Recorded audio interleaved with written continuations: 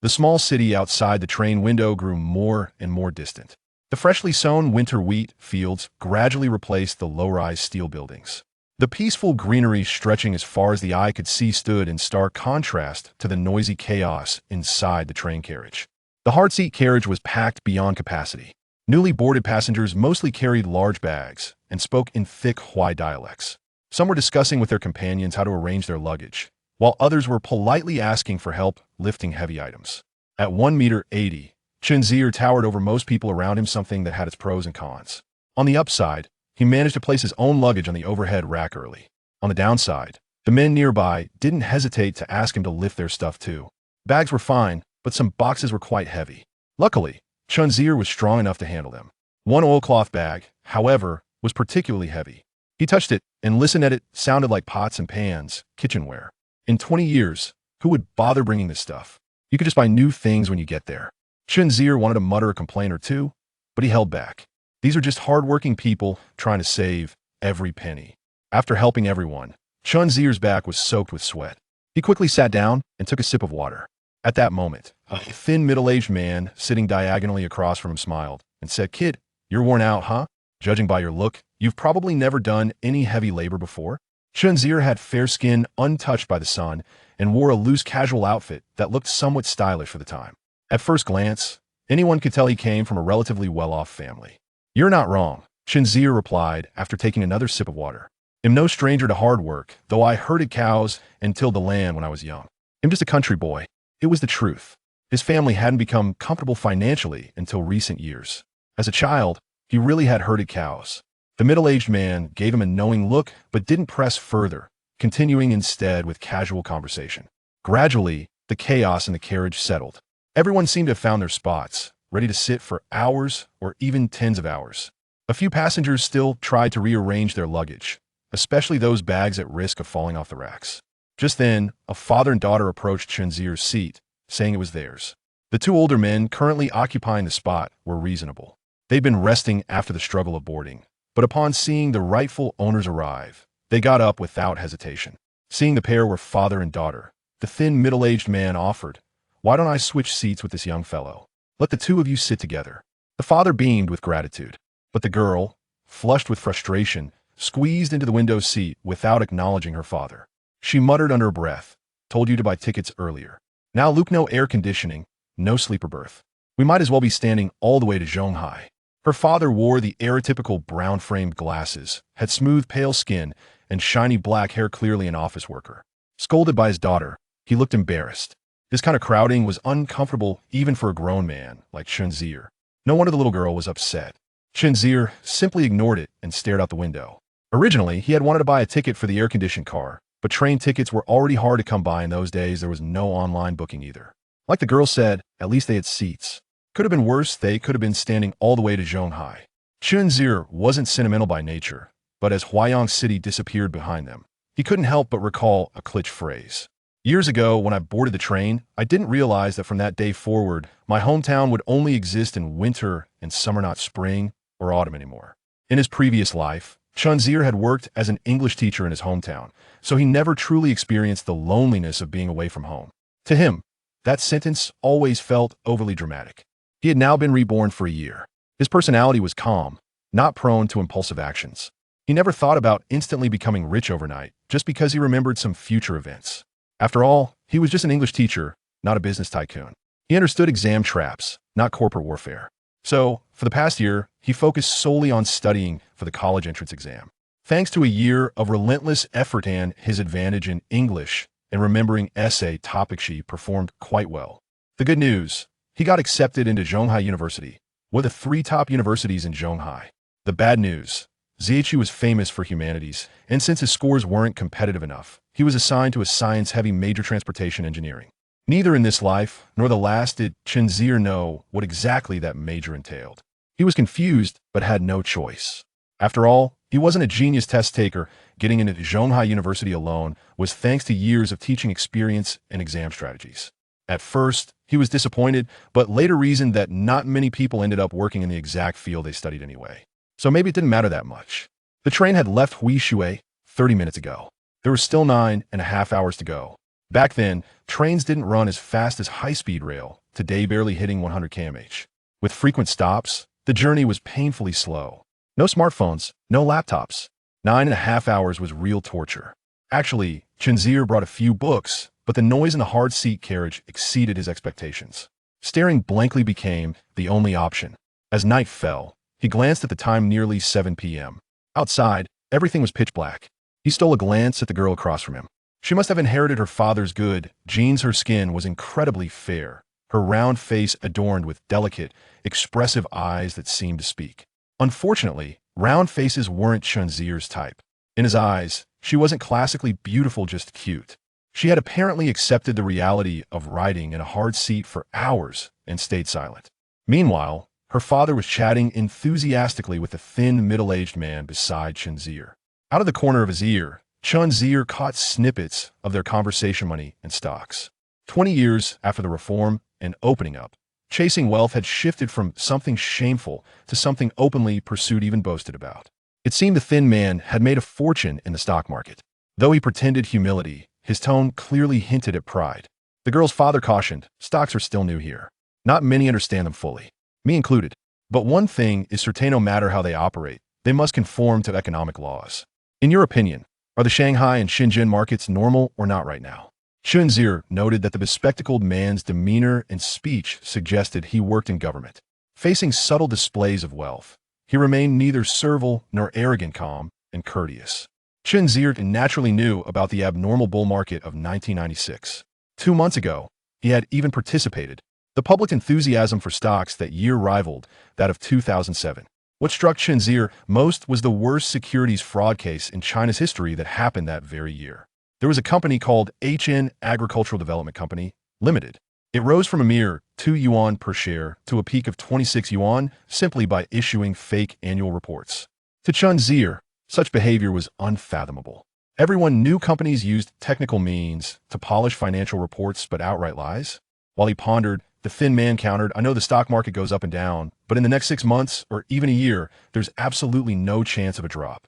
Chen Zier, curious about how someone could be so certain, couldn't resist asking, "Why do you think it won't fall?"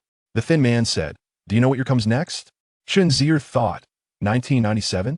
What does that have to do with the stock market? The bespectacled man replied, "You mean Hong Kong's return?" "Exactly. Hong Kong's return. Such a significant political event. The whole world will be watching. If they're celebrating there and our market crashes here, what will foreigners say? Won't that embarrass our government?" Chen Zier nodded inwardly. This absurd idea actually had traction back then, and in a country with a strong central government, it wasn't entirely unreasonable. Still, the law of supply and demand remains unchanged. When prices rise, everyone smiles. When they fall, the true human drama begins. Since he had nothing better to do, Chen Zier added, "Many people expect a market to rise, but no market rises forever. Understanding when a trend will reverse is more important. Only by staying vigilant amid greed can one walk steadily and far in the stock market." The bespectacled man raised his eyebrows slightly and praised, "That's truly wise advice." "Very well said." The thin man also nodded reluctantly, "That's true. Investing should be like that. But the problem is," Chen Zier finished his sentence, "the problem is that many things are easier said than done, especially when you're in the middle of it. Driven by personal interest, people often lose sight of the bigger picture." Upon hearing this, both men looked at Chen Zier more carefully, thinking, "This young man isn't clueless." But they weren't deeply impressed yet. What he said wasn't groundbreaking or profound. Yet, the way he spoke, calm, natural, unhurried, smiling gently while hitting the nail on the head, spoke volumes. Just this composure and confidence placed him above his peers. Chapter 2. My second encounter with the world. Seated across from Chen Zier was a bespectacled man with brown eyes, who had little interest in the stock market but was eager to engage Chen Zier in conversation. Thus, he set aside discussions of the financial realm and posed more personal inquiries, asking, "Where are you from in Huaiyang, young man?" Chen Zier replied, "I hail from the county town of West Inn, beneath Huaiyang." Noticing the man seemed to hold a position of authority, Chen Zier, indifferent to his own status, felt compelled to introduce himself further. "My name is Chen Zier, and I am here to study at Zhonghai University. May I ask your surname, sir?" In 1996, university students had not yet diminished in value as they might later, and Zhonghai University was considered a prestigious institution.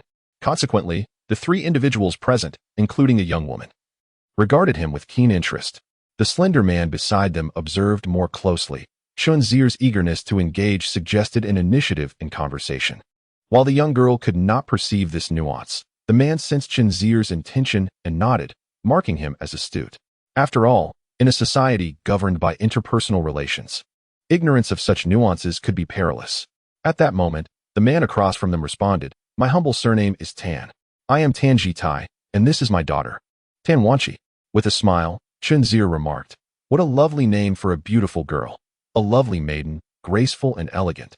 Such an exquisite choice." Tan Jitai chuckled heartily at the compliment, while Tan Wanqi, slightly embarrassed, fell silent, her earlier boldness giving way to shyness in the presence of strangers. Tan Jitai continued, "It is rare for anyone to recognize the origin of her name. A talented student like you, who has gained admission to Zhonghai University, still finds time to read the Book of Songs. This line is drawn from the Book of Songs, National Air, which speaks of a beautiful maiden whose expressive eyes convey deep emotions, celebrating their fateful encounter that leads to a heart captivated at first sight." Chen Zier waved his hand dismissively.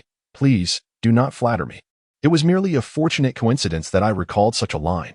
However, you have aptly named your daughter with a melodious title." "Indeed," interjected the loquacious elder brother, who had been silent until now, seizing the opportunity to contribute. "You see, my father lacks education and named me Sun Hong, which leads many to assume I am female." Chen Zier, unable to suppress a smile, mused internally. "Sun Hong? That is indeed rather feminine. You all thought it referred to the color red, did you?" "Incorrect. It signifies grandeur." Both Chen Zier and Tan Jitai exchanged expressions of understanding. As their conversation progressed, Chen Zier learned that Tan Jitai was indeed an official, serving as a section chief in the Municipal Finance Bureau, a position of some authority. Meanwhile, Tan Wanqi intended to attend Zhonghai Normal University.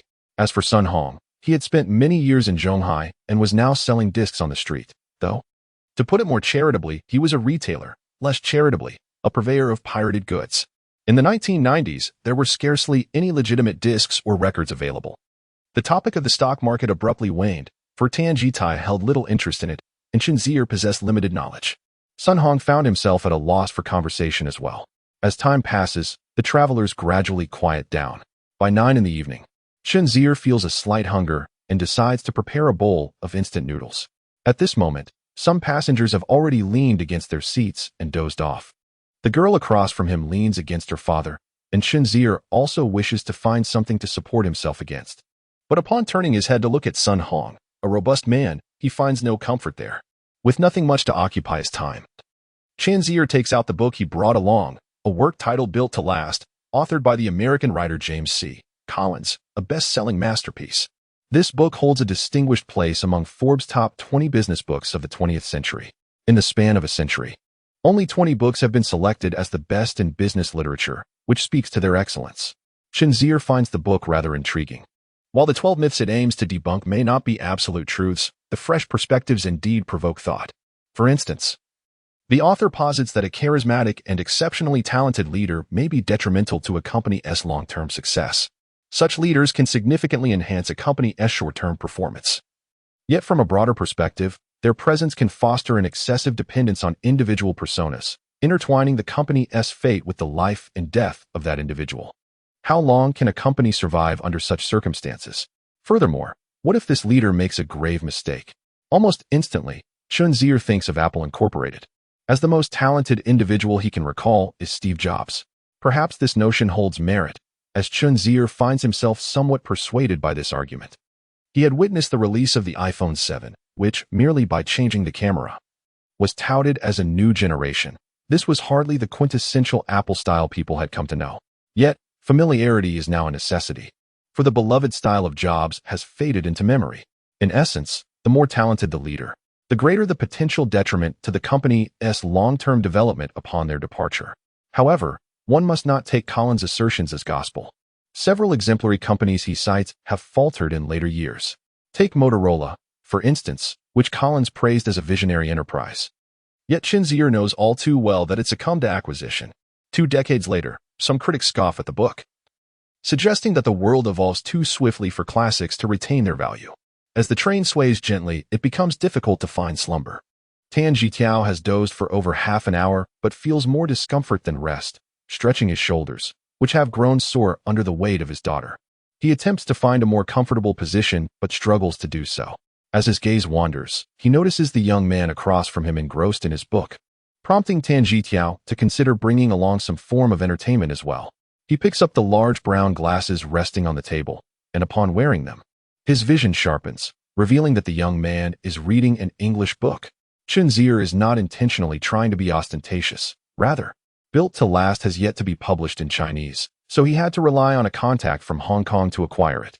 As an exemplary foreign language educator, he has truly mastered his craft, excelling in both spoken and written communication.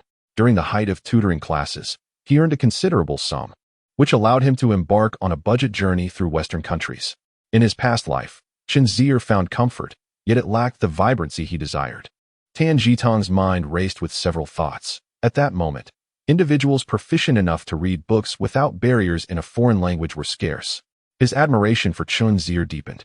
After a pause, seizing the opportunity while Chen Zier set down his book to massage his neck, he remarked, "I never imagined you could comprehend this American book."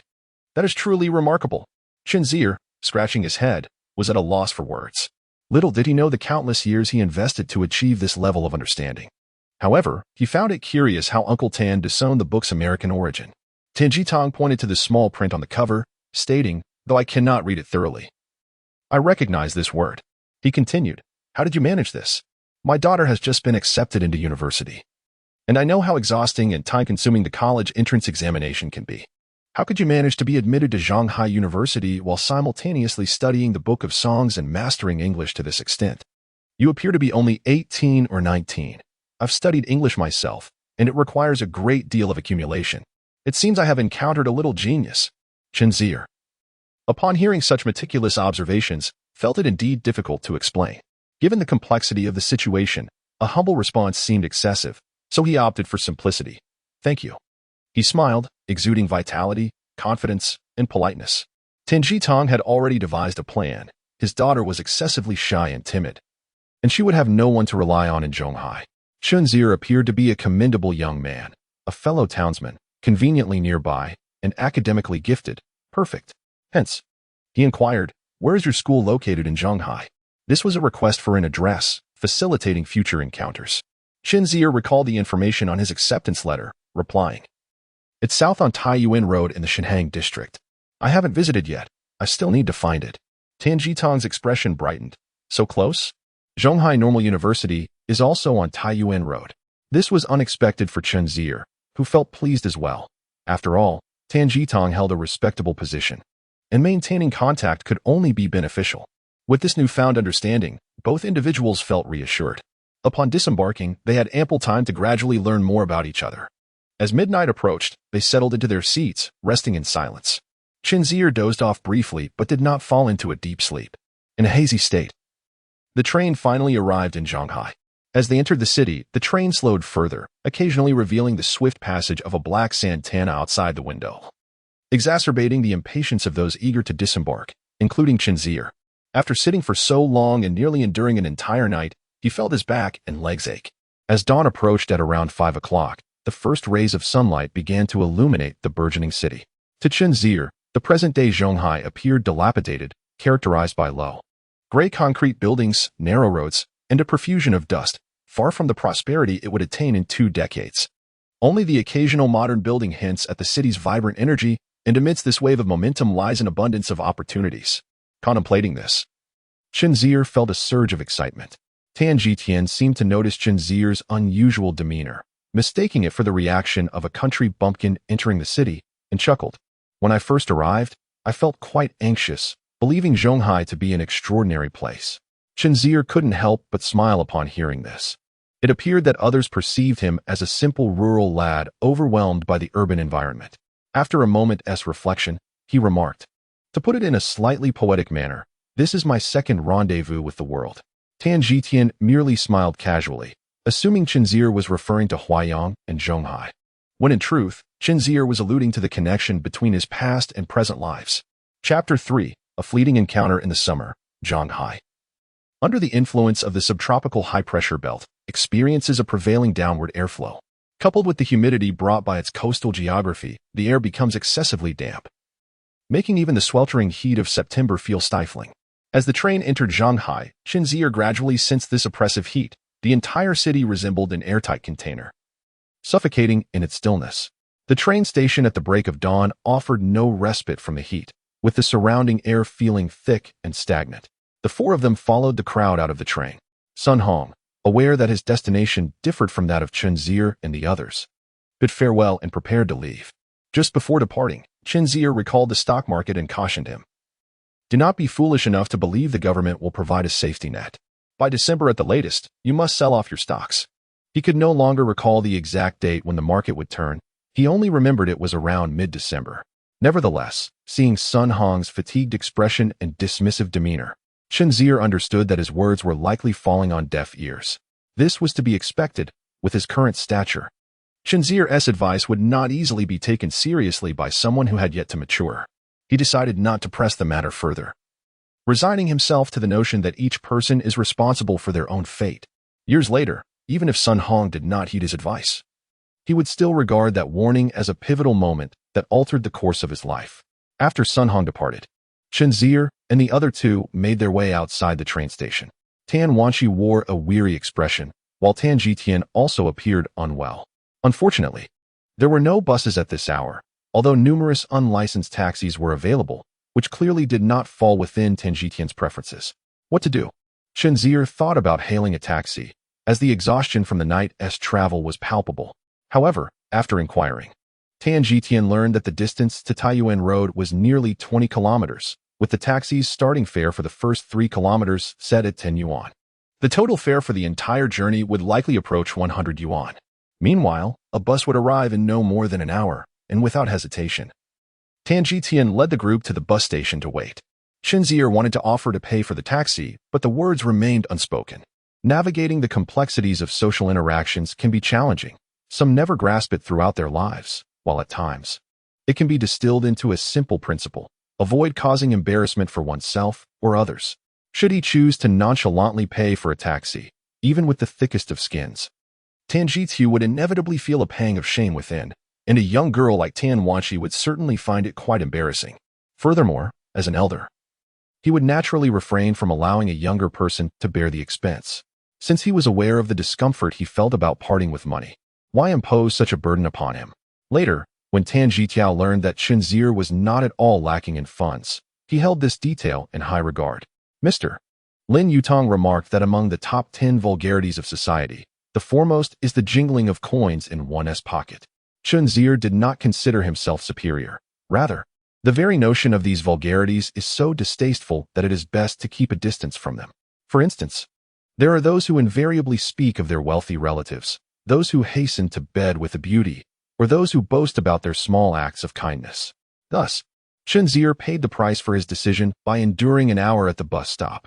By the time they arrived at Zhonghai University, it was nearly 7 o'clock, coinciding perfectly with breakfast time.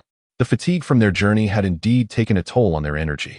Chen Zier was hungry, and he surmised that the father and daughter must feel the same. At the entrance of the university, they spotted a roadside stall and suggested they sit down for a bowl of tofu pudding. Once seated, all three were irresistibly drawn to the entrance of Zhonghai University. Compared to the increasingly impressive gates of many prestigious institutions, the main gate of Zhonghai, with its simple brick structure, appeared quite modest. The roof jutted out. The walls were clad in red brick, and the central white-painted plaque bore the name Zhonghai University in bold characters. Simple, yet it commanded respect and even a sense of nobility. Tan Zhitiao, gazing at the antiquated yet charming gate, remarked with delight, "This is my first time seeing the renowned Zhonghai Gate." Tan Wanqi's eyes glimmered with hope as she looked upon the university, regardless of the present or future. And despite the many who deride the value of education, the allure of a prestigious school remained striking. Chen Zier felt that his year of diligent study was indeed worthwhile. Is attending university futile? Nonsense. If those who utter such words were given the chance to study at Peking University or Tsinghua University, how many would truly decline? Tan Wanqi sighed. In retrospect, I should have worked harder. Tan Zhitiao tousled his daughter's hair, saying, learning does not cease with the end of the college entrance examination. As long as you remain earnest, even a normal college is commendable. Tan Wanqi replied, it's too late. Chen Zier encouraged her, as long as one is alive. It is never too late. Tan Wanqi shot him a glance, questioning how the conversation had turned to life and death. Tan Zhitiao laughed heartily. This may be coarse talk, but the essence is sound. As they conversed, the tofu pudding was ready. The vendor brought over the bowls. And Chen Zier suddenly realized that the vendor was a girl of his own age. Moreover, she was exceptionally beautiful. In the age of the internet, Chen Zier had encountered numerous beauties, yet such natural elegance was indeed rare. He beheld her oval face, adorned with a delicate complexion, large expressive eyes, and a tall, slender figure clad in an apron, with long hair cascading down her back, simply tied with a rubber band. The phrase "a fair wrist gleaming like frost and snow" aptly describes the girl, whose skin radiates a luminous whiteness, perhaps too pale, exuding an ethereal charm. Her delicate complexion and subtle aura are reminiscent of the fragrance of orchids. Indeed, it is true that beauty renders even the most mundane tasks enchanting. This girl, simply selling tofu pudding at her stall, effortlessly captures the attention of many passers-by. Chen Zier found himself stealing glances at her, and as his mind settled, he noticed that she rarely looked at anyone, engrossed in her own endeavors. The only time she raised her gaze was to check for customers, wary of those who might take advantage of her offerings. In that fleeting moment when their eyes met, she quickly averted her gaze, seemingly startled. In that brief exchange, Chen Zier sensed a diminishment of her beauty. It revealed an underlying insecurity. The eyes, often regarded as the windows to the soul, reflect one's essence, be it insecurity, confidence, honesty, or pretense. Some individuals become so adept at masking their true selves that it transforms into a habit, while others wear their emotions plainly for all to see. The gaze of the insecure is often evasive, wandering. Once a person loses confidence, even the most exquisite features lose their luster. However, Chen Zier was not a guardian of justice, nor did he possess the ability to resolve the issues of every individual he encountered. Nor was he driven by an uncontrollable desire for every beautiful woman he saw. Thus, he decided to first satisfy his own hunger. After finishing breakfast, a warm sensation enveloped his stomach, yet the oppressive heat of the day rendered him increasingly uncomfortable. Beside him, Chen Zier wiped the sweat from his brow and remarked, "As one ages, this stifling heat becomes even more unbearable. If it's going to rain, it should do so promptly rather than linger in this oppressive atmosphere." Chen Zier cast a glance at the overcast sky, sensing the impending rain. "We should head to our reporting location soon. It would be troublesome if it starts to pour," he suggested. Tan Zhitiao nodded, settled the bill, and prepared to leave. As they parted ways, he said, "I'll be heading back this afternoon. Please wait for us at the school gate around 11. I'll treat you both to lunch." Wanshi, who was shy and introverted, was embarking on her first journey away from home, uncertain of her adaptability. "You may laugh, but my mother cried when I left," she confessed. "You two are from the same hometown, and the school is nearby. We have no relatives in Zhonghai, so I'll count on you to look after her." Chen Zier had no reason to decline the midday invitation. "Uncle Tan, you are too kind. We should support one another when we are away from home," he replied. Tan Zhitiao, satisfied, took his daughter and walked a little farther. Once they were alone, Tan Wanshi felt less shy and asked, "Dad, we've only just met him. We don't know his character well. Why do you trust him to look after me? Besides, he is about my age. How can he possibly take care of me?" With a fond pat on his daughter's head, Tan Zhitiao replied, "I believe this young man is quite commendable. The fact that he travels this distance without his parents indicates his independence and strong will. He will certainly have no trouble looking after you. As for his character, I perceive him to be quite upright in his intentions. Even if there were any issues," Tan Zhitiao mused, "he is here for his studies while his parents are likely in Yushui. In our city of Huaiyang, how many have been admitted to Zhonghai University in a year?" A simple inquiry would reveal the answer. He possesses a sharp intellect and a meticulous approach to matters. He would undoubtedly consider this aspect. However, this is merely a hypothetical situation. Tan Wanshi did not think ill of Chen Zier. It was merely that their acquaintance was too brief. "Rest assured, your father has a keen eye for character," she reassured. Upon entering the school gates, Chen Zier was greeted by a towering bronze statue of the chairman. A glance at the roadside sign revealed the name Guanghua Avenue, flanked by camphor trees, ginkgos, and French parasol trees, alongside other plants that Chen Zier could not identify, all contributing to the lushness of the campus. As he proceeded further, he beheld a teaching building in the Roman architectural style, before which lay a grand flower bed. At the center of the flower bed stood a stone slab inscribed with 2 lines in bold red characters: "Be learned and steadfast, inquire diligently, and reflect deeply." Chen Zier mused that this must be the school motto. After passing the teaching building, a right turn led him to Mingda Building. Chen Zier was uncertain of its purpose, yet it seemed to hold significance. The right side of the building's facade bore the inscription, "Embracing the New Century." We strive to develop Shanghai University into a comprehensive university of world-class standards. The lower right corner displayed the signature and date pinned by the General Secretary, June 18, 1995. Chen Zier could not help but be astonished. Indeed, prestigious institutions are distinct from the mediocre school he attended in his previous life, where even the mayor, let alone the district chief, had never graced it with their presence. After wandering for a while, Chen Zier located the registration area. The process was rather mundane, signing his name, receiving his dormitory number, and collecting the key from the dormitory matron. The dormitories of Shanghai University were divided into 4 sections: Milan, Zhu, and Zhu Gardens. Chen Zier was assigned to Building 6 of Zhu Garden. The name sounded melodious, yet the dormitory environment was rather average. With one side featuring bunk beds and 2 sets of 6 connected desks below, the opposite side consisted of more beds, accommodating 6 individuals in total. Being the first to arrive, Chen Zier tidied up and took the opportunity to clean as well. This dormitory faced the morning sun, which was a blessing. The summer heat had ensured that no unpleasant odors lingered. Chapter 4. I recognized this fellow. Zhu Garden, room 309. This was Chen Zier's dormitory. The cleaning took him nearly an hour, and combined with the earlier registration time, it was now approaching the hour Tan Zhitiao had mentioned, nearly 11 o'clock. After organizing his belongings and securing the door, he set off towards the school gate. Along the way, he admired the picturesque campus and observed the vibrant students around him. Suddenly, he recalled the exceptionally beautiful girl he had seen during breakfast. Though he harbored no impure thoughts, his pace quickened slightly, driven by a subconscious desire to ascertain whether she was still present. A few minutes later, he spotted Tan Zhitiao and Tan Wanqi. Yet the tofu pudding stall across the street had vanished. It was likely that she merely sold breakfast. Who would opt for tofu pudding at lunch? Tan Zhitiao waved to him, indicating his presence. Chen Zier pulled his thoughts back and hurried over. Near Zhangda University, there are numerous eateries, each seemingly offering delectable dishes. But ultimately they opted for a modest noodle shop. Chen Zier felt that the department head was somewhat miserly, not in the sense of desiring lavish meals, but rather that such frugality did not align with the demeanor expected of a department head. During their meal and conversation, Chen Zier inquired, "Uncle Tan, there are many tourist attractions in Shanghai. Why are you in such a hurry to return? It was quite a journey from morning to afternoon, not to mention the toll of travel on the body is considerable." Tan Wanqi nodded in agreement, adding, "Yes, Dad, perhaps you should rest a bit and return tomorrow?" Tan Zhitai furrowed his brow and replied, "Wanqi's grandfather has recently fallen ill and is hospitalized. He underwent major heart surgery. Unfortunately, her grandmother, while caring for my elderly father, injured her leg in a fall down the stairs. I truly cannot afford to delay any longer. Originally, her mother intended to accompany me to bring her here, but now she must stay home.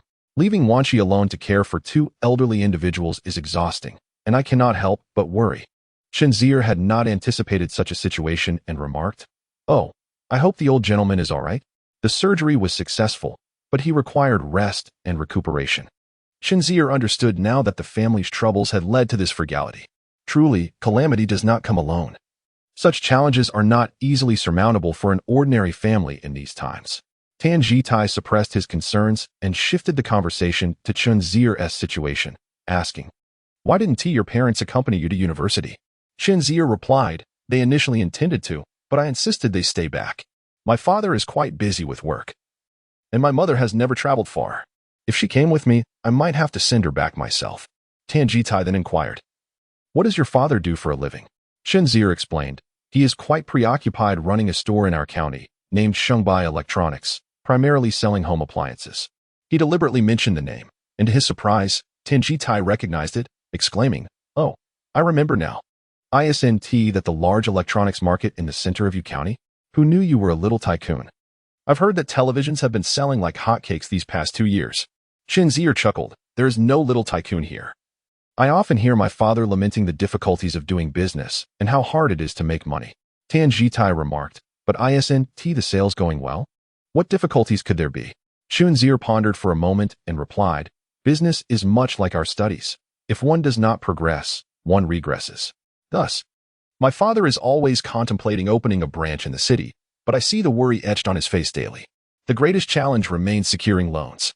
Since the Southern Tour speech in 1992, economic enthusiasm surged across the nation, with provinces and state-owned enterprises eagerly pursuing large projects. This led to an overheated economy, resulting in severe events such as the bursting of the real estate bubble. Subsequently, the resolute Vice Premier Zhu was appointed as the governor of the central bank. Without hesitation, in 1994 and 1995, the monetary policy was abruptly tightened, making it imperative for even small businesses like Chen Zier's to present detailed and comprehensive feasibility analyses to secure loans for projects. As the year progresses, monetary policies have somewhat loosened. However, such momentum cannot be swiftly reversed. For small-scale individual entrepreneurs, the most palpable sensation is the inability to secure loans, a pain known only to those who have endured it. There is a saying that all preparations are in place, yet one still awaits the favorable winds. Alas, these winds refuse to blow. Regardless of how meticulously one prepares or how promising a project may be, without financial backing, all efforts are in vain. At this juncture, as everyone struggles to obtain funds, Chen Zier finds himself in a challenging predicament, and he can only attempt to navigate it. Chen Zier expresses his understanding. After their meal, with thoughts of home weighing heavily on his mind, Tan Zhitiao offers only polite words to Chen Zier regarding looking after Tan Wanqi before hastily making his way to the train station. Tan Wanqi feels a deep sense of reluctance, as it is her first time leaving home and her grandparents' health is also concerning. She feels particularly unfortunate this school season. As Tan Zhitiao's figure fades with the departing bus, tears stream down her cheeks. Chen Zier, unsure of how to comfort her, simply hands her a tissue. After a moment of quiet reflection, Chen Zier says, "Let me take you to my dormitory first. Just knock on the door. Should you require assistance in the future, feel free to seek me out. Then I shall accompany you back to rest, and I will also learn where you reside." Tan Wanqi obediently nods, remaining silent. Upon returning to his dormitory, Chen Zier first makes a call from a phone booth on the first floor to inform his family of his safe arrival. He then collapses onto his bed for a much-needed nap. He sleeps soundly until evening, awakening with a slight haze in his mind, yet feeling quite invigorated, leading him to marvel at the benefits of youth. The official reporting time for Zhonghai University is today and tomorrow, and the enthusiasm of the freshmen is markedly greater than that of the seasoned students. Consequently, when he awakens, his roommates begin to arrive one after another. The first to arrive is Kai Yifeng, a young man from northern Zhejiang, of average height with a square face and a prominent nose, exuding an air of earnestness. He greets Chen Zier with a natural smile, saying, "Hello, I am Kai Yifeng." Chen Zier reciprocates the greeting. Later, another roommate named Song Xiaobo arrives. He hails from the north, but is somewhat shorter, standing just below 1.7 meters. His skin is dark, and while his smile appears less than pleasant, he seems amiable, resembling a decent fellow. The other two roommates are locals from Shanghai, Lu Qing, who possesses a somewhat handsome appearance with a touch of a pretty boy vibe, often adopting a cool demeanor, and the quieter Cui Su, tall and slender, who speaks infrequently but with profound insight, suggesting he is a person of strong opinions. The final roommate has yet to arrive. 5 individuals from various corners of the nation share this dormitory, and the excitement and novelty of university life make sleep elusive for them all. Chen Zier joins the conversation, sharing stories of his hometown. Lu Cheng, dressed in a blue and white striped shirt with a fluffy middle-part hairstyle, appears to come from a well-off family. He declares his intention to enliven the atmosphere of the dormitory, primarily to satisfy his desire to show off, and produces his sleek black portable music player to play a recently popular song, Heart Too Soft. The singer who rose to fame alongside this song is Wei Lang. In the world of 1996, there was no Ren Xinqi, only Wei Lang, a guitarist hailing from Yu County. Indeed, this Yu County is the very hometown of Chen Zier. Kai Feng, also a guitarist, holds immense admiration for Wei Lang, a singer who crafts popular songs throughout the land through his own talent. Not only he, but several others from 309 can hum a few lines of Heart Too Soft, their narrowed eyes radiating an audacious charm. Kai Feng proclaims, "I learned guitar precisely to become a singer like him." Lu Cheng adds, "His waves of flowers is delightful, and Wei Lang's voice perfectly conveys that sentiment. Allow me to play it for you." With that, he fiddles with his portable cassette player, seemingly more eager to showcase its sophistication. Chen Zier gazes blankly at the impassioned Kai Yifeng, pondering, is this the power of an idol? The question lingers, how can a man, who dropped out of elementary school, with a disheveled appearance and penchant for casual guitar strumming while neglecting personal hygiene, have such devoted fans? He turns to observe Song Xiaobo and Cui Su, who appear to be enjoying themselves. Chen Zier muses, "Perhaps I have committed a grave error. I should not have elevated this man for the sake of mere profit, thereby endangering the future blossoms of our nation." Noticing Chen Zier's indifference, Kai Yifeng questions, "Are you tone deaf? Is beautiful music lost on you?" Chen Zier shakes his head, replying, "No, I am familiar with Wei Lang. If you need, I can provide you with a plethora of signed photographs." Lu Cheng's heart sinks. This is disastrous. The effort to impress has backfired. This is akin to sewing garments for another. Chapter 5. That year, that person on this day in 1996. People pursued Wei Lang with the same fervor they held for Ren Xianqi, enchanted by his melodious heart too soft, inspired by his compelling journey, and charmed by his decent appearance, an undeniable asset as an artist. Yet, to uncover the truth behind this phenomenon, one must return to a year prior, to the time when Chen Zier had just been reborn, peeling back layers of obscurity to reveal the orchestrator behind Wei Lang's inspirational tale. It was a day in October 1995, where Wei Lang was teaching guitar to his neighbor, Wang Erniu, in the music shop at his home. This student was lured by Wei Lang through questionable means, showcasing his relentless effort.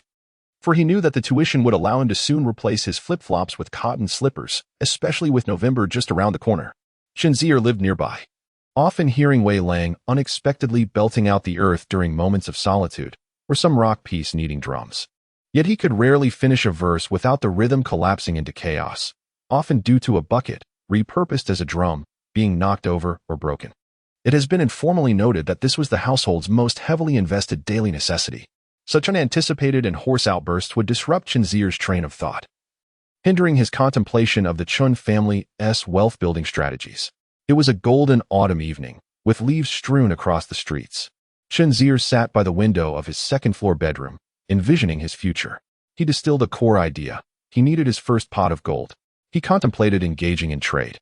Yet as a senior in high school, he lacked the time, and the practice of arbitrage was a trend long past. The internet crossed his mind, but he could not even afford a computer. What to do? He had only ever worked as an English teacher and possessed no particular skill. The questions that had plagued him since his rebirth surfaced that day, and inspiration struck. He would sell songs. However, as an unknown, how much could he earn from a single song? Moreover, human memory is finite. Despite having heard countless songs, one could only remember around 20 or 30 completely. This was a one-time transaction, not to be reused. Thus, he conceived a model. He would write songs, collaborate with Wei Lang on an album, and split the proceeds equally. This was the way to earn money. Chen Zier hurried to Wei Lang's music store, a pack of cigarettes in hand, and offered one to him, smiling as he asked, "Wei Lang, I remember you've released an album, haven't you?" Wei Lang waved his hand grandly, as if to assert his prowess, responding, "Of course. How could I not? I've been in Yanjing for 3 or 4 years." He referred to that shabby album promoted solely through friendship, perhaps unaware that it introduced many acquaintances to the painful reality of spending money for a lackluster experience. Chen Zier inquired further, "If I provide you with songs, can you release another album?" Wei Lang, smoking with half-closed eyes and scratching his feet, replied, "I can, as this is my livelihood. I know the process well enough. But you need to give me songs. I can write my own. Would you like me to sing one for you?" Chen Zier hastily declined, "Please, I value my life."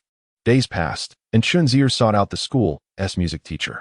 He hummed melodies while another transcribed the music, resulting in 4 songs, 2 by Ren Xianqi, Heart Too Soft and Waves, alongside Rainbow, a representative work by Yu Quan, and The You of the Past by Su Wei. These were songs Chen Zier had listened to repeatedly, and he could remember how to sing them. He took the 4 songs, compiled on about 10 pages, to Wei Lang and shared his plan. "I'll provide the good songs, you handle the album, and we'll split the profits. No distinctions between us." Wei Lang furrowed his brow in contemplation, and after a moment, he mused, "But will these songs be popular?" Chen Zier felt exasperated, thinking, "Why don't you just perish?" This attitude is utterly insufferable. Previously, he had merely believed Wei Lang to lack talent. Now he realized the issue lay deeper.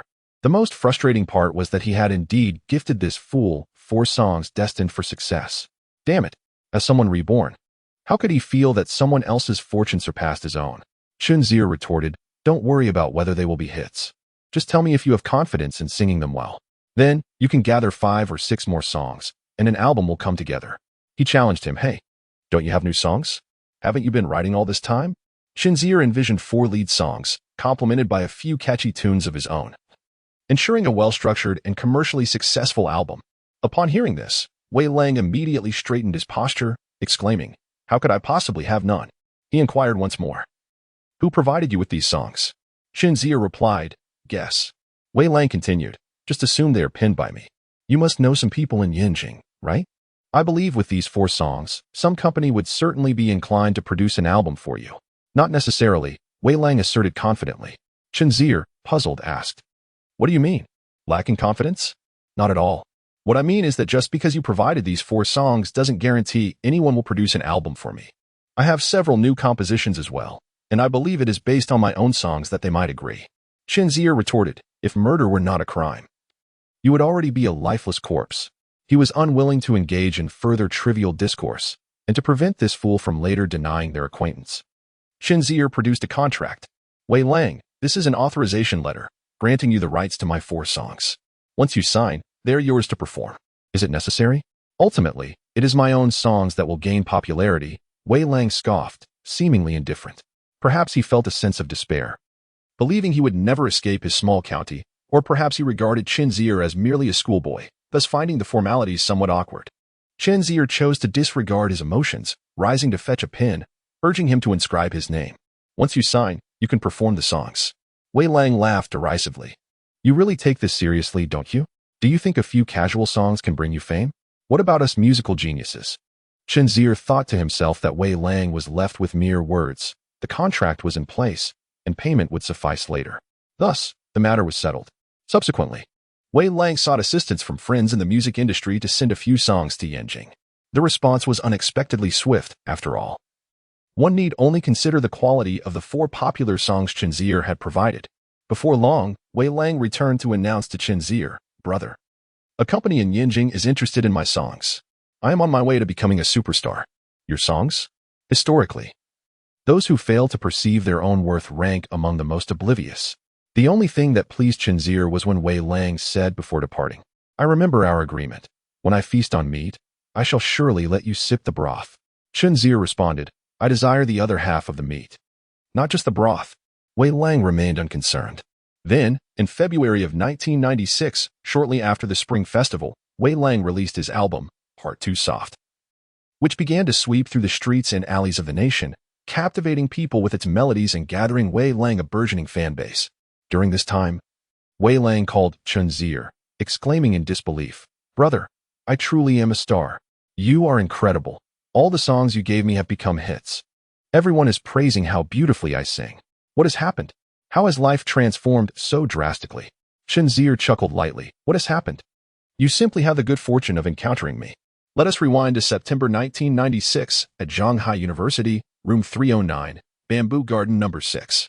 The moment Chen Zier mentioned he knew Wei Lang, the atmosphere momentarily froze. Kai Feng remarked, brother, are you a performance major? You speak as if it were all true. Lu Cheng also remarked, you may find it hard to believe, but I know Jackie Chan. Chen Zier, feeling helpless, stood up to rummage through his bag. That fool had stuffed it with numerous items, which I deemed rather useless, yet I pondered that someone might appreciate them. Kai Feng, with his keen eyes, bellowed, you actually placed photos and underwear together. Oh, I distinctly remember separating them at first. Perhaps they got jumbled during our journey. Song Xiaobo and Chui Su were equally astonished, exclaiming, goodness, you truly know a celebrity? Chen Zier produced a stack and distributed them among the group. As they were all roommates, and since you all fancy them, don't hold back. 3 for you, 3 for you, and you, 3 as well. For the remainder, Kai Feng. Since you idolize him, they are all yours. Kai Feng trembled as he held them, his eyes gleaming, scrutinizing each one, thinking, am I dreaming? After a moment, he exclaimed, why does this signature have a different font? And it also bears the name Chen Zier in large letters? Chen Zier leaned over to take a look and said, oh, my apologies, it seems I scribbled that for fun. I just thought his handwriting was atrocious. Chapter 6. The so-called Path of Heaven. On September 6th, Sunday, heavy rain began pouring in Shanghai from the morning. The previous day had been stifling, making the rain somewhat anticipated. The humidity in the air had decreased, the temperature dropped, and it was starting to feel quite cold. The water pooling outside was significant, leaving Chen Zier unable to venture anywhere. In the evening, the legendary counselor made an appearance, calling the entire class to gather for their first meeting. There were only 16 individuals in Chen Zier's major, a stark contrast to other popular fields. The class comprised 4 girls and 12 boys, a ratio well-suited to the norms of a science class. Among them, only one girl seemed capable of capturing the interest of the other boys. However, in Chen Zier's eyes, she was merely the tallest among a group of short individuals, suitable enough. During the meeting, Chen Zier, like everyone else, introduced himself briefly. The process rather uneventful, merely pleasantries exchanged.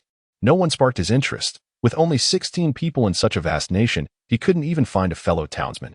Afterward, the counselor informed everyone that they would receive military training uniforms the following day, with formal training commencing the day after that, lasting approximately 2 weeks, not too long, yet not too short. The next day marked the official beginning of military training. Those who have undergone it know it to be a rather tedious and intolerable endeavor. Upon returning on the first day, room 309 had lost the lively and cheerful atmosphere of the previous days. Everyone appeared fatigued. Chen Zier felt exhausted as well. Military training was purely a test of physical endurance, and he was not made of iron. After taking a shower, he lay on his bed and soon drifted off to sleep. The following day unfolded in a similar manner. By the 3rd, 4th, and 5th days, an incident occurred. It was not Chen Zier but rather Song Xiaobo who collapsed. The weather in Shanghai was not hot, but it was stifling. And conducting military training under such conditions demanded a certain level of physical fitness. The initial days had been mere warm-ups. Yet today, the instructor required them to hold a military stance for an entire hour. Song Xiaobo, perhaps not in the best of health, could only endure 40 minutes before gradually succumbing, ultimately fainting.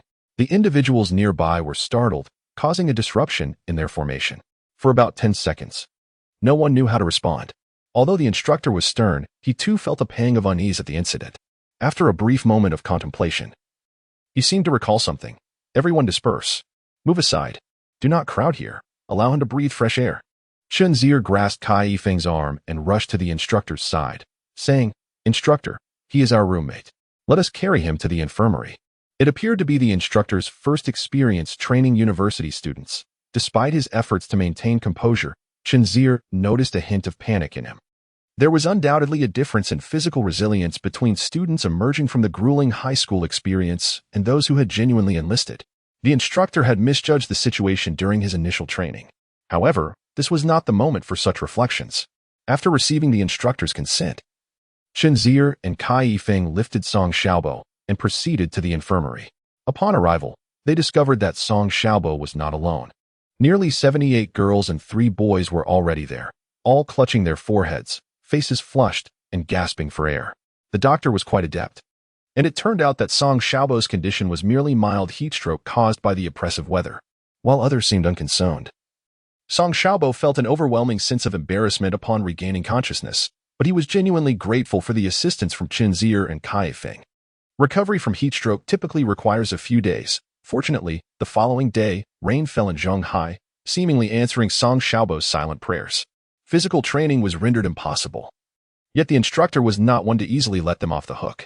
Thus, Chen Zier and his companions engaged in internal affairs training within their dormitory. After enduring 2 weeks of grueling military training, it finally came to an end. On the last day, as Chen Zier and his 4 companions passed by the girls' dormitory, they beheld a procession of graceful figures. Kai Yifeng remarked with a cheeky comment about the future devoid of military uniforms. "Please forgive me for not recognizing your beauty at this moment. From tomorrow onwards, that will change." Following the military training, Chen Zier enjoyed a 2-day respite. He visited Tan Wanqi at the normal university. It had been quite some time since their last parting. The young lady appeared somewhat shy, had he not taken the initiative. It was likely she would not have visited him at Zhongdao throughout the semester. Unfortunately, in the absence of mobile phones and instant messaging software, he resorted to spending money on a call to her dormitory, asking the attendant to summon her. At noon, Chen Zier stepped out to wait for Tan Wanqi beneath her building. After about 10 minutes, she emerged. Tan Wanqi had tanned, clearly indicating that women loathe military training even more than men do. "What brings you here?" she inquired, her hair tied back. Although her face had slimmed a bit from the 2 weeks of training, Chen Zier thought it appeared rounder. "Oh, nothing much. I merely wish to share a meal with you. We are fellow townsfolk, and I long to speak in our dialect. This is the first time in my life I've spoken Mandarin for such an extended period, and my teeth ache from it. The familiarity of their hometown dialect brought a playful response from Chen Zier, eliciting a smile from Tan Wanqi as she replied, "All right, let us go then." Chen Zier chose a pleasant restaurant, ordered dishes and drinks. Then, while chatting with Tan Wanqi, Chen Zier asked, "How does it feel to enter university?" Tan Wanqi lamented, "What is there to feel? I'm about to be scorched under this sun." Chen Zier chuckled, "This is our fundamental national condition. There's nothing we can do about it. It will get better later." Tan Wanqi nodded and suddenly posed a profoundly deep question. "What do you plan to do during your 4 years in university?" What a good child. The rascals in her dorm had never contemplated such matters. Lu Cheng was busy playing video games daily, while Kai Yifeng was all set for romance. Even Song Xiaobo was getting restless. Only Cui Su remained relatively composed. And of course, there was himself. After a moment of thought, Chen Zier replied, "As for me, I don't have any specific plans. Rather than focusing on what to do, I am more inclined to think about what kind of person I want to become. My goal is to be a joyful and free individual." He added, "As long as it does not contravene the heavenly principles." Tan Wanqi, somewhat bewildered, asked, "Aren't you happy right now?" Chen Zier responded, "I am quite happy." Tan Wanqi acknowledged with a vague understanding. Once the dishes arrived, Chen Zier encouraged her to eat. "That statement you made was quite profound," Tan Wanqi remarked. Chen Zier inquired, "Which one?" "The one you just said about becoming a free and joyful person without going against the heavenly principles." Chen Zier smiled and clarified, "That wasn't originally my thought. It was articulated by Mr. Lin Yutong." "How come I haven't read that?" she asked. Chen Zier elaborated. "The original phrase goes like this: to become a free and joyful person without violating the principles of heaven and earth. It is akin to a theatrical performance. A skilled actor knows it's all a facade, yet can express themselves more authentically, naturally, and joyfully than in real life. Life is likewise. The essential thing is not to dwell on truth and falsehood, gain and loss, fame and fortune, or wealth and poverty, but rather to live joyfully and discover the poetry in life. In a sense, imperfection in life is the norm, while completeness is the exception. Much like the phases of the moon." He seemed to remember more but could only recall this much. Tan Wanqi exclaimed, "You managed to memorize such a lengthy passage." Chen Zier replied, "I possess a better memory than most." Tan Wanqi continued, "What do you believe the heavenly principles are?" Chen Zier answered, "I once thought the heavenly principles were universal moral values, but now I believe they are simply one's own heart." Having shared so much, Chen Zier turned the question back to her. "And what about you? What do you wish to pursue in university?" Tan Wanqi blushed. Seemingly having aspirations she found hard to articulate. Chen Zier encouraged her. "Every dreamer deserves respect." With a flush, Tan Wanqi confessed, "I want to be a writer. To pen books. I aspire to be a talented woman like Lin Hui." Chen Zier hadn't anticipated this answer. Indeed, introverted individuals often harbor a vibrant inner world. He praised, "That is a profoundly valuable dream. And I look forward to you becoming a new generation of April in the human realm." "You Are the April in the Human Realm" is a highly popular poem by Lin Hui. Tan Wanqi humbly replied, "What new generation of April in the human realm? I'm just thinking, it's quite difficult to achieve." Chen Zier remarked, "At the very least, I am better off than many. I prefer to call it contentment, while some might say it is a lack of ambition. I believe that for one to be truly happy, 2 essential elements are required: the presence of those one wishes to protect when looking around, and the pursuit of cherished goals when gazing ahead. Thus, having dreams to chase, like you do, is indeed a form of happiness." Tan Wanqi praised, "I find your words quite captivating." Chen Zier replied, "Thank you." After their meal, Chen Zier escorted Tan Wanqi back, and as they reached the ground floor, they encountered someone familiar to her, presumably her roommate. The young girl blushed crimson at the sight of a boy accompanying her, as if it were a momentous occasion. Flustered, she hastily bid farewell to Chen Zier. He thought to himself, "Your flustered demeanor inadvertently reveals more than intended. What was once inconsequential now suggests otherwise." Indeed, not far off, Chen Zier overheard the girl exclaiming, "Wow, Tan Wanqi, you deceived us by claiming you were at the library, but you were actually on a date with a boy. You move fast." Tan Wanqi quickly defended, No, he is just a fellow townsman." Chen Zier was amused, wishing to express, "I am not fond of round faces." However, he noted that her roommate, though not clearly visible, was quite tall with long legs. Never mind, he thought, it was best to return to school. As he walked, Chen Zier pondered Tan Wanqi's question, What is the purpose of university? It appeared that everyone had their aspirations, while he meandered aimlessly. Could it be that the ease of money had led to his current state? Perhaps that was indeed the case. Following the impending Asian financial crisis next year, the real estate market in Zhonghai would likely experience a downturn, and he would possess substantial capital to invest in properties without issue. Money, after all, sufficed in moderation. Yet, when money ceased to be the objective, what then should he pursue? Unable to find an answer, Chen Zier felt a sense of disillusionment, realizing that while he was wealthy, he lacked purpose, an irony that rendered him a kind of impoverished soul and spirit. A year ago, his goal had been to attend Zhongda, but that ambition had dissipated. Unable to conjure an answer, he resolved to let things unfold naturally.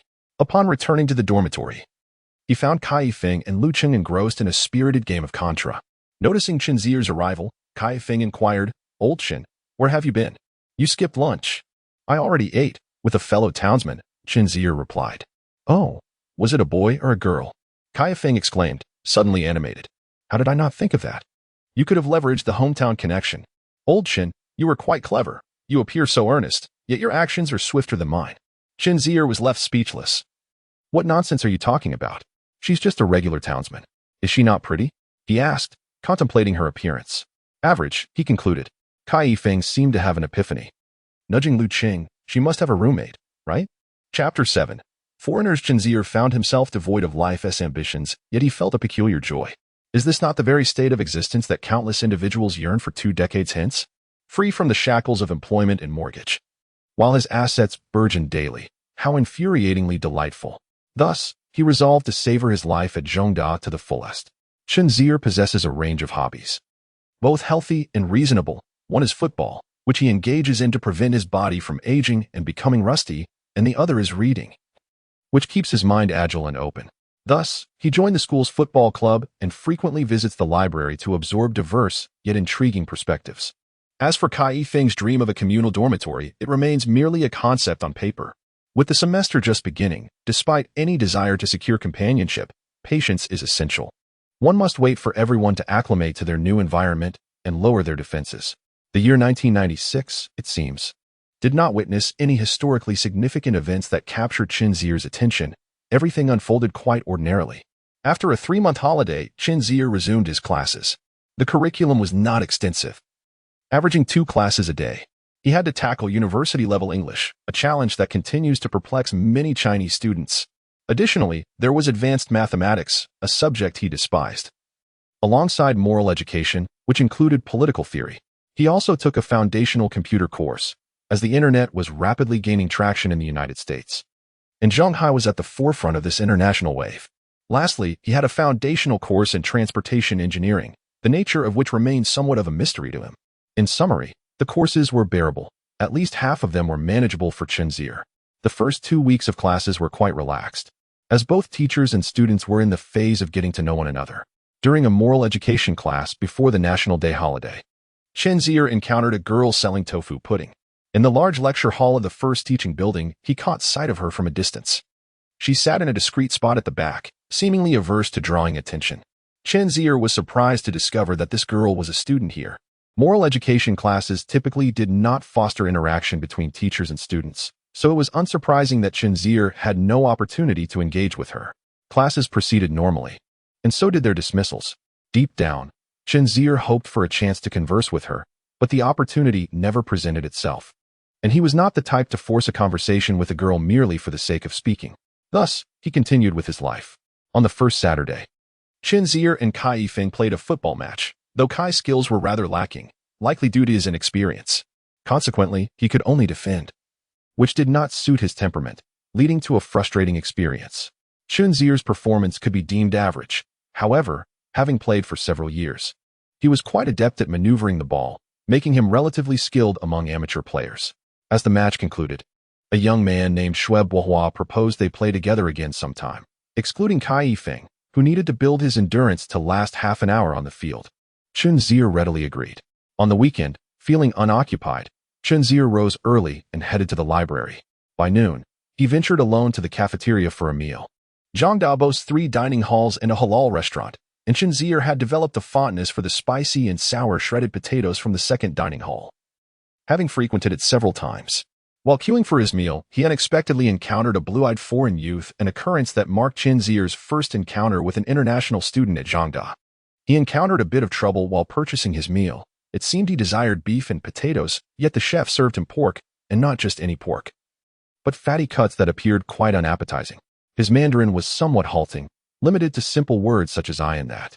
The young man was visibly anxious, while the diligent chef was entirely perplexed by his attempts to communicate. Observing this, Chen Zier took the initiative and inquired in English, "Excuse me, is there anything I can assist you with?"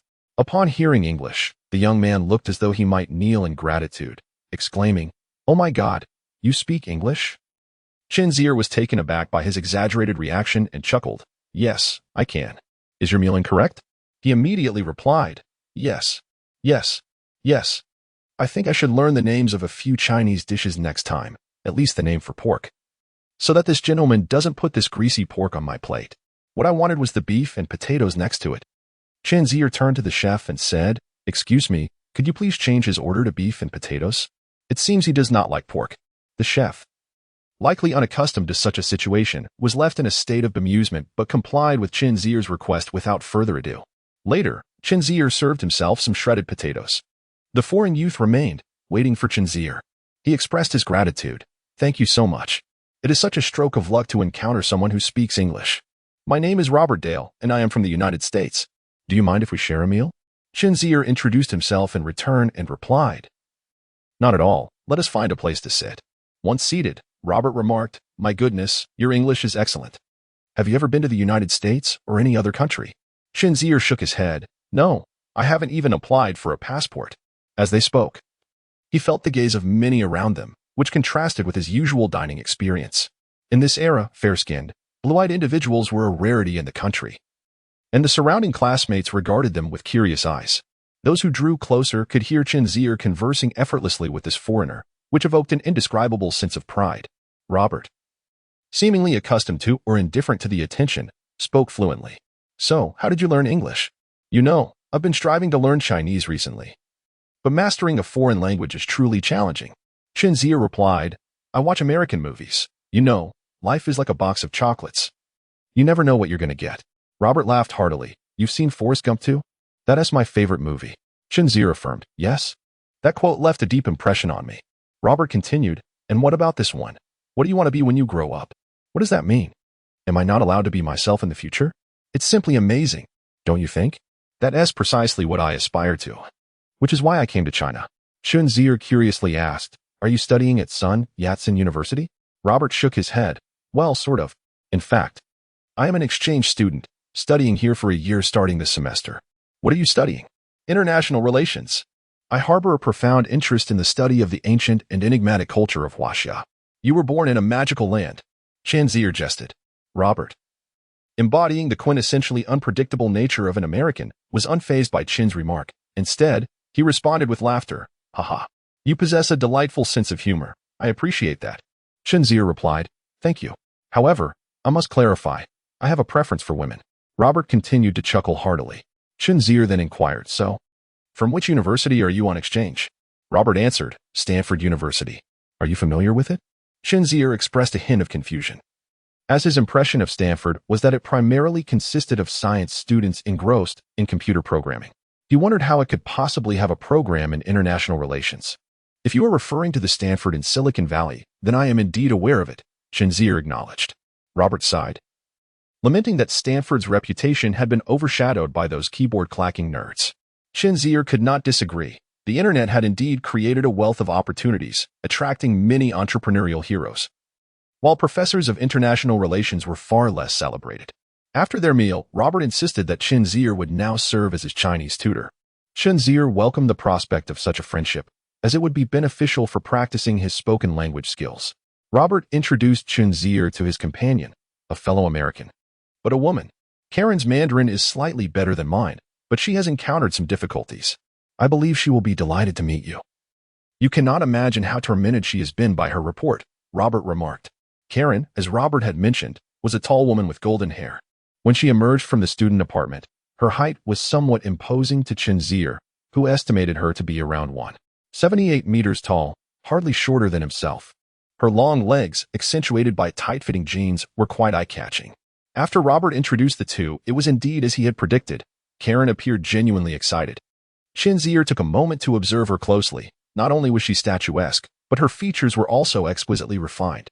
Her light blue eyes contrasted beautifully with her fair skin, likely leaving a strong impression on men. The three of them settled onto a long bench in the garden. Chen Zier learned that she was a graduate student in history, having come to China due to her keen interest in ancient Chinese history. Generally, at the beginning of a semester, there would be little homework, but she found herself in a unique circumstance. In Mandarin, Karen said, "My advisor requires me to prepare a report on the political characteristics of the Song dynasty, but I am nearly driven mad by the plethora of official titles." Chen Zier couldn't help but stifle a laugh. The governance system of the Song dynasty was indeed peculiar, with many convoluted official titles that even native citizens often found perplexing. The crux of the matter lay in the separation of official titles from actual duties. One could hold a title yet be assigned entirely different responsibilities, making it all too easy to become entangled in confusion. Karen's Mandarin was quite commendable, yet the bizarre names like Left Chancellor, Right Chancellor, Minister, and Lesser Minister proved to be a challenge for her. Chen Zier himself was not entirely clear about the situation, yet he did not refuse, after all. It was quite commendable to learn about the Song dynasty. His nod of agreement filled Karen, the American beauty, with excitement. In the following 2 weeks, most of Chen Zier's free time was consumed by Karen, as they delved into thick historical tomes together, meticulously studying even the classical texts that comprised the official histories. Suffice it to say, not only was Karen challenged, but Chen Zier himself found it rather arduous. The residents of room 309 were utterly astonished by this unexpected turn of events. Kai Yifeng and his companions could hardly fathom that the most composed and upright Chen Zier, known for his integrity, would so quickly be seen in the company of a beautiful foreigner. On Thursday afternoon, during their moral education class, Karen pursued Chen Zier all the way to the classroom, demonstrating a fervor that was truly relentless. Consequently, during their English class, the jovial young female teacher frequently called upon Chen Zier to read aloud. She even jested about his commendable spoken English, exclaiming that it was no wonder he could attract foreign girls, prompting laughter from the entire class. Despite Chen Zier's thick skin, he felt quite embarrassed. However, Chen Zier did not feel a spark with Karen. He preferred traditional Chinese girls, and likewise, Karen seemed indifferent to him, only becoming animated when discussing the historical details he had never encountered before. Chen Zier realized that if this continued, he might never find a girlfriend. Everyone assumed that being a single dog with a girlfriend was the most lamentable fate. While traversing the Transportation Institute's building, he unexpectedly encountered his advisor, Ho Tao, with whom he had no prior interaction. To his surprise, Advisor Ho halted Chen Zier, saying, "Ah, you must be Chen Zier. I've heard your English is quite good. I have some English materials that need translation. Would you have time to assist me?" Chen Zier felt a surge of frustration. My time is valuable too. Yet, how could he refuse when the advisor had spoken? He had no intention of seeking personal gain from this engagement. But he was acutely aware that Advisor Ho possessed a valuable resource. Excuse notes. The more he had, the better. Thus, Chen Zier thought it was a worthwhile endeavor, assuring Ho, "Rest assured, Teacher Ho, I will have it completed by tonight." The 30-something Teacher Ho smiled broadly, his eyes crinkling with delight. "Thank you, I appreciate it." Upon returning to the dormitory that evening, the other residents of room 309 were joyfully unwinding after a long day of classes, while Chen Zier, in solitude, was painstakingly translating over 20 pages of materials from his advisor. In truth, this task required immense patience. After 2 grueling hours, he was so exasperated he contemplated starting his own translation company. Just as it seemed Chen Zier was nearing completion, Kai Yifeng strolled over leisurely and inquired, "Third brother, what is it like being around a foreign beauty?" Chen Zier, feeling irritable, replied nonchalantly, "I don't feel anything." Kai Yifeng clicked his tongue, pressing further. "What do you mean you feel nothing? What exactly is your feeling?" He emphasized the word feeling. Yet, Chen Zier simply reiterated, "Indeed, my feeling is that I feel nothing." Beside him, Lu Cheng was utterly bewildered, prompting him to inquire about their conversation. Kai Yifeng, feeling exasperated, reiterated, "Third brother, do you recall the matter of the social gathering that I and Lao would discuss with you previously?" Chen Zier, not fully processing his words, replied, "Social gathering? What gathering? You should ask Lu Cheng. Isn't he always preoccupied with finding a girlfriend?" Kai Yifeng, growing anxious, insisted, "You can't be like this, third brother. Remember, 2 weeks ago you dined with your fellow townsmen, and Lu Cheng and I brought it up." Chen Zier lifted his head, stretching his stiff neck, and finally recalled, saying, "Oh, you mean that? I already mentioned, it's just the beginning of the semester. There's no need to rush." Kai Yifeng, unconvinced, could see that Chen Zier hadn't taken the matter to heart. He quickly retorted, "What do you mean, don't rush? I just heard from a senior that these matters require urgency. You have no idea that those sophomores and juniors are eagerly awaiting the September semester. Our real competitors aren't the freshman novices but those experienced seniors. Do you understand? The National Day holiday is approaching. They will be using this time to foster relationships with girls while we remain idle." Chen Zier responded, "Zhangda is predominantly a liberal arts university, and there's a normal university nearby, where the number of girls exceeds that of boys. Is there really a need to be so urgent?" At this moment, Lu Cheng interjected, "Ah, you are mistaken. It is true that there are more girls at Zhangda, but those who gain admission are exceptionally accomplished. Haven't you heard? Beauty and intelligence cannot coexist." Kai Yifeng, with a tinge of jealousy, remarked, "Exactly. You, being well-fed, cannot fathom the hunger of the starving. With a stunning American beauty by your side, of course, you're not anxious. Just look at what's left for us." Chen Zier couldn't help but laugh. Feigning reproach, "Are you two attending university solely to find girlfriends?" They chimed in unison. "Then what else?" Chen Zier responded, while Kai Yifeng urged, "Third brother, saving a life is more meritorious than building a 7-story pagoda. You haven't met with your fellow townsmen recently, have you?" Chen Zier nodded. Lu Cheng, in a hurry, exclaimed, "Then hurry. If circumstances change, we shall have no hope." Observing their serious demeanor, Chen Zier conceded, "Very well, I shall find time to visit the normal university." Upon hearing this, Kai Yifeng perked up and immediately asked, "The normal university? Is your fellow townsman from there?" "Indeed. What about it?" He exchanged glances with Lu Cheng and exclaimed, "I can't believe it." Chen Zier understood their thoughts, generally. The girls from the normal university were perceived to be superior to those at Zhangda. These two rascals. The following day, Chen Zier contemplated visiting Tan Wanqi, as it had been quite some time since he last reached out to her. Unfortunately, this introverted girl had never sought him out either. Feeling defeated, with the National Day holiday approaching, Chen Zier intended to inquire if she would be returning home. This was merely an excuse to meet, as he had no plans of going home himself. He aimed to fly to Yanjing to visit his childhood friend, Xiaoxuan, sitting in the same small restaurant as before. Chen Zier asked, "By the way, how are your grandparents' health?" Tan Wanqi replied, "Grandfather is out of danger now, and grandmother is much better, though she has sustained injuries that require 100 days of recovery." "Oh, that is good to hear. Will you be returning home this time?" She nodded slightly. Feeling a bit shy to voice her thoughts, she longed for home. She also hoped that Chen Zier would accompany her back, had he not come to find her. She would have intended to seek him out. She merely wished to ask if he would like to return home together. For such a long journey would feel considerably safer with a familiar companion. Chen Zier, however, declined with a hint of resignation. "I probably won't be going back. A friend of mine in Yanjing has invited me to visit." He advised her to take care of herself on the road. The two then exchanged amusing anecdotes from school, Chen Zier's witty remarks eliciting peals of laughter from her. As their conversation drew to a close, Chen Zier broached the idea of a social gathering. "Your dormitory hasn't held a joint event yet, has it?" Tan Wanqi shook her head. "What do you think about considering my dorm?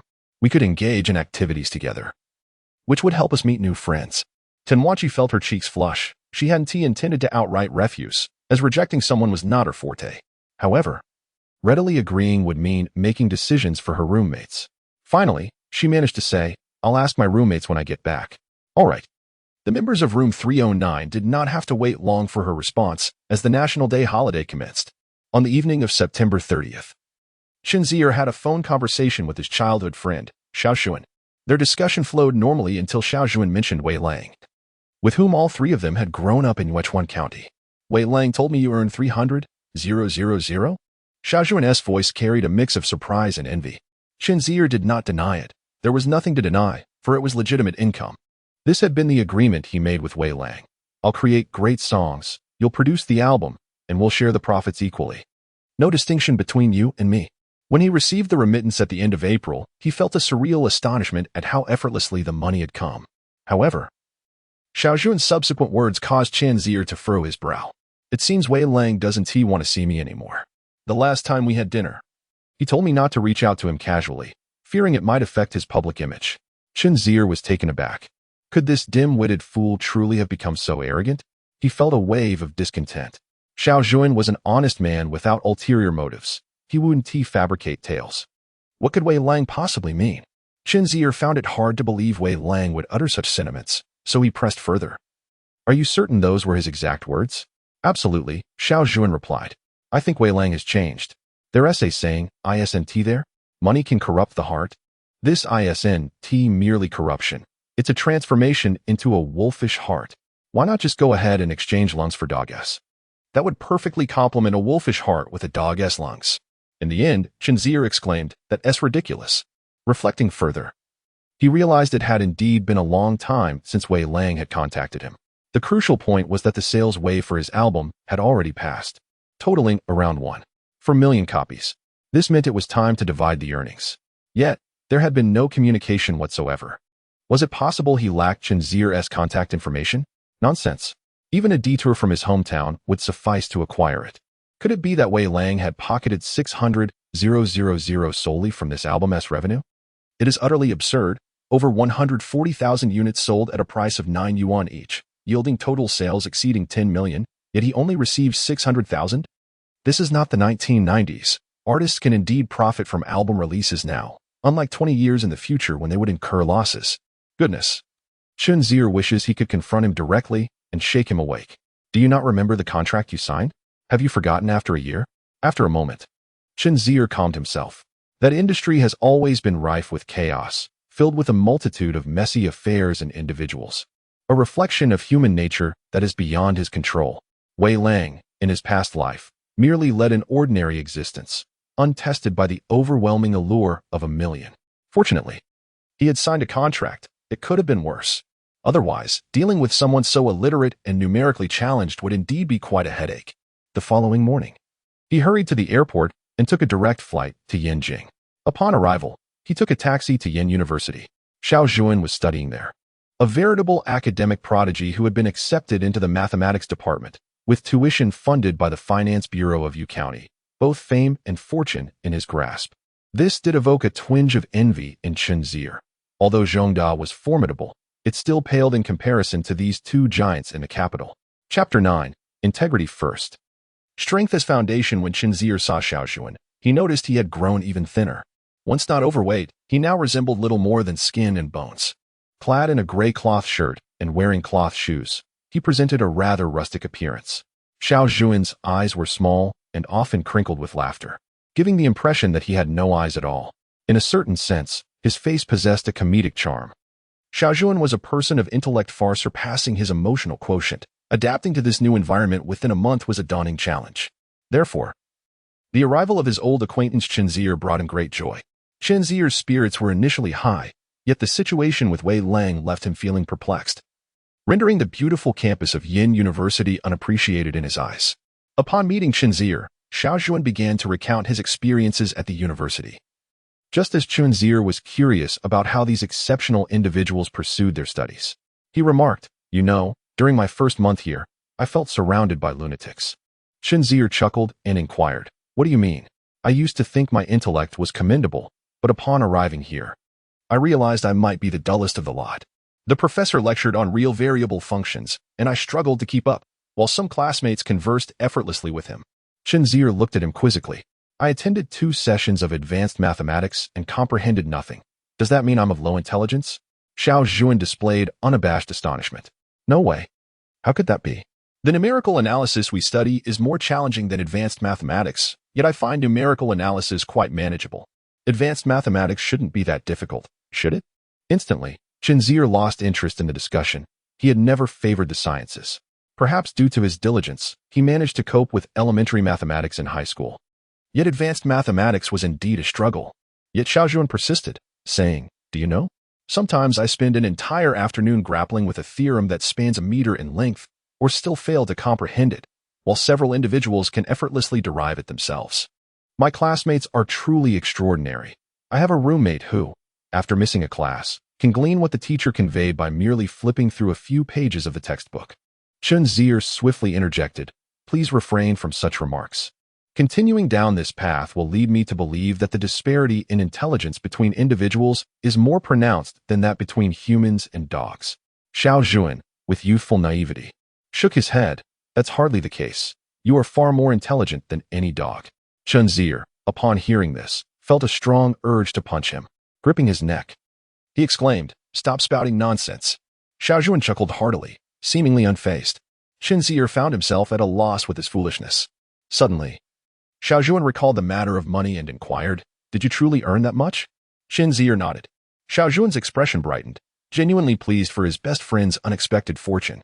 "What did you do for Wei Lang that he rewarded you so handsomely?" Upon hearing this, Chen Zier realized that Wei Lang had not disclosed that he had earned the money through songwriting.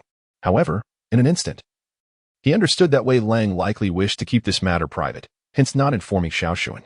The fewer people who know, the better. Coincidentally, Chen Zier shared this sentiment. Yet for Xiao Zhuan, it was entirely unnecessary. Firstly, their bond was exceptionally close. Secondly, just look at his foolish demeanor. What difference would it make if he knew? Thus, he replied, "The album was a collaborative effort between us, which is why I received such a share." Xiao Zhuan, however, was wholly incredulous, scoffing, "Oh please. Back when we learned guitar with Wei Lang, you were only marginally better than I was. Neither of us persisted, so how could you have contributed to him?" Chen Zier was rendered speechless by his retort, thinking to himself that if he didn't believe it, so be it.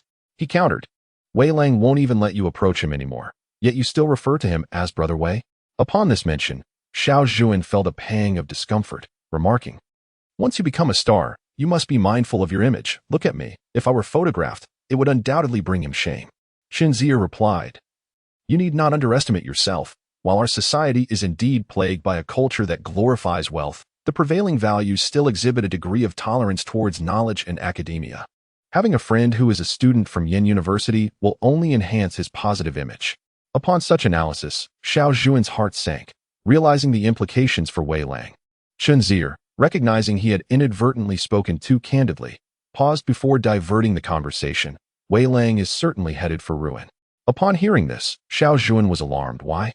To establish oneself in any industry, one must prioritize integrity and foundational strength. He lacks strength and has now lost his credibility. Chen Zier shook his head. Disregarding Xiao Zhuan's bewildered expression, "You know where to find him, right?" Xiao Zhuan nodded.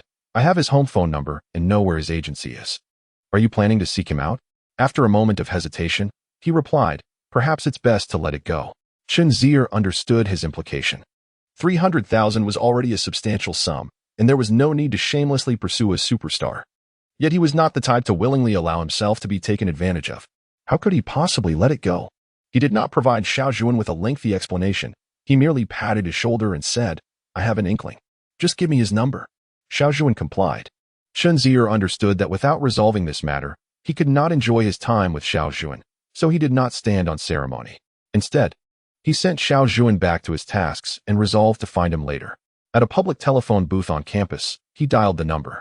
Fortunately, there was no indication that the house was empty. The busy individual was surprisingly at home. "Hello?" A weary voice emerged from the other end, sounding as though it had just awakened from slumber. Leaning against the telephone booth, Chen Zier quickly recognized this as Wei Lang's voice. Raising an eyebrow, he responded flatly, "It's me. I'm in Yanjing." At that moment, Wei Lang, who was in the midst of catching up on sleep, jolted awake, instantly shaken from his drowsiness. He harbored a secret known only to the person on the other end of the line. Rubbing his tired face, he composed himself and asked, "What brings you here?"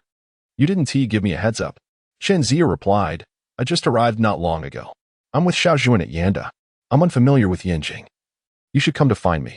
Wei Lang acknowledged with a simple "all right." Chen Zier hung up, knowing that some matters could never be fully articulated over the phone.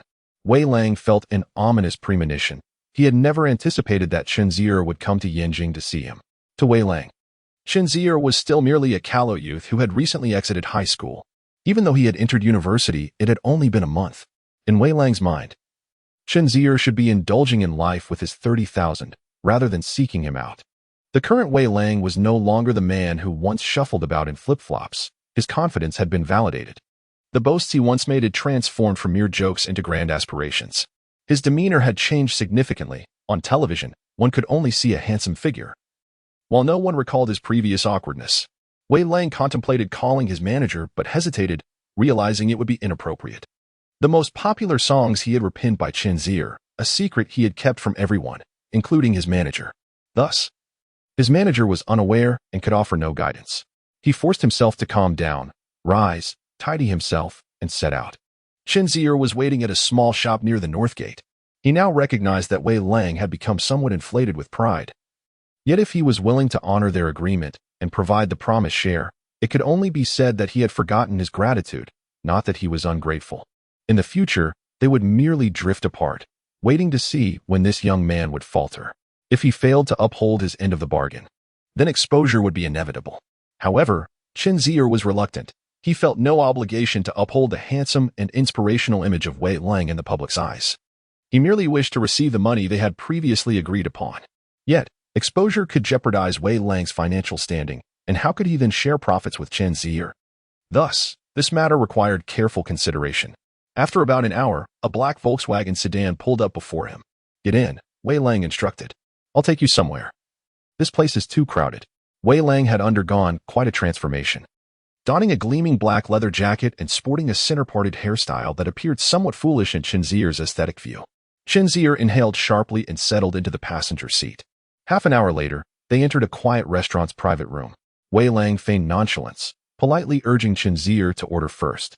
Chen Zier, unreserved, promptly selected several expensive dishes and requested a fine pot of tea.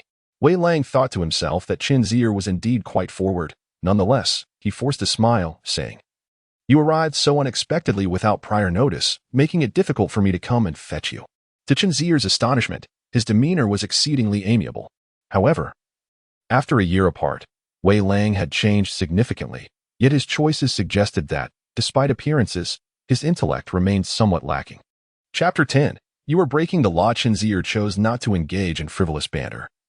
Directly addressing the matter at hand, "I heard from Xiaojuan that you advised him not to seek you out casually?" He raised his head and sipped his tea before inquiring, "What do you mean by that?" Wei Lang defended himself, "That was not my intention. You know my current job leaves me little choice." Chen Zier retorted bluntly, "Do you believe that having fame permits you to live off your celebrity status indefinitely?" Though Wei Lang was somewhat dim-witted, he was not foolish. He sensed Chen Zier's displeasure yet maintained a smile, as another thought crossed his mind. "Listen, Zier. I can apologize to Xiaojuan regarding his matter. I understand your purpose here, but I need you to do me a favor." Chen Zier was taken aback.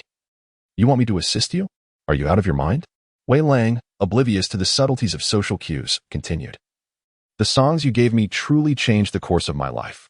However, to be frank, we both know those songs were not penned by you. Though my academic prowess may not match yours, I possess greater knowledge in music. Could you please tell me who provided you with those songs? I would like to visit him personally to express my gratitude. If you assist me with this, I can offer you 300,000. The money will be transferred immediately. What do you think?" Chen Zier was incredulous. "You still think about that? Moreover, you've earned millions from your album and countless endorsements. You casually offer 300,000? He was weary of engaging in this unproductive dialogue. "Are you legally illiterate?" he asked. Wei Lang did not grasp the implications of the question, replying, "Legally illiterate? What does that mean?" This was hardly surprising, as he lacked academic aptitude. In his rural upbringing, there were many who could not read, yet they were not entirely illiterate. They simply recognized a few basic characters. However, when faced with complex legal documents, understanding eluded him. Given the current circumstances, it was evident that Wei Lang not only had not read the document, but was also unaware of its significance, even if he had attended school for a few years. Legal education was not part of the curriculum. Thus, expecting him to educate himself on legal matters was unreasonable. It was no wonder he was legally illiterate. In fact, many who were not illiterate were equally unaware of the law.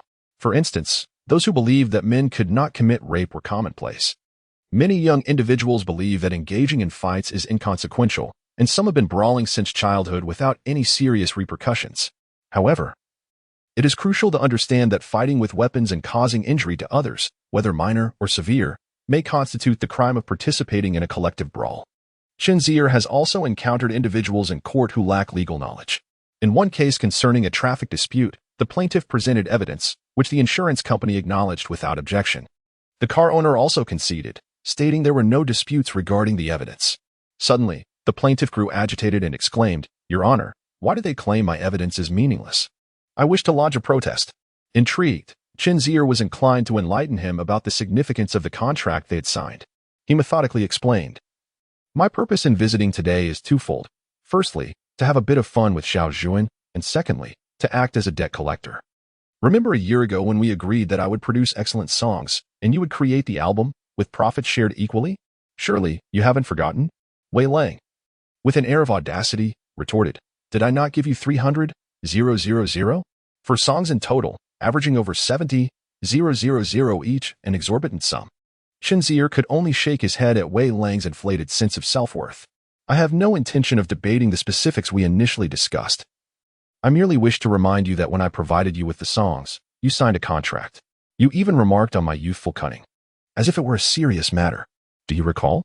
Wei Lang responded, "I have a vague memory. Yes, I signed it for those 4 songs." Chen Zier affirmed, "Indeed.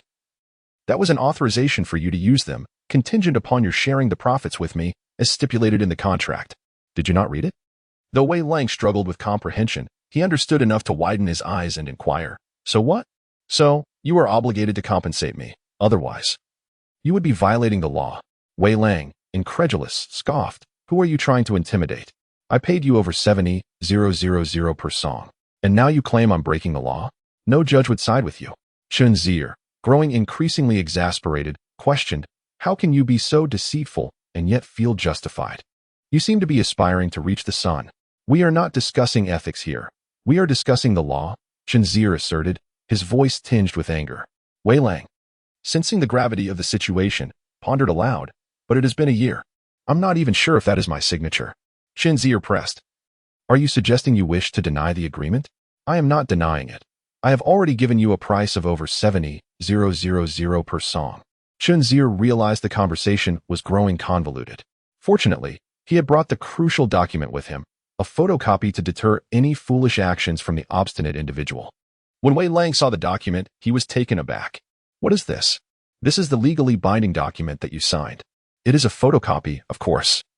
Take it home and consult a lawyer to understand your obligations." Wei Lang, now slightly anxious, felt the urgency to review the document himself rather than wait for legal counsel. Chen Zier pointed out the critical sections, highlighting that in the event of a breach, double compensation would be required. Wei Lang appeared to be coming to terms with the gravity of the situation, albeit nervously stating there were issues with that contract. "Do you have any idea how challenging it is to produce an album?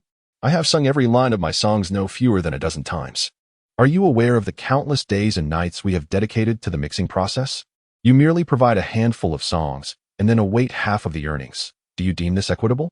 Consider the time and effort I have invested versus what you have contributed." Chen Zier leaned forward and replied languidly, "I find it exceedingly fair. The songs I have given you are currently the most popular. No matter how much effort you exert or how much you contribute, you shall never reach this pinnacle with just a few trivial tunes you have penned yourself." This remark rendered Wei Lang speechless. Indeed, the songs that fans sing today include Heart Too Soft, Rainbow, and A Wave of Flowers, 2 of which are representative pieces of Rinxinqi. While Rainbow belongs to Yu Quan, these are all gifts from Chen Zier. Yet, individuals often magnify their own contributions while diminishing the value of others.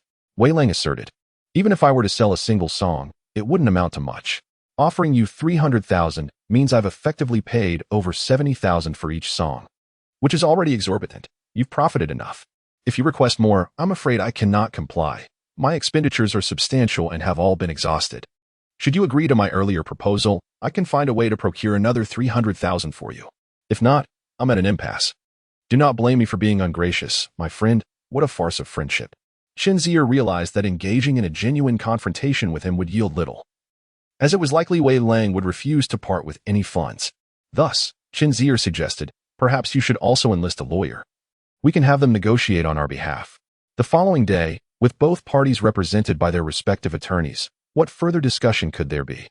Either Chen Zier would bring forth a lawsuit that would tarnish Wei Lang's reputation, or he would have to pay up. Ultimately, Wei Lang could not accept that he had committed an illegal act. He confronted Chen Zier, "Those 4 songs are not solely yours. You simply handed me a few sheets of paper and expected half the remuneration?" Chen Zier retorted, "You ungrateful wretch. Without my 4 songs, would you be driving around in a luxury car as a superstar today?" When the situation escalated to such a critical juncture, both men severed ties completely. Wei Lang declared, Do not act as if I cannot succeed without you. You do nothing and yet demand 300,000, only to claim I am in the wrong. Yes, I signed the contract, but why did you not clarify the terms? You failed to inform me who authored the songs? I do not care. With cash in hand, I can acquire songs anywhere. As matters reached this impasse, Chen Zier disregarded any semblance of past camaraderie, exclaiming, "Thank goodness I know how to wield legal instruments to safeguard myself. Either transfer the funds to my account within 3 days, or we shall meet in court." When Wei Lang was alone with his lawyer, he inquired, "Have I truly broken the law? Is this thing really so potent?" The lawyer responded, "Legally speaking, yes. Our legal system demands evidence. Such a contract, inked in black and white, leaves no room for any attorney to maneuver." Wei Lang felt a throbbing headache. He was unwilling to face either outcome. After all, he was a star. Being dragged to court over such matters could obliterate his future. If only he could destroy that evidence. But he had never paid attention before. Chen Zier had only provided copies. Where was the original? Are there any other copies? I have no idea. Am I to gamble my future on this? Isn't that absurd? What if I lose? Chapter 11. Let us learn the piano. Chen Zier returned to the hotel. Burdened with misfortune, his spirits dampened by Wei Lang's reckless behavior. The outcome was entirely different from his initial plans to collaborate with Wei Lang a year ago. One must acknowledge that the allure of tens of thousands versus millions is on an entirely different scale. In his past life, Wei Lang lived a mundane existence, devoid of any hint of this side of him. Consequently, Chen Zier found him somewhat foolish, though not entirely in the wrong. He never anticipated such a turn of events. When the semester began, he had arranged to meet Xiao Zhuan, envisioning a leisurely outing to admire the grandeur of the Forbidden City and the beauty of the Summer Palace. Yet now, he felt no excitement whatsoever. Loyalty, it seemed, was merely a currency for betrayal when the stakes were insufficient. Chen Zier had come to understand this. The following day, Xiao Zhuan arrived early, carrying fried dough sticks and sesame cakes. Observing Chen Zier's low spirits upon entering, he cautiously took a seat at the edge of the bed and inquired, "What's wrong?" Chen Zier had not slept well the previous night, partly due to adjusting to a new bed and partly due to the weight of his troubled thoughts. He did not hide his feelings from Xiao Zhuan. They had grown up together, and he felt there was no comparison to the treachery of someone like Wei Lang. I had originally agreed with Wei Lang to share the profits, but now he is backing out. I signed a contract with him, stating that if he refuses to pay, I would sue him, and now he has turned against me. Chen Zier calmly recounted the sordid dispute over interests while biting into the fried dough. Xiao Zhuan was taken aback, unsure of how to respond. After a moment of silence, he managed to say, "So you're okay, right?" Chen Zier shook his head. "I'm fine, just feeling a bit unlucky." Xiao Zhuan replied, "I told you it wasn't wise to seek him out." Chen Zier looked at him in astonishment. "You can actually say such things? How commendable." He did not wish to explain the concept of deserved benefits to this naive young man. He yearned to return to Shanghai. Xiao Zhuan felt a twinge of disappointment, but understood. After the fallout with Wei Lang, he too found it difficult to feel happy. Thus, he bore no ill will towards Chen Zier for leaving shortly after arriving. This amiable person was adept at rationalizing others' shortcomings. Before departing, Chen Zier advised him to listen to more love songs to cultivate his sensibilities and to invest some effort into courting young women. In the afternoon, he boarded a flight to Shanghai, arriving at his dormitory that evening. The place was deserted. Nearly every freshman had chosen to return home for the National Day holiday. Tan Wanqi was absent as well. A sudden wave of loneliness washed over Chen Zier. Despite starting anew in this life, he still found himself in a desolate state. As he lay in bed that night, he contemplated returning home the next day, but the thought of enduring a long train ride dissuaded him. The following morning, boredom consumed him as his mind replayed Wei Lang's betrayal. The entire ordeal had transpired within just 2 or 3 days, far too sudden. Yet, it had imparted 2 crucial lessons. First, that his absolute trust should henceforth be reserved for his parents and a select few. Second, he must enhance his musical abilities. He had long since discreetly noted down the songs he could remember, and if he wished to utilize them in the future, it would be prudent to shed his identity as a musical novice. Otherwise, this situation would always pose a risk. Thus, Chen Zier scoured the streets for a piano training class, knowing that mastering an instrument would liberate him from the title of a mere amateur in music. After all, he had little to occupy his time, so learning could only prove beneficial. Chen Zier found a piano training institute named Tianyin, conveniently located near his school. The piano instructor was an attractive young woman, appearing to be in her mid-20s, with a neat ponytail and a complexion that radiated an artistic essence befitting a pianist. Chen Zier promptly decided to enroll. Heaven knows whether the previous training centers he had dismissed were due to male instructors. In any case, Chen Zier was determined to learn at Tianyin. The piano teacher settled in the reception area, and someone even served Chen Zier a cup of tea, a rare display of service in this day and age. Chen Zier got straight to the point, stating, "I want to learn the piano and wish to commence lessons today." The teacher hesitated for a moment, likely taken aback by such a forthright client, but quickly donned a cheerful demeanor, almost eager for him to pay, and with barely contained excitement said, "Please have a look at our prices." "No need for that. Just arrange for me to start lessons. I'm signing up for a long-term course, beginning with 6 months. By the way, you'll be my instructor, right?" Upon uttering these words, Chen Zier suddenly felt it sounded inappropriate, as if he were there to flirt rather than learn the piano.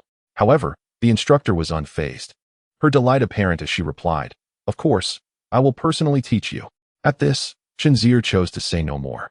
He was resolute today and intended to enroll regardless of the cost. He had no desire to return to an empty dormitory and languish in solitude. "All right, let us complete the paperwork. By the way, my surname is Han Qian," she introduced. Chen Zier. Han Qian found the name Chen Zier peculiar. Yet she bore no grievance against money. As for his assertion of not being there to flirt, what did it matter? Chen Zier was not unattractive, and securing payment came first. Thus, the enrollment proceeded smoothly. With 3 lessons per week, this was the most frequent and, correspondingly, the most expensive course package, costing 400 yuan, a sum equivalent to 3 months' salary for an average employee. Chen Zier felt a twinge of unease, wondering if he had been taken advantage of. However, he was already committed to enrolling and had deliberately brought cash, paying without a hint of hesitation, leaving Han Qian momentarily stunned. She mused, "How does this seemingly modestly dressed young man possess such wealth? Surely he is a student?" "Yes, I am a freshman at Zhangda University," he replied. Besides being affluent, he was also well-educated, impressive. Han Qian felt a flutter of concern, but she maintained her composure and inquired, "Do you have the time for such a high-frequency schedule of 3 lessons a week?" Internally, Chen Zier scoffed. "Why wait until I've paid to ask me this? Why not save it for next year?"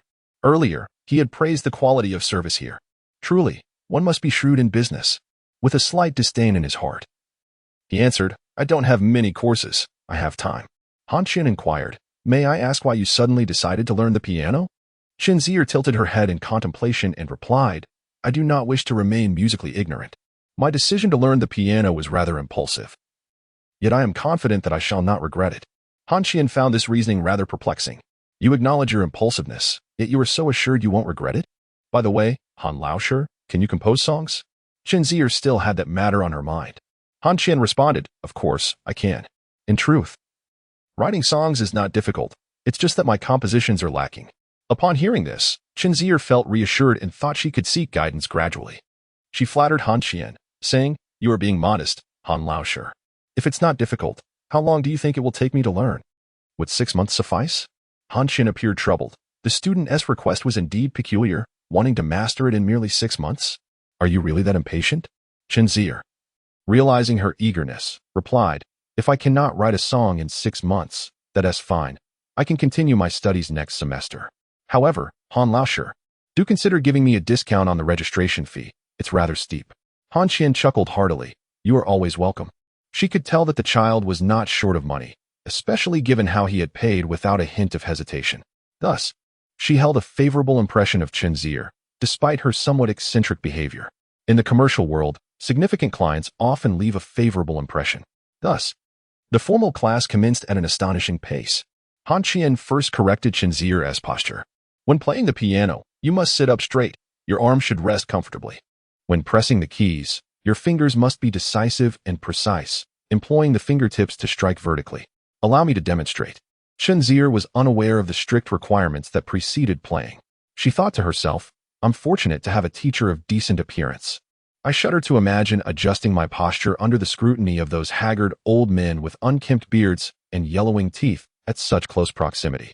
On October 4th, Chen Zier remained at Tianyin until Han Qian closed up.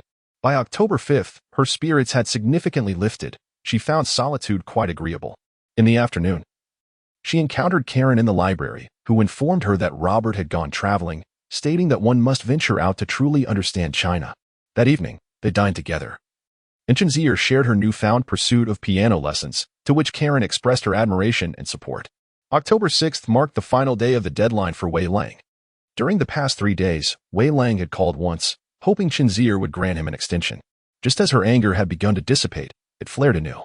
Thus, Chen Zier had already gathered the contact information and addresses for several gossip media outlets, preparing for a live broadcast of the courtroom proceedings.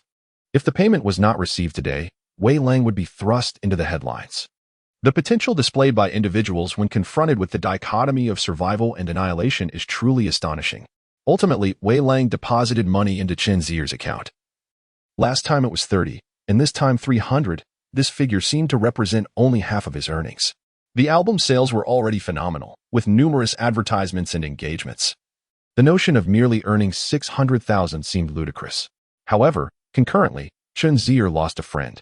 They could have forged a formidable alliance, Chen Zier in the shadows, and Wei Lang in the limelight. Had Wei Lang been a touch more astute, he could have ascended to the pinnacle of the Chinese music scene, while Chen Zier could have amassed a fortune sufficient for a lifetime by the time he graduated from university. Yet, all aspirations of financial gain succumbed to the very nature of money itself. Observing the transformation of Wei Lang within a year, Chen Zier found himself intrigued. What kind of circle could elevate a disheartened individual from a year prior into someone so ambitious? What could turn a person with a passion for music into one driven solely by monetary gain? Chen Zier withdrew 10,000 yuan from the bank, as the 4,000 he had previously brought was nearly depleted due to airfare, registration fees, and various expenses. The bank teller's initial shock transformed into envy and caution as she regarded the figures in his account, seemingly wary of offending such a significant client, particularly one so young. The bank manager soon approached him, ushering Chen Zier into his office, engaging in pleasantries and small talk. Chen Zier simply focused on his 10,000 yuan. Perceiving the manager's earnest performance as a testament to the power of that thin piece of paper, in that moment, Chen Zier comprehended a profound truth. He had become a wealthy individual in the eyes of others. Upon leaving the bank, Chen Zier headed to Tianjin.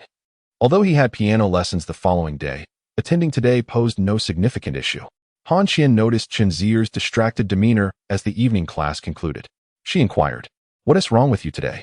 You seem preoccupied." Chen Zier replied, "Would you trade 3 million for a friend?" "What?"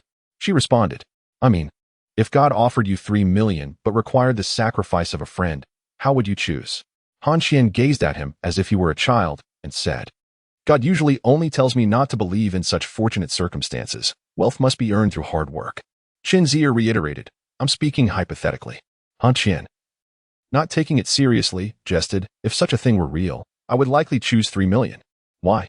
Chen Zier asked. "Because I am not lacking in friends at present. I need money." Han Qian's somewhat capricious answer illuminated Chen Zier's understanding. There is no right or wrong in such choices. A poor individual would opt for money, while a wealthy one would choose friendship. No one is inherently more noble than another. Each person selects what they need most. On October 6th, Chen Zier rose early, had breakfast on time, and even exercised. He had completely cast Wei Lang's matters from his mind. Money still needed to be earned. So he went to the stock exchange to open an account and subsequently spent 2,950,000 yuan. Although the Shenzhen market was soaring even more dramatically, it mattered little. He opened his account in the Shanghai market instead. In the afternoon, Chui Su returned, bringing a sense of liveliness back to the dormitory. However, their conversation was brief. Chui Su is preparing for graduate school, aspiring to attend a prestigious university in the United States. He is resolute, dedicating his time solely to classes and self-study. Lu Cheng and Kai Yifeng occasionally whisper behind his back, claiming he is unsociable. Yet, Chen Zier shares a good rapport with him. Ultimately, each individual makes their own choices, so why concern oneself with it? On October 7th, Chen Zier visited Tianjin. He felt quite frustrated, as mastering the piano requires extensive practice, yet he lacks a piano of his own and can only play during class. He contemplated purchasing one, but then wondered where he would place it. In hindsight, he wished he had chosen to learn the guitar, which is more portable. His classes were scheduled for the morning, so he arrived early. Standing across the street, he spotted Han Qian cleaning the training center, meticulously wiping down each key of the 3 available pianos. "Good morning," Chen Zier greeted warmly. Han Qian turned, tucking her disheveled bangs behind her ear after bending down, slightly out of breath, but smiling as she replied, "Morning." Chen Zier found a seat, and Han Qian casually mentioned, "Today, a teacher will be coming in part-time, also a university student like you." Chen Zier responded with an "Oh. You might know them." "How could that be? There are 2 universities here with so many students." He recalled her words from yesterday, where she mentioned needing money. He wondered how she could afford to hire someone. "There are too many students for me to manage alone," she explained. Chen Zier found it puzzling that, despite the abundance of students, she was still short on funds. Han Qian hesitated, saying, "Well, I had to buy a piano, and I fell behind on 3 months' rent. My landlord is threatening to evict me, so things have been tight. It's improved a bit now." "Oh," Chen Zier nodded, curiously inquiring, "How much is the rent for this place?" Without much thought, Han Qian replied, 800 a month. Chen Zier's mind raced. 3 months' rent totals 2,400. That number sounds familiar. It's my tuition fee." Han Qian seemed flustered and excused herself, claiming she had matters to attend to. Chen Zier felt a sense of foreboding. But he had already enrolled and paid the fees, so he brushed it off. At 9 o'clock, a vibrant young woman entered Tianjin, her face radiant with a smile. Chen Zier felt a sense of familiarity, but could not recall where he had seen her before. After a brief exchange with Han Qian, the young woman was introduced to Chen Zier and the other 2 students. His face flushed not for any other reason, but because among the 3 students, one aged 6, another 8, he was the only one significantly older, and he was still practicing the simple tune Twinkle, Twinkle, Little Star. Meanwhile, the 8-year-old boy adeptly played Wedding in a Dream. How embarrassing. Fortunately, Han Qian remembered her promise to personally instruct him, as the young woman was primarily there to assist with the 6-year-old child. For reasons unbeknownst to him, Chen Zier felt an inexplicable discomfort, akin to being pricked by thorns, as the young woman frequently cast glances in his direction. "What is it? Is age a barrier to learning the piano?" After enduring a long wait until noon, the young lady approached him, remarking, "I believe I have seen you somewhere before." Chen Zier scrutinized her closely. She was tall, with long legs, a fair complexion, and a short hairstyle that radiated youthful exuberance. "You know Tianwanqi, don't you?" "You must be her fellow townsman," she exclaimed, slapping her small hand as realization dawned upon her. Chen Zier felt a sense of familiarity.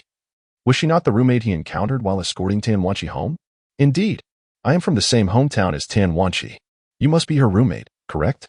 Unlike the shy and timid Tianwanqi, this girl exuded confidence, smiling as she extended her hand. "I told you my memory is quite sharp. Hello, I am Zhou Zijuan." Chen Zier shook her hand and replied, "Hello, I am Chen Zier." As Han Qian approached, she inquired, "So you two are acquainted?" Zhou Zijuan responded, "We had a brief encounter before. Who would have thought we would meet here? It must be fate." She then turned to Chen Zier and said, "Come on. Given our serendipitous meeting, you ought to treat me to a meal, right? And let's invite Sister Han Qian as well." Han Qian shook her head, saying, "I cannot join." "You two go ahead. Just make sure you aren't late this afternoon." Chen Zier thought to himself, how generous of her. And she has begun making plans for Han Qian without my consent. Zhou Zijuan earnestly assured Han Qian, "I promise we will not be late," which drew a resigned smile from Han Qian. Once outside, Chen Zier remarked, "I have yet to agree." Zhou Zijuan, confident and composed, replied, "Did you not tell Wanqi that you wanted to organize a gathering with our dormitory? Consider it carefully. I am quite the pivotal vote." He had almost forgotten about that. Seizing the opportunity, Chen Zier inquired, "Did Wanqi mention it? How did your other roommates react?" Zhou Zijuan scrutinized him with narrowed eyes. "You appear quite respectable. Yet you seem overly concerned about this matter. Should I assume you have ulterior motives for our Wanqi?" Chen Zier protested, "That is not the case. We are merely friends." Zhou Zijuan pouted, "Do you think I am naive?" Initially, it was all about friendship. Not wishing to delve deeper into the topic, Chen Zier shifted the conversation, asking, "What would you like to eat?" "I am from Sichuan, and I have been wanting to try a Sichuan hot pot I spotted earlier," she replied. Chen Zier, who could also tolerate spicy food, agreed to accompany her. Zhou Zijuan exhibited a forthright demeanor, efficiently selecting a seat and ordering while also considering Chen Zier's preferences. Their conversation flowed naturally, creating an atmosphere of ease and comfort. This young woman seemed to be an optimist, her cheerful disposition making their interaction delightful. Zhou Zijuan remarked, "You know, in our dormitory, we refer to you as the great philosopher." At that moment, Chen Zier, sipping water, spluttered and coughed several times before asking, "Why is that?"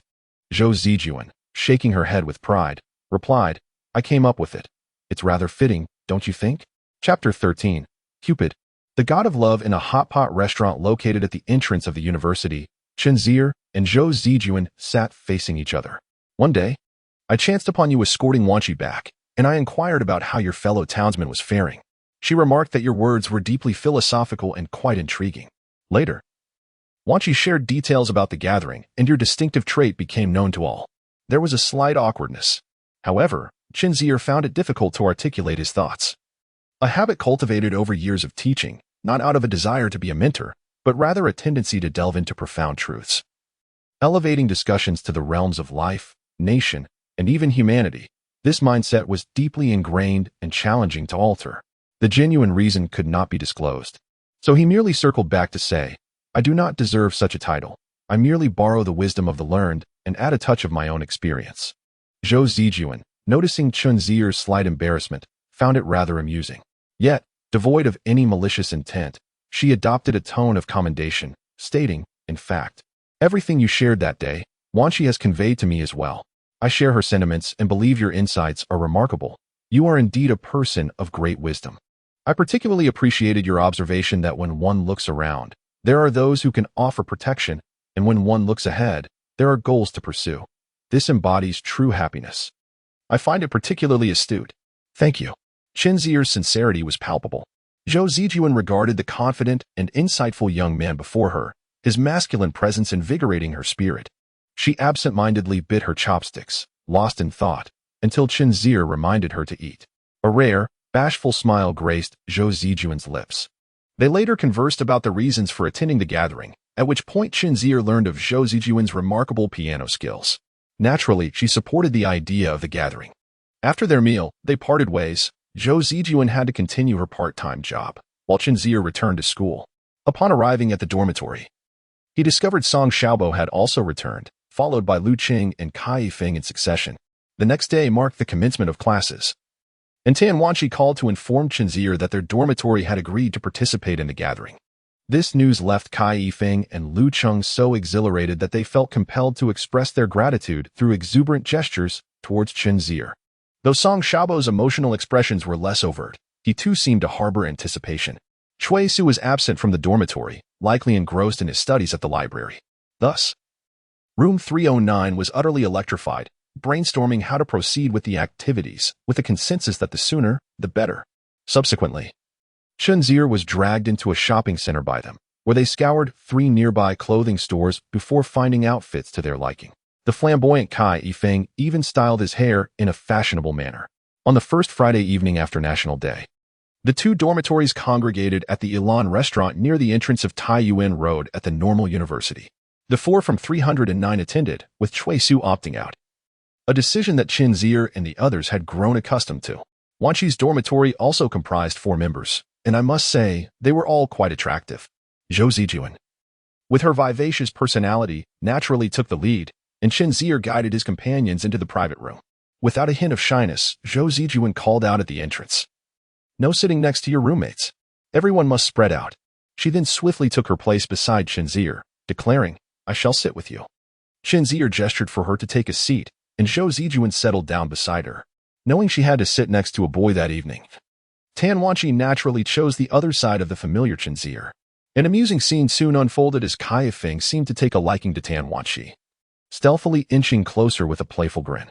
Once seated, he exclaimed, "Which lovely lady would honor me by sitting beside her?" As anticipated, no one seemed inclined to oblige. Just as the atmosphere threatened to turn awkward, a slightly plump girl with glasses, who had come along, took the initiative to sit down, alleviating the tension. Next was Lu Qing, followed by the remaining girl, and finally the most straightforward Lu Qing. After a round of introductions, everyone had become somewhat acquainted. Chen Zier had already known 2 of them. The remaining girl, named Zhang Jin, had notably fair skin, though she would appear even more attractive with a slight reduction in weight. The last one was Dai Tiantian, of petite stature and a delicate demeanor, yet with large, expressive eyes and rosy cheeks, exuding charm. It seemed she found Lu Qing appealing, as the 2 had already struck up a conversation. Meanwhile, Zhou Zijuan leaned closer to Chen Zier and proudly remarked, "What do you think? My roommates are quite admirable, aren't they?" Chen Zier replied, "My roommate is equally commendable." Zhou Zijuan glanced at the timid Song Xiaobo, the rather lecherous Kai Feng, and Lu Qing, who had already entered flirtation mode, and with a smirk remarked, "They are decent, but they pale in comparison to you." Chen Zier, taken aback, said, "I thought you girls preferred someone like Lu Cheng." Zhou Zijuan shook her head. "Only a silly girl like Tian Tian would like someone like that." Chen Zier mused to herself, "Not that you were particularly clever." Kai Feng, surprisingly subdued that night, spoke to Tan Wanqi with a tremor in his voice, which was quite puzzling. Once the atmosphere warmed up, the group engaged in lively conversation, and after some drinks, Kai Feng's demeanor gradually transformed. Chen Zier and a few others could discern that he seemed to have a particular interest in Tan Wanqi, frequently teasing her to converse. However, Tan Wanqi, being introverted and timid, often found herself blushing and seeking Zhou Zijuan's help. Yet, Zhou Zijuan paid little heed, her attention fully focused on Chen Zier. With the two engrossed in animated dialogue, often erupting into fits of laughter at Chen Zier's antics. Later, Kai Feng suggested playing a few games to liven up the atmosphere, and overall, everyone appeared to be in high spirits. As the evening concluded, they even made plans for their next gathering. Upon returning to the dormitory, Kai Feng could no longer contain his excitement. He grabbed Chen Zier and exclaimed, "Third brother, you and your hometown girl have nothing going on, right?" Chen Zier understood his implication perfectly and encouraged, "If you like her, go for it. We are indeed from the same hometown." Kai Feng erupted in jubilant laughter. "Third brother, you are like a second father to me." Lu Qing, unconcerned, remarked, "That girl is just average. Her face is too round for my taste. How can you like that?" Kai Feng, flustered, defensively retorted, "You don't understand anything. It's about the feeling. What about Dai Tiantian? She looks like she is only 5 feet tall." Lu Cheng was equally defiant. "I simply adore the petite and delicate type. I find myself quite enamored with round faces. This is simply a matter of personal preference. Akin to the saying that there's a lid for every pot. As long as one is content with their own tastes, that suffices." A similar scene unfolded in Zhou Zijuan's dormitory, where the trio began to tease Tan Wanqi, especially since Kai Feng's affections were abundantly evident this evening. Nearly on the brink of verbal confession, Zhou Zijuan posed a rather selfish question. "Do you have feelings for your fellow townsman, Chen Zier?" Tan Wanqi promptly denied it, exclaiming, No, we are merely friends, and we have just met." "What about Kai Feng?" Tan Wanqi's cheeks flushed crimson as she replied, "I don't know."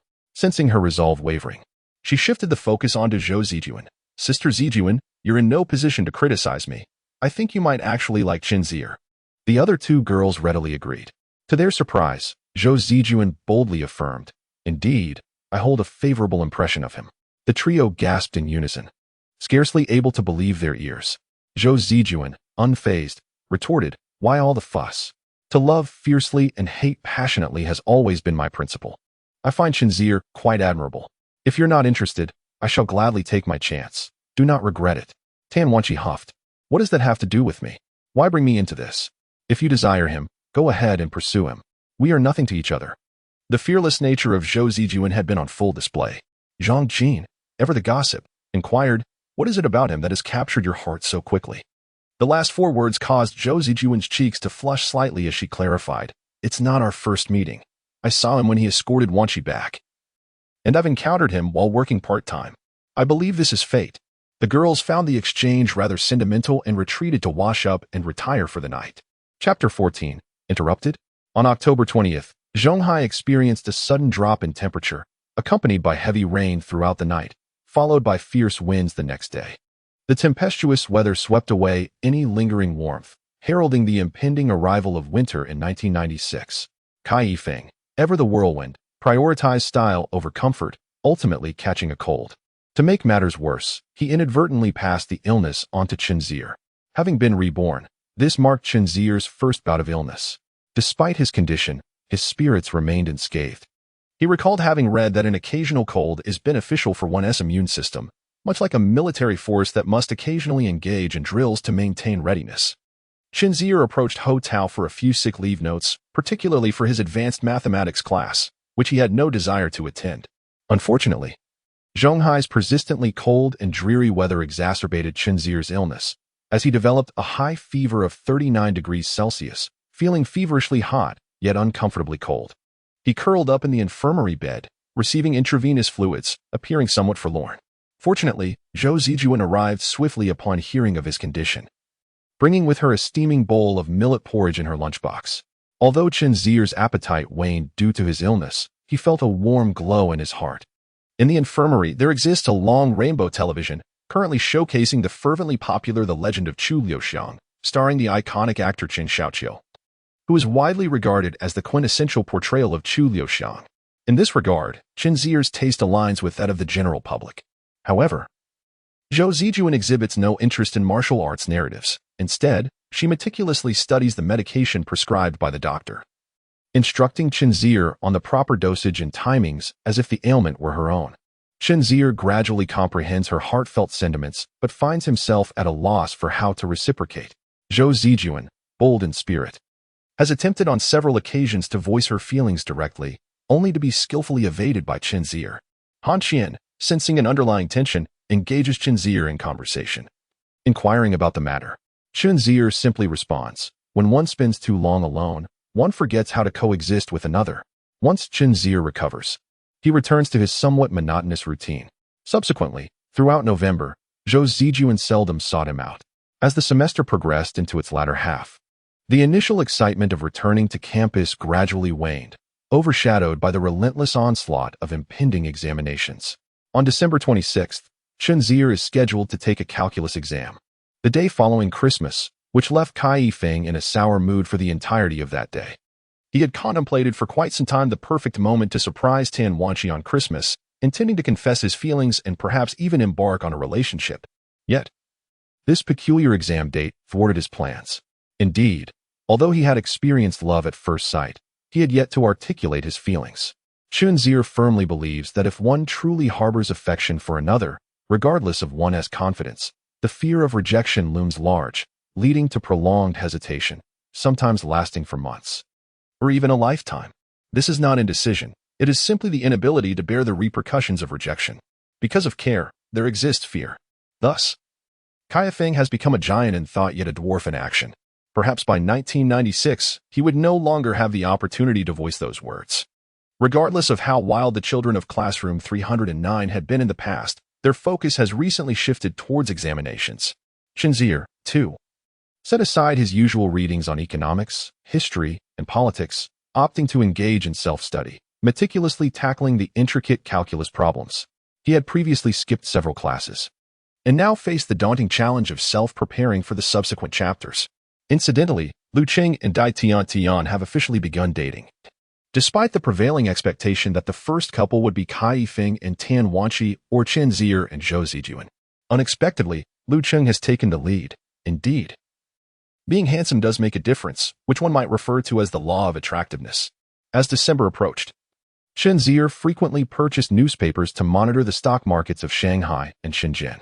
Recently, the authorities issued a series of directives, yet they failed to quell the rampant fluctuations of the stock market. Few among his peers seem aware of the tumultuous events unfolding within the financial sector. Beginning December 10th, Chen Zier gradually liquidated his stock holdings, indicating that both stock markets had yet to reach their peaks. A stock that had once surged from 2 yuan to 26 yuan now languished at 24 yuan per share. Yet, one must remain vigilant against greed in the stock market. In 1995, he specifically flew to Shenzhen to purchase a stock that left a profound impression on him. Now, with a staggering six-fold return, Chen Zier decisively sold his shares without a moment's hesitation. Ultimately, he liquidated 186 million yuan in Shenzhen, while the Shanghai market yielded only a little over double his investment. This was partly due to his later entry and the inherent limitations of the Shanghai market's growth compared to Shenzhen's. However, given the significantly larger base, Chen Zier managed to cash out over 7.5 million yuan, bringing his total assets to over 9.3 million yuan. Remarkably, he achieved this while merely attending classes without engaging in any additional endeavors. He seemed like a cheat code in the real world. Meanwhile, his two friends, Robert and Karen, invited Chen Zier to join them for Christmas Eve, but he regrettably had to decline. He placed his calculus assignment before them, stating, "Please take care of this. I am open to any strategy." The outcome was predictable. These two American liberal arts students likely had lower mathematical proficiency than he did. Chen Zier spent 3 consecutive days in the study room grappling with the material, which left him with a throbbing headache. Consequently, despite having some content still left to review, he decided to stop studying, change his clothes, and play a game of soccer on a chilly winter day. However, the game was far from satisfying. The field was slippery, and the number of players was insufficient. After 2 hours, he returned. As he stood beneath the dormitory, Zhou Zijuan caught up with him and shared some news. Someone was fervently pursuing Tan Wanqi. Chen Zier's expression shifted. This was an unexpected turn of events. This situation was crucial for his roommate, Kai Feng, so he said, "Please convey my thanks to him. By the way, what is Wanqi's stance?" Zhou Zijuan replied, "She's rather confused and doesn't quite know what she wants." She was right. Girls like Tan Wanqi, lacking in decisiveness, often tend to choose the one who pursues them most aggressively. This was significant. It needed to be relayed to Kai Feng promptly. Chen Zier hurriedly bid farewell to Zhou Zijuan. This incident sparked a thought in Zhou Zijuan's mind. She was curious to ask Chen Zier if he would feel anxious if someone pursued her. However, she refrained from voicing the question, as it could lead to an awkward moment. She was unaware of Chen Zier's feelings in this regard. She only knew that Kai Feng was indeed anxious. This was certain. Kai Feng was deeply engrossed in his advanced mathematics studies, and upon hearing the news, he nearly toppled his desk lamp in shock. He shouted, "Tell me who that scoundrel is, daring to pursue Wanqi." He was ready to storm over to the normal university. Chen Zier thought he was losing his composure. This situation was indeed too sudden. Lu Cheng attempted to reason with him. "Why are you so agitated? You should be thinking about how to handle this." Kai Feng's mind was in disarray, and Song Xiaobo came over to press him back into his chair, saying, "Old Five is right. Take a moment to calm down and consider your options." Kai Feng turned his gaze toward Chen Zier, who he always believed to be a person of strong opinions. Chen Zier shrugged and said, "What else is there to do? You need to take action and win her over." Lu Cheng interjected, "We all understand that. But the key is how to achieve it. Pursue her, confess your feelings, and express your love fervently." Chen Zier asked Kai Feng, "Are you willing to do it?" Driven to desperation, Kai Feng shouted, "I am." Chen Zier said, "All right, then bring forth your previously conceived plan for confessing on Christmas. We shall assist you in refining it. And on Christmas Eve, declare your feelings to her. Seize her away." Song Xiaobo interjected, "But we still have a calculus exam to contend with." Upon hearing the mention of calculus, Kai Feng's expression also wilted. Which holds greater significance, the exam or love? Chen Zier retorted, continuing, "Failing a course affords the opportunity for a retake. But if Tan Wanqi is snatched away by someone else, where will you find the chance to pursue her again?" Realizing the truth in this reasoning, Kai Feng resolved himself, pacing in circles, fist clenched, declaring, "Third brother is right. Thank you, my friends, for your suggestions. It is settled. I shall confess." Lu Qing, ever the enthusiastic supporter, swiftly handed Kai Feng his guitar, urging, "Make the most of every moment. Practice." Kai Feng was quite adept with the guitar, having learned from a young age, yet the prospect of confessing might make his hands tremble, thus he needed to practice diligently. He intended to serenade her with love songs. A rather cliché scenario, which made Chen Zier feel slightly nauseous. He believed the awkwardness outweighed the romance. However, he was mistaken. During such a moment, strumming a guitar and singing was indeed quite captivating. Chapter 15. 4 words convey a million feelings. Riches that do not return to one's hometown are like wearing splendid clothes in the night. As famously stated by the formidable Shi Yangqing. Now that Chen Zier had begun to amass wealth, with over 930,000 belonging to him in that fleeting moment, he felt a surge of excitement. Yet, he found himself devoid of anyone to share this joy with, leaving him somewhat disheartened. He contemplated confiding in his parents, but hesitated, realizing that abruptly revealing such a substantial sum might lead to unforeseen complications. His father required funds to expand his shop, as Director Tan had been unresponsive, indicating no feasible way to secure a loan. Nevertheless, since Chen Zier possessed money, elucidating the origins of this considerable fortune proved to be a challenge. Ultimately, he compromised. He refrained from disclosing the actual amount and simply shared that he had assisted Wei Lang and earned several thousand, subsequently capitalizing on the booming stock market. Hearing this, Chen Baixing broke into a cold sweat, incredulous. Is it really that easy to earn money? Just toss in a few thousand and expect returns? Fortunately, he did not incur any losses in the end. Chen Zier's explanation was reasonable, and though Chen Baixing harbored initial doubts, he soon found himself elated. He even advised his son to take good care of Tan Wanqi, acknowledging that while Tan Jitiao had put in effort regarding the loan, it had not succeeded. Yet he was a good person. Far away in Huaiyang, upon learning that the Chen family's financial troubles had been resolved, particularly by the still studying Chen Zier. Tan Jitu was momentarily baffled. Old Chen remarked that his son had earned money, but how could one amass such a fortune in such a brief period? Surely, it couldn't have been through theft. He immediately called Tan Wanqi's dormitory to inquire about Chen Zier's activities. Confused, Tan Wanqi responded, "What do you mean? What is he doing? Isn't he just attending classes and studying?" She chuckled in disbelief, saying, "Dad, what kind of question is that? He hasn't done anything. He's preparing for exams." Tan Jitu did not withhold information from his daughter, stating, "Your father told me that his son, Chen Zier, managed to earn over 300,000. What on earth is he doing at Zhonghai to acquire such wealth?" Tan Wanqi was momentarily bewildered. "Are you saying that Chen Zier gave his father over 300,000? Indeed, it is quite perplexing. But he hasn't done anything. I haven't seen him out working. That makes it even more bizarre." The father and daughter ultimately could not provide a plausible explanation, leaving Tan Wanqi deep in thought. If this matter were true, then the question arose, where did Chen Zier acquire such a substantial sum? She could not fathom it. That evening, when Zhou Zijuan returned from her studies, she shared this matter with her. "Zijuan, I have something to tell you, but don't be alarmed." Zhou Zijuan, weary, settled into a chair and nonchalantly replied, "What is it? The sky isn't going to fall. Just tell me. Before dinner. My father called me and informed me that Chen Zier had given his father over 300,000 yuan. Zhou Zijuan appeared to react without processing the information, saying, "Why are you bringing this up? I like him not for how much his father has given him, nor do I care about his family's wealth." Tan Wanqi rushed over and pinched Zhou Zijuan, speaking in a serious tone, "Listen carefully, it is not his father who gave him money. It is he who gave his father over 300,000. The air grew still for 3 seconds. Zhou Zijuan suddenly stood up in shock, exclaiming, "He gave his father over 300,000? Are you joking?" Tan Wanqi urged her to sit down, saying, "Let me explain it to you in detail. I had mentioned before that Chen Zier's family runs an appliance store in our county. His father has always wanted to open a branch in Huai'an City, but funding has been insufficient, especially with the current difficulties in obtaining loans. Earlier this semester, he even asked my father for assistance, but my father said the situation was tight and could not secure a loan. However, it turns out they have begun to implement the branch project, and my father found it odd.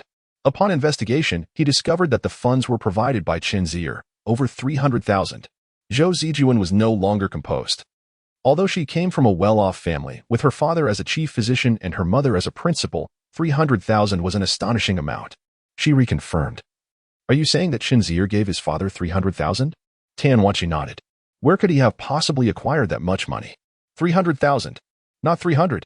Both of them, being relatively innocent students, were primarily concerned about the legitimacy of Chen Zier's financial sources and whether he had engaged in any illegal activities. If someone like Han Qian, who had already entered society, heard this, the immediate reaction would surely be, 'Can I benefit from this?' However, Zhou Zijuan, unlike Tan Wanqi, possessed a bit more discernment. After a moment of calm reflection, she advised Tan Wanqi, 'You must not speak of this to anyone else. I have long been aware of the wisdom in keeping financial matters discreet. Moreover, he has never mentioned it to us, which indicates he has his own considerations.' Tan Wanqi inquired, 'But what about Tiantian?' Zhou Zijuan promptly dismissed the idea. 'No, that Lu Cheng has her completely fooled. If Tiantian finds out, Lu Cheng will undoubtedly know, and soon all our roommates will be aware.' It was evident that even Chen Zier's own roommates were unaware of this matter, as could be discerned from their daily interactions. Just as Zhou Zijuan stated, since he chose to handle it this way, there must be a valid reason behind it. Tan Wanqi obediently nodded in agreement. That night, as she lay in bed, Zhou Zijuan found herself unable to sleep, her mind swirling with thoughts. She recalled that Chen Zier had enrolled in piano lessons, paying the hefty registration fee without a second thought. He had mentioned a trip to Yanjing during the National Day holiday, and despite the exorbitant airfare, he seemed unperturbed. Zhou had always assumed this nonchalance stemmed from Chen's affluent family background, unaware that he was earning his own money. Resolute, she decided to inquire about this matter the following day. Yet, she firmly believed that Chen Zier had neither stolen nor committed any wrongdoing. Her trust in him was unwavering. Chen Zier himself had not contemplated purchasing anything extravagant. A car would attract too much attention, which was not in his character. Investing in real estate seemed unwise, especially with the impending Asian financial crisis expected to leave the China overseas property market in disarray.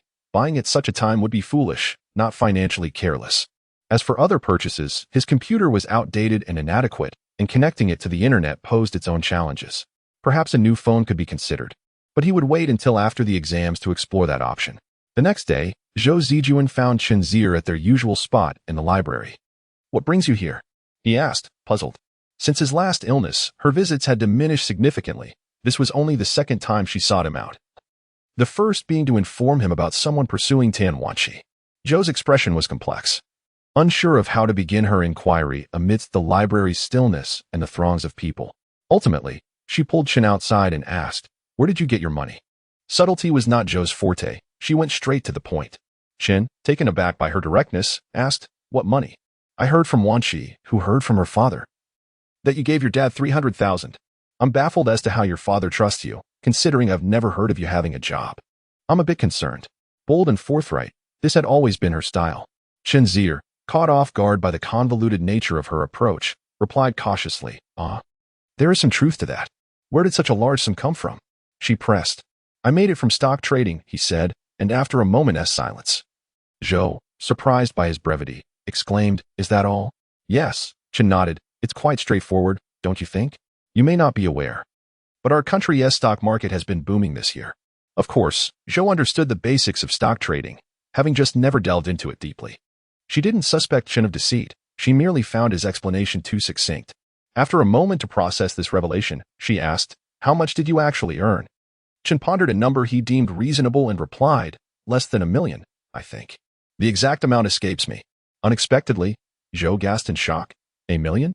Her sharp voice pierced the quiet of the library, startling Chen, who glanced around at the strange looks from others. He quickly interjected, "This is a library. Please keep your voice down." Zhou hastily covered her mouth, uttering a phrase that felt nostalgic. "Aren't you just undermining socialism?" Chen Zier chuckled softly, remarking on the outdated notion of a socialist corner. "What I possess is entirely legitimate, a rightful income derived from intellect." "So, you are now a millionaire?" Zhou Zijuan inquired, her tone laced with intrigue. "Oh, that is indeed a tantalizing term," Chen Zier mused, tilting his head as he replied, "Well, one could say that." Zhou Zijuan, hands on her hips, paced back and forth, exclaiming, "That is quite an exaggeration. We all attend classes together, while you silently emerge as a millionaire, having saved diligently for clothes." Suddenly, a thought struck her, and she asked, "Hey, with all that wealth, you wouldn't drop out of school, would you?" Chen Zier couldn't help but smile at her earnest expression. "Wealth and education, in my view, are not mutually exclusive. I believe I shall remain in school." "Oh, what a relief." Zhou Zijuan felt reassured. Now that she understood the situation, her gaze towards Chen Zier shifted subtly. "You've struck it rich, yet you still choose to study and prepare for exams." Chen Zier replied, "Exams do cause me some distress, but the joys of school are unparalleled, and the harshness of society looms large. Hence, while I am in my prime, pursuing my studies is the wisest choice." Zhou Zijuan, envious, remarked, "You live a life of leisure." Chen Zier acknowledged this, urging her, "You must keep this a secret." "Why?" Zhou Zijuan questioned, perplexed. "If it were anyone else, even myself, we would flaunt it. Yet you choose to do the opposite." Chen Zier responded earnestly, "Because we have yet to grasp the true magnitude of money's influence. We should refrain from divulging it prematurely." Zhou Zijuan held a different view, expressing, "If I were in your position, I would certainly leave school to forge a career and prove my worth to society, or travel the world to experience every nation. Studying is dreadfully dull, and I see little purpose in it. I toil away at my studies only to become a teacher, spending my life imparting knowledge. How utterly tedious." "It is merely a matter of perspective," Chen Zier advised her. "Since you are already in school, refrain from lamenting. Books may not yield tangible benefits, yet they quietly shape one into their true self. Life is long. There is no need to rush." Chapter 16. I Understand Love. "I Love You." This evening marks Christmas Eve.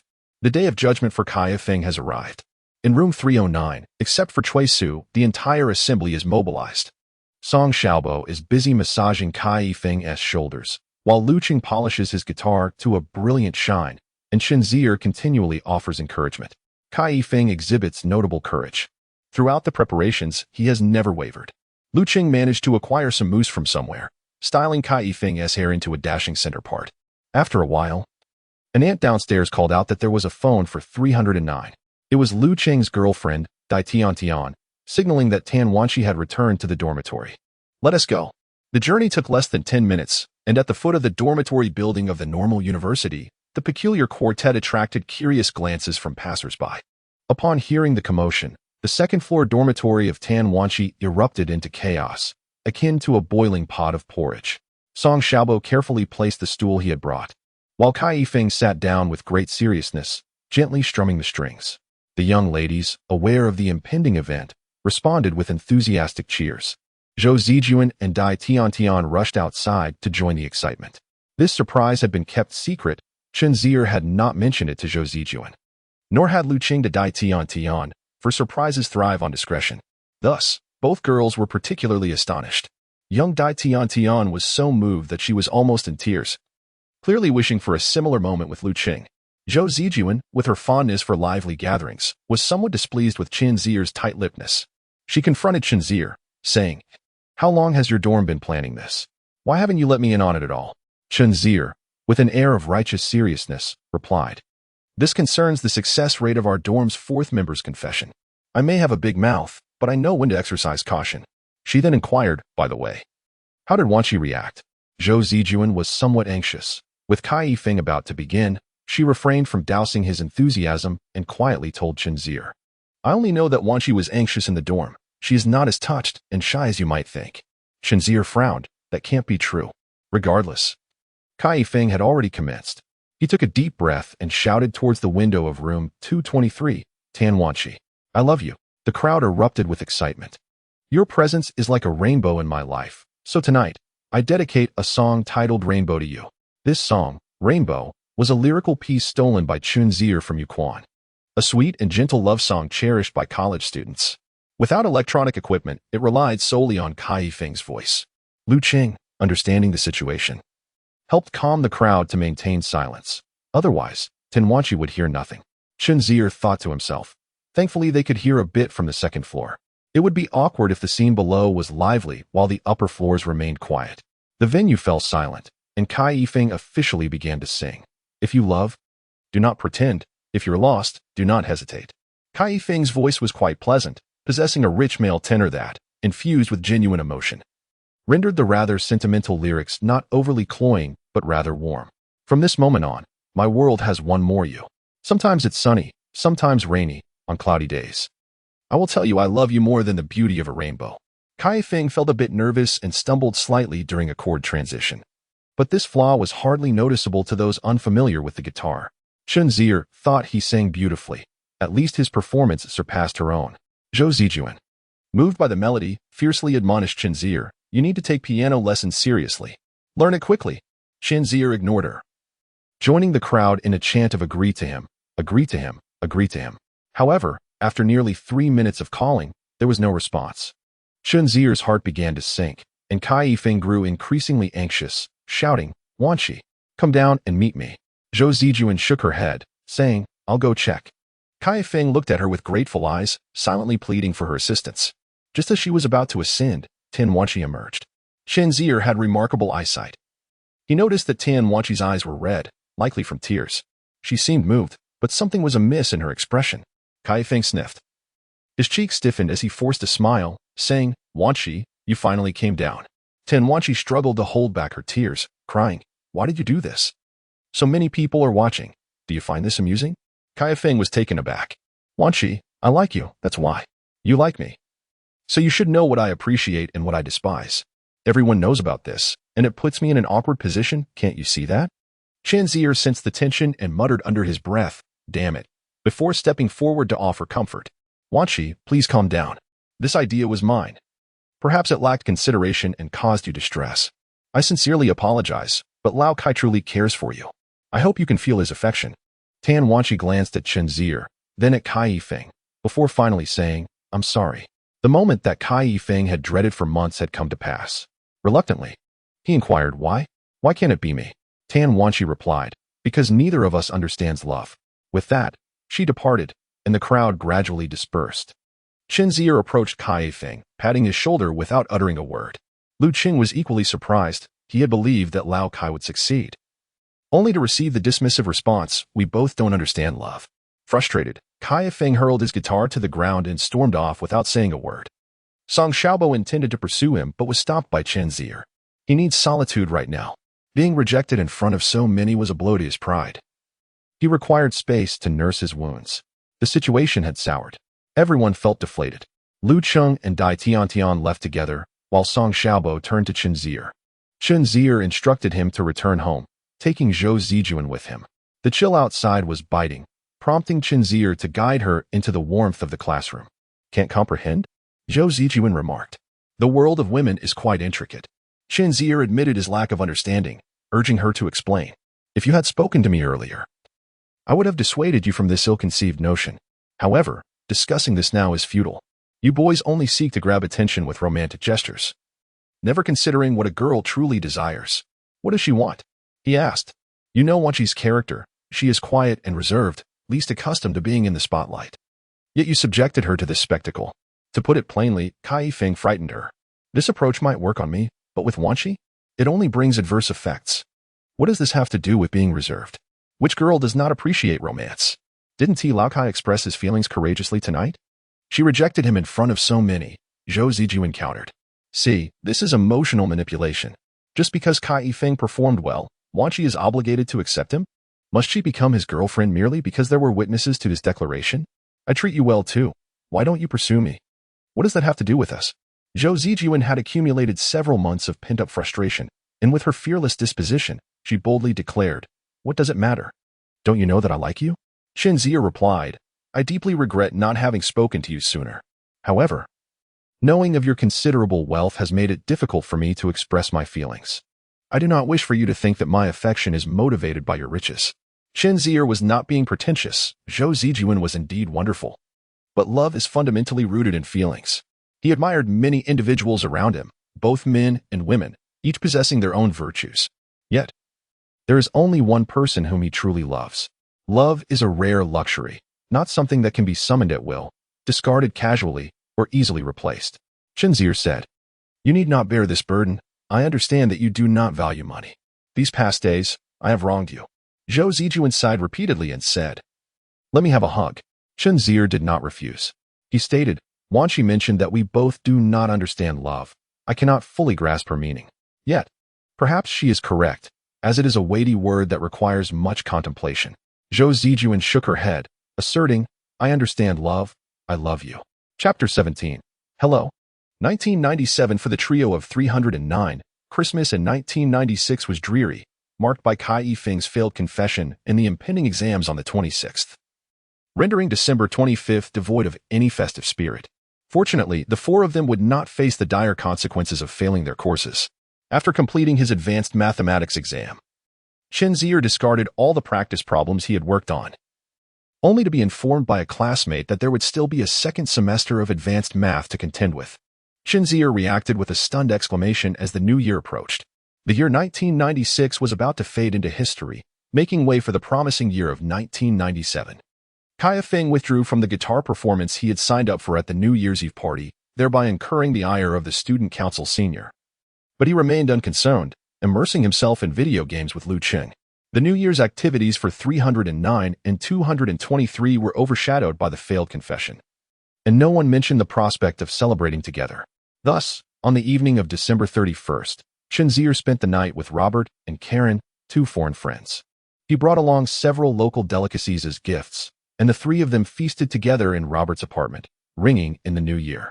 For Chen Zier, the new year did not evoke strong feelings as it was not the spring festival, but for Robert and Karen, 1997 represented a fresh beginning. The following day, Chen Zier visited Tianyin, not for practice but to dine, as Han Qian had invited him and Zhou Zijuan to her home. Her residence in Shanghai was located on the second floor of Tianyin, a place Chen Zier had yet to explore.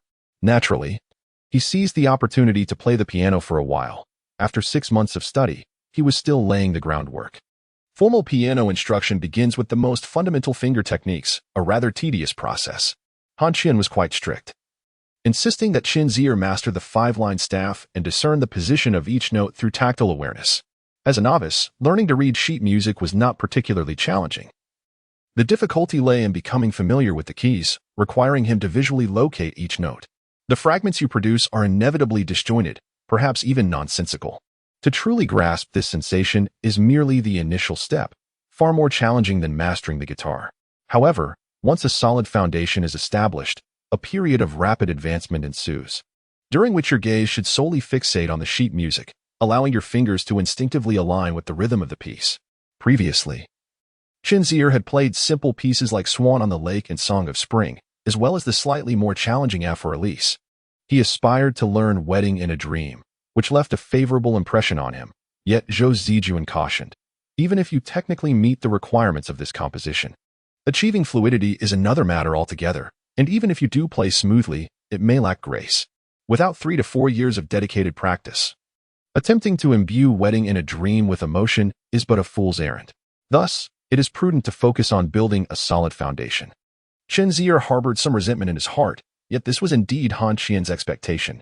What eased his mind was that, following that evening's confession, Zhou Zijuan had not undergone any significant transformation. At least on the surface, she remained her cheerful, smiling self. After only a brief practice session, the two ascended the stairs. Han Qian's abode was modest, featuring a kitchen, a bathroom, and a combined bedroom-living area, furnished with a bed and a small brown square table. Han Qian personally prepared the meal while Chen Zier and Zhou Zijuan curiously surveyed the surroundings. The space bore distinct feminine traits. Though somewhat simple, it was impeccably clean, with neatly folded bedding and wrinkle-free sheets indicative of a Virgo. In the kitchen, Han Qian remarked, "I hail from Su province, and I have no relatives or friends in Zhonghai. Today, my home finally feels lively. I must thank you both for not allowing me to spend New Year's alone." Zhou Zijuan dashed over to exchange pleasantries with Han Qian, while Chen Zier's attention was drawn to a framed photograph on the bedside table, depicting her with a man in wedding attire, both wearing modest smiles. Han Qian held a bouquet, capturing a woman's most beautiful moment. Later, Zhou Zijuan also noticed it and exclaimed with envy, "Sister Han, you've tied the knot. You look stunning as a bride." At the dining table, Han Qian poured some yellow rice wine from Jiangnan, low in alcohol content yet with a potent aftertaste. She filled 3 glasses and cheerfully proposed a toast to the past year of 1996, a year of significant turning points for them all. She had opened her studio, while they had faced the rigors of college entrance exams, overcoming numerous challenges. Zhou Zijuan, with a playful grin, took a sip. The yellow wine had a hint of sweetness, far more palatable than beer or spirits. Han Qian noted, "Zijuan is from Sichuan, and I don't particularly enjoy cooking with excessive chili peppers. So I'm unsure of your preference. Do give it a try." Chen Zier joined in, sampling the fish, as a native of northern Jiangsu. He found the flavor to be quite agreeable, exclaiming, "It has a sweet taste without being cloying, and the fish is exceptionally tender. Sister Han, your culinary skills are commendable." Zhou Zijuan also attempted the fish but expressed her discontent, saying, "How can you eat fish without spice? It will taste fishy." Chen Zier pointed to the green peppers, asserting, "Who said there are no chili peppers? Here they are. Besides, have you detected any fishy taste?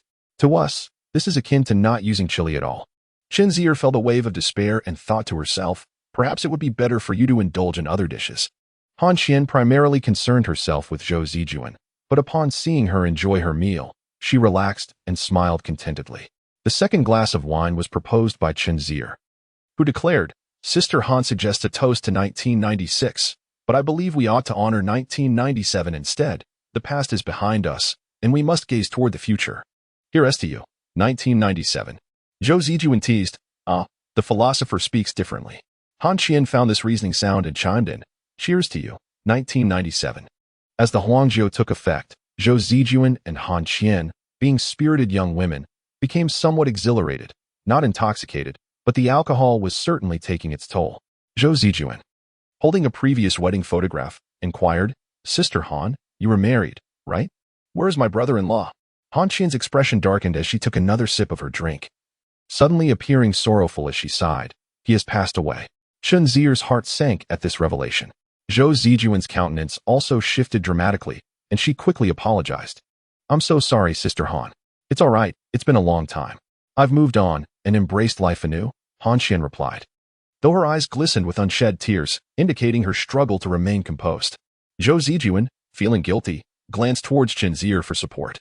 Chen Zier pondered that Han Qian likely had few outlets for her feelings, and although they couldn't offer substantial help, they could at least be good listeners. Thus, she gently asked, "What kind of person was he?" As Han Qian fell into reminiscence, a hint of happiness illuminated her face. He was the best person in the world. We met at the conservatory, both studying piano. He was handsome, talented, gentle, and considerate, a truly wonderful husband. Would you like to know how he passed? The two nodded. It was a car accident. In March 1995, we were traveling from our hometown to Shanghai when the tragedy struck. The depth of her recollection proved too much, and Han Qian could no longer hold back her tears. Feeling a sense of shared sorrow, Chen Zier comforted her. Sister Han, the departed are gone. We must look to the future. Han Qian wiped away the tears that had escaped her eyes and forced a smile. Yes, I remind myself of that often. I believe you would want me to be happy in heaven, which is why I opened Tianyi. Zhou Zijuan chimed in. Life will only get better. Though Han Qian was no longer a young girl, she managed her emotions with grace, refraining from sobbing uncontrollably. She reflected, when I opened Tianyi, it was a necessity of life since I could only play the piano. However, as I began to interact with the many children who came to learn, I started to feel their purity and childlike spirit, appreciating the beauty and hope of life. You two are among my oldest students. One is my pupil, and the other I hired to assist me. But perhaps due to our kindred spirits, I consider you both good friends. At this point, she turned to Chen Zier and suddenly burst into laughter, recalling, oh, I still owe you 2,400 yuan. Zhou Zijuan's curiosity piqued. Or perhaps wishing to divert the conversation, she eagerly asked, what? How did that happen? Do tell. Chen Zier remained silent, engrossed in her meal, as if attempting to reclaim her losses through the food before her. Han Qian remarked, at the beginning of this year, I took my modest savings and set out to establish Tianyi. At that time, I believed I had enough funds and that the endeavor would be straightforward. So I directly purchased 3 pianos. However, as I added expenses for renting a space, hiring staff, and my own living costs, I soon realized the pianos had been excessively expensive. My expenditures far exceeded my budget. I managed to pay the rent for the first 3 months, but initially, the number of students grew slowly. I was spending money without making any profits. Consequently, I found myself unable to pay the subsequent rent, and the landlord came to remind me several times. Looking at Zhou Zijuan, she continued, it was during this challenging time that this naive fellow arrived and declared without hesitation, I want to enroll. For the long term. Zhou Zijuan couldn't help but burst into laughter, exclaiming, how amusing you are. Han Qian went on. I was taken aback, thinking, what is happening? I even reminded him to consider our course offerings and pricing. With a grand gesture, he dismissed my suggestion, saying, no need to look, just sign me up. Chen Zier, amused by her recounting, interjected, don't exaggerate. Did I really wave my hand like that? Zhou Zijuan interrupted, don't speak. Let Han Qian continue. Han Qian insisted, I was exaggerating. You came in just like that, as if you were worried Tianyi would not accept you. And you seemed in quite a rush. I thought, it seems I have encountered someone with ample funds. At that moment, I was nearing a financial dead end. So I offered a price of 2,400, which conveniently covered the 3 months overdue rent. Zhou Zijuan inquired. And then he paid you. Han Qian nodded, not showing a hint of hesitation. Zhou Zijuan laughed, berating him for being foolish and not using his intellect. Chen Zier, feeling slightly embarrassed, retorted, are you mocking your benefactor? Han Qian waved her hand, sincerely stating, I am truly grateful to you, not just for the 2,400 yuan, but because you saved Tianyi, preventing my life from facing a second blow. This statement seemed quite fitting, and Chen Zier appeared quite pleased.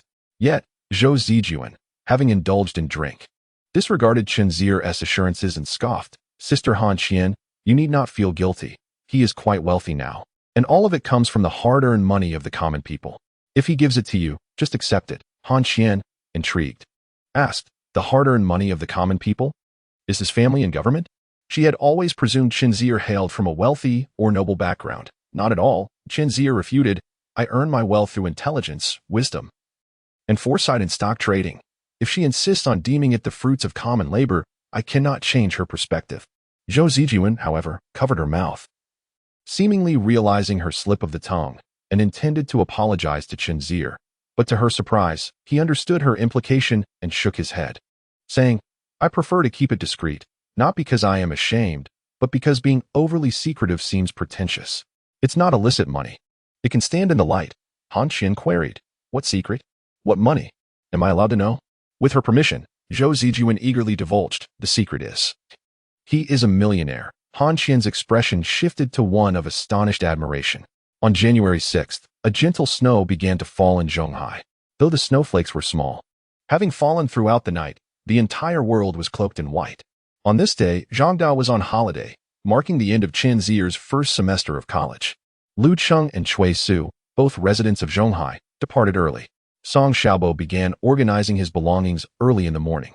Kai Yifeng pulled Chen Zier aside, imploring him to take good care of Tan Wanqi on their journey. Although this young man appeared carefree, he was not one to easily give up. He was still pursuing Tan Wanqi, adamantly declaring to Chen Zier that he would never relent. That evening, Chen Zier boarded a train bound for Huaiyang with Tan Wanqi. After a night of rapid travel, they arrived in Huaiyang the following morning. The weather was clear, devoid of rain or snow. The distance from the city to Yuesyan was still considerable, and they arrived home just in time for lunch. Chen Zier's mother, Pan Meiwan, was overjoyed, as this marked the first time Chen Zier had ventured far from home for such an extended period. His father, Chen Baixing, was equally pleased. Having a son attending a prestigious university had greatly enhanced his pride over the past 6 months. The entire Chen family seemed to bask in this shared glory. Xiaojuan had not yet returned. His father mentioned it would be a few more days, leaving Chen Zier feeling somewhat bored. Without a computer or internet access, Chen Zier slapped his thigh in frustration. At school, internet connectivity was inconvenient, but at home, he had complete autonomy. Their household also had a landline, making dial-up internet access feasible. Chen Zier resolved to make it happen, dismissing the matter as simply a financial concern. Although the internet speed was sluggish and the number of websites limited, any connection was better than none. On the 20th of the 12th lunar month, Chen Baixing's elder brother, Chen Baixiong, celebrated his 50th birthday, bringing the entire Chen family together. Chen Baixing had 2 brothers, Chen Baixiong and Chen Beirong. Uncle Chen Baixiong had only one daughter, Chen Ziyi, who was Chen Zier's cousin. Among their generation, Chen Zier was the second eldest, with a younger cousin and cousin sister, Chen Zixing and Chen Zian, the children of his third uncle, Chen Beirong. Chen Zier's grandparents had passed away, and although his cousin Chen Ziyi was employed, she had not yet found a suitor. Thus, the Chen family now consisted of 2 generations totaling 10 individuals. Due to their business venture, Chen Zier's family was in the best financial situation. His uncle and third uncle were diligent farmers. Uncle Chen Baixiong was relatively well off, and his daughter, Chen Ziyi, worked at a bank, bringing satisfaction to her father, who could even wake up smiling. However, the burden was heavier for the third uncle's family. Chen Zixing was in his second year of high school and struggling academically, while Chen Zian fared slightly better, yet the impending Gaokao posed a significant challenge. The third uncle hoped his daughter could secure a place in a vocational college. As for Chen Zixing, he was a source of concern. Chen Zier's uncle was a man of integrity and fairness, well respected both within and outside the village. His reputation for honesty earned him admiration from many, especially at home. This strong sense of unity within the Chen family might stem from such qualities. Chen Zier often heard his father recount tales of their childhood, when he and the third uncle were frail, frequently losing fights against the numerous brothers from neighboring families, enduring bullying more than once. It was only after Chen Baixiong grew stronger that their fortunes began to change. In their youth, Chen Baixiong often advised Chen Zier, saying, "I have only one daughter. Though you are the second eldest, in many ways, you must embody the role of an elder brother." Chen Zier held deep respect for him. In the home of the elder uncle, 3 brothers gathered around the table, indulging in food and drink, accompanied by the 4 younger generation members, including Chen Zier. The elder uncle was known for his integrity, and his educational approach was inevitably strict, making them all behave with utmost honesty. Even the most mischievous among them, Chen Zixing, felt a sense of trepidation. Moreover, the elder uncle had a particular dissatisfaction with Chen Baixiong, which stemmed from a matter that had recently captured his attention. Some time ago, Chen Zier had given his father 300,000 yuan, a fact that Chen Baixiong took immense pride in, and it was likely that the entire village now knew. Completely unaware of the principle of keeping wealth discreet. At the table, the elder uncle inquired of Chen Zier, "How did you acquire this money?" The second uncle could hardly articulate a response, prompting further questioning. "Did you rob a bank? Your speed is astonishing. Were you deceiving anyone, or was it illegal?" The second uncle had experienced a modest financial windfall, bringing pride to his family while inciting envy among the villagers. In the days following his return, nearly everyone he encountered had posed this question, and he had provided countless answers. Chen Zier's response had become increasingly succinct. "I earned it through stock investments." which are recognized by the state and not illegal. Although the elder uncle did not comprehend the intricacies of stocks, the mention of state approval sufficed for him. These 5 words had been carefully contemplated by Chen Zier. At this juncture, the third uncle interjected, "If stocks are profitable, where can we purchase more?" Chen Zier cautioned him, "Uncle, one must not buy recklessly. There is a risk of loss. Only 1 in 10, like Zier, actually profits. Many in our unit have faced losses from such investments." The third uncle murmured about the risks involved. The elder uncle then admonished Chen Zier, "You are the sole university graduate in our family, and indeed the only one in the entire village. When working in a big city, you must think carefully. No matter how much money is involved, you must not engage in illegal activities. We do not expect you to become exceptionally wealthy, but you must not bring shame to the Chen family." Chen Zier nodded in agreement. After the meal, Chen Zixing immediately approached Chen Zier, inquiring about life in the big city and the subject of money. His cousin, though disinterested in academics, was not a bad person. Just then, Chen Zier called the two of them over, enlisting Chen Zier to join in a card game. "We have a wealthy member in our family today. Let us win from him," she declared. Under the elder uncle's guidance, Chen Zier exhibited the poise befitting the eldest daughter of the Chen family. In Chen Zier's previous life, his cousin had been of great assistance to the 3 of them, displaying a kind nature. Chen Zier remarked, "That will depend on your skills."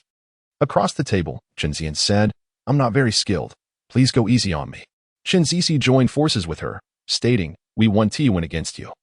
We'll just bet on your elder brother's cards, so don't worry." The cards were shuffled and dealt, and the game commenced. Chen Zixing, distracted from the cards, turned to Chen Zier and asked, "Brother, do you know any big bosses over there?" "Why do you ask?" Chen Zier inquired, noticing the furrowed brow of his younger brother. "I can't continue my studies. I want to go work at Zhonghai to earn money." Although Chen Zier himself had an affinity for education, he was not inflexible.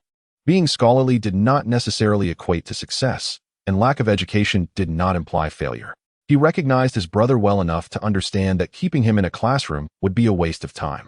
Thus, Chen Zixing's aspiration was not entirely unfeasible, especially with Chen Zier present at Zhonghai to mitigate any major issues. However, the two of them could not make such decisions unilaterally. He inquired, "Did Uncle San agree? Or is it merely your own desire?" Zixing was momentarily rendered speechless. Chen Zier cast him a sharp glance, asserting that if Uncle San did not consent, he should not harbor such thoughts. Zian retorted, "My father would never allow you to go. Wouldn't that just create trouble for brother heir?" Zixing was her elder brother, and Chen Zier was also her elder brother. To distinguish between them, she referred to Chen Zier as brother heir. It sounded somewhat like second brother. But there was no remedy for the name, as it was simply Chen Zier. At that moment, Zizi remarked, "You are already in your 2nd year of high school. At the very least, you should complete your education and obtain your diploma. Nowadays, good jobs require credentials. What can you do with only a junior high school diploma? Hauling bricks at a construction site?" Naturally, Chen Zier would not permit his younger brother to engage in such labor, as he had numerous aspirations for earning money and had not considered imposing such tasks upon him. In comparison, the practicality of Sister Zizi's reasoning was more grounded. Zixing stubbornly responded, "In recent years, those who ventured out became big bosses, and even some dimwits became managers. Why can't I?" Chen Zier chose not to address this issue. Having never discussed it with their father, it was futile for them to debate it amongst themselves. Who desired a second-rate existence? Zizi tossed her cards aside, exclaiming, "What a lousy hand!" Chen Zier had initially enjoyed good fortune in the game, but as it progressed, his luck diminished, resulting in a modest loss of a few coins, which he deemed inconsequential. That evening, Chen Zier's family did not stay overnight but returned to the county town. His cousin, Chen Zizi, accompanied them, as the bank had yet to close for the holiday, and she was required to work the following day. This year, during the Spring Festival, Chen Zier distinctly sensed a difference. Whether returning to his hometown or visiting his maternal grandfather, acquaintances approached him to exchange pleasantries. Some expressed admiration for his admission to a prestigious university, while others were astonished by his financial success. Chen Zier claimed to have earned 300,000 yuan, which he had given entirely to his father. He dared not disclose the true figure, which amounted to 9,300,000, fearing that it might incite envy. His father, Chen Baixing, had become quite the celebrity, radiating pride as he boasted about his son's accomplishments. It was only when nearly 10 families approached him for loans that he began to realize something was amiss. Pan Meiwan reprimanded him at home. "Do you still intend to show off?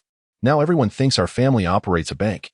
Chen Zier felt a sense of happiness, for during this winter break, he grasped the true worth of his labor. His family derived dignity and honor from his achievements. On the 20th day of the 12th lunar month, Chen Baixing's elder brother, Chen Zier's uncle, celebrated his 50th birthday, bringing the Chen family together. Chen Baixing had 3 brothers, Chen Baixiong, Chen Baixing, and Chen Beirong.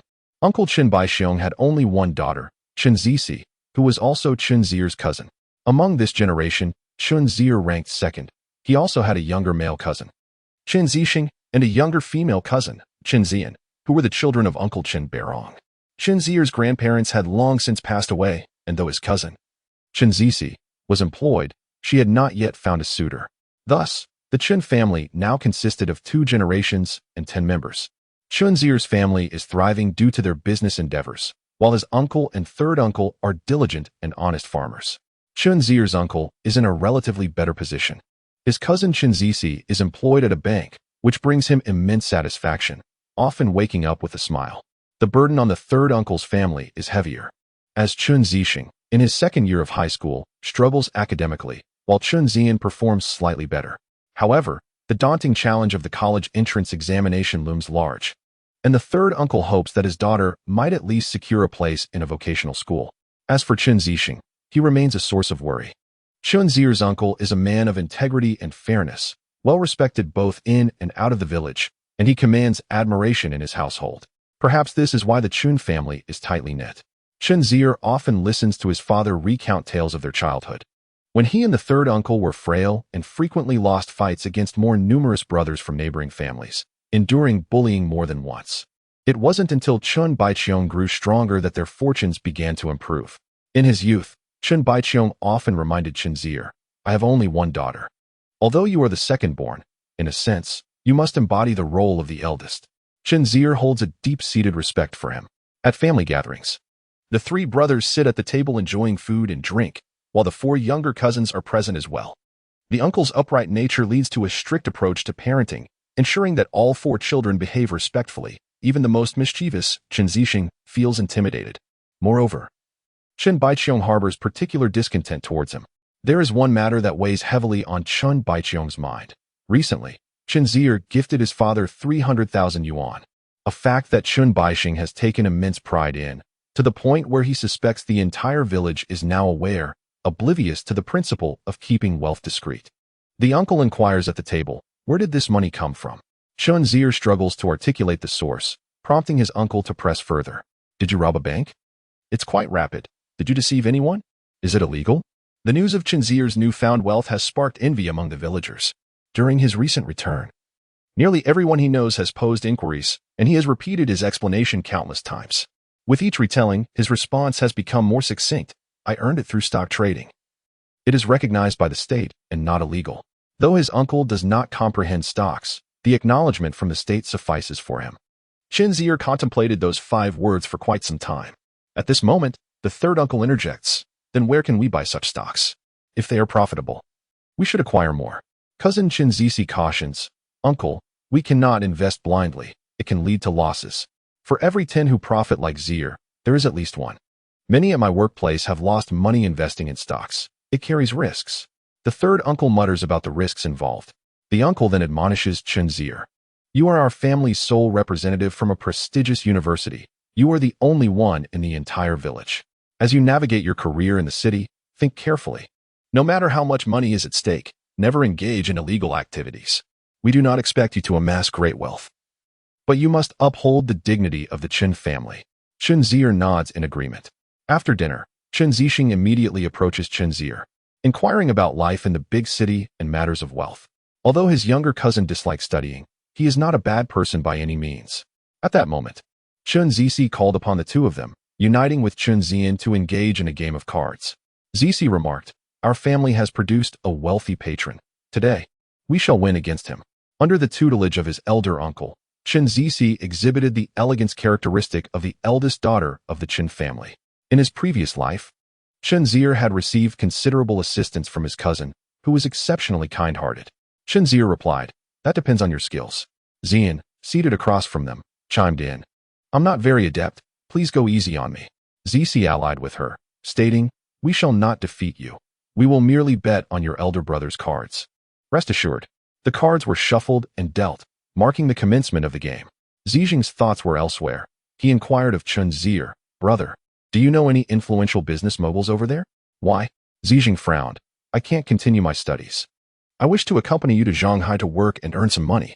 Although Chen Zier had a penchant for studying, he understood that mere academic proficiency does not necessarily equate to success, nor does a lack thereof imply failure. Each individual possesses their own strengths and weaknesses. He was well aware of his younger brother's disposition and recognized that keeping him confined to a classroom would be a waste of time. Therefore, his notion was not entirely unfeasible, especially since Chen Zier would be there in Shanghai to mitigate any significant issues. However, this was a decision beyond their authority. Thus, he asked, "Has our third uncle agreed, or is this merely your own desire?" Zijing fell silent immediately. Chen Zier cast a glance at him. "If our third uncle disapproves, then you should abandon the thought." Zian interjected, "My father would never allow you to go. It would only burden your elder brother." Zijing was her elder brother, as was Chen Zier. To distinguish between them, she referred to Chen Zier as elder brother Zier. The name sounded somewhat like second brother. But there was no remedy for the situation. At this juncture, Zizi said, "You have already progressed to the second year of high school. At the very least, you should complete your high school education and obtain your diploma. Nowadays, good jobs require credentials. What can you do with only a middle school diploma? Will you be hauling bricks at a construction site?" Naturally, Chen Zier would not permit his younger brother to engage in manual labor, as he had numerous ideas for earning money and had not contemplated assigning him any such tasks. In comparison, Zizi's perspective was indeed more pragmatic. Zijing retorted stubbornly, "In recent years, those who ventured into the sea have become affluent. Some fools are now managers. Why can't I succeed?" Chen Zier was reluctant to delve into this topic, for he had not discussed it with their father. Engaging in such discussions among themselves would be futile. Who would want that? Zizi tossed her cards. What a dreadful hand. Chen Zier had a fortunate start in terms of cards, although his luck waned towards the end, resulting in a loss of a few dollars, which was inconsequential. That evening, Chen Zier's family chose not to stay overnight but returned to the county city. His cousin Chen Zizi accompanied them. Although it was already the 20th day of the 12th lunar month, the bank had yet to close for the holidays, and she still had to work in the county the following day. This year, Chen Zier distinctly sensed a change during the spring festival. Whether he was returning to his hometown or visiting his maternal grandfather, acquaintances would approach him to exchange pleasantries. They either praised him for his admission to a prestigious university or expressed astonishment at his financial success. Chen Zier would modestly retort that he had earned 300,000, all of which he had given to his father. He refrained from disclosing the true amount, concealing the fact that he earned 9,300,000, lest it provoke envy in others. His father, Chen Baixing, had recently become quite the sensation, radiating with pride as he boasted about his son's remarkable achievements. It was only when nearly 10 families approached him for loans that he began to sense something amiss. Pan Meiwan chastised him at home, exclaiming, "Look at you. Still showing off? Now everyone thinks our family runs a bank." Chen Zier felt a profound sense of happiness during this winter break. He experienced the true worth of his labor. His family genuinely felt dignity and honor because of him. Chapter 20. Putting on February 6, 1997. The Chen family gathered to watch the Spring Festival Gala. This year, Zhao Fan and another performer collaborated on a skit titled Red Sorghum Model Team, which culminated in a resounding declaration: "Workers are the most beautiful people." On the first day of the new year, Southerners enjoyed glutinous rice balls, while Northerners savored dumplings. Though customs varied, the festive spirit was equally strong. A few days later, Chen Zier contacted Tan Wanqi to return to school, with Sun Hong, who also lived in Yu County, accompanying him on the journey. Those who have traveled by train know it can be a tedious experience, lasting nearly 10 hours, making it essential to find someone to converse with. Unfortunately, Chen Zixing remained under the thumb of his uncle, destined to continue enduring his predetermined fate at school. Chen Zier was fortunate to avoid inclement weather. He had no desire to be a weary traveler in the snow and ice, preferring a safe arrival in Shanghai. After settling into the train carriage, Chen Zier finally found a seat. Sun Hong, seasoned in travel, repeatedly advised him to keep a close watch on his belongings, especially valuables, not allowing them to stray from his sight for even a moment. Grateful for the well-meaning warning, Chen Zier nodded in acknowledgement. Tan Wanqi, timid by nature, was visibly anxious at the bustling train station described by Sun Hong, clutching her package tightly and nervously observing everyone who approached, as if they all intended to pickpocket her. Sun Hong jested, "It's wise for a young lady to be cautious. Look at me, at my age, often on the road. And I was robbed of some money last year." Tan Wanqi inquired, "What happened afterward?" Chen Zier replied, "What could happen? Each day, countless people pass through the train station. And once stolen, it's nearly impossible to recover anything." Tan Wanqi tightened her grip on her package, though she reassured herself that with two strong men present, there shouldn't be much to worry about. As the train ventured into the desolate countryside, time seemed to slow to a crawl, each minute dragging on painfully. Chen Zier engaged Sun Hong in conversation, asking, "I still don't know where you were in Zhonghai?" Sun Hong replied, "Not too far from you. Right next to the deep-sea district in the Yulong area." Chen Zier inquired, "Are you still selling discs?" Sun Hong sighed. "That's about all I know how to do now." His deeply furrowed brow, more wrinkled than the Mariana Trench, elicited a twinge of sympathy. One could only imagine how disheartening it must be to see years of savings vanish in an instant. It was a marvel he hadn't succumbed to despair. Chen Zier reassured him, "Take your time. The economy is developing rapidly. Zhonghai is changing every day, and opportunities will arise. This is akin to how, 20 years from now, some people will encourage the youth to venture into first-tier cities. At that time, every city will be undergoing rapid transformation, and everyone will proclaim that opportunities abound in the big cities. However, for the vast majority, these so-called opportunities typically refer to mere employment." Sun Hong currently shares this sentiment. "Opportunities? How do they pertain to me?" He inquired of Chen Zier. "You university students are agile in thought and brimming with ideas. Have you contemplated what you wish to pursue after graduation?" Chen Zier candidly replied, "Not yet. However, I generally intend to engage in business. I am aware of the monotony of a 9-to-5 job. Life lacks excitement in such a routine. Working for someone else offers no freedom. It's far better to embark on my own small venture." Sun Hong asked, "What kind of business do you wish to pursue? Will you take over your father's enterprise?" Chen Zier chuckled, "What enterprise? As if I were heir to a family business. I shall simply experiment on my own." As someone with experience, Sun Hong kindly advised, "I believe it would be wiser to join a government agency. Embarking on a business is no simple task." Chen Zier countered, "That may not necessarily be the case. In fact, I've considered that opening a small convenience store could prove profitable." "A convenience store? You mean a general goods supermarket? Those are ubiquitous in Zhonghai. Lacking in technical sophistication, fiercely competitive, and with minimal survival space. It's not as easy as you envision," Sun Hong retorted. Chen Zier disagreed. "The convenience store I envision differs significantly from the typical general goods supermarkets.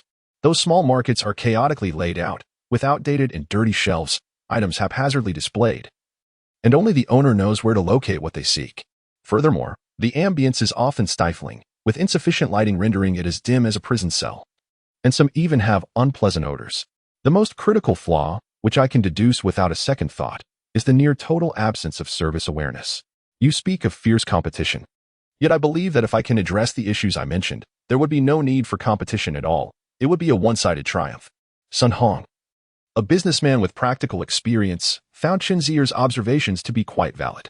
Upon reflection, he acknowledged the wisdom in Chen Zier's words, exclaiming, "Originally, I thought your perspective was overly simplistic, but I see now that you have genuinely contemplated this matter." His mind was now consumed with thoughts of profit. And listening to Chen Zier, he began to ponder, what if a convenience store with excellent service, a pleasant atmosphere, and well-organized products were to be established? Would there be a viable path forward?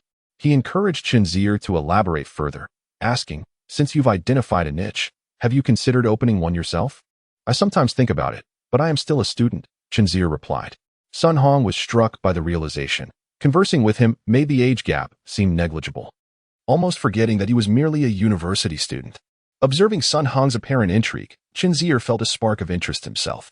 Sometimes, he reflected on how the world's leading convenience store chains hailed from Japan, which left him speechless. He often criticized them. Yet he couldn't deny that they excelled in certain respects. Tentatively, he suggested, "I might be willing to invest in one to test the waters." Sun Hong's interest was piqued at this prospect. Chen Zier continued, "However, I am quite unfamiliar with the retail industry. The adage that a different trade is like a different mountain holds true. I understand that every industry possesses its own unspoken rules. Moreover, as a student, I still have classes to attend. I am aware of everything you mentioned. I comprehend the retail sector." Sun Hong immediately contemplated how he could fill in the gaps in what Chen Zier had articulated. After arriving at Zhonghai, Chen Zier called home, requesting his mother to investigate Sun Hong's reputation and character. Although Chen Zier felt there was little chance of encountering problems during their interactions, it was essential to ensure that this individual was trustworthy, especially since they were considering venturing into a convenience store together. Wei Lang served as a living example. One could never truly know a person's heart despite their outward appearance. Just look at the individuals on the street. All seemingly respectable. Who can definitively ascertain which of them harbors a dark past? Fortunately, Chen Zier received good news from his mother. Sun Hong was decent, at least not involved in any deceitful activities. This reassured Chen Zier somewhat. Sun Hong was aware that he would be embarking on a business endeavor with a first-year student, which seemed rather dubious. However, as a bankrupt and unfortunate stock trader, he had little choice. Furthermore, Chen Zier's proposed competitive strategy and his description of the convenience store were not without merit. Trying it out could yield fruitful results. He called Chen Zier's dormitory to set a time for a thorough discussion of their plans. Coincidentally, that day Chen Zier was at Tianyin practicing piano, and Sun Hong decided to join him. He and T practiced in an entire winter break and needed to regain his touch. The festive atmosphere of the spring festival had not yet dissipated, and nearly no students attended classes at Tianyin, leaving only Chen Zier and Han Qian in the store. Consequently, Chen Zier opted to converse with Sun Hong there, as venturing outside in the bitter cold would only freeze him. Seated beside the piano, Chen Zier observed Sun Hong braving the cold wind to reach the Shen area, and he recognized the effort involved. Han Qian, noticing Sun Hong was a friend, kindly poured him a cup of hot water to warm him up. Once Sun Hong had rested sufficiently, Chen Zier remarked, "Since you've decided to proceed, and I find it feasible, let us approach this seriously and meticulously execute each step of the process to ensure it is legitimate. You have no objections to this, correct?" Sun Hong naturally nodded in agreement, affirming, "It's better to be formal." With this consensus established, Chen Zier continued, "The first matter at hand is to discuss how we will collaborate, as this is fundamental. My proposal is to invest 100,000 RMB to establish this convenience store, while you, as a partner, would benefit from your years of experience and network in this industry, thus holding a 10% share. I do not require any financial contribution from you. We are not in a boss-employee relationship, but are instead co-shareholders. At this moment, 100,000 is still a considerable sum, sufficient to open a modest convenience store." Consequently, Sun Hong expressed surprise, questioning whether he was taking on too much. Perhaps he should contribute some funds? Chen Zier thought to himself, "Do you have any money at present?" He waved his hand dismissively, stating, "As long as you don't find it insufficient, it's perfectly fine.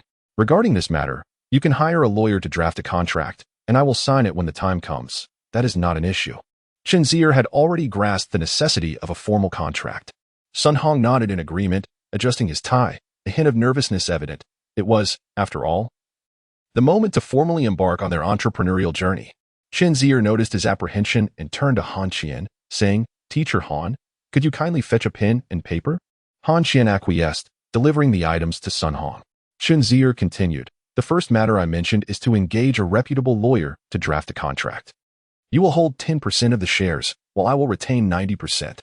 Sun Hong meticulously noted every word. "Second, regarding the name of the convenience store, which will be pertinent when drafting the contract, I propose the name Pudding. If you find it suitable, we shall proceed.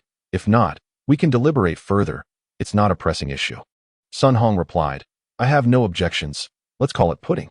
Chen Zier acknowledged with a sound of agreement and added, "The third matter to consider is the store's location. I noticed a shop for sublease at the entrance of Zhongda. You should negotiate to secure that space. You may be unfamiliar with the area, but the dormitories of our school are just behind, housing many students." He tilted his head in contemplation and concluded, "That seems to be all for now. We can discuss the specifics of operations once the lease is secured. Do you have any additions? If not, let us head to the bank to withdraw some initial capital before it closes." Sun Hong had nothing further to add. These two tasks would indeed require time. "Oh, and you didn't remind me, nor have I ever run a store. You will need to handle the business licenses and such, as we cannot operate without the proper permits." Sun Hong nodded in understanding. The two then gathered their belongings, leaving Han Qian astonished. This student was about to venture into business, and with such formality, resembling a true entrepreneur. She wished to inquire about Chen Zier's thoughts, so she said, "Once you've finished your tasks, come join me for a meal." Being familiar with each other, Chen Zier readily agreed. Upon returning after completing their errands, it was lunchtime. Sun Hong felt the weight of responsibilities and hurried off, while Chen Zier returned to Tianyi. Han Qian had prepared a meal. Despite knowing many people, Chen Zier felt most at ease with this piano teacher, as their perspectives on society aligned more closely compared to the whimsical notions of the students at school. It was that those ideas were without merit. Rather, Chen Zier had lost the enthusiasm and interest for such youthful exuberance. Today's meal was devoid of alcohol. As it was a weekday, and consuming alcohol would be inappropriate should any parents arrive to enroll their children. Thus, it was merely a casual meal. Han Qian's culinary skills were exceptional, and Chen Zier preferred this fare over the school cafeteria. At the dining table, Han Qian inquired, "What prompted you to suddenly open a store after the new year? Who is this person? Are they reliable?" Chen Zier praised the flavor while responding, "They are likely dependable. We hail from the same hometown, so there shouldn't be any major issues in opening the store, but whether it will be profitable remains to be seen." Han Qian remarked, "As long as you are aware." She then expressed her confusion. "You are investing no money, so how can you allow them to hold 10% of the shares? Do you think it's a loss?" Chen Zier smiled and asked, "Do you truly believe it is a loss? You are investing so much money. And does opening a convenience store really require 100,000? Provide me with 30,000 yuan, and I shall promptly establish a business." Chen Zier swallowed a mouthful of rice and elaborated, "While I haven't precisely calculated the exact amount needed, I believe that a mere 10 to 20,000 is rather inconsequential. I tend to be somewhat stubborn. Either I embark on a venture or I strive for perfection. Thus, I intend to enlist a professional interior designer to craft the layout. Despite the modest 40 square meters, the flooring tiles must be of the finest quality. At the very least, they should be clean and luminous. Therefore, the renovation cost will be substantial." Han Qian gasped, ultimately conceding, "Well, you certainly have no shortage of funds. As for your suggestion of granting him a 10% stake, one must ponder whether it is a loss or not. Given that I must continue my studies, the majority of the work will undoubtedly fall to Sun Hong. If I merely hired him and paid him a salary, his motivation would likely be lackluster, at least not as high as it is now. By offering him a 10% share, it may seem as though he has contributed nothing and received undue benefits. However, from my perspective, after investing 100,000, I can essentially remain worry-free, simply awaiting the financial returns. He, on the other hand, will work diligently for his 10% stake in the convenience store, especially since he has recently faced bankruptcy." This was the first time Han Qian had heard such sentiments from Chen Zier, leaving her astounded. "You have calculated this so meticulously, even accounting for his recent bankruptcy. Indeed, in business, one must be cunning. It is no wonder you have been successful in the past." Chen Zier was at a loss for words. "Just moments ago, you accused me of naively granting shares, and now I am suddenly deemed shrewd?" Han Qian remained unconvinced, resolutely stating, "I can no longer believe you are an honest person." Chen Zier recognized her jest and remained unfazed, replying, "In truth, this isn't a matter of being exceptionally astute. It is simply that money generates wealth far more swiftly than individuals do. The most challenging task is indeed acquiring the initial capital." Chapter 21. The Affairs of the World. No mundane matters, merely common affairs. On February 19, 1997. Chen Zier heard the news through the school broadcast. A great proletarian revolutionary had passed away. The most sorrowful aspect for Chen Zier was that he could not witness the return of Hong Kong on July 1st. In the distant Central Sea, the university responded rapidly, organizing memorial ceremonies across various colleges. Deng Xiaoping held immense esteem among Chen Zier's generation. Born in 1978, he had essentially grown alongside the Republic, witnessing tremendous changes over the span of just a few decades. The other members of Class 309 felt a sense of melancholy. Such an event occurring at the start of the semester left them all unsettled. Yet, those who remain must persist in living. Classes resumed for Chen Zier, and having endured the arduous review of advanced mathematics in the previous semester, he resolved to pay close attention from the very first lesson this term. It wasn't that he lacked intelligence. Rather, he simply lacked interest. Consequently, for this particular class, Chen Zier distanced himself from Class 309, choosing to sit alone at the back as a quiet and handsome figure, determined to focus on the lecture. His eyesight was excellent, enabling him to see everything the teacher wrote on the blackboard. Traffic engineering comprised a small class of merely a dozen students, which meant that public courses like advanced mathematics were conducted in conjunction with other majors. This semester, the major that joined them for advanced mathematics had changed. It was only when he recognized a young woman that Chen Zier realized she was the same girl he had encountered during his initial visit to the Central Sea. Selling tofu pudding. The young lady certainly would not suddenly leap towards him. However, her stature was considerable, and thus she sat quite far back, directly in front of Chen Zier. To his surprise, when the first segment of class concluded, she unexpectedly moved to occupy the vacant seat beside him. Chen Zier found himself in a state of bewilderment, glancing around in confusion, wondering if anything particularly extraordinary had transpired. To his dismay, nothing had. What was this? After much effort to focus on the calculus lecture, she chose this moment to intervene. Was this a test from the heavens? As she settled into her seat, Chen Zier instinctively pulled back the notebook that had encroached upon his space. This action elicited a friendly smile from her. "Thank you," she murmured softly. "You're welcome," he replied. After class commenced again, she suddenly inquired, "I know your name is Chen Zier." Today's encounter was indeed becoming stranger. Chen Zier turned to her, observing her deep, dark pupils. She appeared somewhat evasive, yet not blushing like Tan Wanqi. Instead, she exuded an air of defiance mixed with trepidation. How did she know my name? He wondered. However, she introduced herself. "My name is Sheng Qianyu." Chen Zier thought to himself that her name was quite melodious, yet it seemed irrelevant to his query. Nevertheless, it mattered little. He welcomed her kindness with a smile. "Is there something you need?" he asked, skeptical that she was merely infatuated with him. As expected, she hesitated with pursed lips before nodding. "Perhaps this is a bit abrupt." "No problem," he replied. "I am happy to assist as much as I can." Chen Zier chatted amiably, blissfully unaware of the misfortune that awaited him. This semester, their calculus instructor had been replaced by an elderly scholar with stringent requirements. Chen Zier was still unfamiliar with his teaching style and was prone to whispering during class. The teacher, of course, would not resort to corporal punishment. However, he summoned Chen Zier to the blackboard to solve a problem. Upon realizing the predicament, Chen Zier felt dread wash over him. With new material and unfamiliar concepts, he had no idea how to approach it. At his age, to be humiliated like this was unbearable. What was he to do? He grinned sheepishly, seeking assistance from Sheng Qianyu. After several moments of contemplation, she could only offer a brief reminder. Use the Taylor series, the special form of that exponent, and substitute that formula. Chen Zier barely caught her words, and even if he had, the Taylor series was beyond his grasp. Self-aware, he picked up the chalk and feigned deep thought before confessing, "Teacher, I'm sorry, but I cannot solve this problem." University instructors rarely devote extensive time to chastising students. So the old scholar merely advised, "If you cannot solve it, pay attention in class." Chen Zier felt as though he might bleed from frustration. After the class concluded, the two did not converse further. Chen Zier was not particularly bothered by the teacher's reprimand. Rather, he was preoccupied with the fact that the young lady, with just a glance, could solve the problems he struggled with, leaving him feeling somewhat diminished. Following this class, they were required to transition to another classroom, leaving Chen Zier still in the dark about the reason for her interest in him. At noon, when Cai Yifeng returned to the dormitory, he was labeled a heartless scoundrel by Lu Qing and others, particularly as Cai Yifeng shared a sense of camaraderie with Zhou Zijuan, feeling deeply about the matter. He consistently criticized Chen Zier for forgetting Zhou Zijuan whenever a pretty girl caught his eye.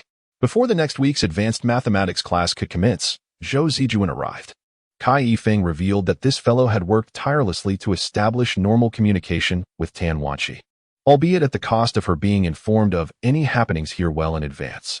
He would go to great lengths to find topics to converse with Tan Wanqi about, leaving thoughts of brotherhood far behind. Zhou Zijuan found Chen Zier in the cafeteria, where he was having dinner. She plopped down opposite him, visibly irked. Chen Zier felt there was little hope for any future with this girl, as their connection remained tenuous and unresolved, rendering it an act of irresponsibility towards her. Thus, he chose not to explain or offer comfort, but rather resolutely stated, "You shouldn't waste your time on me." Zhou Zijuan, upon hearing this, was infuriated, declaring her willingness to do so. Chen Zier sensed that continuing the conversation might lead to a quarrel, so without further ado, he picked up his tray and left. Zhou Zijuan wanted to call after him, yet hesitated, witnessing Chen Zier in such a manner for the first time. After finishing his meal, Chen Zier went to the bathhouse for a shower. Later that evening, he returned to the dormitory and played mindless games on Lu Cheng's console for 2 hours. Matters of romance vexed him, and the monotony of school life felt torturous, consisting solely of classes that he would surely find unnecessary in the future. The next day, Chen Zier skipped class to check on the renovations at the pudding convenience store. The premises had already been rented by Sun Hong, and the relevant contracts were signed. Sun Hong had procured a modest interior designer for Chen Zier, who reflected that he didn't require a particularly talented designer. He had seen many excellent convenience store layouts and merely needed someone to bring his vision to life. After leaving the convenience store, Chen Zier did not return to school. Instead, he went to the Tianyi training class to find Han Qian. Since it was a weekday, the atmosphere was quieter, with students occupied at school. Han Jia, I'm here to mooch off your meal again. Han Qian, idly passing the time in the shop, was delighted to see Chen Zier. He enjoyed spending time with this piano teacher, as he didn't have to pretend to be a teenager. Before Han Qian could begin cooking, Chen Zier assisted her in gathering vegetables. Artistic individuals tend to have more delicate sensibilities. It was clear to Han Qian that Chen Zier's visit was not merely for food, as she detected a hint of frustration in him. Is school not going smoothly for you? Not that it isn't going smoothly. It's just a bit different from what I had envisioned. What did you envision? Chen Zier, unafraid of her ridicule, candidly shared his aspirations. My original dream was to attend university, to read books I adore on sunny afternoons, cradling the girl I love, who loves me in return. I envisioned earning enough money to share the beauty of life with her, and after graduation, we would marry immediately and travel together to Europe, North America, Southeast Asia, and explore the world. I desire for her to be entirely untroubled by the burdens of livelihood. Each day, we would indulge greedily in the warmth of the sun upon the beach and bask in the splendor of nature. We could nurture a cat and a husky in our home and reside in a seaside apartment with expansive windows that frame breathtaking views. We would have a few well-connected friends to invite over for joyous gatherings. There would be no need for alarm clocks to fear tardiness to work, nor would we need to fret over our bank balances. This is the life I envision. At first, Han Qian was taken aback, but soon she could not suppress her laughter, remarking, "Why does this feel like the fanciful dreams of a spoiled heir? It lacks any pursuit of purpose." Chen Zier, unyielding, countered, "What do you mean by lacking ambition? I find this pursuit particularly admirable." Han Qian shot him a disdainful glance and inquired, "Haven't you already amassed a significant fortune? Moving toward this very goal? Why are you not content now?" Chen Zier found himself at a loss, admitting, "I feel as though I am bound by something. Zhou Zijuan professed her feelings for me, and I turned her down." Han Qian responded with a knowing "oh," aware of the underlying tension, but refraining from prying further into the affairs of youth, deeming it inappropriate. Chen Zier grinned, "Us young people? Huh, as if you were ancient." Han Qian dismissed the issue of age and shared her insight. "So, you feel a sense of guilt towards Zijuan, but find yourself unable to make amends, correct?" Chen Zier nodded, sighing, "Such occurrences were never part of my original plan." Han Qian teased him, "To be honest, I think a monastic life may suit you. You seem entirely disinterested in the tribulations of the worldly realm. Is that even feasible?" Chen Zier, exasperated, replied, "What am I to do? I did not invite you to disparage me." Han Qian, with a serious demeanor, recounted, "I remember when I graduated from piano school. My mentor advised us to embrace art while also confronting the realities of life. He once said, 'In this world, there are no trivial matters, only mundane affairs.'" Chen Zier fell into deep contemplation. He yearned to pursue lofty art while shedding the trivialities of life, yet remaining grounded in reality. For you, do not always aspire to evade the mundane in pursuit of a life free from worldly concerns. That is unattainable. As for your inquiry about solutions, I believe you must confront these realities. Do you wish to escape? Yet, you cannot evade any of these mundane affairs, for you are a participant in this world, not merely an observer. These final words struck Chen Zier like thunder, leaving him breathless. Chapter 22. I Revel with the World, Part 1. After a prolonged period of leisurely days, one may find themselves feeling ennui. Similarly, after enduring a stretch of tense days, one may feel devoid of joy. To spend a lifetime upon the beach may eventually render it akin to a landfill. Such is the peculiar nature of humanity. Chen Zier had already experienced over 6 months of leisurely existence, which likely contributed to his recent struggles with the rigors of school life. Han Qian was indeed correct. He was a participant in this world. On March 16th, after nearly a month of diligent effort, Sun Hong's renovation work was finally completed. Chen Zier took a look around and found that it largely aligned with his vision. Although he was not well versed in the intricacies of design, he recognized that it embodied a minimalist modern aesthetic. The floor was a reflective silver gray, and the walls were adorned with tiles. While the cash register area featured several pieces of linen-colored wood panels, humorously inscribed with the phrase, "Isn't it wonderful to have pudding?" This was the tagline he had envisioned. Slightly embarrassing, yet he accepted it as it was. The entrance was a glass door, and the original concrete walls had been replaced with curved glass, situated perfectly at the corner of the street. This curved tempered glass, however, was not inexpensive. Nevertheless, Chen Zier insisted on its use, even having a long table placed beside the glass, resembling a bar counter, where customers could gaze upon the quaint and classical gate of the university. In the evenings, the view was serene and delightful. Chen Zier believed that someone would appreciate this place. The first phase of the project had been completed, with the renovation costing over 60,000, significantly more than a typical convenience store.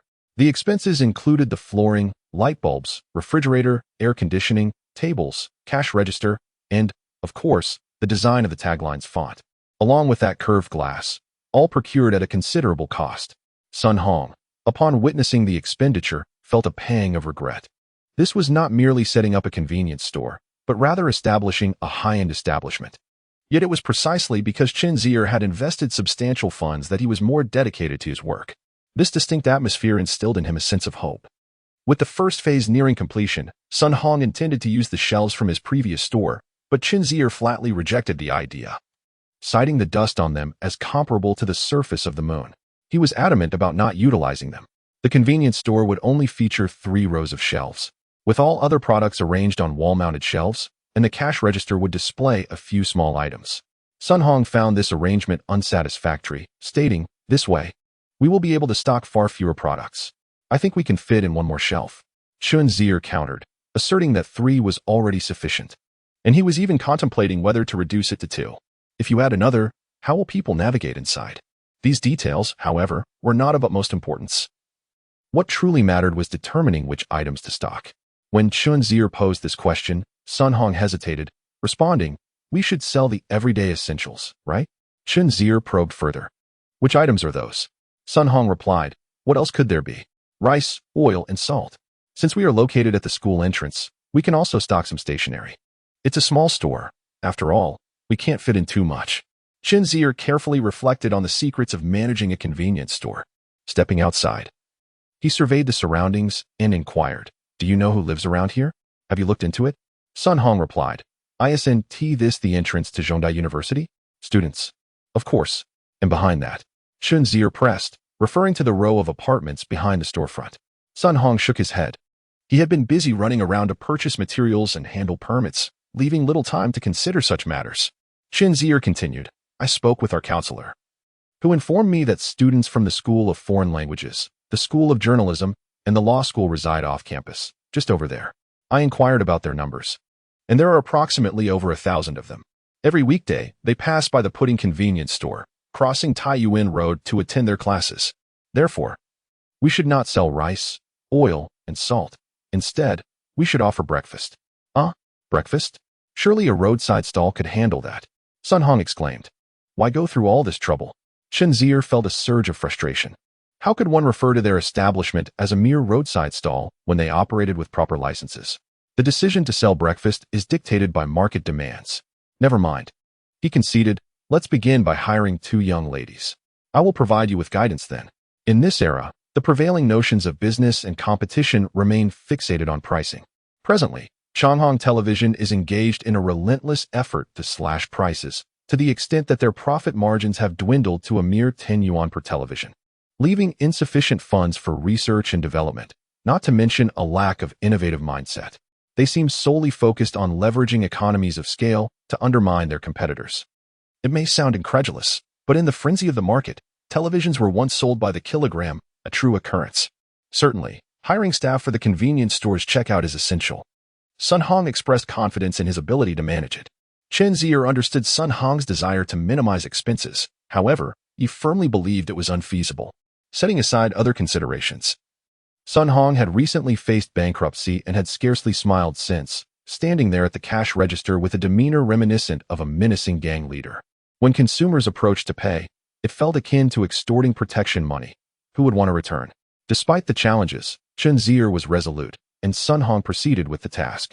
The criteria for hiring were twofold: a cheerful disposition and pleasing appearance. Sun Hong, with a puzzled expression, remarked, This has nothing to do with our job. Are we hiring employees or simply seeking attractive young women? Chen Zier chuckled in exasperation, urging him to act swiftly. These are precisely the qualities our position requires. The machines handle the calculations. Anyone can be trained. Moreover, remember the order of my criteria. Optimism must come first. We don't need any ice princesses who assume they are goddesses. In this day and age, job opportunities are scarce. And given Chen Zier's modest monthly salary of 900 yuan, within 2 days, Sun Hong had successfully recruited the staff. Upon receiving his call, Chen Zier arrived at the store. He conducted a brief assessment. The 2 young ladies appeared somewhat tense, likely informed by Sun Hong of the presence of the owner. Yet, they managed to muster the courage to greet him. "Hello, boss." Chen Zier nodded in return. A quick glance confirmed they met his requirements. Their appearances were satisfactory, and they exuded a pleasant demeanor for customers. Chen Zier acknowledged Sun Hong with a nod, indicating he had done well. With arms crossed and leaning against the checkout counter, he faced the 2 young women. "Allow me to introduce myself. My surname is Chen, and I am Chen Zier." The 2 young ladies immediately bowed, exclaiming, "Hello, Mr. Chen." Feeling a hint of awkwardness, he quickly reassured them, "Please, relax. I am not the type to instill fear. Let us start with a brief self-introduction so we can get to know one another." The young lady on the left spoke first, exuding confidence. "Hello, Mr. Chen. My name is Shi Yangqing, and I am from Northern Anhui. I have previously worked as a cashier and am quite familiar with this role. I am confident I can excel." Chen Zier nodded, noting her articulate speech and the charming little canines that appeared when she smiled. She was indeed delightful. Next, on the right side, Mr. Chen, "Greetings. I am Hua Ruoqiu, hailing from southern Jiangsu. I believe I can provide excellent service to our customers and excel in this role. It appears I have not previously worked in such an establishment." The young lady is slender and fair, speaking with a melodious charm typical of Jiangning girls. Sun Hong applauds nearby, feeling particularly pleased with his hiring choices, at least appreciating that they are not stuttering. Chen Zier nods in approval, remarking, "It seems that Boss Sun has recruited 2 talents for our shop." This compliment for the 3 of them lightens the atmosphere considerably. He continues, regarding the job responsibilities. "Sun Hong should have discussed with you the tasks of cashiering and daily operations, including store cleanliness. I shall not reiterate those points. What I wish to emphasize today are the operational philosophies of Pudding Convenience Store, our service principles, and certain crucial aspects that I believe you need to grasp. Sun Hong, you should listen in as well. Although our store currently consists of only 4 individuals, even the smallest sparrow possesses all its vital organs." Sun Hong's expression grows serious. With 2 employees now, he must adopt a certain demeanor befitting his role as a small business owner. Chen Zier ponders for a moment. He has much to convey. Yet he must consider where to commence. Finally, he states, "Let us begin with the benefits. The monthly salary is 900 yuan. Currently, the average wage for workers hovers around 800 yuan. While Zhonghai may slightly surpass the national average, 900 is still quite substantial. Furthermore, this is not your sole income for the month. My intention is for you to receive commissions based on daily sales. The specific amount will require discussion with Sun Hong. But rest assured, there will be commissions. During festivals, I shall ensure you are not left empty-handed." The 2 young ladies' faces light up with joy. Chen Zier has never been one to be stingy. Holding on to substantial wealth while spending little only serves to dishearten employees. Secondly, I hope you can adopt a sense of ownership. This is not a mere slogan. It pertains to the core operational philosophy of Pudding, which I will elaborate on gradually. The 2 young ladies widen their eyes, and Sun Hong adopts a serious demeanor. Given the considerable amount Chen Zier wishes to convey and the possibility that they may not fully comprehend or retain all the information, he pauses to request Sun Hong to bring over a few notebooks and invites the 3 to sit at the long table, allowing them to listen and take notes. "You certainly need not remember the welfare details. The most memorable part of my speech will be that." The 3 chuckle. Chen Zier continues, "First, the variety of products in the convenience store must maintain a high turnover rate. It is unlikely that our initial stock will sell out completely. There will inevitably be some surplus, unsold items, and the subsequent waves of inventory will also encounter similar issues. These are the products that need to be phased out. Thus, your regular tasks will involve monitoring and analyzing the sales volume of each item over time. I do not wish to see products that sold only a few units in a month reappearing in our inventory. This responsibility falls to both of you. Sun Hong is not accountable for this. Do you understand?"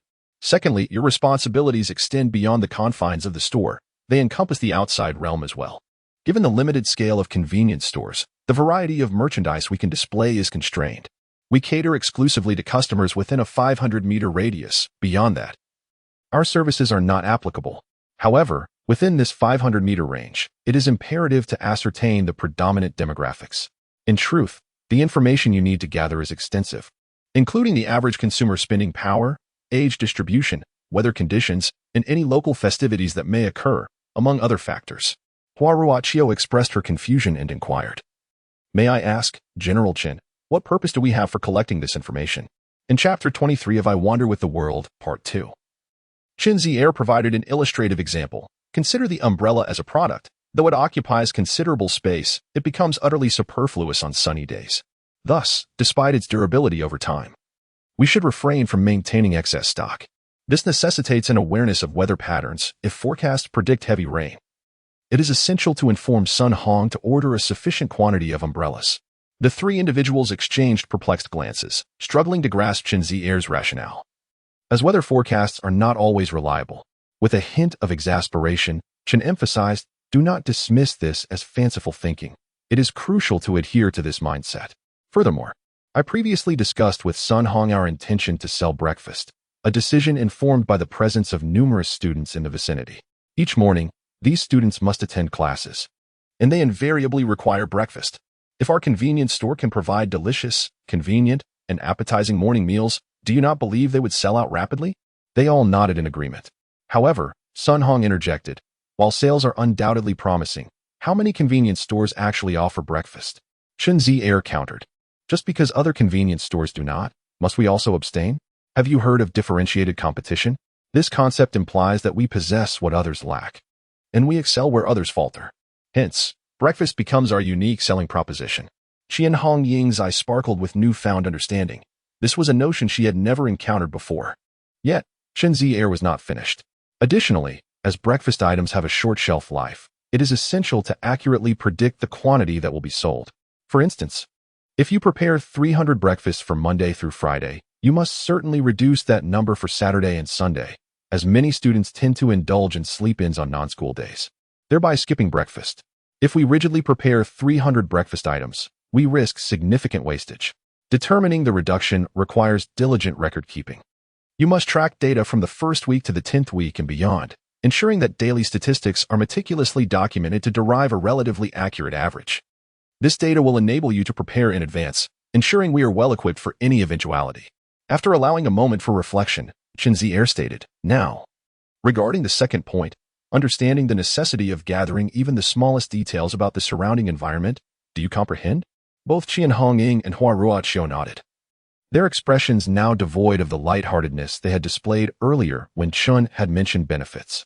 This is undoubtedly a challenging task, as it essentially requires the forecasting of each day's future.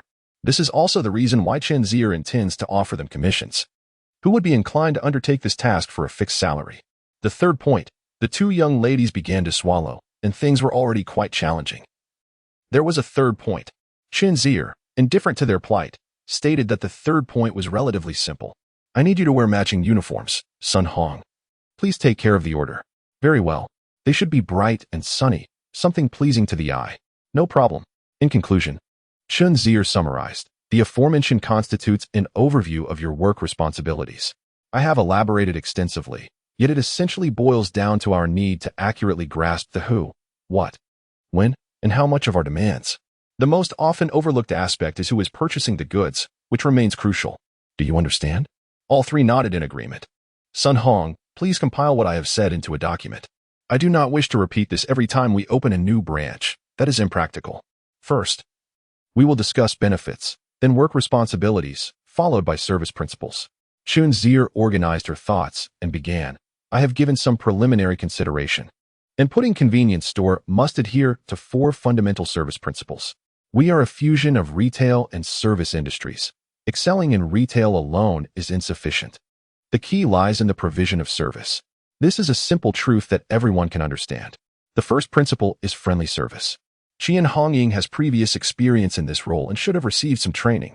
In simple terms, the customer is king, and one must respond to every inquiry with a smile. There are even exercises involving chopsticks to practice smiling. Chen Hongying's complexion flushed slightly, and she nodded gently. In essence, business is not fundamentally about systematic industries. It is merely an individual enterprise, and the crux is to serve people well.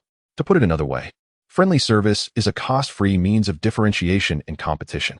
You too must value this principle, regardless of how inexpensive the products are, how comprehensive the offerings, or how luxurious the store's design and decor. If your attitudes are indifferent, devoid of smiles, with faces as cold as poker cards, and you do not engage with customers, making them feel unwelcome, they will ultimately refrain from entering our store.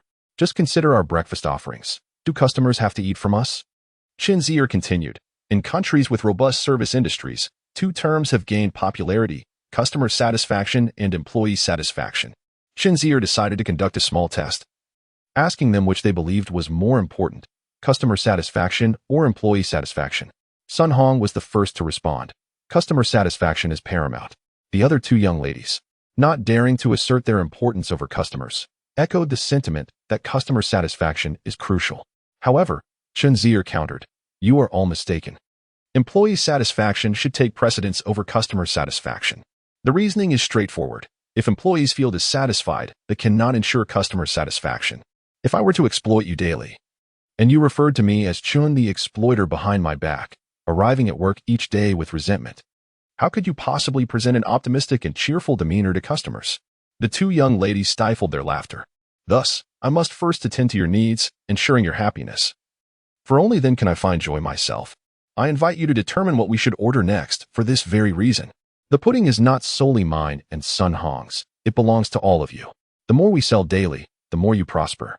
Thus, when deciding on the types and quantities of our orders, your sense of involvement is paramount. Maintaining daily joy is a challenging endeavor. Merely relying on salary increases and improved working conditions to keep you happy is insufficient.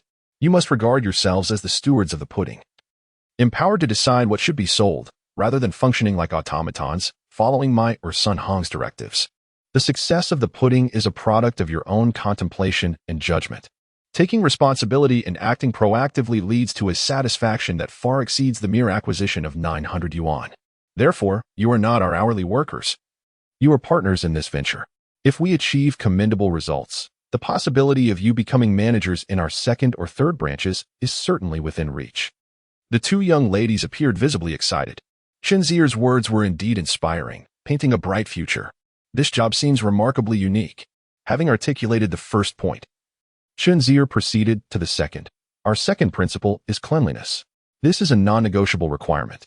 I may arrive unexpectedly, and if I observe dust on the shelves, at the cash register, on the floor, or even on the glass, including the restroom, I will not hesitate to voice my criticism, potentially leading to wage deductions. This matter is straightforward. A clean environment is essential. Thirdly, there is quality. The quality of our products is crucial. While affordability is important, quality is paramount, especially as we plan to sell breakfast. The taste and freshness of our food are vital. Although we cannot prepare everything on demand, we must ensure our offerings are palatable. Sun Hong, you are responsible for this. During procurement, you must prioritize safety and ensure a satisfactory flavor profile. Food poisoning constitutes a serious offense, and we must grasp the significance of this. Sun Hong assured, "I will rigorously oversee this. Unsafe food will not appear on our shelves." Chen Zier nodded. The fourth point concerns the variety of products. This can be viewed from two perspectives. First, given our limited store size, we cannot carry every product. Nor could I afford to do so. Money Hongying and Hua Ruacho chuckled at that. So what do I mean by a comprehensive selection? This ties into your task of gathering information. We should stock items that residents within a 500-meter radius require. Items that are seldom needed, such as expensive branded teas, should not be included. Having concluded his address, Chen Zier clapped his hands and said, "I have conveyed all I intended to share. Please feel free to express any thoughts or requests. The remaining task is to immerse yourselves in your work. By the way, although I have established that you two will decide on the order quantities, given your lack of experience, Sun Hong, you should initially guide them." Sun Hong had no objections. In fact, he felt somewhat uncertain, but with Chen Zier's assurance, he felt much more at ease. After the conclusion, Hua Ruaqiu, having never engaged in such matters, sought Chen Zier for clarification on certain details. as his explanations were somewhat convoluted and difficult to comprehend. In truth, Chen Zier himself had little practical experience. His insights were derived from books, and one could argue they were merely theoretical musings. Nevertheless, guiding a small shop should pose no significant challenge. Moreover, it was of little concern to him, as long as Sun Hong was knowledgeable about the specifics. The ordering process was managed by the two girls, while the procurement channels fell under Sun Hong's purview. Chen Zier found himself somewhat adrift, uncertain of his own role. He mused that he might as well await the profits. The thought invigorated him. Earning this money imbued him with a sense of accomplishment, fostering a feeling of participation. Although he had previously made some gains in the stock market, they felt detached from him, an effortless victory lacking satisfaction.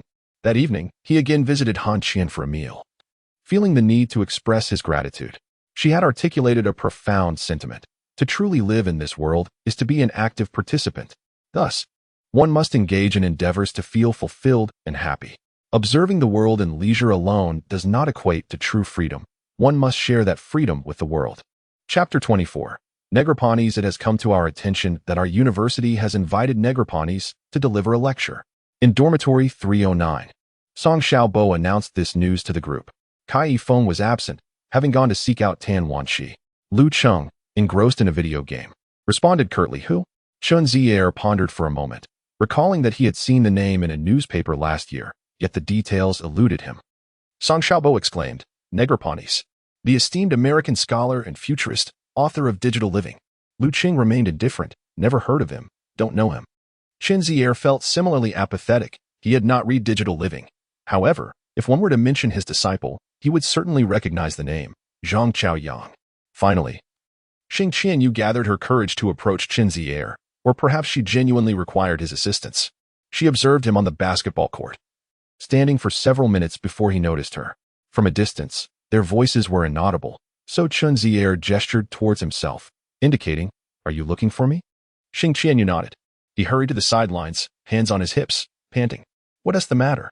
she asked, squinting against the sunlight, her eyes narrowed against its brightness. Being shorter than Chen Zier by several centimeters, she tilted her head to inquire, "Do you know Negroponys?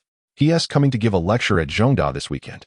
Hearing the name for the second time today, Chen Zier found it curious. "I know he is coming to speak, but what is he known for? Is he famous? Have you read Digital Living?" she pressed.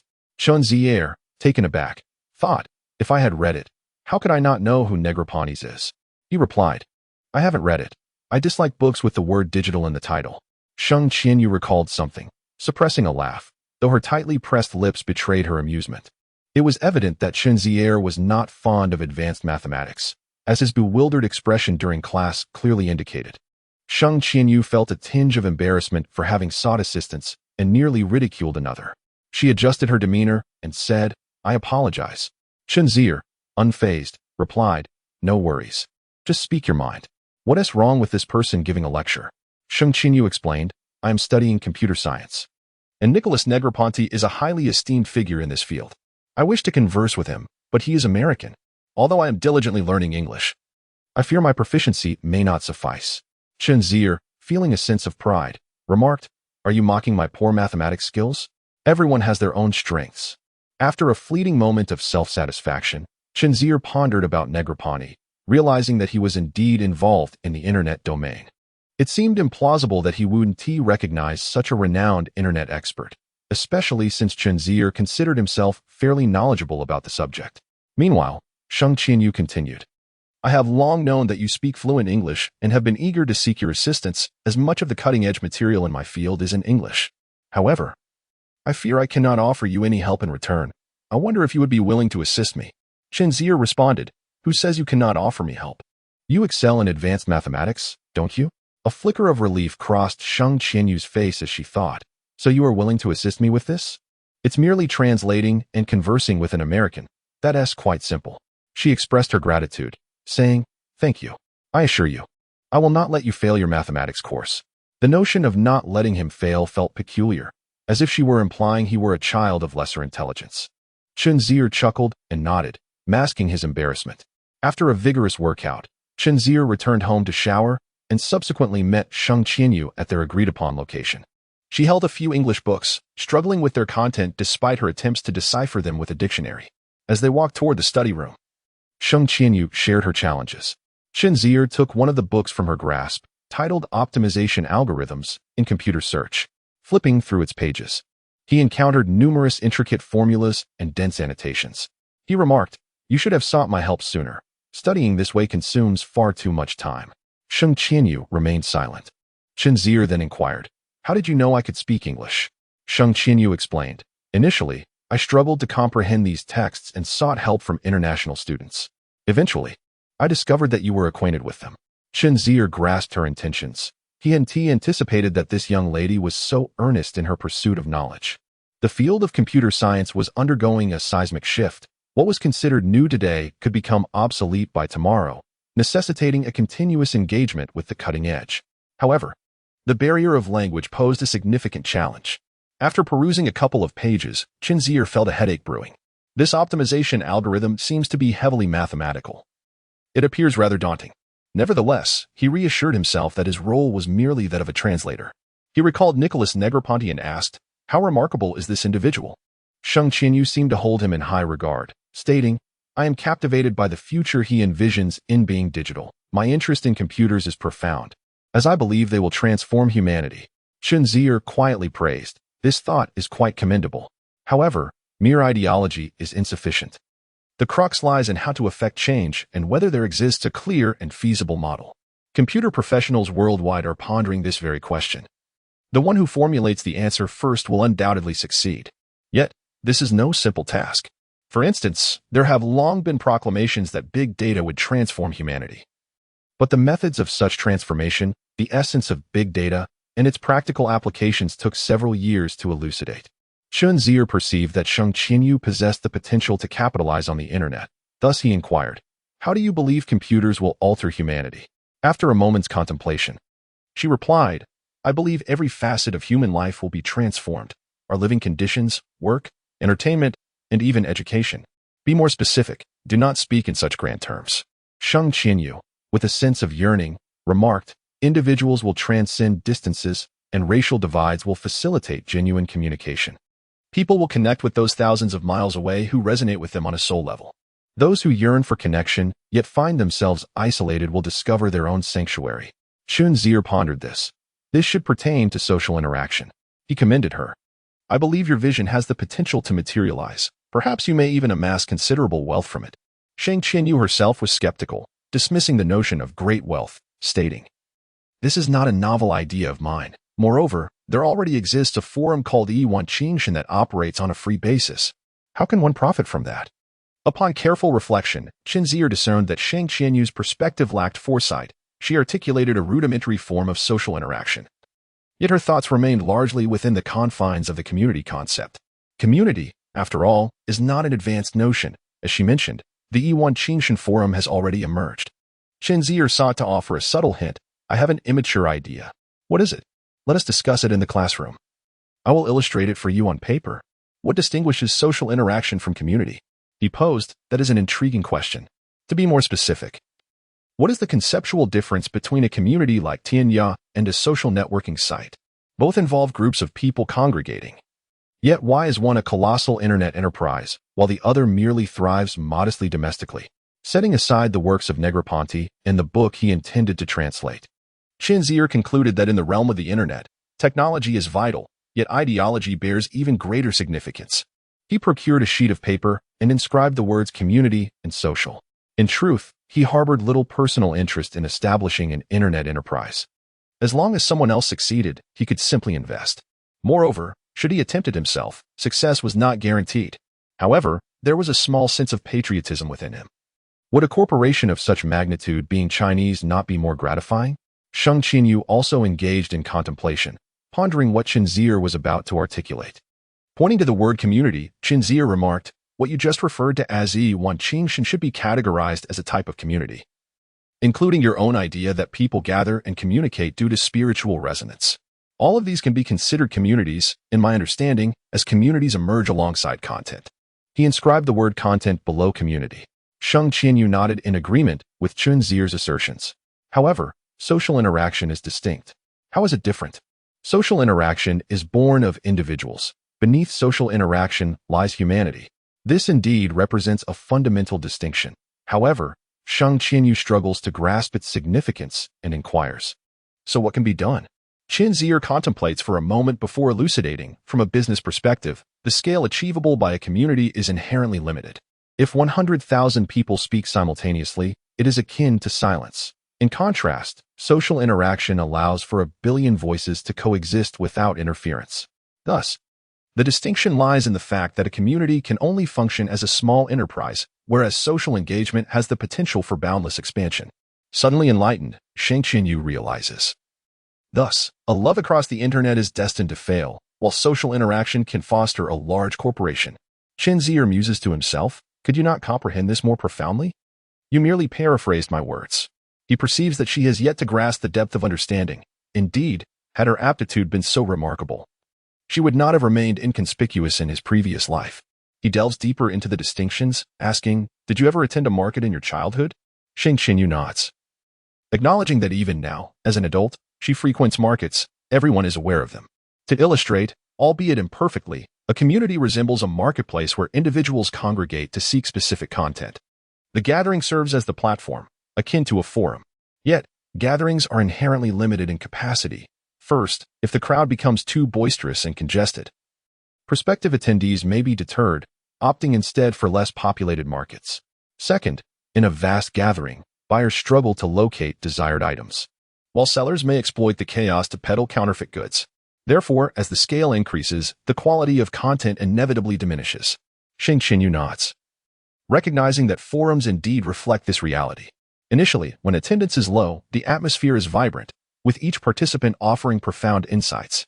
However, she has also noticed that as numbers swell, the allure of engaging content wanes, interesting souls are scarce, and the influx of diverse individuals often leads to unwarranted disputes. This represents an intrinsic flaw of communities. Chen Zier himself has observed remarks online such as, years without participating in Tianya, and now it has become like this? Yes, communities do experience user attrition. But how often do you encounter individuals claiming years of inactivity? Perhaps there are some. Accounts might remain dormant for years if one were imprisoned. Chapter 25. You are a genius what, then, of social interaction? What does it resemble? Sheng Qianyu begins to take an interest in this question. Beneath the term social interaction, Chen Zier inscribes the words streets and alleys. Social interaction is more akin to a street or a village, where individuals engage not for the purpose of acquiring goods. Much like conversations with neighbors, there is no expectation of gain from these exchanges. It is instinctual, for as humans, we communicate. Furthermore, your dialogue with your neighbor does not impede the exchanges among others in the village. In this realm, communication is born not from content, but from humanity itself. Thus, the essence of social interaction lies in the individuals involved. Sheng Qianyu ponders deeply, concluding, so you are suggesting that one pertains to people, while the other pertains to content. Chen Zier nodded and remarked, in the tangible world, due to geographical constraints, distances, and the limitations of village sizes, this community cannot be vast. However, once transferred online, these restrictions vanish, allowing this group to expand infinitely. Each individual may converse only with those they are familiar with. Yet these familiar faces transcend the boundaries of real-life friends and classmates, enabling the discovery of intriguing personalities. Sheng Qianyu was astounded, inquiring, where did you come across such notions?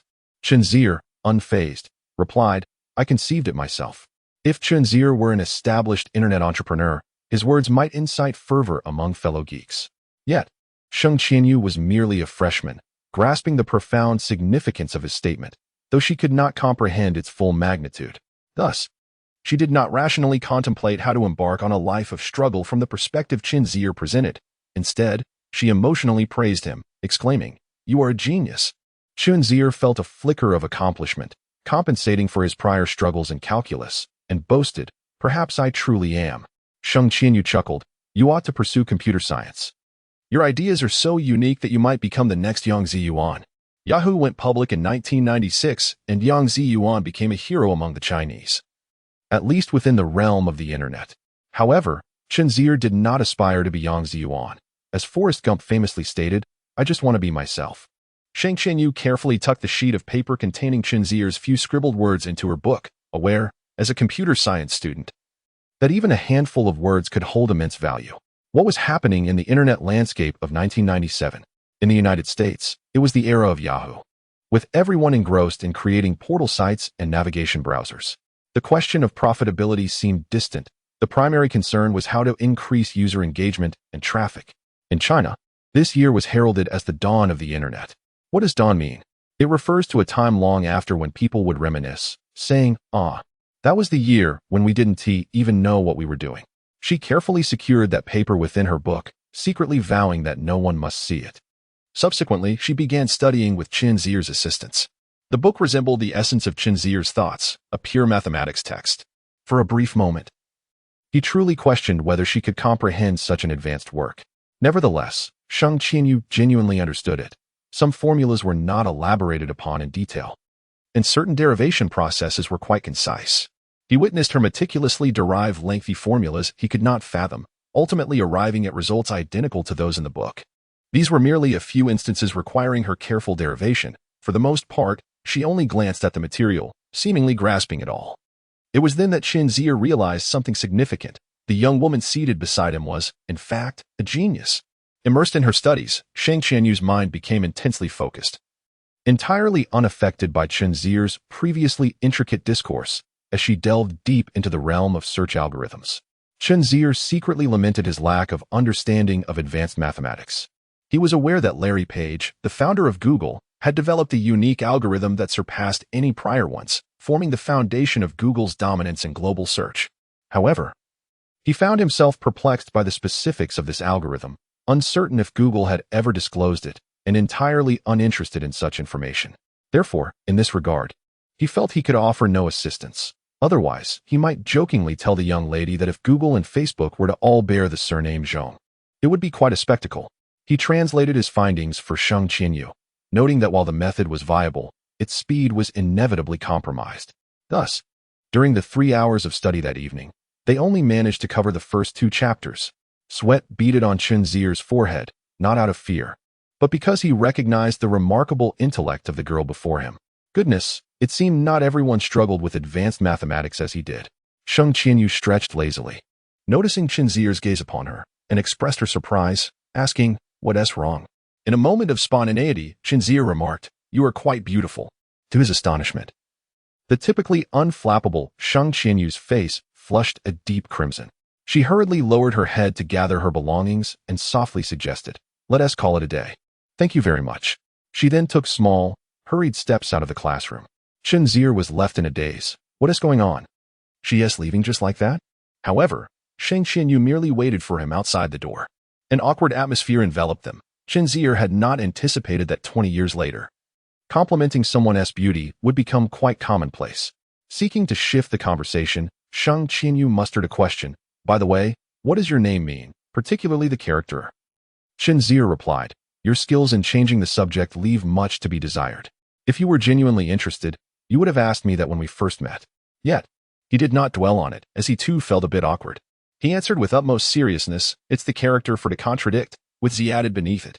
Sheng Qianyu furrowed her delicate brows in thought for a few seconds before exclaiming, "And that character? If you want me to recognize it, I truly don't know it." Chen Zier had long grown accustomed to this. That character was indeed somewhat obscure. "Who named you, and what does it signify?" she inquired.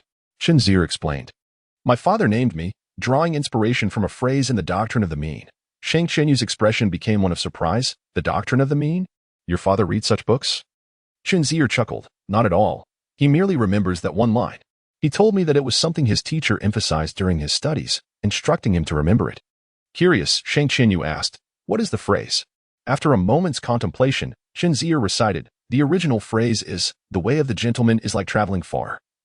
One must start from near, and to ascend high, one must begin from low.' The character signifies the near place, while bay denotes the low place. Essentially, it means that to achieve great distances, one must start from close quarters, and to reach great heights, one must begin from humble beginnings. My father chose this character to encourage me to be a grounded individual, to progress steadily and avoid lofty aspirations." Sheng Qianyu gazed at him with envy. "You have a wonderful father." Chen Zier did not grasp the implication of her words. "Do you mean to say you do not have a father? Or perhaps your father is not commendable?" After a moment's hesitation, he refrained from voicing his doubts, wishing to avoid further awkwardness. Sheng Qianyu resided in the girls' dormitory at Ju Yuan. which was not far from Chen Zier's Jiyuan, so he first escorted her back. As they parted ways, Sheng Qianyu expressed her gratitude sincerely, her demeanor formal as she said, "I truly appreciate your help today." Chen Zier smiled, sensing that this young lady was perhaps overly polite. It might stem from her somewhat timid nature. Always hesitant to trouble others, preferring instead to consult a dictionary while studying alone. Having known Robert and Karen for quite some time, he mused that this girl might have known long ago that she would be able to speak and read English, yet had hesitated until now to express it. Wanting to lighten the atmosphere, Chen Zier responded casually, "We help each other. As you said, you won't let me fail calculus." Sheng Qianyu smiled faintly and turned to enter the building. For several consecutive nights, Chen Zier studied with Sheng Qianyu in the classroom, and she gradually transformed from her initial nervousness into a more relaxed demeanor. However, on Friday evening, he did not accompany her to serve as her translator. In the afternoon, Chen Zier had to attend a piano practice at Tianyin training class. His diligent practice had begun to yield results. He could now clumsily play the wedding in dream, albeit with frequent mistakes. Yet, this was already commendable. What he did not anticipate was that Zhou Zijuan would also arrive on Friday. Typically, this girl would only come during her weekend part-time job, so her presence today was unexpected. Recently, Chen Zier had been intentionally avoiding her. They often encountered each other at Tianyin, but this semester, he had tried to refrain from visiting on weekends. Over time, Zhou Zijuan had started to sense his avoidance. She was no fool. Unfazed, Zhou Zijuan decided to seek him out regardless, enlisting Han Qian to notify him, and Han, unable to refuse, complied. Soon after Chen Zier arrived, she appeared. Chen Zier thought to himself that since she had come, he might as well confront the situation head-on, as Han Qian had suggested. Given Zhou Zijuan's assertive character, avoidance was not a viable strategy. While Chen Zier practiced the piano, Zhou Zijuan behaved normally, providing him with constructive criticism and guidance, leaving him feeling somewhat embarrassed by her diligence. In the evening, as Han Qian prepared dinner, Chen Zier felt a slight urge to slip away, but Han insisted he stay, saying, "If the girl has the courage to face you, what are you afraid of?" With a sigh, Chen Zier decided to remain, realizing that if he continued to evade her, the situation could become even more complicated. Zhou Zijuan had also ventured into the kitchen, previously inexperienced in cooking, now learning from Han Qian. Alone in the small living room, Chen Zier watched television, though he found it utterly uninteresting. In the kitchen, Han Qian observed Zhou Zijuan studying intently, initially feeling annoyed by her presence, but unable to voice her frustrations upon recognizing the effort she was putting in. "Zijuan, do you have feelings for Chen Zier?" This was the first time she had broached such a topic with Zhou Zijuan. Caught off guard by the question while focused on the pot, Zhou Zijuan momentarily froze. However, she soon chuckled and said, "Did you figure it out?" Then, feeling a bit embarrassed, she asked, "Did I make it that obvious?" Han Qian was speechless. It was as if it were written on her forehead. Zhou Zijuan, unfazed, simply grinned foolishly. Han Qian couldn't help but mentally lament and reproach Chen Zier. What a wonderful girl Zhou Zijuan is. Beautiful, youthful, and vibrant. Yet Chen Zier remains indifferent. How utterly absurd. "Hey, be gentle with the scallions. The oil might splatter and burn you," Zhou Zijuan cautioned. I know. What do we do next?" Han Qian shook her head and replied, "That boy is truly unaware of his fortune. You've never cooked before, have you? Yet for him, you're willing to learn from me." Zhou Zijuan said, "What can I do? He loves your cooking and sneaks over without telling me. What about next? Can we add salt now?" Han Qian quickly interjected, "Save the salt for later. Let it simmer for a while first." She pondered for a moment. Although she greatly admired Zhou Zijuan and found her a truly wonderful person worthy of Chen Zier, this matter ultimately required Chen Zier's consent. It couldn't be forced. Having discussed this with Chen Zier before, she realized that Zhou Zijuan's hopes were rather dim. It seemed Chen Zier held little interest in her. Thus, Han Qian sought to offer some words of encouragement. "Zijuan, what is it about that boy that makes you so utterly devoted to him?" Zhou Zijuan smiled and instinctively asked. Then, "Han Jia, why do you love your husband so much?" It suddenly struck her that Han Qian was a widow, and she quickly apologized. "I'm sorry, Han Jia." Han Qian waved her hand dismissively. "It's all right. I know you didn't mean it. In the beginning, I liked him for his talent, his good temperament, his gentle demeanor, and his humble nature. You have no idea how charming he looks when he plays the piano." Zhou Zijuan scrunched her nose and said, "Han Jia, you're infatuated." Han Qian playfully pretended to hit her and continued, As time passed, I couldn't quite pinpoint what I liked about him anymore. It was just a feeling I couldn't articulate. Zhou Zijuan listened, perplexed. Is it really that profound? Han Qian nodded. When you truly love someone, over time, their multidimensionality becomes more pronounced. Certain traits that once stood out may fade, yet your affection remains, even if you cannot express exactly why.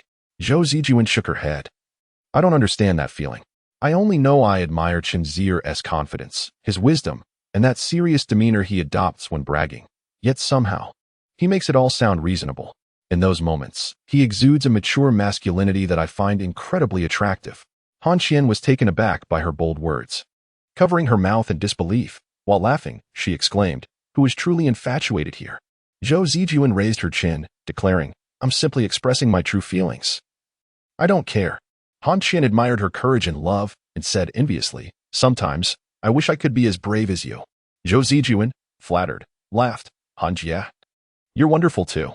Yet the more she praised her, the happier Han Qian felt. Sorrowful words still needed to be spoken. But regarding Chen Zier, Zhou Zijuan was not foolish and understood Han Qian's implication. She felt a tinge of annoyance, yet remained undeterred, declaring, "Regardless, I shall not relinquish my resolve easily. His current disinterest in me does not imply he will always feel this way. And if he does not like me in the future, it does not signify he will never like me at all." This proclamation was somewhat startling, prompting Han Qian to hastily counsel, "Do not be so obstinate. Within this esteemed institution, there are many exceptional young men." Zhou Zijuan furrowed her brow and retorted, "None of them can compare to Chen Zier." Han Qian suddenly recalled something and agreed. Indeed, a young millionaire like him is likely a rarity across the nation. I am not motivated by wealth. I genuinely like him. I have liked him since our first hot pot meal together. Han Qian could hardly believe her ears and pinched Zhou Zijuan's cheek, exclaiming, "Hey, you're a girl. You should exhibit a bit of restraint." Zhou Zijuan firmly disagreed, asserting, "What good is restraint if it won't make him agree to be with me?" Han Qian was deeply impressed by Zhou Zijuan's courage, yet as someone with experience, she understood the pain that could arise from fixating too intensely on unrequited love. This realization led her to feel a certain disdain for Chen Zier. What was it about Zhou Zijuan that he found unworthy? "Are you truly so resolute?" Han Qian inquired. Without hesitation, Zhou Zijuan replied, "On this matter, I would rather be shattered than remain whole." "What resolution have you made that compels you to choose such a fate?" Chen Zier suddenly entered, posing the question. Both women were taken aback. Although Zhou Zijuan was bold, the abruptness of his arrival startled her. She quickly responded, "Oh, it's nothing. We were just discussing a little secret between us." Chen Zier remarked, "A secret, you say? Then why the fluster? Your voices are trembling." Fortunately, Chen Zier's curiosity was not insatiable. He was more concerned with food, asking, "I'm hungry. Is dinner ready?" Han Qian nudged him out, saying, "What is your hurry? The one waiting for dinner shouldn't be the one rushing us. We will call for you once it's ready. You should step outside. It's cramped in here." However, Chen Zier countered, "I've been listening to your conversation.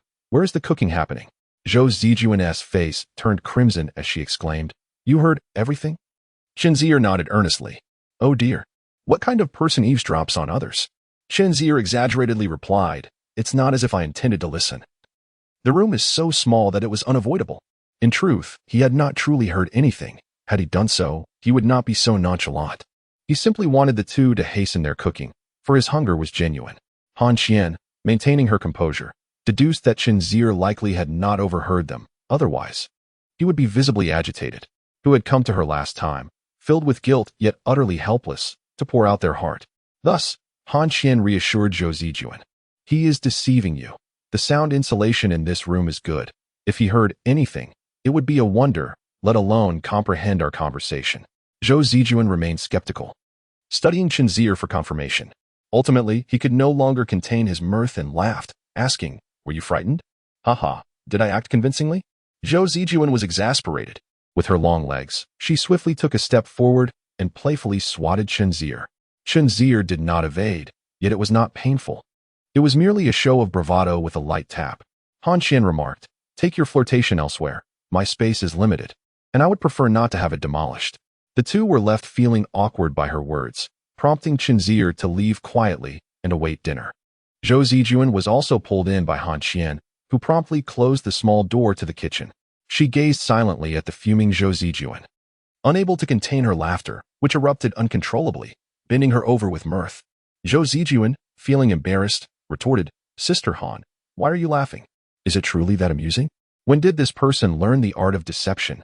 After laughing for quite some time, to the point of shedding tears, Han Qian finally managed to compose herself and said, "Just a moment ago, you declared that you would rather be shattered like jade than remain whole like pottery, and now you're nearly losing your wits in fear. Haha. Aren't you the valiant Zhou heroine? What are you afraid of?" Zhou Zijuan felt humiliated and argued. He arrived so suddenly, and his act was so convincing. Besides, I am, after all, a girl. Hearing such words would naturally throw anyone into a panic. As the atmosphere lightened considerably, Han Qian decided to voice her thoughts. "Zijuan, why not heed my advice and let it go? Life is often filled with disappointments, particularly in matters of the heart. I have witnessed much, and what is forced rarely bears fruit." Zhou Zijuan, with a hint of obstinacy, replied, "I am determined to pursue it." Chapter 27. The misunderstanding from a linguistic perspective. The origin of the term misunderstanding can be traced back to its phonetic resemblance to the English phrase, "a ball that enters one's own goal," while in Cantonese signifies a mistake or an error. It was around the 1960s and 70s that Hong Kong reporters began using to translate such occurrences. The topic of Negropontes resurfaced in discussions. Yet Song Xiaobo refrained from elaborating on the man himself, choosing instead to extol the virtues of his disciple, Zhang Qiaoyang. Cai Feng, however, mocked Song for his inability to appreciate the beauty of women, fixating instead on prominent men. Unfazed, Song Xiaobo replied, "Negropontes' disciples are indeed remarkable." He graduated from Tsinghua University in '86 and obtained his doctorate from MIT in '93. Do you grasp the significance of MIT? And to think, he holds a doctorate. Chen Zier, observing from the side, chuckled, but his expression changed to one of surprise upon hearing the name Zhang Qiaoyang. He turned to Song Xiaobo for confirmation. "What did you just say his name is?" "Zhang Qiaoyang." Chen Zier fell silent, contemplating, then inquired, "Did you mention his company, the one you deem an impressive internet enterprise? What was it called?" "A Texan," Cai Feng replied. "Why are you so anxious? Could it be he has appropriated your name?" Cai Feng laughed in agreement. "Haha, it's possible. You could sue him for infringement. After all, he has wealth." Chen Zier dismissed their banter, lost in thought. "Wait, this is peculiar. Isn't Zhang Qiaoyang's company called Soho? What on earth is a Texan?" Yet upon reflection, such an illustrious background must indeed refer to Zhang Qiaoyang of Soho, who graduated from Tsinghua and earned a doctorate from MIT. There could be no mistake. It seemed he had underestimated this individual. Perhaps he had ventured into entrepreneurship long before founding Soho. Song Xiaobo stated that he graduated in '93. And now it's already '97. Had he returned to his homeland right after graduation, he might have been running a business for several years by now. And it would not be surprising if he had established a company. Chen Zier felt a surge of excitement, since this esteemed scholar was coming. She might as well take a cue from Sheng Qianyu and seize the opportunity to engage with him, eventually introducing herself to Zhang Qiaoyang. Although Sohu is not a giant in the industry, its annual revenue has reached over $1 billion at its peak, and during the early boom of the internet. It was one of the 3 major portal sites, though it gradually declined thereafter. Moreover, aside from financial matters, Zhang Qiaoyang himself is a prominent figure in the internet sector. There are only a handful of individuals at the pinnacle of this circle, and knowing one often leads to knowing the others.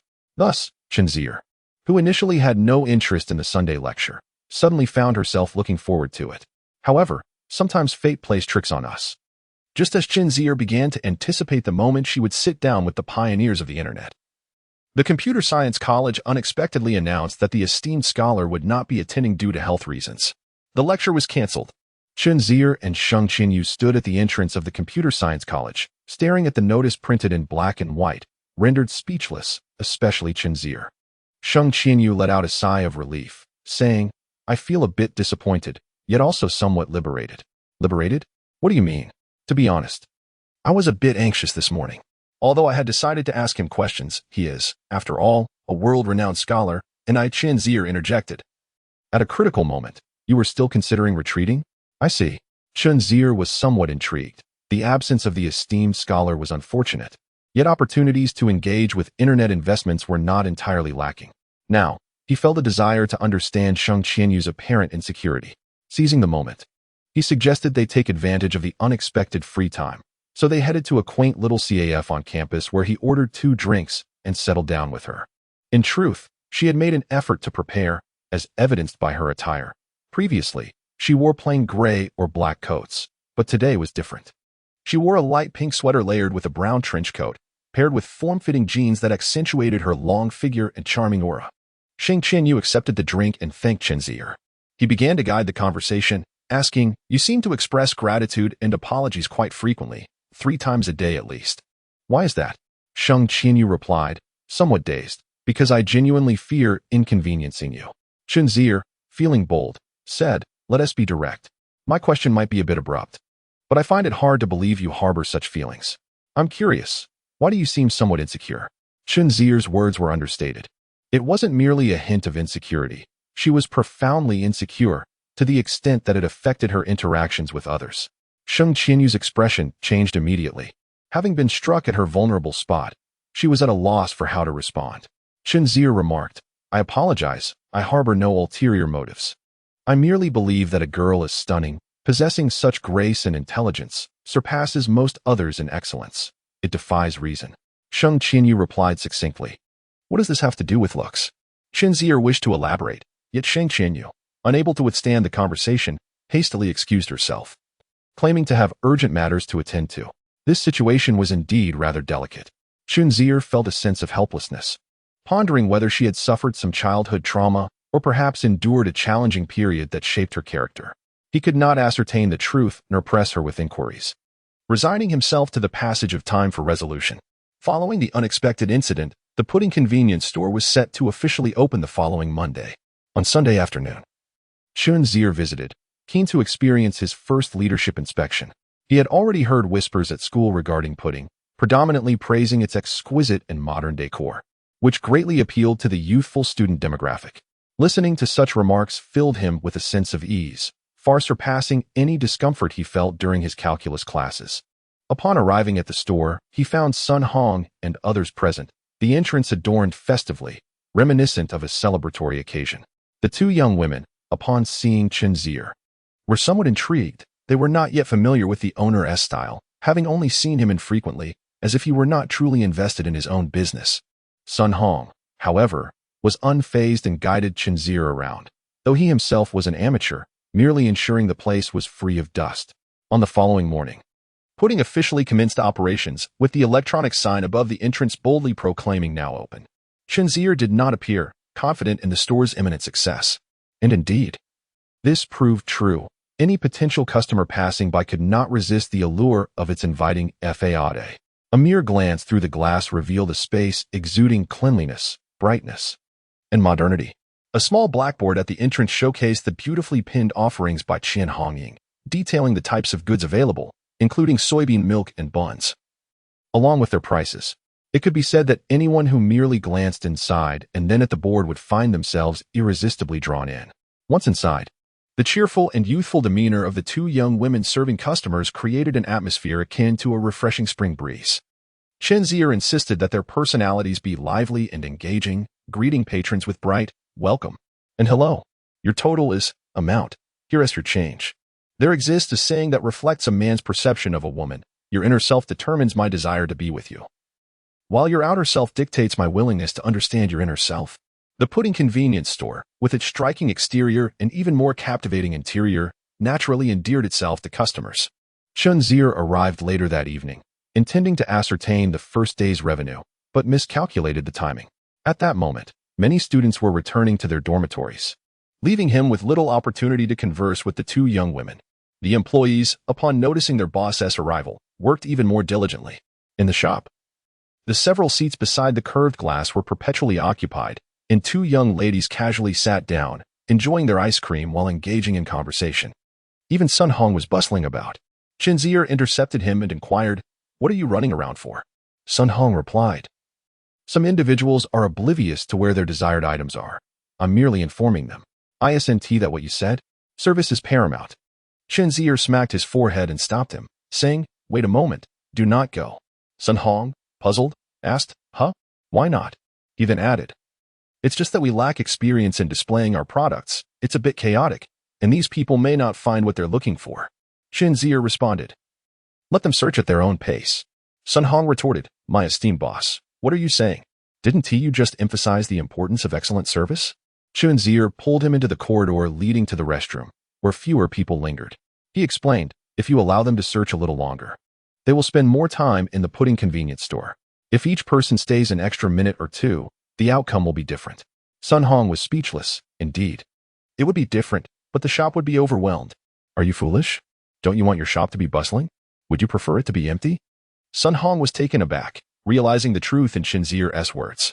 However, he countered, but the crowd is unproductive. We originally served 1 person per minute, and now it's 2 minutes per person. It may seem crowded, but our revenue would consequently decline. Moreover, if outsiders see too many people inside, they might refrain from entering, resulting in losses. Chen Zier couldn't help but regard him with newfound respect. He was quick-witted enough to analyze such details. Sun Hong grinned. Well, I still think I should go. That way, those 2 girls can serve more people, and we can sell more. Yet, Chen Zier stopped him again, acknowledging Sun Hong's cleverness but asserting that it was insufficient. In our small shop, even if you got a few dozen more customers, it would barely increase our revenue by a few hundred. However, the losses would be greater. Losses? How can we incur losses if we're selling more? Chen Zier smiled confidently. Exactly. I want some people outside to see the crowd inside and be deterred, to perceive the pudding convenience store as highly popular, leading them to think, this shop is truly remarkable. Sun Hong exclaimed, you're quite the shrewd businessman. Chapter 28, Zhu Yuan 309. The following day, Chen Zier received the specific sales figures. He ultimately did not wait until the pudding shop closed. The final tally was 1,461. Sun Hong and the others were quite satisfied. Nearly 1,500 in a single day, which would amount to 45,000 for the month, significantly surpassing the typical small supermarket. However, Chen Zier was not content. He remarked, there are over 1,000 students living just outside the school, and considering some residents, that means on average, each person spent less than 1 yuan.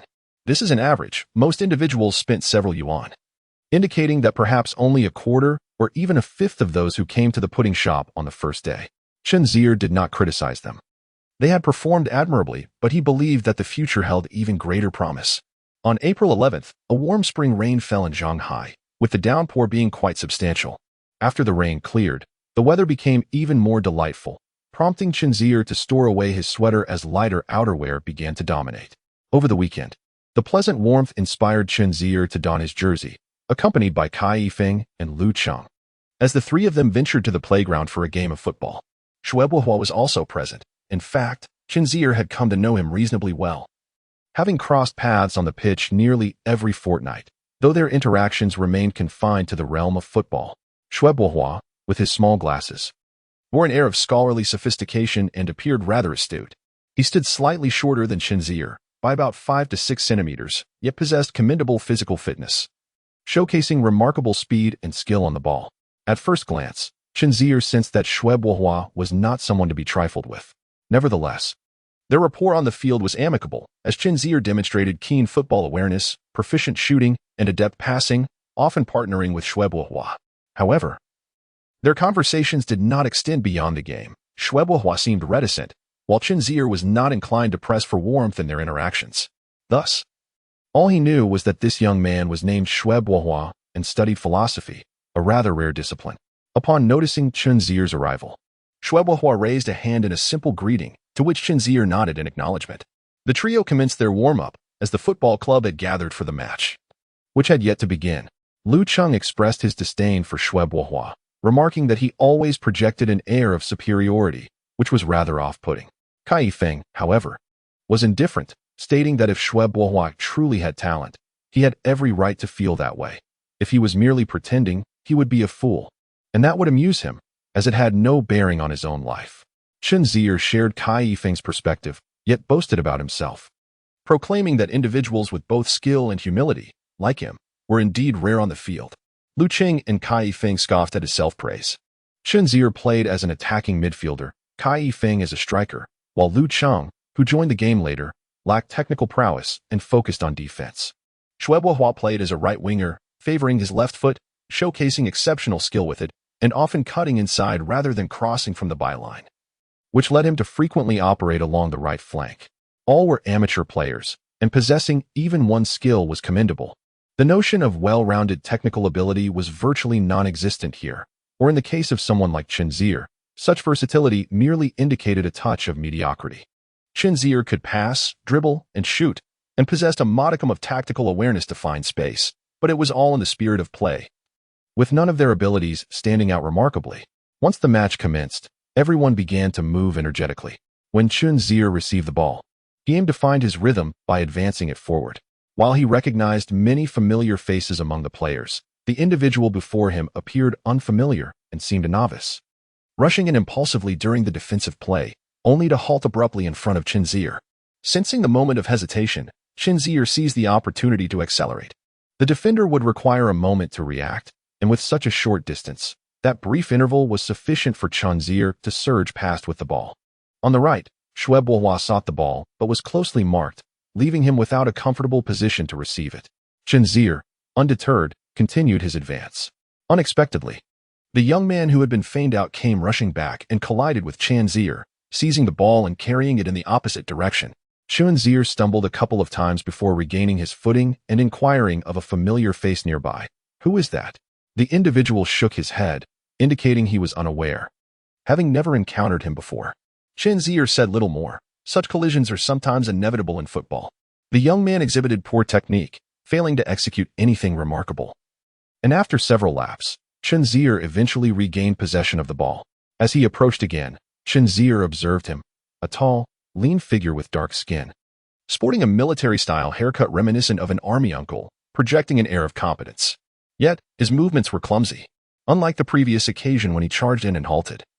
This time he maintained his momentum, but he remained awkward. His eagerness to intercept the ball led him to extend his foot too easily for Chen Zier.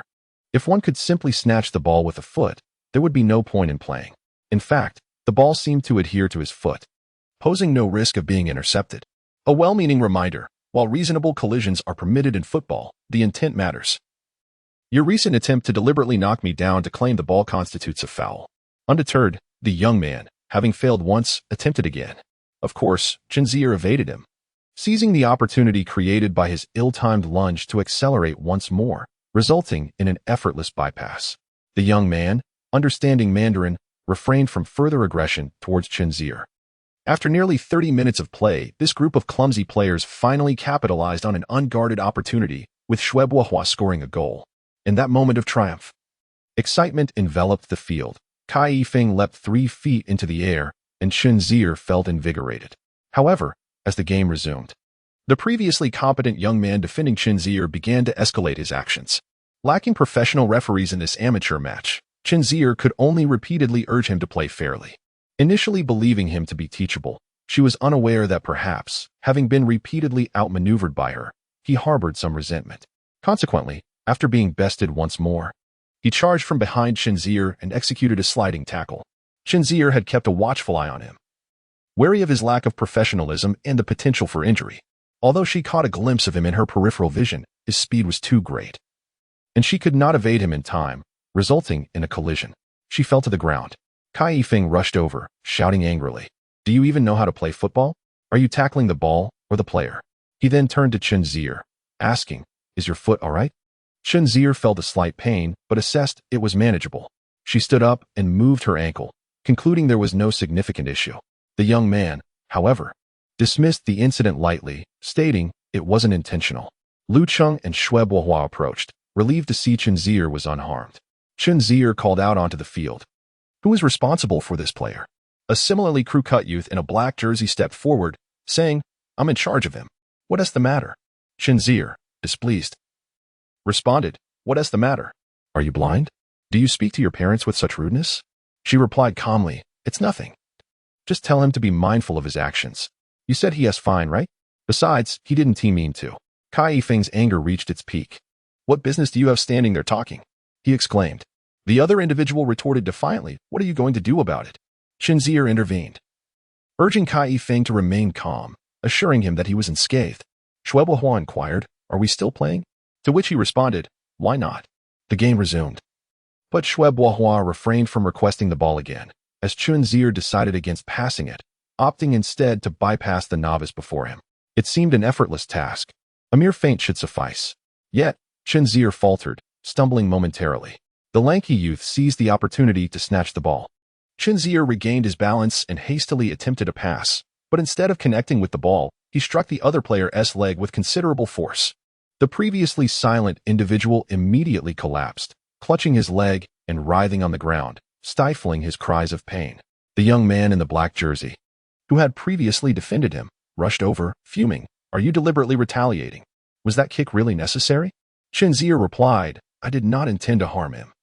He is not in any real danger." Shui Bohua watched from a distance, momentarily lost in thought, before breaking into a smile, contemplating the absurdity of the blunder.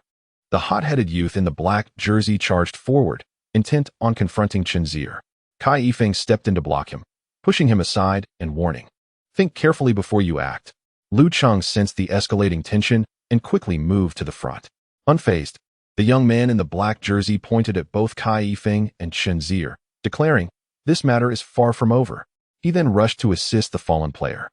Chen Zier, accustomed to the game, recognized that the impact of the kick would undoubtedly be painful, while not necessarily injuring any bones. It would require a few days of recuperation.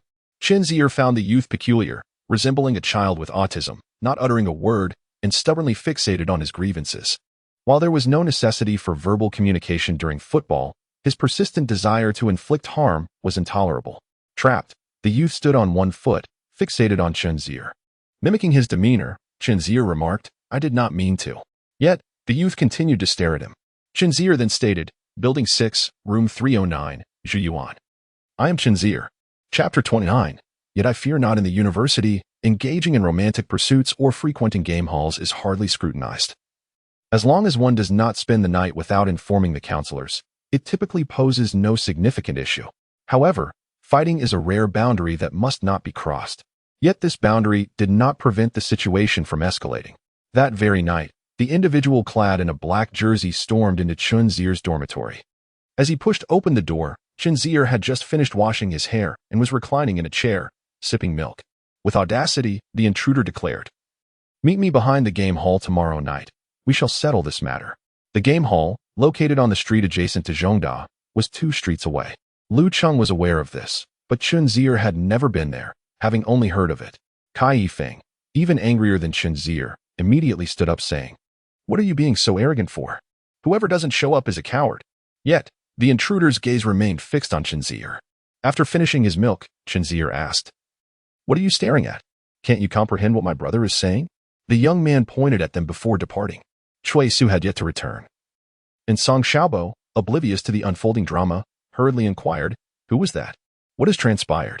Kai Feng was still fuming, cursing as he said, "What a fool, damn it." Like a child with a mental disability. I could tell during the match that he was specifically targeting San Ge. If it weren't for San Ji's quick reflexes, he would have been incapacitated for at least a month. Chen Zier remained far more composed, explaining to Song Xiaobo, "Don't worry, it's just a minor conflict on the field." Song Xiaobo, no longer a child, replied, "This is hardly a minor conflict. It's heading towards a brawl. No, I think we should inform the counselor. We can't let this spiral out of control." Lu Cheng, who had been silent until now, concurred with Song Xiaobo, saying, "Exactly, a bit of verbal sparring is one thing. But fighting could get us expelled." Kai Feng, fearless by nature, shouted, "What nonsense! I've already taken charge. If you tell the teacher, we'll all be seen as cowards. Besides, what can he do? If you two are scared, then San Ge and I will handle it. Let us see what happens." Seeing Kai Yifeng's misunderstanding, Song Xiaobo said, "I'm not afraid of anything. I've been in countless fights growing up. But fighting doesn't truly resolve anything." Chen Zier remained silent, opting not to involve Ho Tao. Unable to persuade them, Song Xiaobo finally said, "Then I'll go with you." Suddenly, Cui Su entered, saying, "I've overheard everything. I'll be there tomorrow night as well." Kai Yifeng, seated closest to the door, was startled by Cui Su's sudden appearance but soon felt delighted, exclaiming, "You don't seem reliable most of the time, but you come through when it matters. You're the best." Chen Zier was also surprised. He had always perceived the cohesiveness of Dorm 309 as weak. Cui Su spent his days at the library studying, while Song Xiaobo roamed the campus, seemingly omniscient, even knowing about lectures in the computer science department, which had nothing to do with transportation.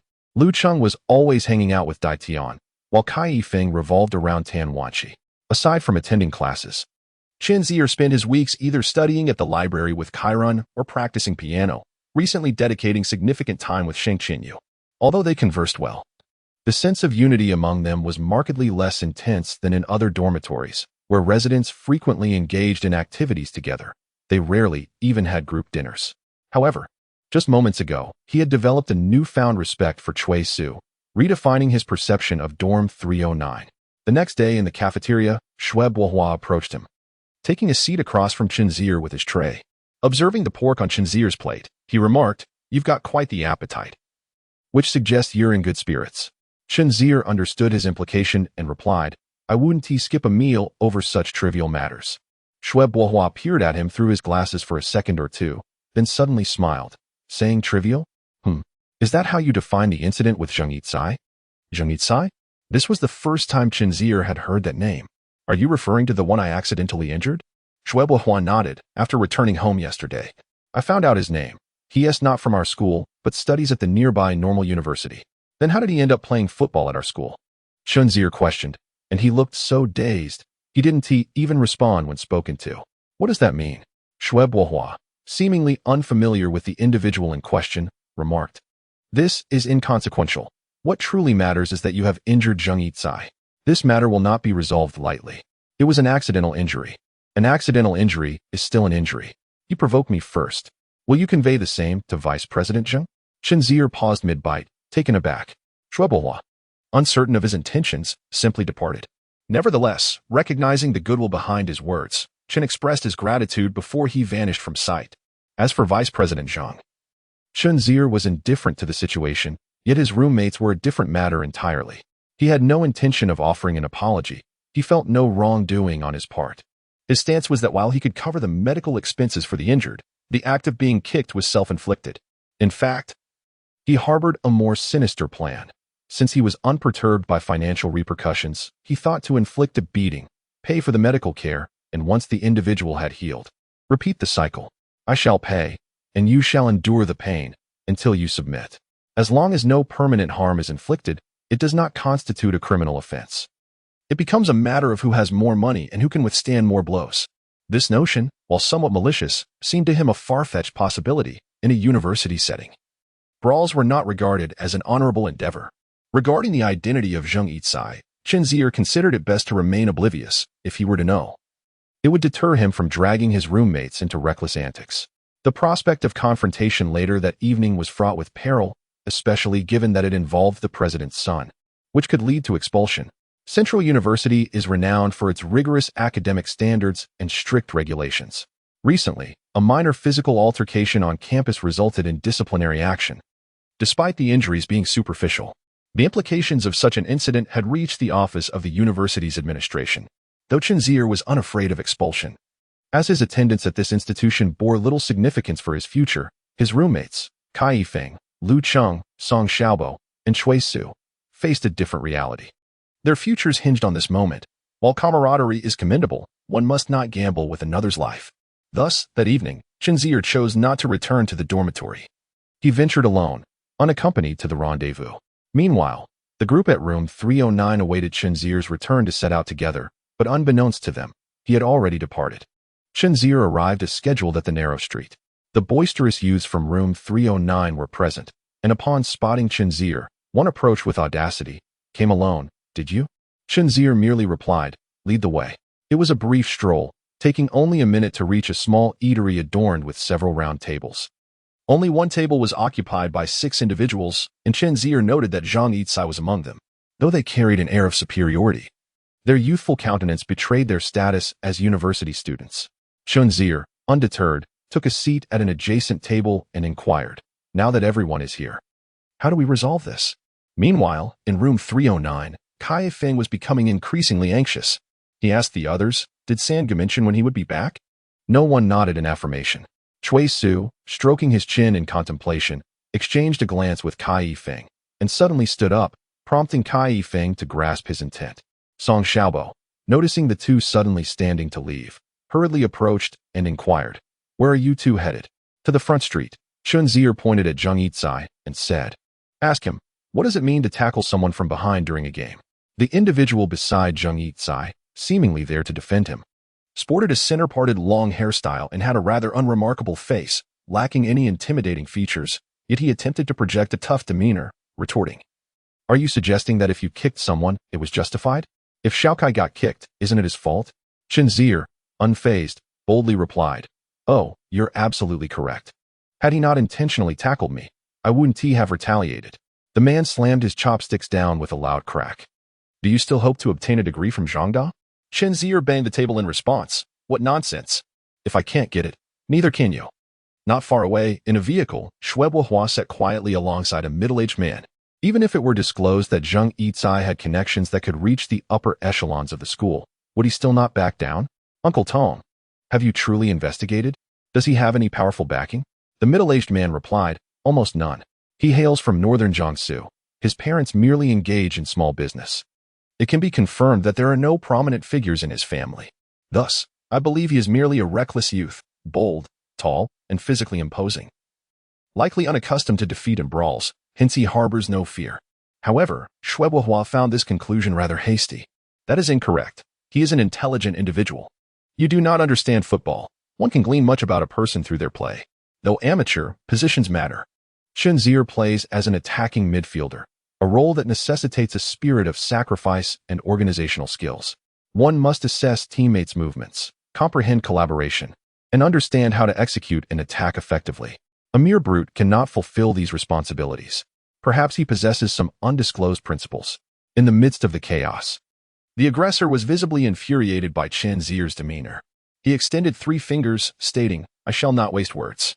Firstly, you injured my brother. Therefore, you must apologize.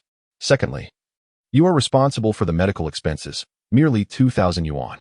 Thirdly, that Sheng Qianyu from your school's computer science department has caught my brother's eye. So you must cease any further contact with her.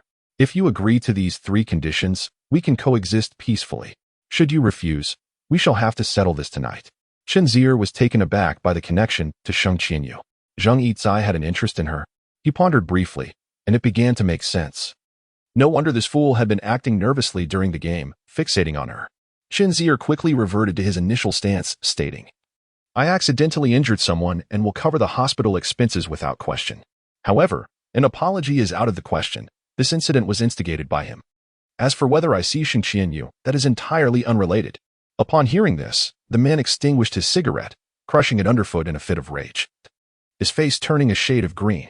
Chen Zier recognized the truth. They were merely students, separated by a year or 2, and in reality, the man likely dared not resort to violence, fearing expulsion. In the presence of the assembled company, apprehension lingered.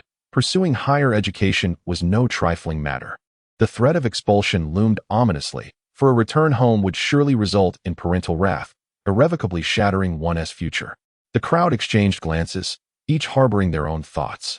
Yet, the young man was truly incensed. He rose with the intent to strike Chen Zier. Observing his diminutive stature, barely standing at 1.7 meters, and his short arms, Chen Zier deftly stepped back and seized a beer bottle from the table, bringing it down with ferocious force, clean and decisive, striking terror into hearts. "But I am not afraid to act. I do not fear expulsion." A voice of encouragement rang out. "Well done, third brother." It was Kai Yifeng's call that rallied the 3. There were indeed 3 of them, though Lu Cheng was absent. The man with a narrow face crouched down, shielding his head, while his companion stood, yet refrained from engaging, as Chen Zier had remarked. "If you fear expulsion, then behave yourselves." Moreover, the arrival of Kai Yifeng and his companions bolstered Chen Zier's confidence. Clutching the broken bottle, its sharp glass glinting ominously in the dim light, he pointed at the group, declaring, "Whoever leads will bleed. You may test whether I dare to plunge this into your flesh." Song Xiaobo approached to restrain Chen Zier, his demeanor composed, recognizing that the 3rd brother was in a fit of rage. Calm down. Engaging in violence will only lead to the police." His words held a modicum of sway, as Chen Zier's bloodlust began to cool under his grip. The men at the table were subdued by Chen Zier's fierceness, while Zheng Yi maintained his usual expressionless facade. One among them, still covering his head, urged his comrades to engage, but even 4 against 4 was uncertain, especially given Chen Zier's relentless nature. Chen Zier produced 1,000 yuan from his pocket and tossed it to the ground, saying, "Take this for medical expenses."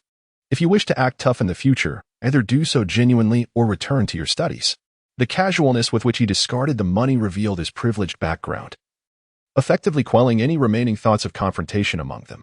Before departing, Chen Zier added, "If you seek further trouble with me, feel free to come, should I hurt you. I will cover your hospital bills." Chapter 30. Will I be expelled? On the way back, Kai Feng took the lead, questioning Chen Zier. "Why did you go alone?" Chen Zier candidly replied, "There are sons of school officials involved. If I acted, expulsion would be inevitable. Yet, I am grateful that you still came." Song Xiaobo fell silent, suddenly realizing that Chen Zier embodied the qualities of a true leader, a sense of responsibility he could not match. Chen Zier of room 309 was indeed exceptional. Kai Feng retorted, "Gratitude is unnecessary. You should have informed us. Acting alone lacks integrity."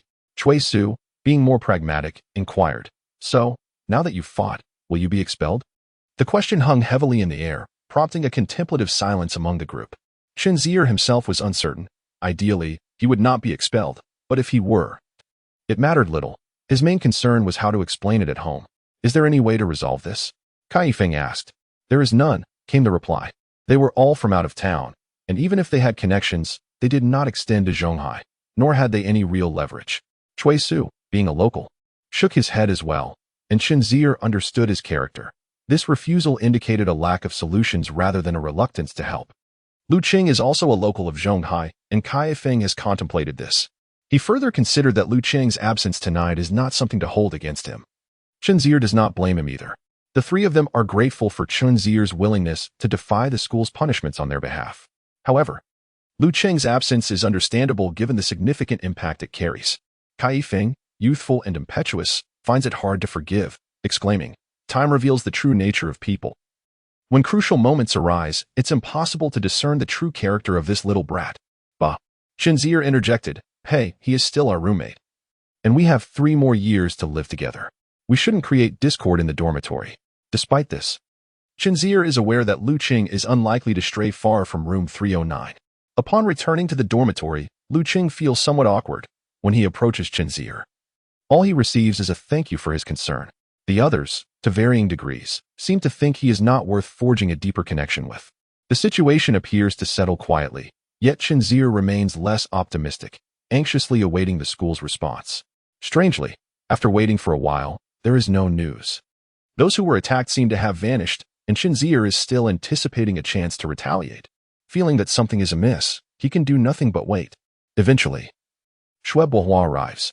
He still sports his small glasses and a form-fitting black sweater, exuding an air of elitism. He finds Chen Zier in the cafeteria. Today, Chen Zier opts for beef instead of pork. Shui Bohua teases, "You feast on delicacies every day. Your meals are indeed quite splendid." Chen Zier recalls the day Shui Bohua had informed him of Zhang Yicai's identity, sparing several roommates from unnecessary troubles, and replies, "I owe you thanks for revealing such crucial intelligence about our adversary that day. It was immensely helpful." Shui Bohua studies Chen Zier with a light chuckle, remarking, "With a single phrase, you have transformed your enemy into our enemy." Impressive. Chen Zier, unashamed of his words, counters, "We are all football players.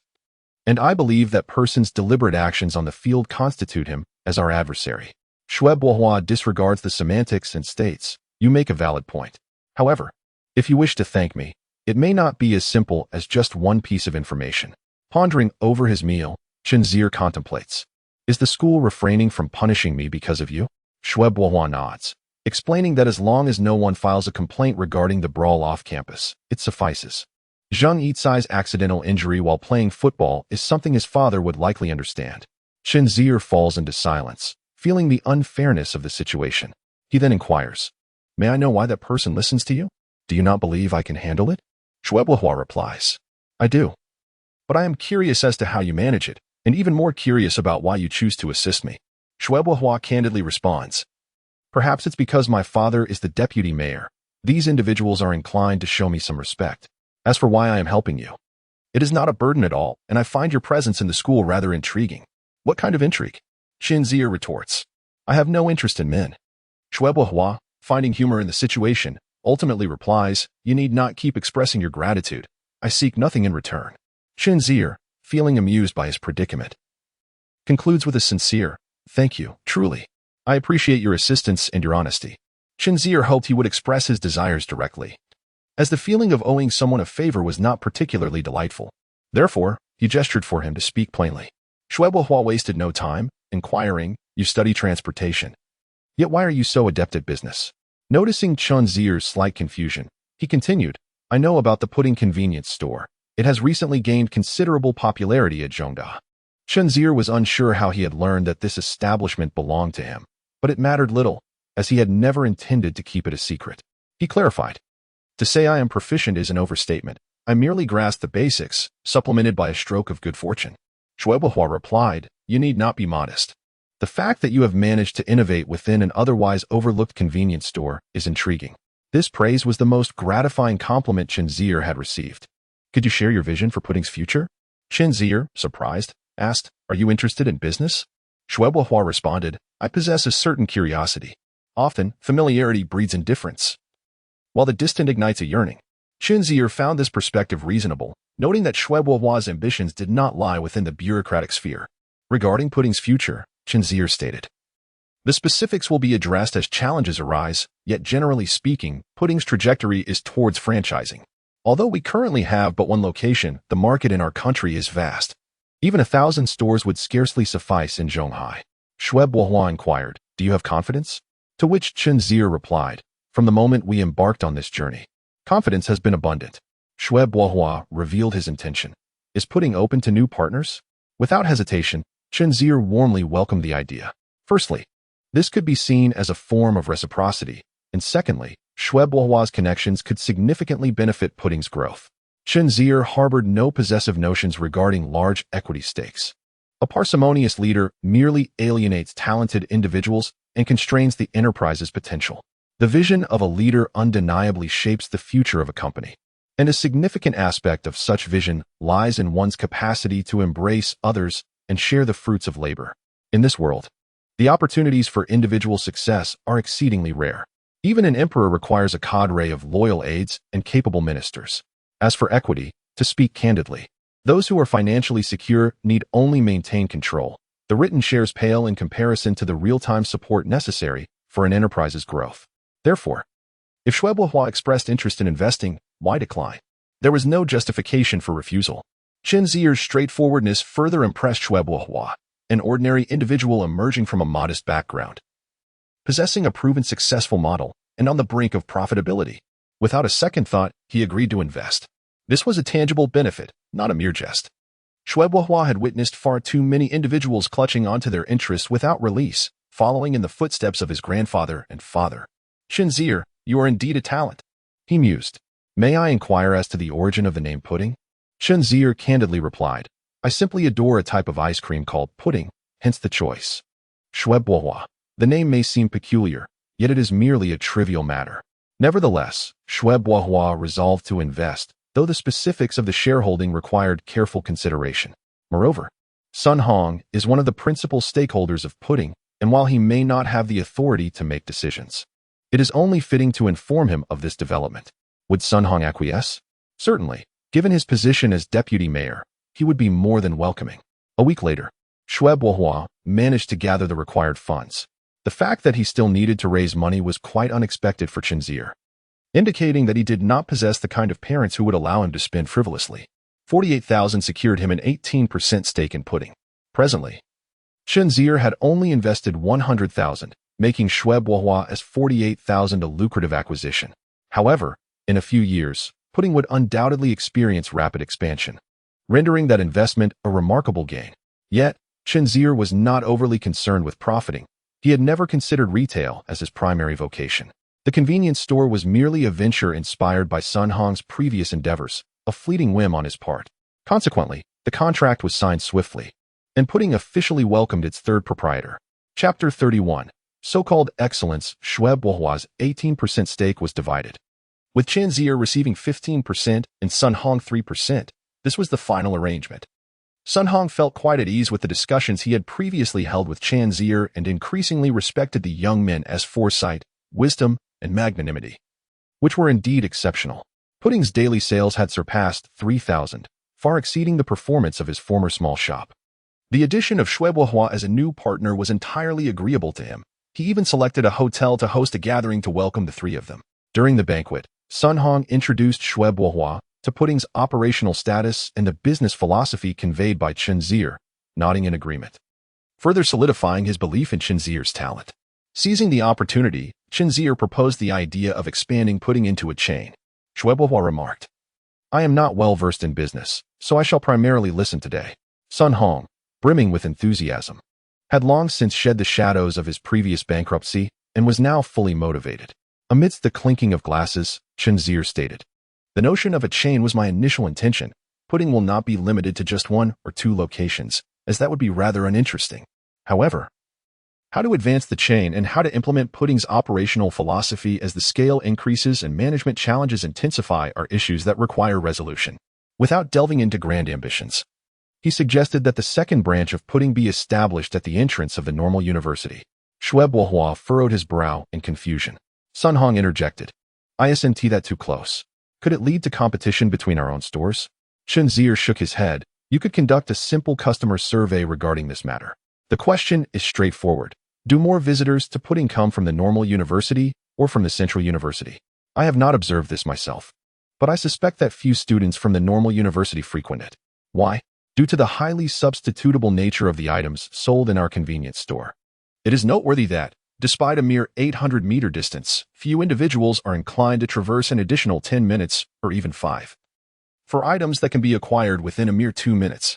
Yet, would students from the normal university for teachers harbor an aversion to Pudding? Judging by the demeanor of students from the University of Central China, it is improbable. So why the reluctance to visit? Because the distance is perceived as too great. Shui Bohua remarked, "Is 800 meters considered far? Indeed, I have emphasized from the outset that our convenience store primarily serves the vicinity within a 500-meter radius. Beyond this distance, the willingness of individuals to make a special trip diminishes significantly." Shui Bohua remained skeptical, while Sun Hong pondered the need for further investigation.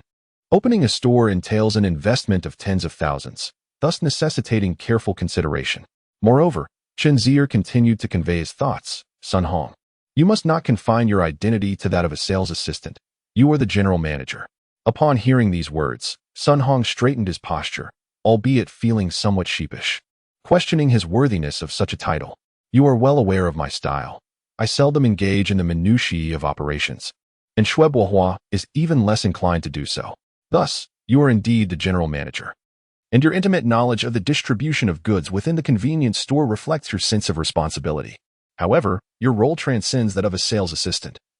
You must cultivate relationships with suppliers, ensure the smooth flow of logistics, and in the future, you will also need to assess potential locations for new Pudding stores. As for the operations within the store, you may delegate those responsibilities to the 2 young ladies. Their commission will motivate them to perform diligently." Sun Hong nodded, recognizing that this was the first time Chen Zier had explicitly referred to him as the general manager. It was, in fact, a lapse on Chen Zier's part, as he had neglected to acknowledge the seriousness of their business venture, which could lead to a blurring of roles and responsibilities, an absolute disaster in management. Sun Hong, having gained insights from his own experiences, seized the opportunity to share a thought. "Should we consider hiring an accountant? I am not a professional in this area. The financial transactions are becoming somewhat chaotic." Chen Zier concurred, stating, "Indeed, let us proceed to hire someone promptly. Professional matters should be entrusted to those with expertise. We cannot be overly frugal regarding salaries." He continued, "The operations of Pudding must gradually attain a steady rhythm. All necessary components should be in place. You need not seek approval for every minor decision. In our plans for opening chain stores, we can afford to take larger strides. Ideally, we should aim to inaugurate 1 store, renovate another, and evaluate a 3rd. The initial stages are always the most challenging, but with experience, we shall become adept, having previously engaged in such endeavors." Sun Hong immediately perceived a potential issue. The pace they were setting could outstrip their financial resources. With the additional capital from Director Shui, opening a 2nd store posed no problem.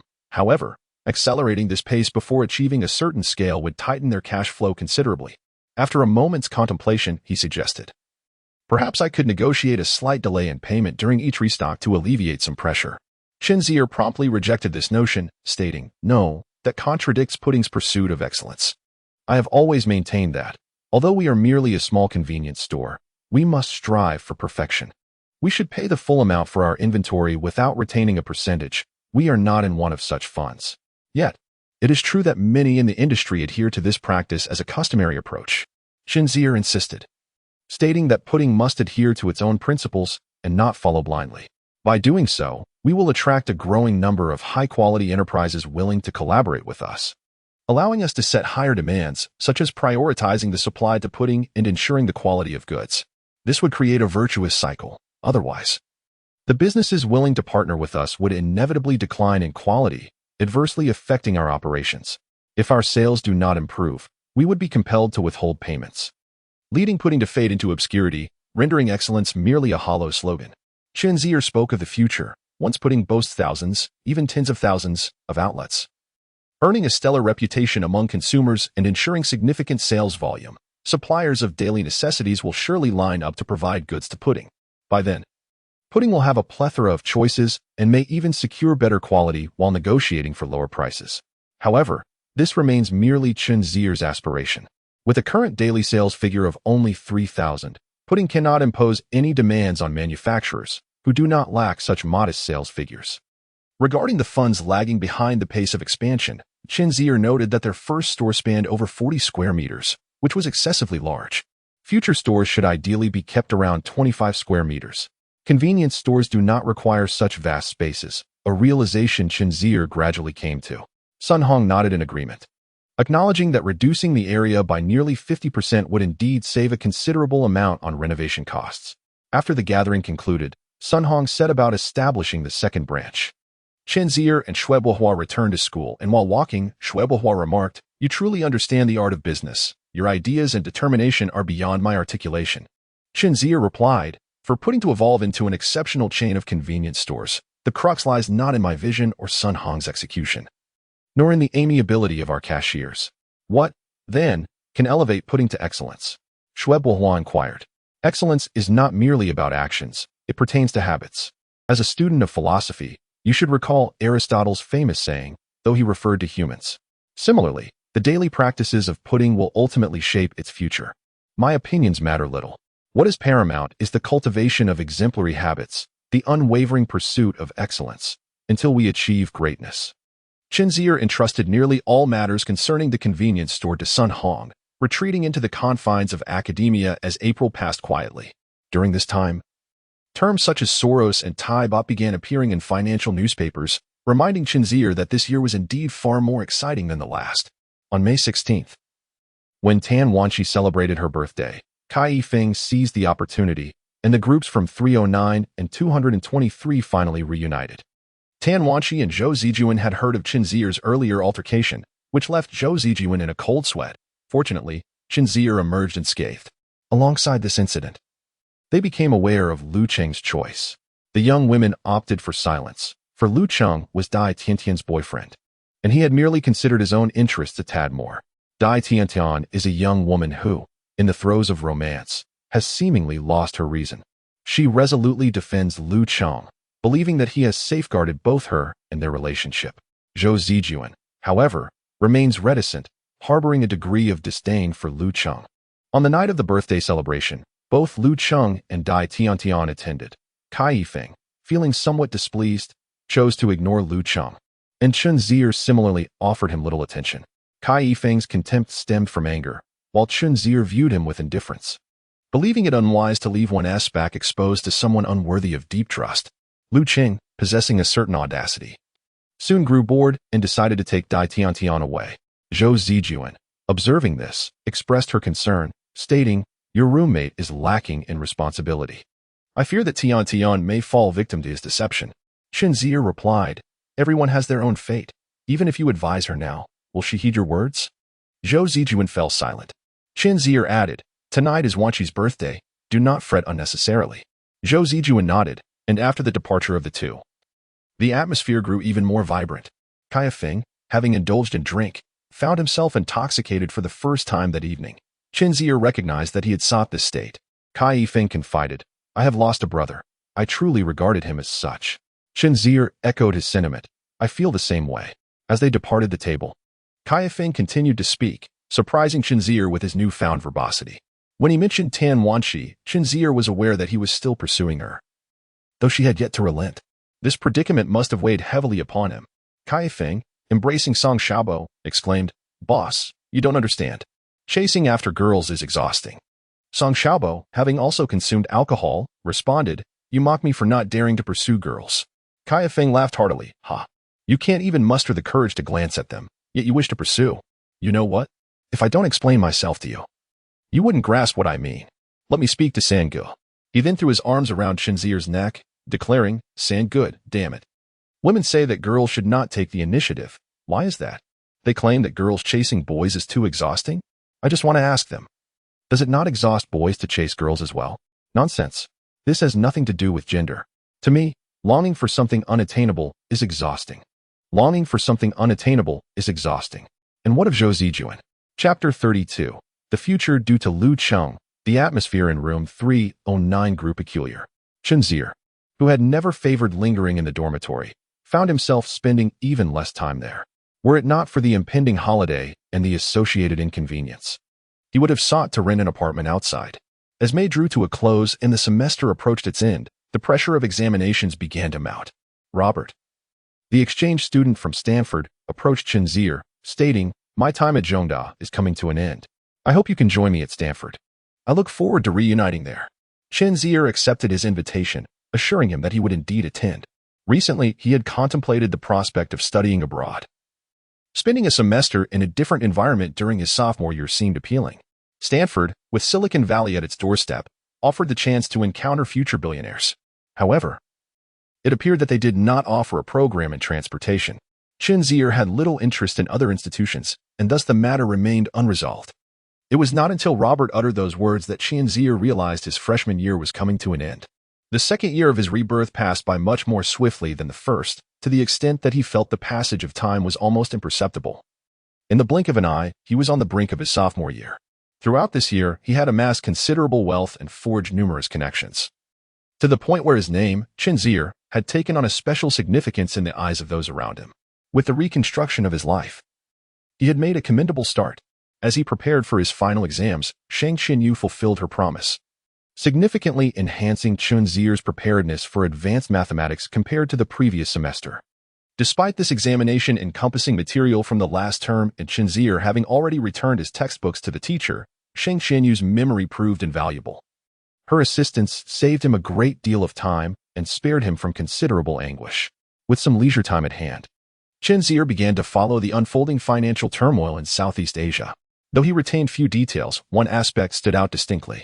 The temporal sequence was intriguing. On July 1st, Hong Kong was returned to China, and on July 2nd, Thailand officially abandoned its fixed exchange rate, triggering the Asian financial crisis. In his previous life, Chen Zier had pondered whether this was an excessive celebratory gift from the heavens, a test for the central government perhaps. On July 2nd, the Thai baht plummeted by 20%, with its exchange rate against the dollar crashing from 124 to 1,326 and subsequently spiraling downward.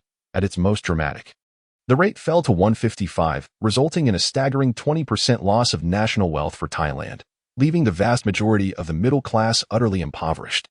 Would Chen Zier miss this opportunity? Certainly not. Wealth neither increases nor diminishes. The loss of Thai wealth merely allowed international speculators to reap the benefits. Why should they be the only ones to profit? Hence, Chen Zier had already begun the process of obtaining a travel permit to Hong Kong. His journey to this Asian financial hub served a dual purpose: to witness its return and, more importantly, to amass substantial wealth. However, all his funds were tied up in domestic bank accounts. While he could freely spend his renminbi, converting them into dollars posed a challenge. In fact, for many years, the state had maintained strict controls over foreign exchange. It was not until 2 decades later that Chen Zier, during a casual visit to the bank to exchange a mere $10 for fun, was questioned rigorously about his intentions for the currency exchange. Ultimately, he was allowed to exchange it, but that was 20 years later. It would not be so easy this time.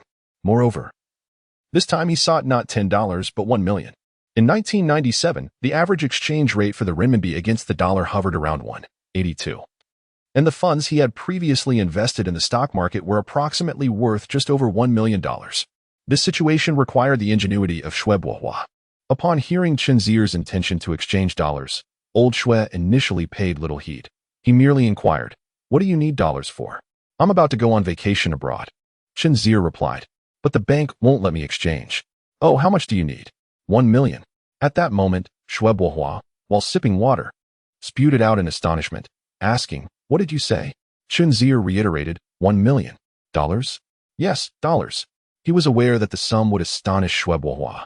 Yet if one seeks assistance, it is imperative to disclose the exact amount required in dollars. Shui Bohua felt that Chen Zier was being absurd. He was familiar with Chen Zier's background and questioned where he could possibly acquire such a substantial sum. Are you joking? Chen Zier, however, was earnest, asserting, I am not jesting at all. Today is already June 14th, and I urgently need to exchange $1 million within the next 20 days. But where did you obtain such a large sum? Shui Bohua inquired. Chen Zier responded truthfully, as someone who is constantly engaged in business. Do you not keep abreast of the domestic stock market? The bull market from last year. Are you aware of it?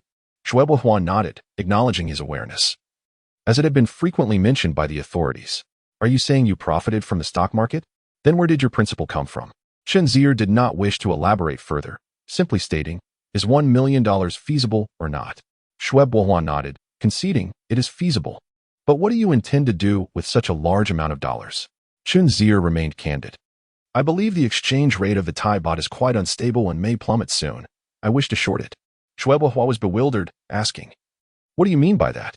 Shorting, Chen Zier explained, is predicting that the Thai baht will depreciate and taking corresponding actions to profit from it. Shui Bohua gazed at Chen Zier with a look of disbelief before chuckling. Do you even know what you are attempting to do? Chen Zier, exasperated, replied, I am fully aware of my intentions. It is you who may not grasp what I am planning. He then concluded, this matter is settled. When you have time, we shall proceed with it. Shui Bohua contemplated stopping him for further inquiries, but Chen Zier walked away resolutely, leaving him unable to intervene. Pondering the situation, Shui Bohua found it rather perplexing. Chen Zier, a student of transportation, spoke with such conviction about business, now even seeking to venture into Thailand. That evening, Shui Bohua took the time to return home. Regarding the matter of the $1 million, he considered Chen Zier a friend, and failing to comprehend the situation left him uneasy. He sought out his father, Shui, the influential executive vice mayor of Shanghai. Shui had been in politics for over 20 years, overseeing urban planning and economic development in Shanghai, with a robust academic background in economics, which was precisely why Shui Bohua approached him. Shui was a principled man with strict upbringing, likely the reason why Shui Bohua had not succumbed to ignorance. He had indeed earned his place in the philosophy department of Zhongshan University through merit. In his interactions with Chen Zier and Sun Hong, he did not adopt an air of superiority, which was undoubtedly a reflection of his good upbringing and his father's exemplary conduct. Why are you home this evening?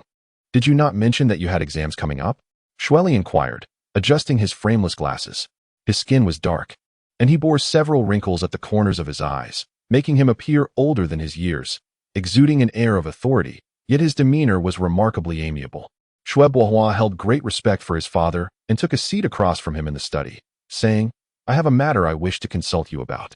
Shui appreciated his son's inquisitive attitude, but replied, what issue is pressing enough to bring you home in such haste?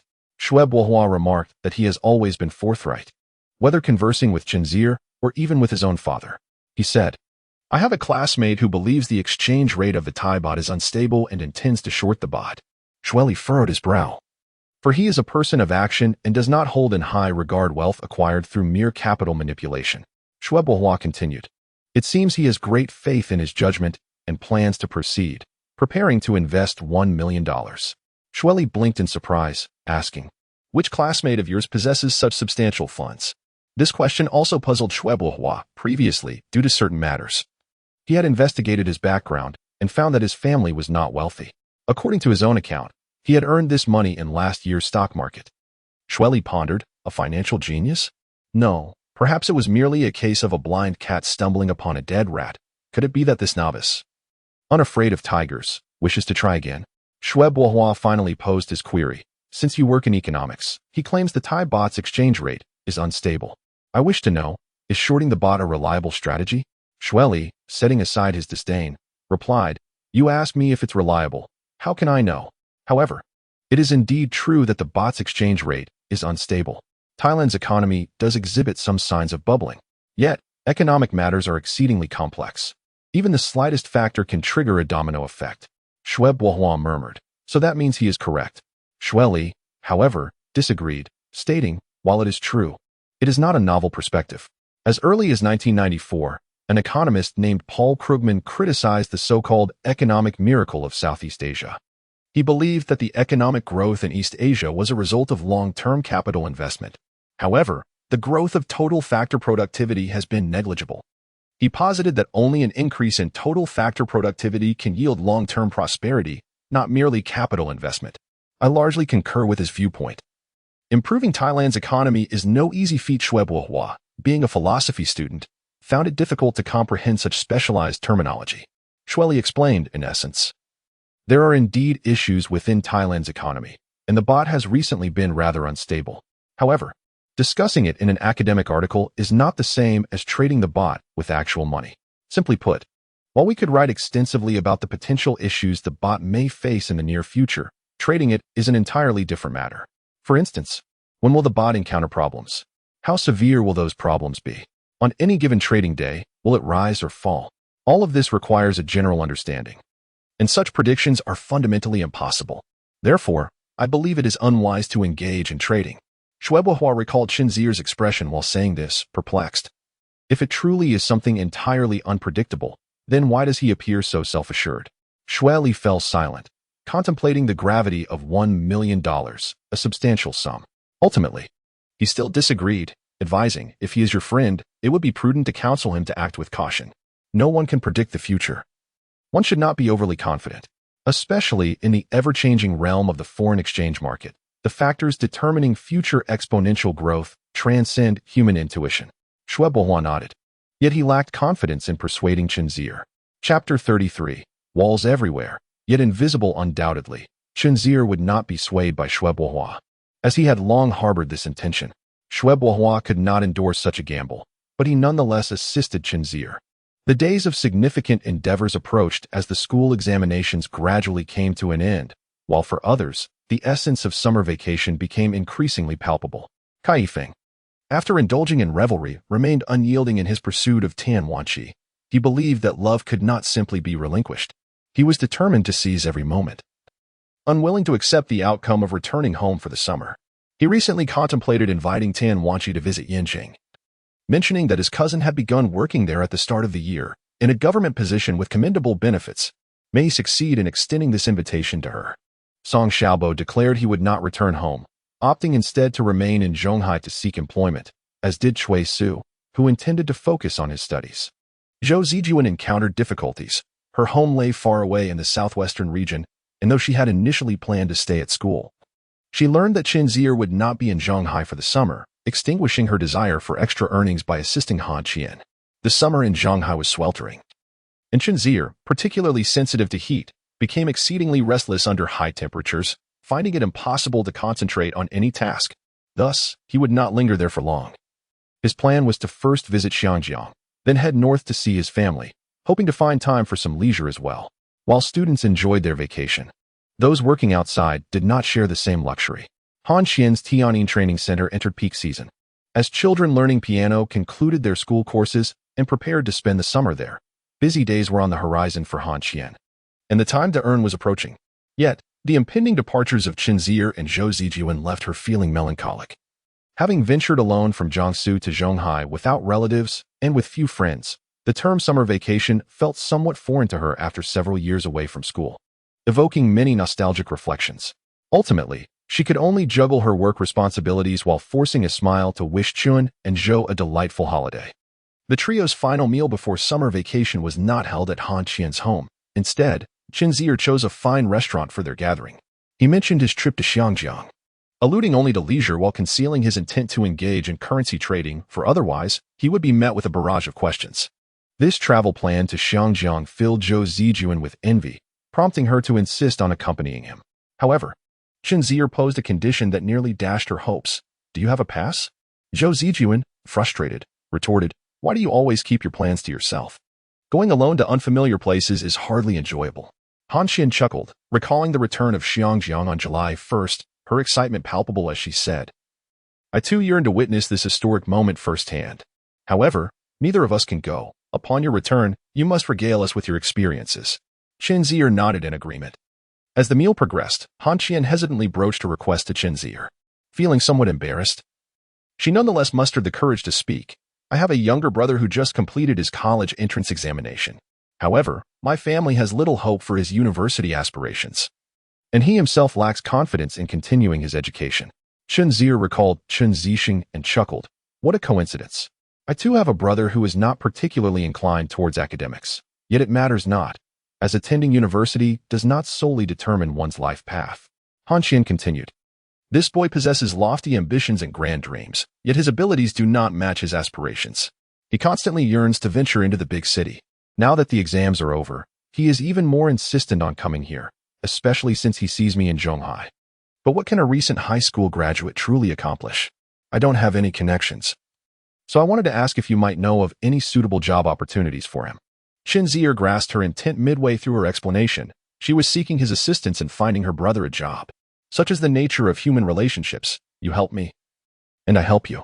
He had navigated similar situations in his past, particularly concerning Chen Zier, and had invested considerable thought and care into those endeavors, understanding fully the sentiments of an older sister. Moreover, a sense of pride swelled within him. He had previously relied on others for favors, but now he found himself in a position to assist someone else. Chen Zier did not decline her request. He recognized the difficulty of asking for help and was aware of the harsh realities of the world.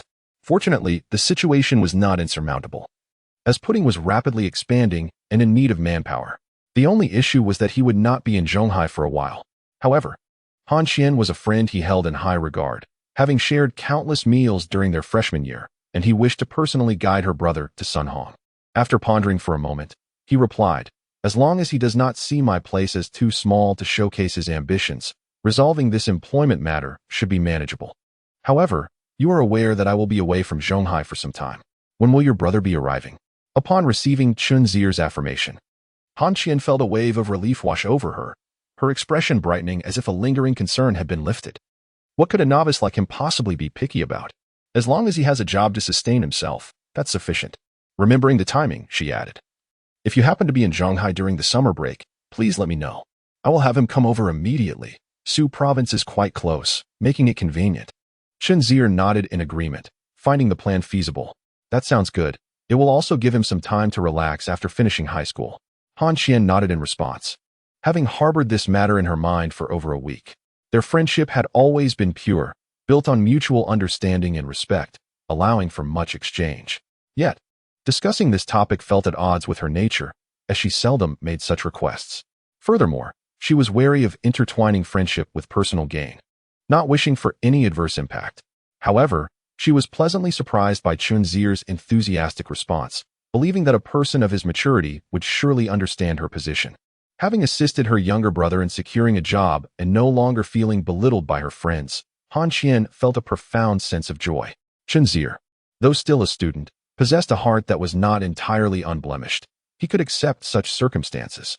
However, Zhou Zijuan began to harbor concerns, as she became acutely aware of potential issues that the future might hold. On her way back to school, she posed a question to Chen Zier. If, in the future, I were to seek your assistance due to life's demands, how would you perceive me?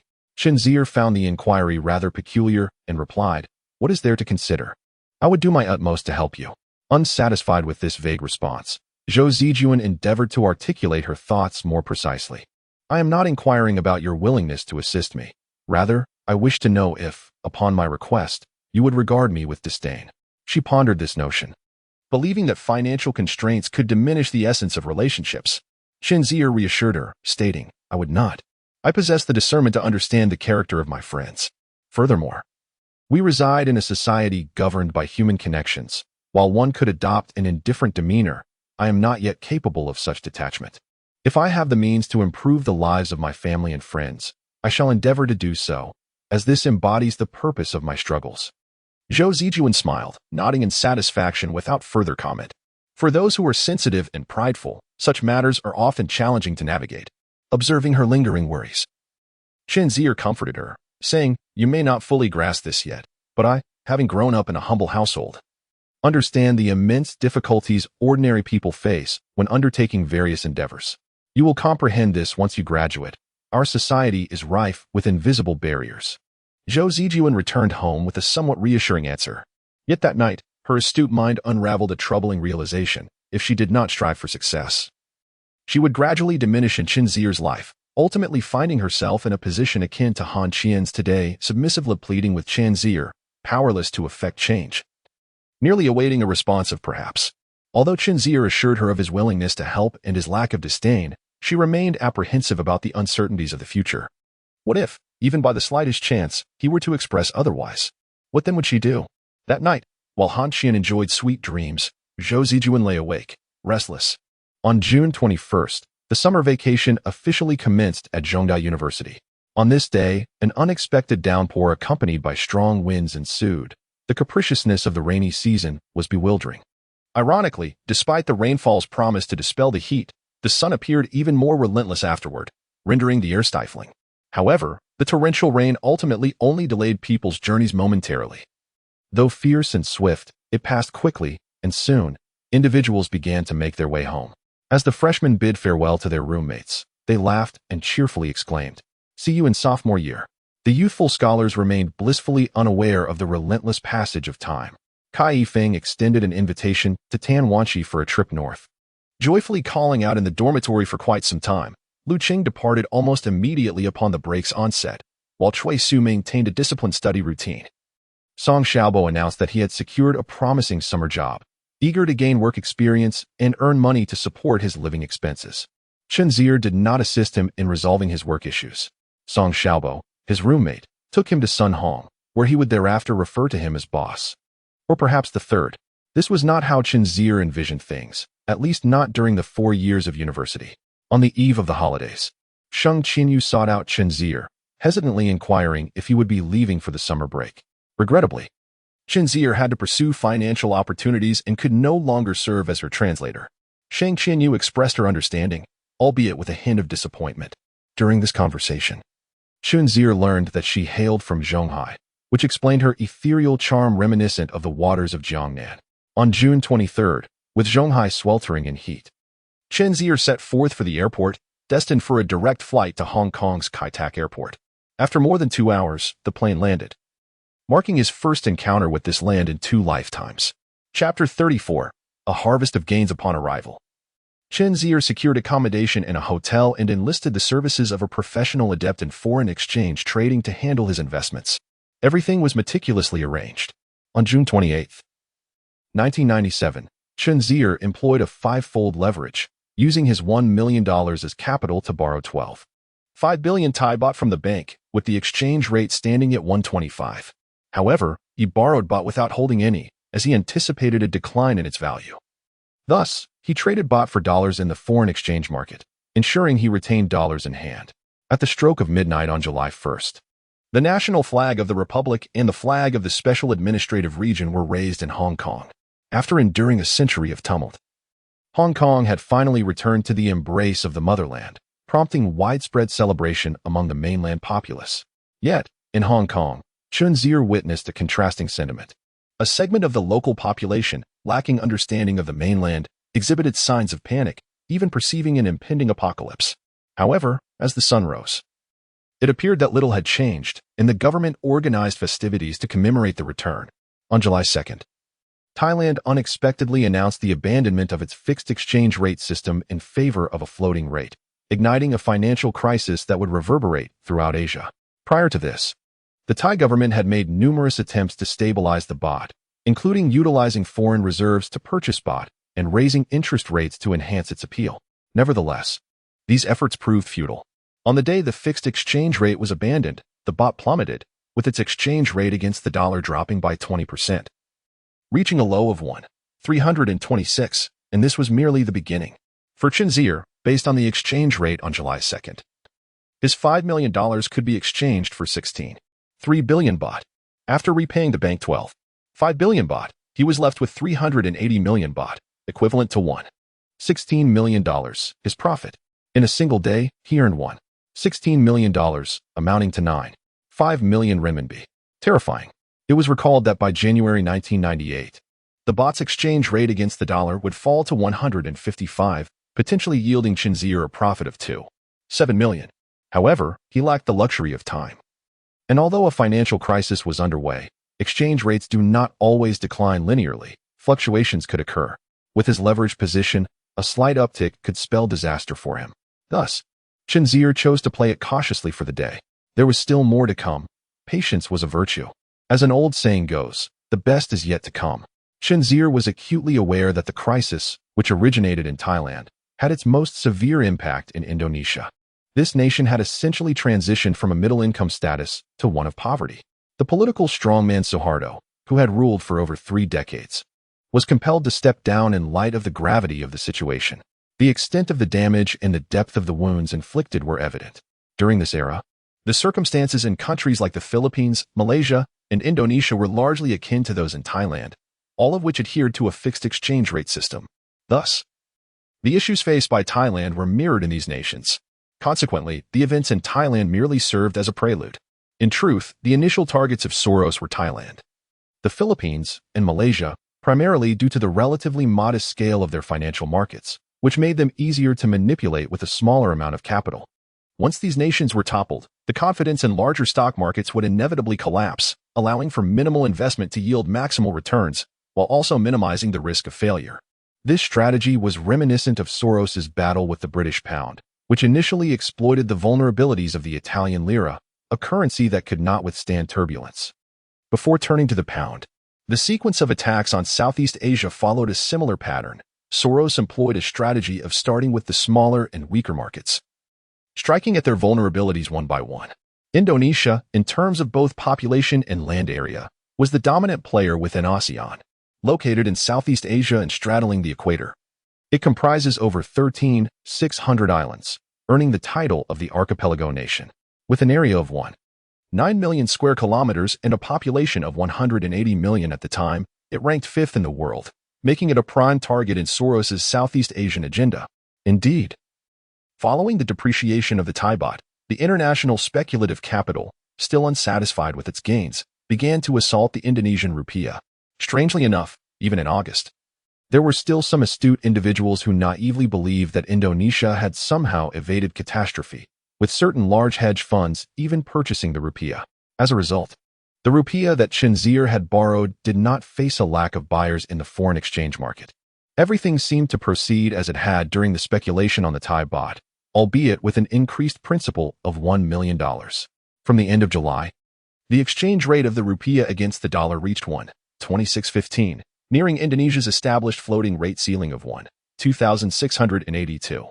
On August 14th, Indonesia also declared its abandonment of the fixed exchange rate system in favor of an independent floating exchange rate, resulting in a significant drop in the rupiah's value.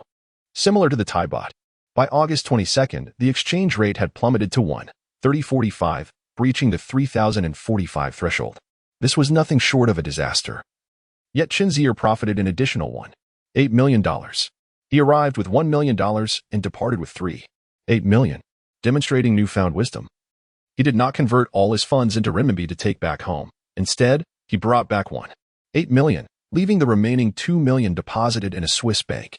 His rationale was twofold.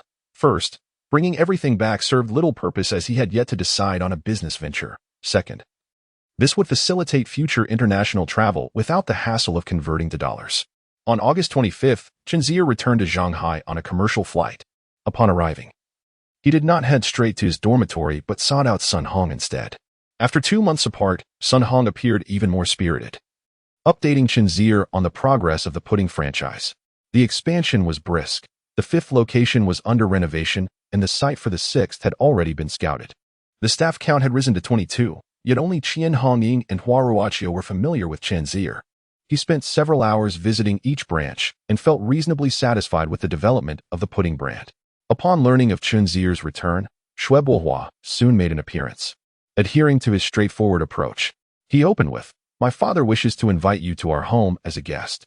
His politeness, coming from the vice mayor, felt more like a summons than an invitation. Chen Zier was taken aback, questioning why such attention was being paid to him. After all, his dealings with Xue Bohua had merely involved some business collaboration. Xue Bohua did not elaborate on the reasons for the invitation.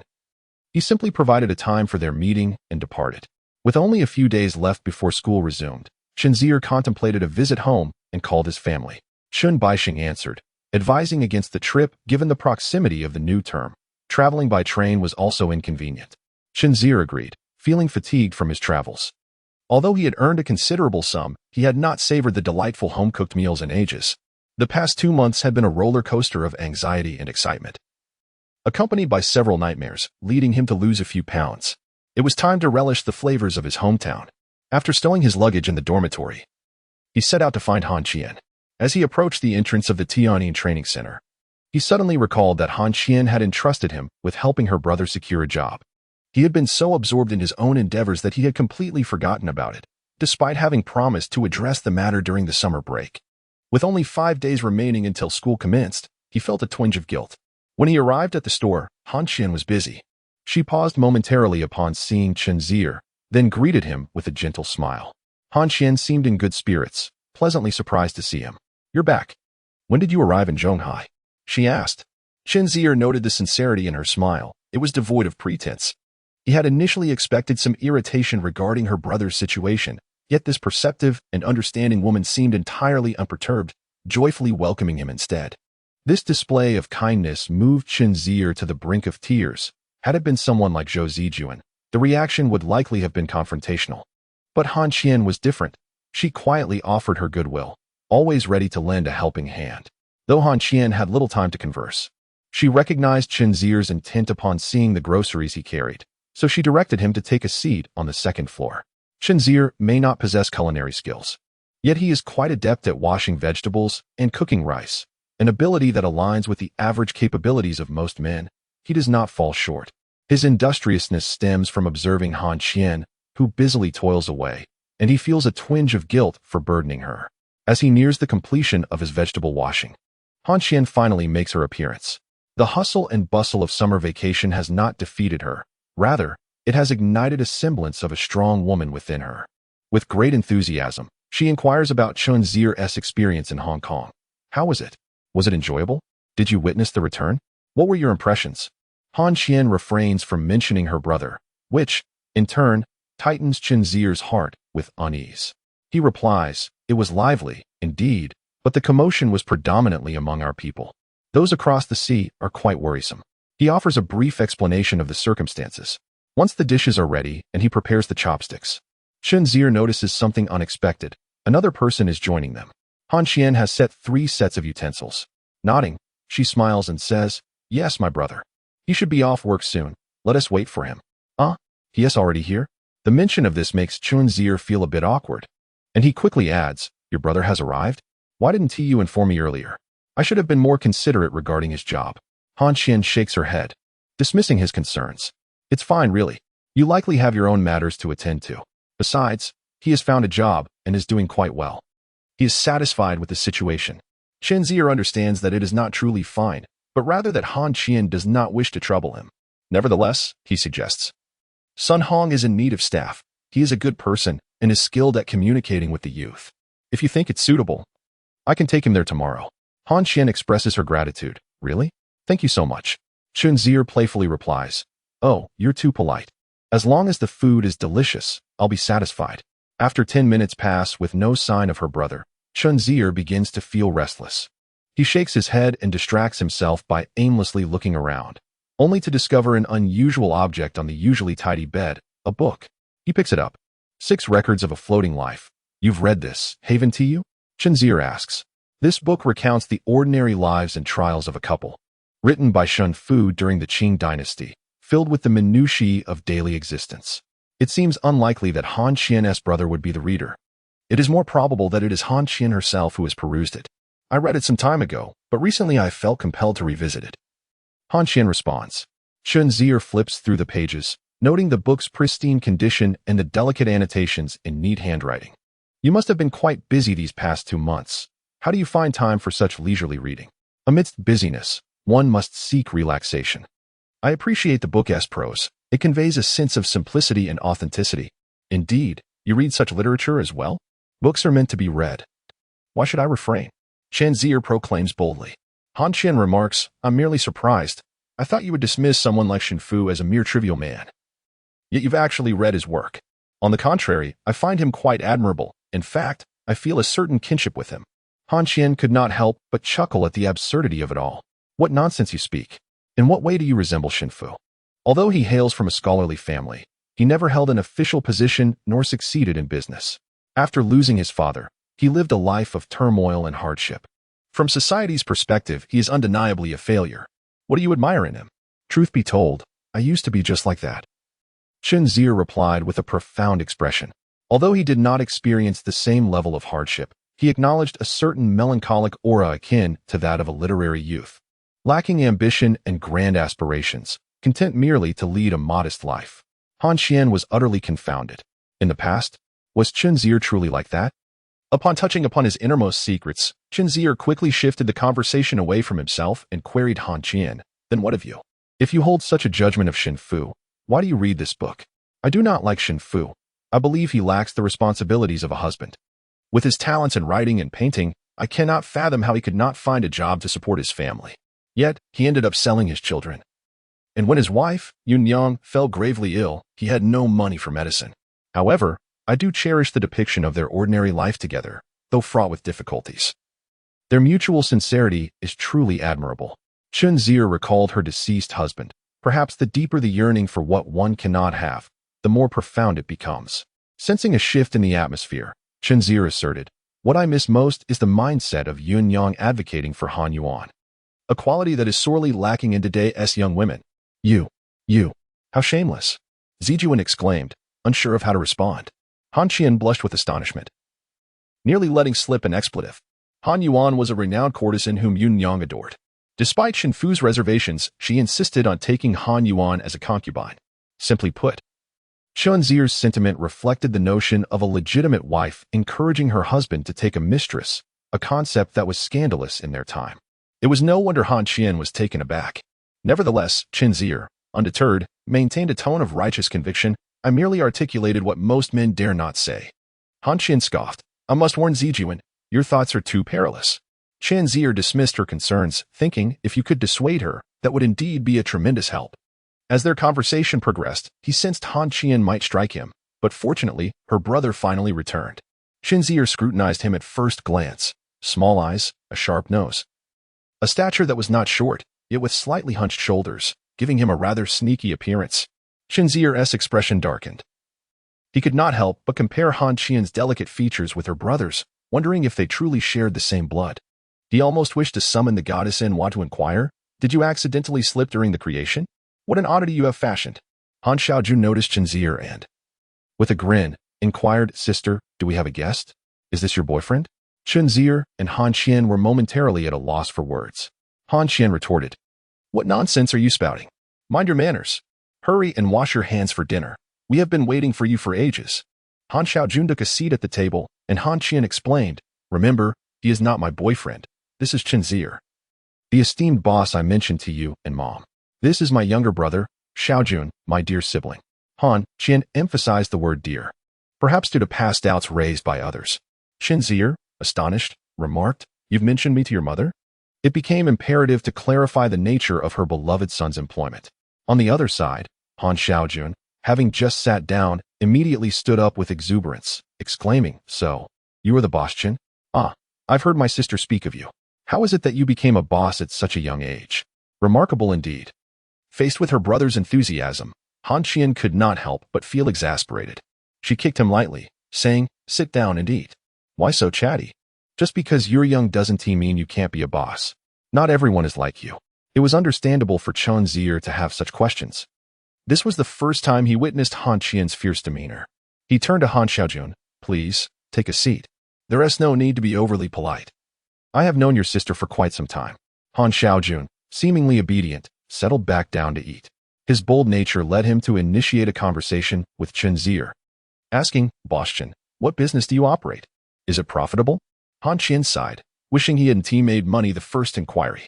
It was unfortunate that Chen Zier's return was so sudden. She hadn't had the chance to prepare her brother. Chen Zier, taken aback by such a direct question, pondered briefly before replying, "I own a few shops, and as for money, it suffices." He added, "And please, do not call me Boss Chen. Since I am quite familiar with your sister, you may simply address me as Chen Zier. That won't do. You are indeed a boss." and it feels inappropriate to call you by your name. I believe I am not younger than you, so perhaps I shall call you Brother Chen? Han Xiaojun adopted a serious expression, as if the form of address was a matter of great significance. Han Qian retorted, "You are quite adept at ingratiating yourself. It took you mere moments to address him as Brother Chen. Now, hurry and eat." Chen Zier found the boy amusing, appreciating his boldness and innate sense of humor. "Very well, Brother Chen it shall be. It sounds better than Boss Chen," he concurred. Han Xiaojun showed no signs of shyness, and with Chen Zier's nod, the title was promptly adopted. Chen Zier then recalled the matter of work, inquiring, "What are you currently doing at Zhonghai?" Han Qian paused mid-bite, her gaze fixed intently on her brother. The question of employment was crucial, as it pertained to his prospects of marrying in the future. She thought, "You must respond wisely. I just mentioned how well you were doing." Unsurprisingly, her expectations were soon shattered. When it came to his job, Han Xiaojun began to lament. "I'm currently an apprentice to a computer repairman, and Brother Chen, I must confess, that fellow hardly teaches me anything about computers. He merely expects me to do all the labor without any regard for my learning." Han Qian interjected, "For heaven's sake, refrain from criticizing your future boss as profession in front of him. He might think you would treat him the same way." Chen Zier disregarded his words and said, "If you find it uninteresting, then don't do it. Come to me tomorrow, and I will help you find a formal job.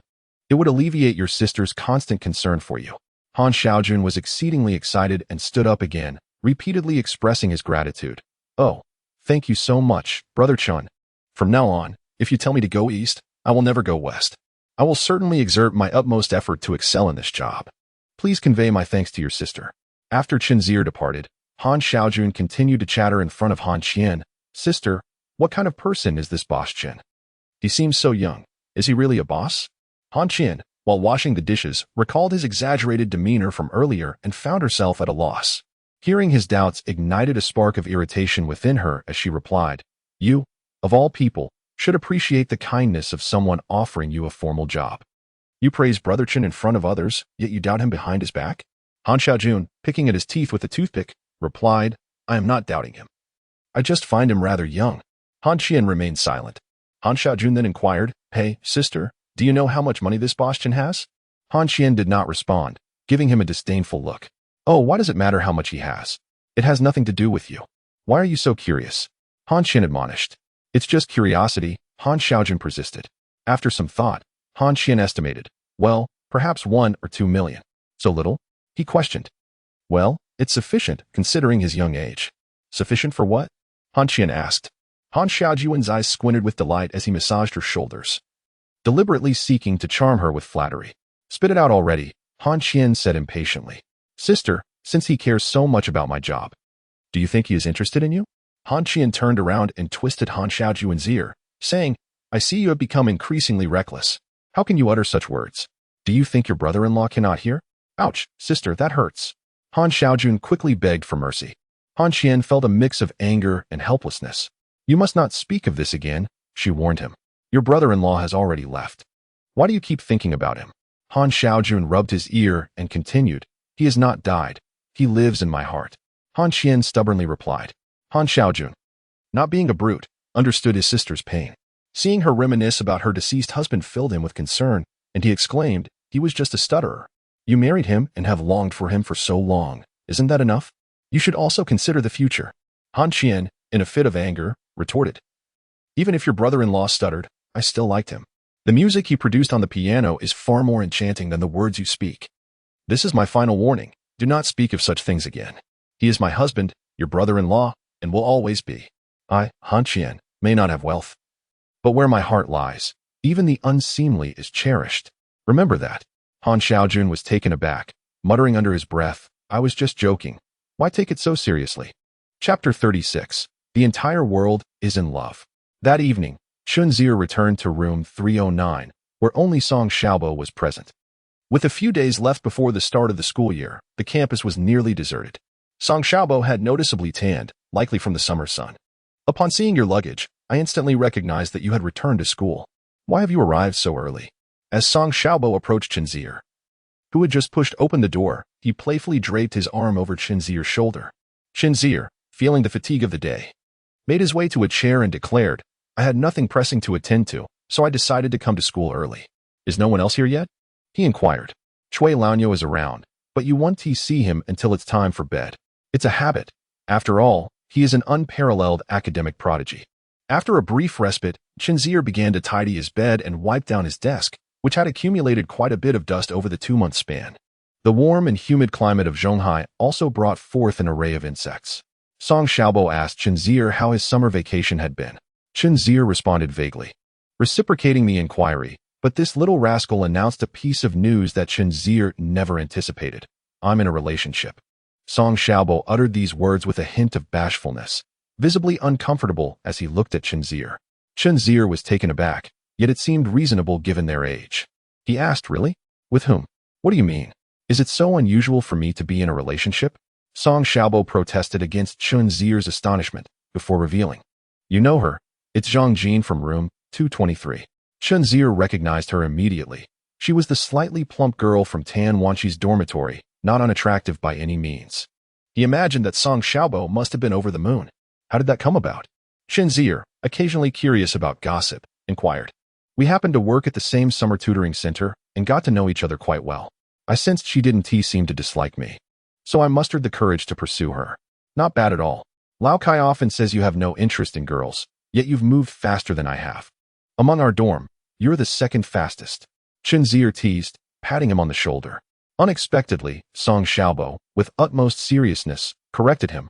I'm not second. I'm fourth. Huh? What do you mean? Chen Zier questioned, perplexed. Song Xiaobo replied matter-of-factly, it seems no one has informed you, likely because they, like me, don't know how to reach you. In fact, both Lao Air and Lao Si are in relationships now. You're the only one left. Chen Zier's eyes widened in disbelief. What are you saying? Everyone thought you would be the last to remain single. You were supposed to be the one who ended up single. Wait, Lao Air is in a relationship too? Isn't he always buried in books at the study room? Is it possible that beauty truly lies within the pages? Chen Zier expressed his skepticism. Song Xiaobo nodded with conviction, explaining that a girl from the Foreign Studies department also frequented the study room and was quite attractive. Over the 2 months, the two had been inseparable, returning together each day, and it seemed that Lao Air had said nothing about it. It had simply happened, much more effortlessly than his own experience. Is that really possible? Chen Zier marveled. Goodness, what is happening? Spring has long passed. He continued to seek clarification. And what of Lao Kai? Did Tan Wanqi agree to be with him as well? Yes. They became a couple just days after heading to Yanjing. He is technically the second fastest. That night, he called me, overflowing with excitement, as if the world belonged to him. After 2 months, everything had changed. It felt as though the entire world was in love, leaving him as the sole single soul. I must move out. Chen Zier suddenly resolved. Huh? Move out? Why? Are you unhappy with your living situation? Song Xiaobo asked. Chen Zier lifted his eyelids and gazed at him. I used to be quite content living here, but that may no longer be the case. With 4 people in my presence flaunting their affections, no matter how resilient my heart may be, I cannot endure it. Flaunting affections? What does that entail? It means I must witness you 4 entangled with your wives, one after another. This is utterly terrifying. The more Chen Zier pondered, the more he realized the truth of it. Song Xiaobo found Chen Zier's reasoning both amusing and bewildering. You, Chen Laosan, are feeling intimidated because of this. Regardless of what Song Xiaobo said, it was futile. Chen Zier was not merely speaking idly. He genuinely intended to move out, and he was looking to purchase a home, not to rent. At that moment, properties in Zhonghai, with over 100 square meters, were merely priced in the tens of thousands. The number of units he could acquire now would yield tens of millions after 2 decades. Only a fool would pass up the opportunity to buy in Zhonghai.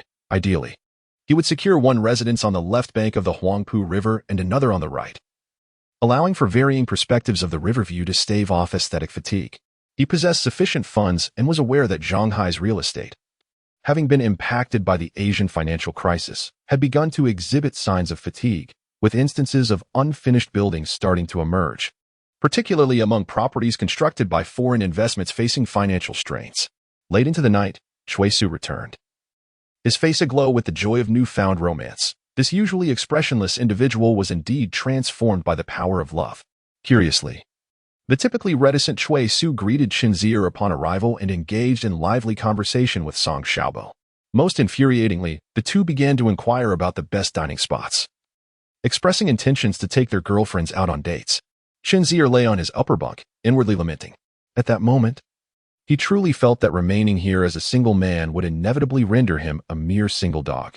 Song Xiaobo, in his audacity, even asked Chen Zier, "Old Chen, you spend more time outside. Do you have any recommendations? You ask a single dog where to take a girlfriend for an outing?" Chen Zier's heart ached. Chui Su, sensing something amiss with Chen Zier, inquired of Song Xiaobo, "What's wrong with old Chen? Being single is fine. Why the dog reference?" Song Xiaobo himself was puzzled, but found it amusing, remarking, "Old Chen has gotten temperamental. I told him that he is the only single one in our dorm now, and that's why he has become this way." Chui Su awkwardly tugged at the corners of his mouth. "It can't be that serious, can it?" "Oh, it is indeed serious. In a college life where the entire dormitory is enveloped in romance while you remain the sole single individual, the discomfort is palpable to those who experience it." Thus, the following day, Chen Zier truly set out to find a place to live. After Lu Cheng was isolated during the latter half of the previous semester, the atmosphere in the dormitory grew strange, causing Chen Zier to feel uneasy. It was then that he first contemplated moving out. Beyond this, Chen Zier also wished to improve his living conditions. This is only natural if one possesses the financial means to enjoy a spacious dwelling. Why would one choose to cram into a dormitory with several others? Who wouldn't desire the convenience of a proper shower and restroom? However, due to classes, Chen Zier aimed to select a location that was relatively close. He wandered around near Zhangda and ultimately found a newly opened community called Dijinglanwan that caught his fancy. Dijinglanwan is also situated on Taiyuan Road. In his previous life, Chen Zier had visited Zhonghai and was aware of a renowned commercial center near Zhongda, which is one of the 4 urban subcenters of Zhonghai, known as the Siju Commercial District. This area derives its name from the convergence of 4 main urban thoroughfares, each corner boasting a large commercial complex, with the famous Wanda Plaza located along Taiyuan Road. Continuing along Taiyuan Road leads directly to Zhonghai University, and the Dijinglanwan community is conveniently positioned alongside this route. Once residing here, Chen Zier would not need to cross any roads to attend his classes. Chapter 37. First, by a smaller place, Chen Zier resolved to choose Dijinglanwan. Prior to purchasing, he wandered through the community. At that time, the buildings were not yet tall, primarily consisting of modest 6-story apartments, all clad in gray, which left Chen Zier feeling somewhat dissatisfied due to their lack of vibrancy. The landscaping was also poorly executed, with only a few scattered plants and a rather diminutive lawn, perhaps still in the initial stages of development. Debris from renovation materials littered the area, compelling Chen Zier to navigate around the dust towards a more pleasant environment. From a distance, he spotted a single tall building within the community, relatively well constructed, standing approximately 17 or 18 stories high. Although he was not an expert in real estate, he assumed that the apartments within this taller structure would be superior and more spacious compared to the others. Intrigued by the prospects, he decided to visit the sales office. Upon entering the sales office, Chen Zier was greeted by the sight of couples, 4 pairs in total, embracing one another. The only other single individuals present were 3 saleswomen, making him acutely aware of his status as the sole bachelor among his peers. A wave of frustration washed over him. Why was it that all the couples seemed to appear before him? Yet, Chen Zier was not angry. Rather, he felt disheartened. He had prepared himself for this moment. His new home was imminent, and a car was within reach. Why had his future mother-in-law not delivered yet? He chose to ignore the couples and made his way quietly to the model of the tallest building. The service quality was still lacking, and given his youthful appearance, the saleswomen did not approach him. In fact, 2 of them glanced in his direction without pausing. However, he paid them no mind. Chen Zier was not interested in flaunting wealth like a nouveau riche or seeking validation from the saleswomen. Those who are truly confident and self-assured do not resort to such ostentation. As a result, both parties coexisted peacefully. Chen Zier examined the properties while the sales staff attended to those who appeared more likely to purchase. His mindset had evolved since his previous life. Once intimidated by exorbitant prices that rendered him speechless, he now possessed greater confidence, understanding that money grants a man courage. Chen Zier sought to delve deeper into specifics. As he looked up, he caught the gaze of a saleswoman, who smiled warmly at him, revealing a charming dimple. Chen Zier beckoned to her, and she approached briskly in her high heels, sweetly inquiring, "Hello, sir. How may I assist you?" Chen Zier held a favorable impression of her and requested, "Please bring me the detailed floor plans of the houses here." She paused momentarily. Each unit in this top-floor building costs several $100,000. It's quite expensive. A hint of skepticism crossed her mind, Yet she complied with Chen Zier's request. Chen Zier's impression of the Imperial Scenic Bay improved further. The professionalism exhibited in the staff training was evident. As he perused the materials, he was pleasantly surprised. "Do you have duplex units here?" "Indeed," she replied. "You are looking at the 148 square meter layout. While not expansive, it offers a strong sense of space due to its design, and the width creates an illusion of a larger living room." Chen Zier nodded, acknowledging her expertise. "It's quite nice, though a tad small. Do you have something larger?" The saleswoman, momentarily taken aback by his request for a bigger unit, thought, "A wealthy individual indeed. Is he genuinely considering a purchase?" Nonetheless, she maintained her professionalism and produced a larger layout, stating, "This is the 208 square meter floor plan, the finest we have at Imperial Scenic Bay." Chen Zier interjected, "Typically, duplex units suffer from poor lighting. What floor is this one on?" The saleswoman, intrigued by his knowledge of duplex drawbacks, felt fortunate indeed. "It's on the 16th floor. Facing the sun, the lighting is exceptional." Her enthusiasm surged as she began to elaborate on the design, having thoroughly prepared her presentation. Compared to the lavish duplexes, the 200 square meter option seemed modest, yet the design was impressive. The first floor featured a spacious hall, exuding elegance. He envisioned his dream home, a grand living room adorned with pristine wooden floors, a plush sofa, and an inviting view of the second floor, where his beloved would smile down at him, evoking a profound sense of accomplishment. "This is it." Chen Zier folded the floor plan and decided against viewing other properties. Once he found something he liked, he preferred not to compare. "This unit hasn't been sold yet, has it?" he inquired. The saleswoman nodded. "Excellent. Please take me to see it." Upon hearing this, the young woman felt exhilarated, secretly cheering to her two colleagues, who had been momentarily stunned. One murmured to another, "Could this be genuine?" Couples eyeing the transaction expressed envy and disbelief, whispering, "Don't pretend to be a wealthy buyer playing with the young lady." Despite the murmurs, Chen Zier radiated an aura that was unattainable in his previous life. The saleswoman trailing him reminded herself to remain composed until payment was made and the contract signed. The transaction was not truly complete. As they walked, she asked, "May I inquire your surname, sir?" Without pausing, Chen Zier replied, "I am simply Chen." "Ah, how fortunate. Mr. Chen, we share a surname." "Chen what?" "Chen Lin," she responded, her name melodic and her words sweet. "Focus on your responsibilities. If the quality of the house is commendable, I shall consider purchasing it." This remark served as encouragement for her, and Chen Zier offered her reassurance. Chen Lin, on the other hand, assured her that the quality of the property was indisputable. Upon entering the building, it became evident that the interior had been exquisitely renovated, devoid of any unsightly patches of cement or exposed pipes. Chen Lin explained to Chen Zier, "This is our company's high-end residential property. All materials used are of premium quality, including the elevators and doors, which are all branded." Chen Zier nodded in agreement. Upon entering the home, her admiration only grew. To her right lay a spacious living room. Ahead was the balcony, basking in the pleasant sunlight, which filled the entire space with warmth. To the left was the dining area, separated by a door from what was presumably the kitchen. The staircase stood conveniently next to the door, simultaneously dividing the living room from the dining area. In her mind, Chen Zier began to envision the bright, clean space once it was fully furnished. Ascending the stairs revealed 3 bedrooms and a bathroom, 1 large bedroom and 2 smaller ones. "What is the total price?" Chen Zier inquired as she surveyed the premises. "For 80,000, was the answer. Chen Zier glanced at her momentarily.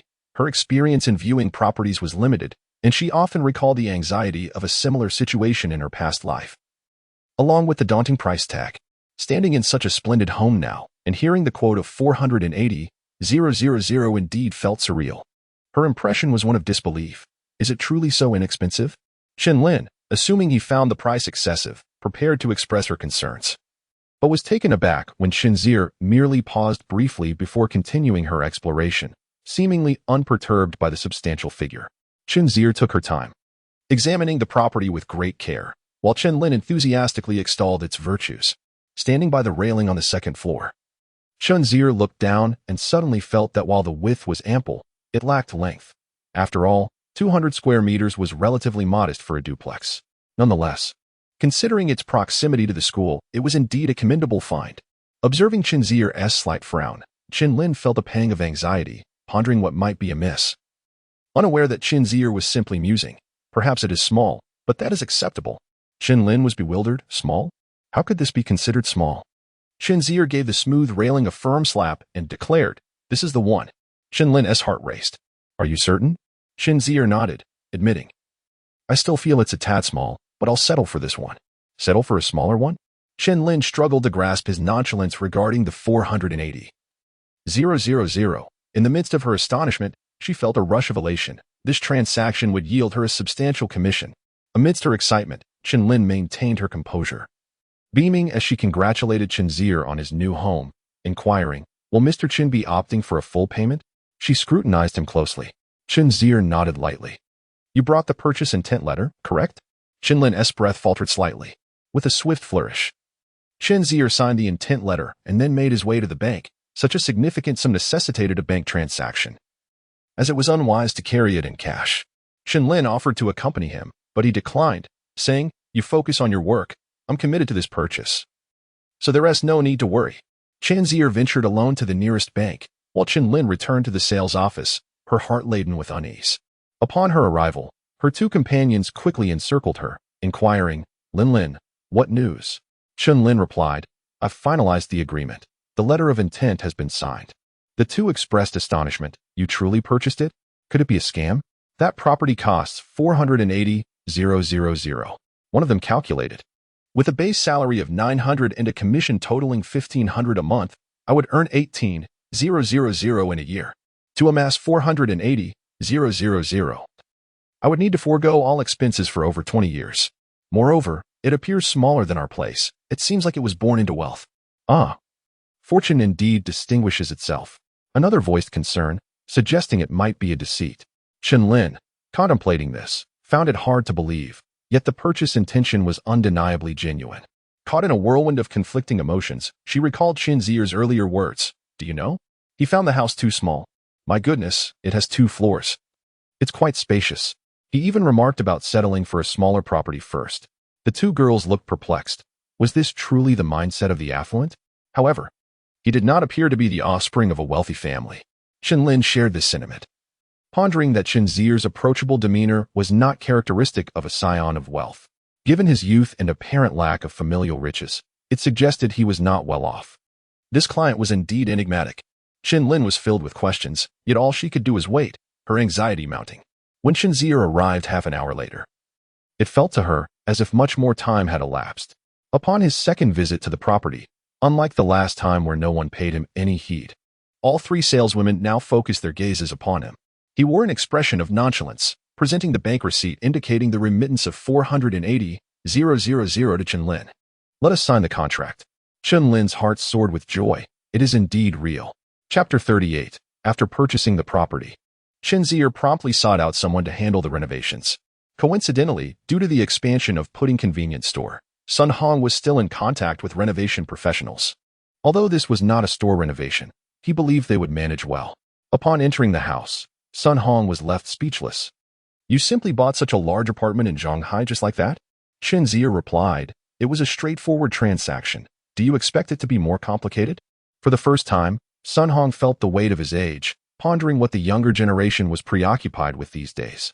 "Wait, you made such a significant decision without consulting your parents?" Chen Zier tilted his head thoughtfully. "You're right. I should call them now." On the afternoon of the 29th, Shui Bohua reached out to Chen Zier, inviting him to his home that evening. Shui had longed to meet Chen Zier amidst the escalating Southeast Asian financial crisis. This young first-year student, who had predicted the plunge of the Thai baht and invested real money into it, was a source of intrigue. However, Chen Zier had not been in Shanghai. After returning on the 25th, Shui had been preoccupied with his own work, only managing to carve out time for this evening. As they made their way to Shui Bohua's residence, Shui Bohua inquired, "How much have you earned this time?" Chen Zier, momentarily hesitating, refrained from disclosing the entire truth, claiming it to be over $300,000. To bolster his credibility, he added, "Unfortunately, I initially made 600,000, but later, due to greed, I incurred some losses." Shui Bohua, sensing Chen's apparent dissatisfaction with the figure, expressed his disbelief, emphasizing, "That amounts to 2 million yuan.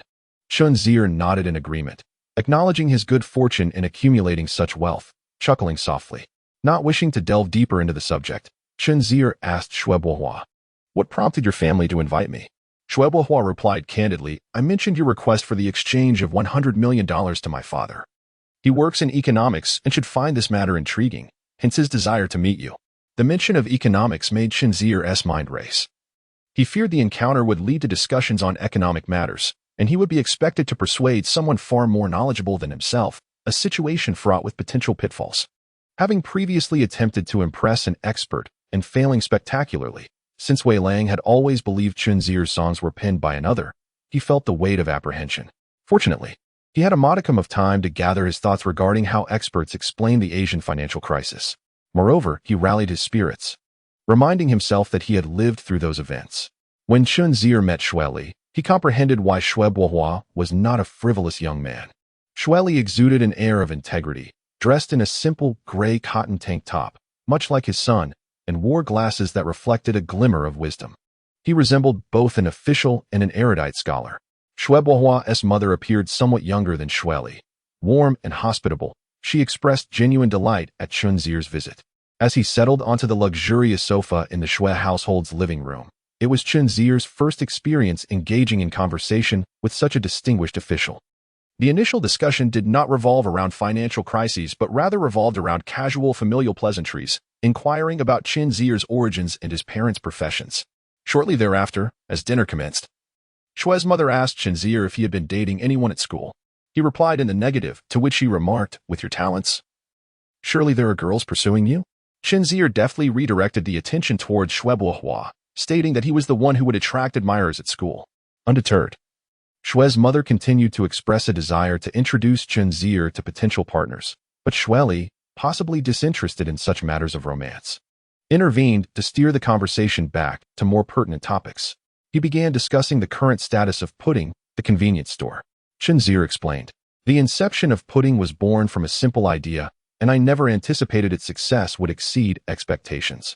Our products, services, and shopping environment are of the highest quality, making it quite popular among consumers.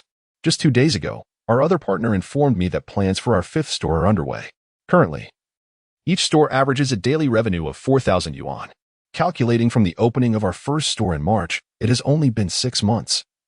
And Pudding has already grown into a small enterprise with a monthly revenue nearing 500,000 yuan, with continuous growth ahead. Shui Li nodded, expressing his hope for the emergence of such youthful and dynamic enterprises within Shanghai. Chen Zier continued to elaborate. The strategy of Pudding is to expand into a chain and increase its scale. I am confident that the number of future branches could even reach tens of thousands. Shui Li praised, Yangqing, you harbor great ambitions at such a tender age. I too hope Pudding can grow to the scale of tens of thousands of stores, possibly even representing our nation as a local enterprise on a national level. Chen Zier modestly replied, while I enjoy gazing at the stars, running a business requires a grounded approach. For now, we must focus on establishing a solid layout in the Shenhang area. Excelling there will enable us to thrive throughout Shanghai, and once we succeed in Shanghai, expanding nationwide will pose no insurmountable challenge. Shui Li listened intently, but remained curious about another matter. Currently, Thailand is experiencing a severe financial crisis, and the Philippines, Malaysia, and even Indonesia have not been spared. As a businessperson, you should be quite sensitive to this, however. I sense that you are not at all worried about the economic climate. Chen Zier paused, realizing the truth of this observation.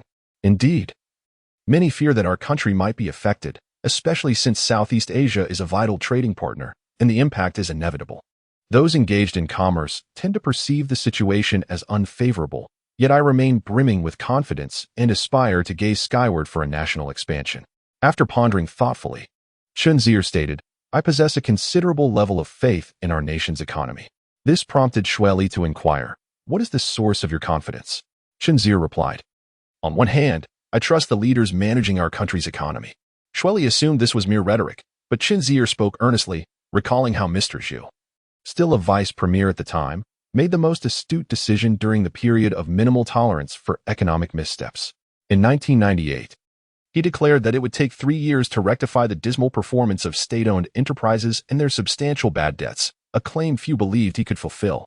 Yet, he not only achieved this feat but did so while the national economy grappled with the repercussions of the Asian financial crisis, which is truly remarkable. Chen Zier continued, secondly, our nation boasts ample foreign exchange reserves. The Chinese yuan has depreciated consistently in recent years, avoiding the awkward situation faced by the Thai baht, which should have depreciated but did not. Therefore, a crisis similar to that of the Thai baht is unlikely, and as long as no significant financial issues arise, the overall economic operation should remain stable. Furthermore, our economy fundamentally relies on investment. Even if exports are somewhat affected, the overall impact on the economy is limited. Xue Li nodded, acknowledging that Chen Zier made some valid points. He added, "Your judgment is indeed sound. In times of widespread panic, maintaining rationality reveals your capacity for independent thought. Your earlier assertion that financial turmoil is unlikely demonstrates great insight, as most citizens lack understanding. In fact, our capital market is not fully open to foreign investment. Essentially, it is hardly open at all. The foreign capital that enters is primarily through equipment investment, and the debts incurred are predominantly medium to long term. Thus, it would be quite challenging for this foreign capital to withdraw. It is fair to say that those who wish to destabilize our country's economy through speculative means are overly ambitious. They have limited avenues to do so." Chen Zier also admired the situation. While it is easy to make predictions from a future standpoint, viewing tomorrow from today's perspective is a different endeavor altogether. Xue Li's optimism regarding the domestic economy amidst the rapidly deteriorating crisis in Southeast Asia underscores his remarkable expertise.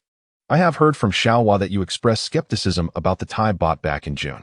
It is no secret that Thailand's economy faces challenges. Yet how could you be so certain that the baht would encounter issues during this summer?" Xue Li articulated his primary concern, which was the very reason for inviting Chen Zier. The moment of truth had arrived. Initially, Chen Zier responded with a denial, stating, "Uncle Xue, you overestimate me. I have never been able to pinpoint when the baht would falter. In fact, I entered the market prematurely and incurred some initial losses. My ignorance shielded me from fear, but I was left in a cold sweat afterward. Moreover, I did not begin to doubt the baht merely in June of this year. I had harbored reservations since 1995. Back then, I sensed that Southeast Asia's economy was somewhat unwell, but I never anticipated such a severe financial crisis. As for why I chose to enter the market in June and July, on one hand, I had observed for a considerable time and felt the timing was opportune, akin to taking a gamble. On the other hand, I had noticed significant fluctuations in the baht's exchange rate in February and May of this year, leading me to believe that there were forces at play attempting to manipulate Southeast Asia's capital markets and attack the baht's value. Truthfully, my confidence was limited, at most. I had a 50% certainty. However, such uncertainty is inherent in the stock, currency, and futures markets. A 50% assurance is already commendable, and to wait for a complete certainty before acting would be foolhardy. Profiting from the market is rarely that straightforward. Both Xue Li and Xue Bohua pressed their lips together, their expressions mirroring astonishment, as they found it difficult to believe that this 20-year-old possessed the audacity to wield $1 million in a venture with only a 50% chance of success. Thus, Xue Li remarked, "The amount you invested is astonishing, $1 million. Such a substantial sum." Xue Mama gasped, "How much? $1 million? You didn't lose it all, did you?" Chen Zier replied, "Not entirely, but I didn't gain much either. Subsequent missteps led to some losses." Xue Bohua interjected, "You made 2 million yuan and claim you didn't earn much." Chen Zier thought, "Please be quiet. I'm struggling to maintain my composure."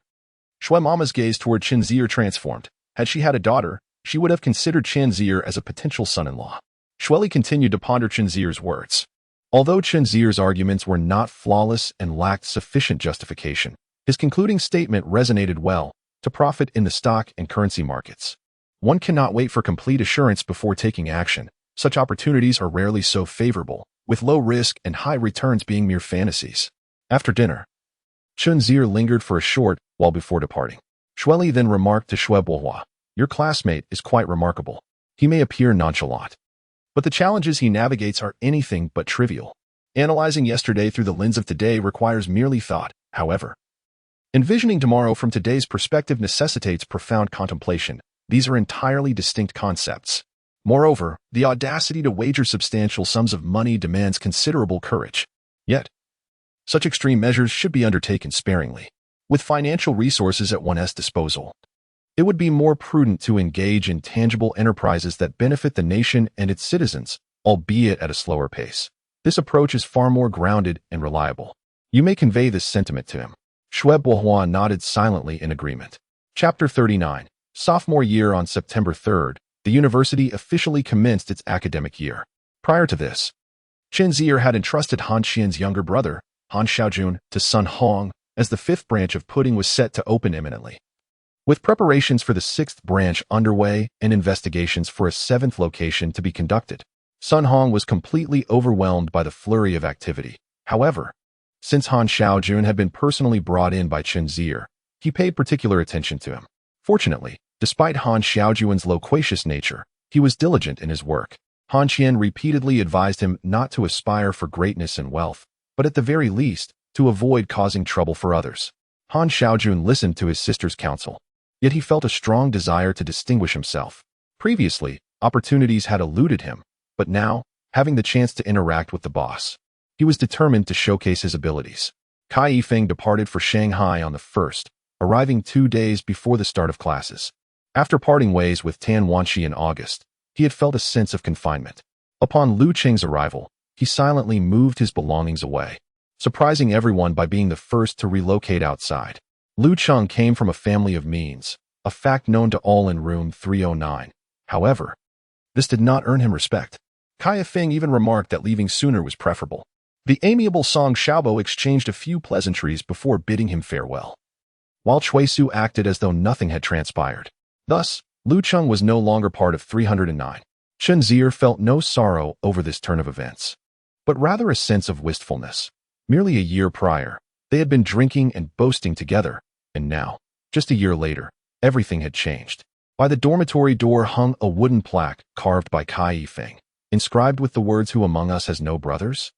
Although his craftsmanship was not as exceptional as he had claimed, the crooked engraving echoed the bond of brotherhood in room 309. In truth, Chen Zier did not harbor resentment towards Lu Qing. He simply felt that deep friendship was unattainable. Chen Zier had never ostracized him. It was Lu Qing who had lost the respect of others, a situation beyond Chen Zier's control. There were other surprises in store for Chen Zier, one of which was Zhou Zijuan's revelation that she had not returned home during the summer break.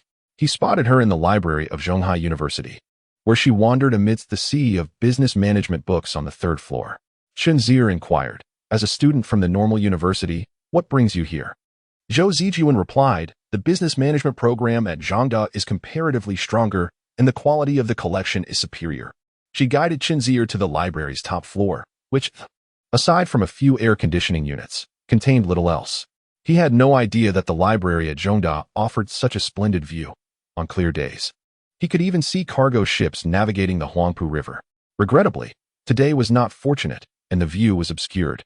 The scenery above is indeed splendid, allowing one to gaze upon the entirety of the Shenzhen area. Chen Zier inquired, "Have you been here throughout the summer vacation?"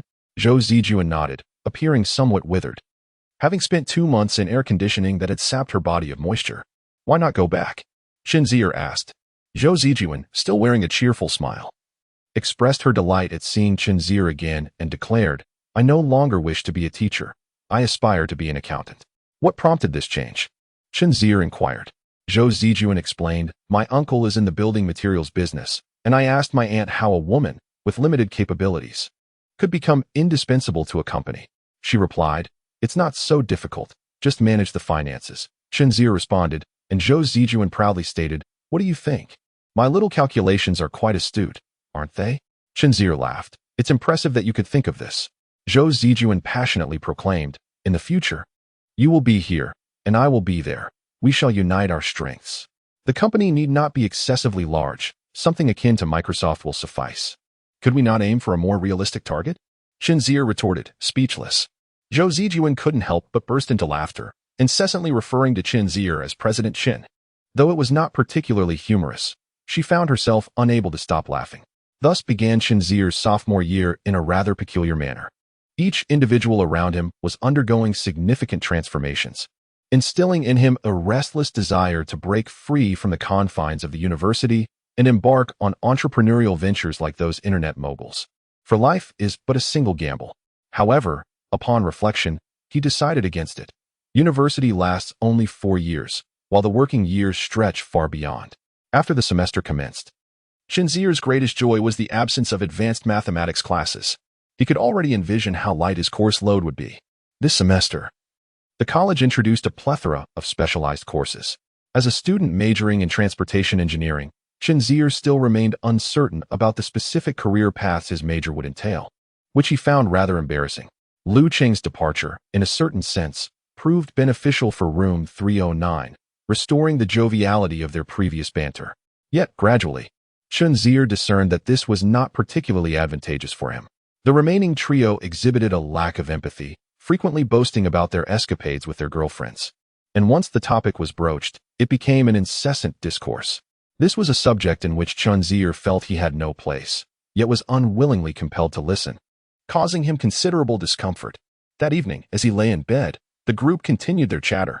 Cai Yifeng even urged Chen Zier, "I believe Zhou Zijuan is quite wonderful.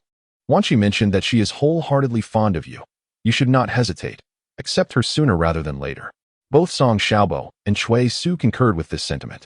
Song Xiaobo, more composed, questioned, "Old 3, what are your true thoughts?" Chen Zier replied, "Love is a matter deeply rooted in feeling. When the feeling arises, Old Kai could pursue Tin Wanshi for a year without letting go. When the feeling is absent, all words ring hollow. Nurturing a relationship is no easy task.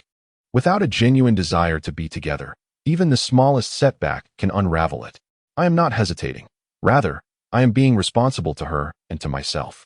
Cai Yifeng dismissed the notion, exclaiming, "Nonsense. Is romance truly so complicated? If you take responsibility, you ought to treat others with respect."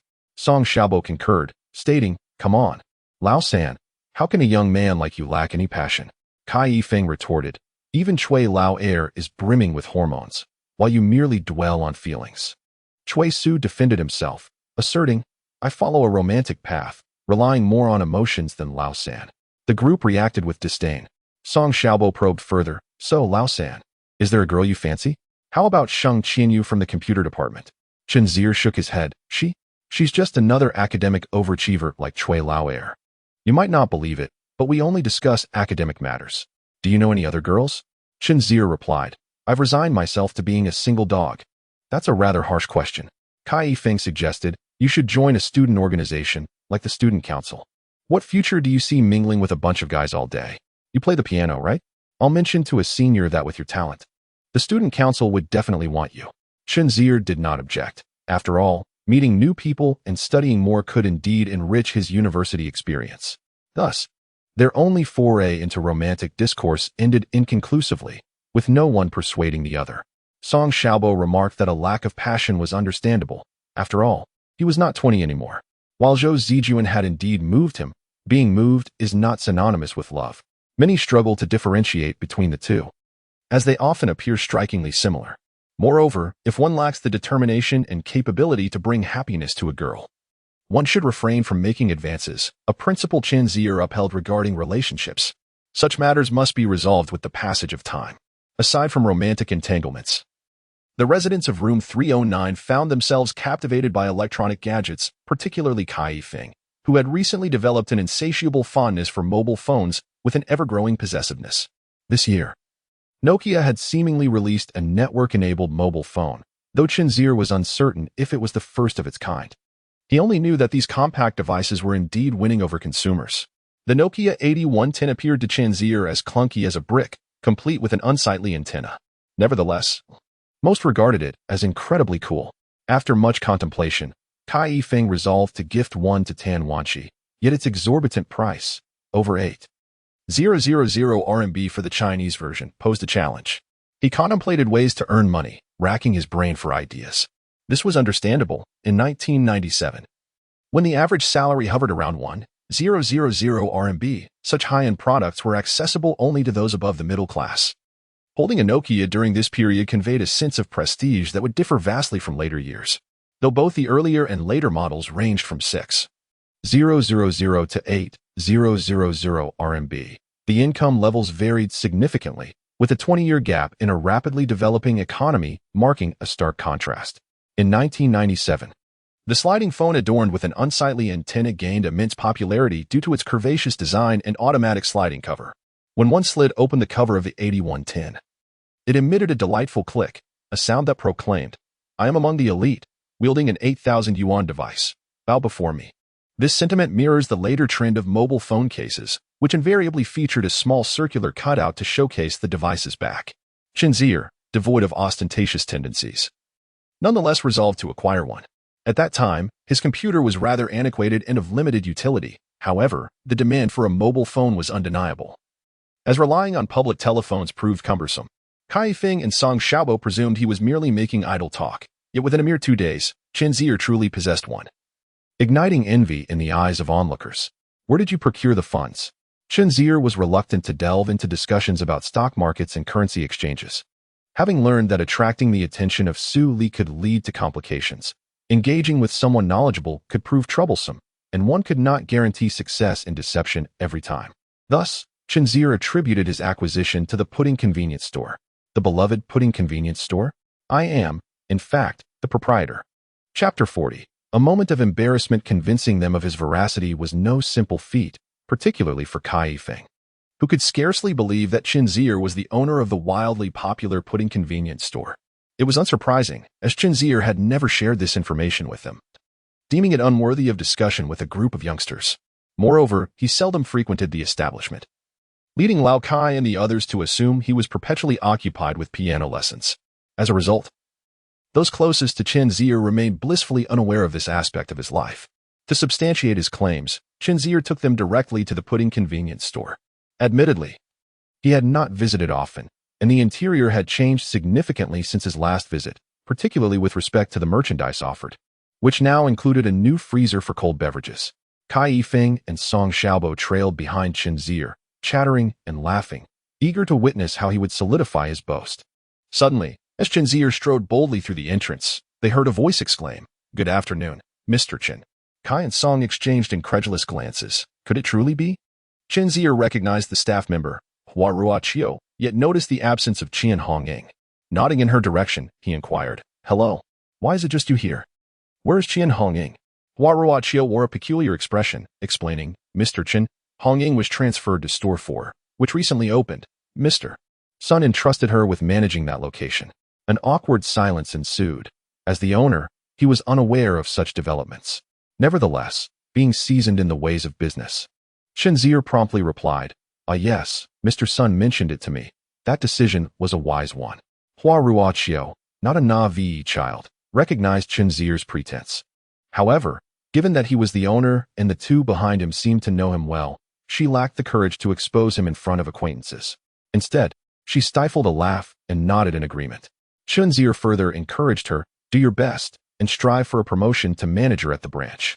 Upon hearing the words of the esteemed boss, Hua Ruoqiu's face lit up with delight as she nodded repeatedly. Behind her, Cai Yifeng and Song Xiaobo were both taken aback. "You truly are the boss."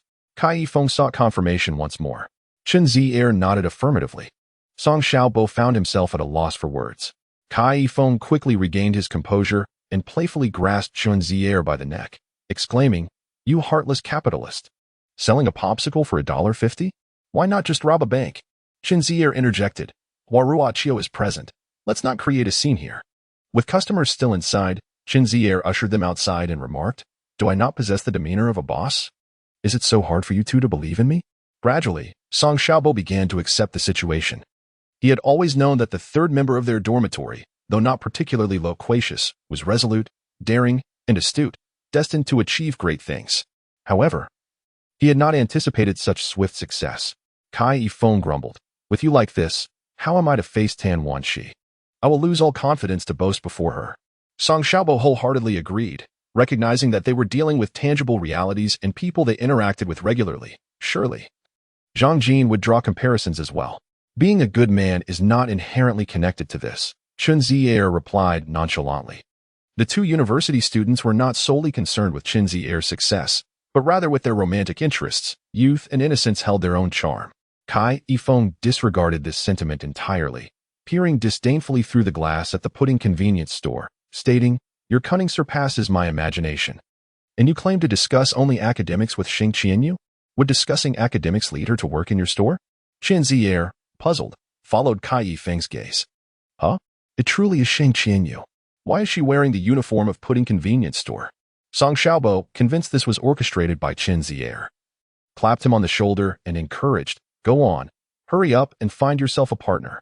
Cai Yifeng, however, felt uneasy, asserting his support for Zhou Zijun. considering her consistent care for Wan Shi. Hence, she always seemed well informed about his activities. Kai Feng, with a thick skin, feigned ignorance, as if the matter had no bearing on him whatsoever. Old Kai, Song Xiaobo suggested, let's take our leave. We wouldn't want to be third wheels. Kai Feng refused to budge, insisting, I must keep an eye on him. I cannot allow him to engage in any unscrupulous behavior. Chen Zier sighed in resignation. Would you believe me if I said I only just learned that Sheng Qianyu was working here? The two responded with impassive head shakes, expressing their disbelief. Chen Zier mused. He genuinely was unaware. He is thoroughly playing the role of an unconcerned manager. Consequently, he decided to inquire with Sun Hong. When did we hire this new staff member? Sun Hong, bewildered by the question's intent, nonetheless replied, Oh, I remember her. It's been a while. Perhaps since the end of June. That young lady is quite exquisite. She appears delicate, yet she possesses a resilient spirit, working diligently and impressively. The pudding convenience store, even for cashiers, presents a considerable workload. It is not merely a matter of handing out change. With the commencement of the school year, Sheng Qianyu is particularly diligent in her studies. Can she manage everything? Chen Zier pondered whether pudding, as it expanded, had succumbed to a sense of pride, neglecting the operational principles he had previously emphasized. He inquired specifically about Sheng Qianyu's situation. To his surprise, Sun Hong could not praise her enough, exclaiming, I've been meaning to tell you, this young lady is truly talented. Intrigued, Chen Zier asked, what is the matter? To summarize, the primary clientele of the store had once been students, and logically, sales would decline in July and August. Indeed, the first 2 weeks of July reflected this trend. However, things took a turn thereafter. Previously, sales had consistently hovered around 2,500, but as I mentioned last time, they gradually climbed to 4,000 in daily sales, all thanks to her. Is it really that impressive? Chen Zier questioned, somewhat skeptical. Sun Hong nodded affirmatively, stating, the strategy you devised was excellent. You understood what the surrounding customers needed and adjusted the orders accordingly. However, Xiao Qian and Xiao Huang merely recorded data. They would reorder based on which items sold more on a given day, failing to recognize that strategies are static while human behavior is dynamic. Every day brings unforeseen events. Sheng Qianyu, however, is different. She integrates and analyzes all recorded data. She even developed a certain algorithm, though I don't quite grasp it. It's remarkably effective. She refers to it as an information system, and I even purchased 2 computers specifically for this purpose. Chen Zier thought to himself, how impressive. He then asked, so, is she working every day? Sun Hong shook his head, not quite. She typically works in the evenings to compile the day's data, only coming in occasionally at other times. I find her capabilities remarkable, so I've retained her at her original salary. Chen Zier nodded in agreement. He had heard of convenience stores establishing their own information systems. For instance, 7-Eleven has maintained such a system for years, investing heavily in continuous upgrades, which greatly enhanced operational efficiency. However, Chen Zier was not well versed in the mathematical and computational principles behind it. Given that pudding currently operates only 5 or 6 stores, he initially thought it premature to recruit expertise in this area, intending to wait until they had hundreds of locations. Unexpectedly, this mathematically adept Sheng Qianyu had uncovered some insights into the matter. Although it seemed a bit early, he thought it might be worthwhile to let her experiment. Later, while at school, Chen Zier encountered Sheng Qianyu and initiated a conversation about her work at pudding. He asked, what inspired you to work at the pudding convenience store? Sheng Qianyu pondered for a moment before replying. Did you see me when you visited? Yes, I noticed you a couple of days ago and saw you busy. So I didn't want to interrupt. She continued, I applied for a summer job there because I found the work environment and compensation quite appealing. Chen Zier felt a surge of pride. Isn't the convenience store attractive? Sheng Qianyu nodded, saying, not only is the store stylishly designed, but Mr. Son of Pudding is also quite remarkable. When I heard him speak, I learned that he went bankrupt last year yet managed to create pudding from the depths of despair. Chen Zier, without me, he would already be in dire straits. However, we still have a formidable boss. I overheard a colleague discussing pudding's business philosophy, and I sensed that this must be an exceptionally remarkable individual. Chen Zier, feeling intrigued, shamelessly inquired, what makes him so impressive? Sheng Qianyu spoke animatedly, expressing that he has revitalized the convenience store concept. Previously, my perception was that once a store was established, one could only wait for customers to arrive. If they didn't come, it would be disastrous. However, pudding operates differently.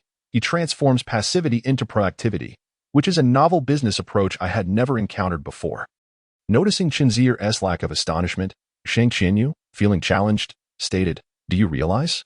Putting S convenience store can predict what food everyone will crave tomorrow. How many portions will be needed, what beverages will be most desired, and in what quantities. They analyze the age demographics of shoppers. And other branches can assess the local residents' income levels. If it rains tomorrow, we will prepare umbrellas, and if it's hot, we will have cold drinks ready. Everything we sell each day is meticulously planned." Observing her animated discourse, Chen Zier provocatively remarked, "Is it really that astonishing?"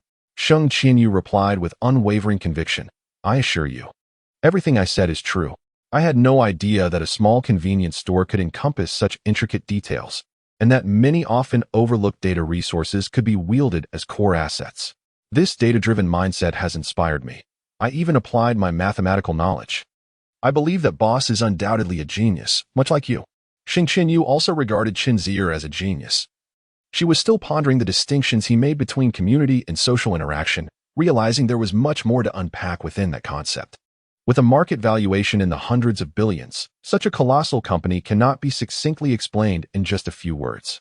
After hearing her effusive praise, even Chen Zier, with his thick skin, felt a bit overwhelmed. Prompting others to extol oneself was rather shameless and somewhat embarrassing. Chapter 41. A series of ups and downs working at Pudding has consumed some of Sheng Qianyu's time. Her requests for Chen Zier to serve as her translator have significantly decreased compared to last semester. Nevertheless, her own command of English has been steadily improving. And she believes that soon, with her intelligence, she will be able to read independently. Engaging with English literature, academic papers, or newspapers has become a habitual endeavor. While initially daunting, requiring constant dictionary checks after just a few sentences, it is not insurmountable, as long as one possesses a solid foundation in English and perseveres. After about half a year, one can achieve fluency, especially for someone like Sheng Qianyu, who focuses on a specific area of reading, as the specialized vocabulary is limited. Chen Zier, being experienced, understands this process. Sheng Qianyu has been performing well at Pudding, so he has allowed her to continue. Recently, Chen Zier has begun to take an interest in the renovations of his property in Dijing Lanwan, which are all being managed by Sun Hong. Sun Hong has now become their major client, with Pudding convenience stores undergoing renovations one after another, and the workload is simply unending. As Chen Zier is a larger boss than Sun Hong, they dare not engage in any shenanigans. Chen Zier opted for the most hassle-free approach, delegating everything to them. The cost was not a concern. What mattered was the avoidance of inferior renovation materials that would fill the space with formaldehyde. Saving money at the expense of health was not an option. Sun Hong, originally unacquainted with home renovations, had become a semi-expert, familiar with the prices of various materials to avoid being taken advantage of. Initially, everything progressed smoothly until an unexpected disturbance arose from a neighbor. The renovation supervisor, Mr. Wu, called Chen Zier to inform him that the owner of the adjacent property had lodged a complaint regarding the noise. In the midst of a class, Chen Zier had to duck beneath the desk to answer the call, feeling quite unfortunate. Mr. Wu's tone was urgent, leaving Chen Zier with no choice but to skip his lesson. Indeed, renovation work generates noise, a legitimate grievance. One cannot simply adopt a stance without acknowledging right or wrong. If Chen Zier were living in the home, he too would be driven to madness by incessant drilling from above. If the neighbor were amicable, they could negotiate and schedule work during times when no one was at home. However, if faced with a formidable adversary, legal action could ensue. With no better options, Chen Zier resolved to address the situation as it unfolded. Upon exiting the elevator, he spotted Mr. Wu conversing with a woman clad in a graceful green dress. She possessed a slender figure and elegantly styled hair, revealing a fair and alluring neck. She exuded an air of sophistication and refinement. Chen Zier felt a wave of relief wash over him as he noticed the absence of shouting or accusations. Upon seeing Chen Zier, Mr. Wu exclaimed as if he had found a savior, "Boss Chen, you've arrived." The woman turned at the mention of the boss, only to discover a young man. A fleeting glimmer of contemplation crossing her eyes. Mr. Wu addressed her, "Miss Shi, as per your request, the homeowner has arrived." Chen Zier extended his hand, introducing himself. "Hello, Miss Shi. I am the homeowner, Chen, from the Chen family." Miss Shi responded amiably, avoiding any awkwardness by not refusing the handshake, though it was a mere formality. Turning to Mr. Wu, Chen Zier inquired, "What is the specific situation?" Miss Shi interjected, "Allow me to explain." As she spoke, Chen Zier immediately discerned a difference. It was not the profundity of her words, but rather the exquisite quality of her voice that captivated him. Her tone was not the typical high-pitched and sharp sound of many young women. Instead, it possessed a gentle, slightly lower timbre reminiscent of the delicate charm found in the daughters of the Jiangnan water towns. It was deep yet clear, resonant without being jarring, and distinctly memorable. Miss Shi continued, as a future neighbor, I did not wish for matters to escalate to this point. I understand that every household has renovation needs, and I have no objections to your work within the legal time frame. However, last weekend, you were still renovating, and when I sought to address the matter, I was ignored. Today, at 1:30, during lunch break, the noise resumes. As the homeowner, I hope you can offer a resolution. Chen Zier felt overwhelmed. Her articulate manner left him feeling unreasonable. He acknowledged his oversight, having not considered this aspect initially. Fortunately, the woman appeared reasonable, and Chen Zier assured her, I promise. We will ensure that your rest is not disturbed in the future. Inquiring again of Master Wu, what are the designated times for renovations as per national regulations? Master Wu was unable to provide an answer. It seems he had never adhered to such guidelines. After all, they are merely hard-working individuals, often illiterate, and it is futile to cast blame upon them. Chen Zier understood their mindset. If they completed their tasks promptly, they could take on new ones sooner, thereby earning more wages. Miss Shi, relieved, feared the arrival of someone unreasonable, while she was not afraid of confrontation. The incessant drilling into walls and floors would surely drive her to madness. Master Wu could not address Chen Zier's inquiry, prompting her to elaborate. According to the law on the prevention and control of environmental noise pollution of the People's Republic of China, construction activities that generate noise are prohibited in residential buildings that have been completed and delivered for use during statutory holidays, all day long, and on weekdays from 12 to 1400 hours and from 18 to 8 o'clock the following day. During other periods, noise control measures must be implemented to minimize disturbance to surrounding residents. Chen Zier regarded her with a peculiar expression. Are you a lawyer? You seem to remember that quite well. Miss Shi, unaffected, continued. This was adopted at the 22nd meeting of the Standing Committee of the 8th National People's Congress last year and came into effect on March 1st of this year. Well, it appears that relevant legislation has indeed been enacted. However, it was of little consequence to Chen Zier as he was not there to litigate. His approach to resolving issues was quite proactive, stating, we will strictly adhere to this timeline for renovations. I apologize for any inconvenience we may have caused you. Miss Shi nodded, finding her neighbor rather agreeable, young, financially stable, and surprisingly reasonable. Her impression of him shifted from negative to positive. Meanwhile, Master Wu found himself in a dilemma. Mr. Chen, if we proceed in this manner, our progress will be significantly hampered. We won't be working this Saturday and Sunday. What will the team do? Perhaps you could reconsider? Chen Zier, exasperated, replied, Master Wu, you have heard it. What you propose would be inciting me to break the law. How about this? How much do you earn per day? I will still pay you for Saturday and Sunday. Miss Shi regarded him with newfound respect. He was neither demanding nor parsimonious, a compassionate individual willing to invest. Master Wu, being an honest man, was taken aback by Chen Zier's words. Mr. Chen, that was not our intention. Old Wu, cannot accept payment without work. Chen Zier reassured him, I understand. In fact, Mr. Sun has consistently praised the quality of work your team has done on the renovations of the pudding convenience stores, each of which I have personally inspected and found commendable. If you were my company's employees, you would be receiving bonuses. Thus, consider this as a bonus. The payment will not be lessened. My only requirement is that the quality of my home renovation is maintained, and all future branches of the pudding convenience stores must also be renovated to the same standard. Master Wu assured him, rest assured, I would never compromise my livelihood. Chen Zier nodded, then there is no issue. As Miss Shi mentioned, adhere to the legal time frames, and for Saturday and Sunday, follow my instructions. If there are other jobs, tend to them. If not, take the day off. You will receive your wages without concern. This is not a problem. Upon hearing this, Master Wu and his group of artisans were filled with delight, fervently praising Boss Chen as a magnanimous individual. Having soothed their concerns, Chen Zier turned to the woman and inquired, Miss Shi, would you find this resolution acceptable? His earnestness was palpable, and she was indeed satisfied, thrilled, even. After all, in the hustle of daily life, it was preferable to resolve this matter swiftly. She replied, as long as it falls within the legal time frame, I am agreeable. The issue was settled, It merely entailed a bit of extra expenditure, which, in truth, was not wasted but rather served to motivate the workers. Chen Zier considered himself fortunate. Had he encountered a more petty individual who insisted on compensation, it would have been exceedingly vexing. Thus, his impression of this neighbor improved significantly, and he took the opportunity to observe this woman of exceptional grace. Though her features were not as exquisitely sculpted as Sheng Qianyu's, her skin was remarkably fair, exuding an aura of purity. With large eyes and delicate lips, her unassuming demeanor conveyed a sense of nobility. Dressed simply yet elegantly, she embodied a kind of ethereal beauty that often drives men to madness. Innocent, fresh, noble, and intellectually alluring.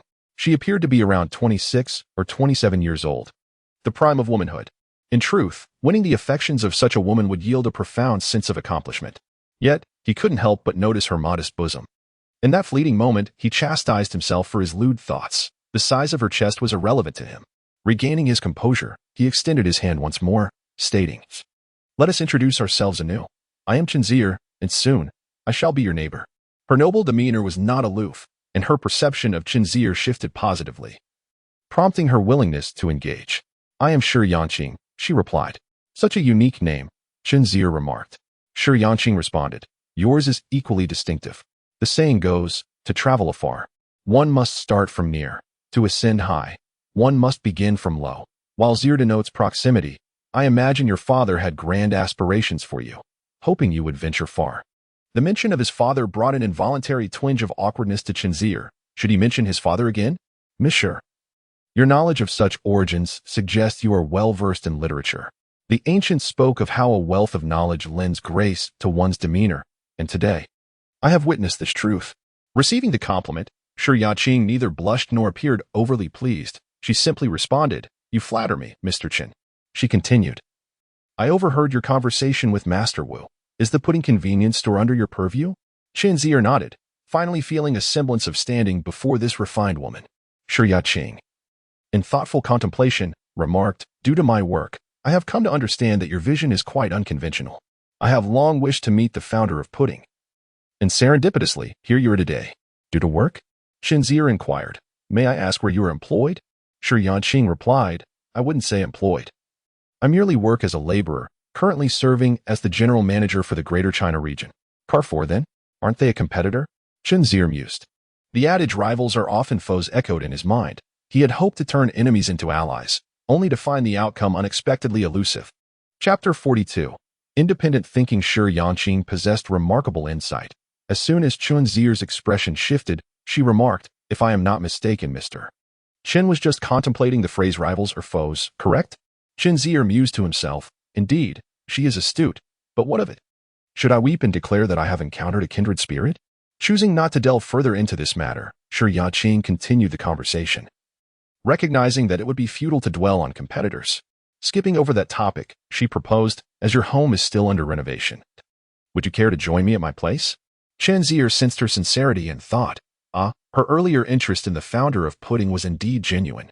Having already skipped classes, he decided it would be a pleasant diversion to visit. What an honor, he mused, realizing that lingering in the corridor was not conducive to a meaningful discussion.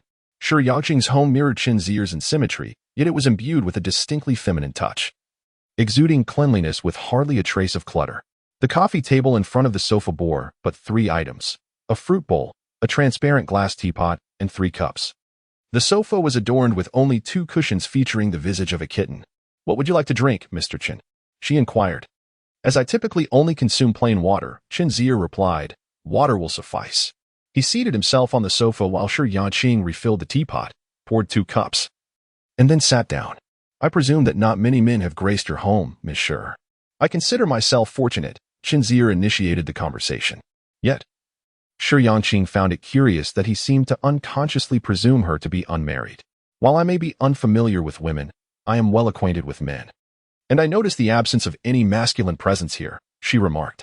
"Your perceptiveness is indeed exceptional, Mr. Chen," Shi Yangqing acknowledged. Chen Zier smiled lightly. "You need not feel anxious," she added. "Am I anxious?" he replied, feigning ease. "It appears that you might be a tad tense." "Not at all. This is hardly an interrogation room, and I am no criminal. Why would I feel tense?" "Yet," she observed, "you are gripping your cup quite firmly." Is it amusing to expose people's discomfort? Chen Zier retorted. Shi Yangqing smiled brightly, her curiosity piqued. What is it about my presence that causes you to feel this way? Inwardly, Chen Zier cursed, thinking, forget it, I shall speak my mind. After a brief pause, Shi Yangqing assumed he harbored some unspoken concern, prompting her to say, if it is difficult for you to articulate, then, however, Chen Zier abruptly interjected, it is you, Ms. Shi, who makes me feel uneasy. Confused, she asked, why is that? Chen Zier exhaled deeply and confessed, I believe most men feel a certain trepidation in your presence. You are accomplished, intelligent, and undeniably beautiful, with an air of nobility. Humans are inherently inclined towards male dominance and female subservience, so interacting with someone as successful as you naturally induces a sense of restraint. Furthermore, you are not only a successful woman but also strikingly attractive, which amplifies the pressure. Generally, Chen Zier felt at ease around beautiful women, regardless of their allure. He would admire and appreciate them without pressure. Yet, Shi Yangqing was different. She was an elite in her own right, possessing an almost mesmerizing aura.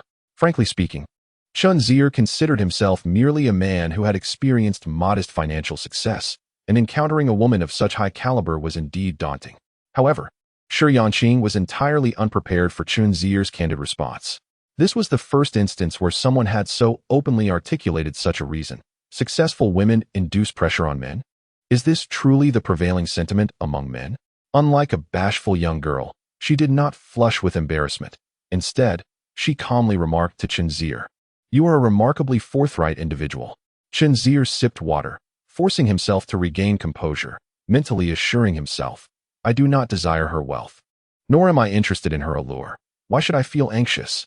Shi Yangqing, being perceptive, sought to shift the conversation, inquiring, outside of work, do you have any hobbies? Mr. Chen? Chen Zier steadied his heartbeat and replied, I play football quite a bit and enjoy reading. What genres do you delve into?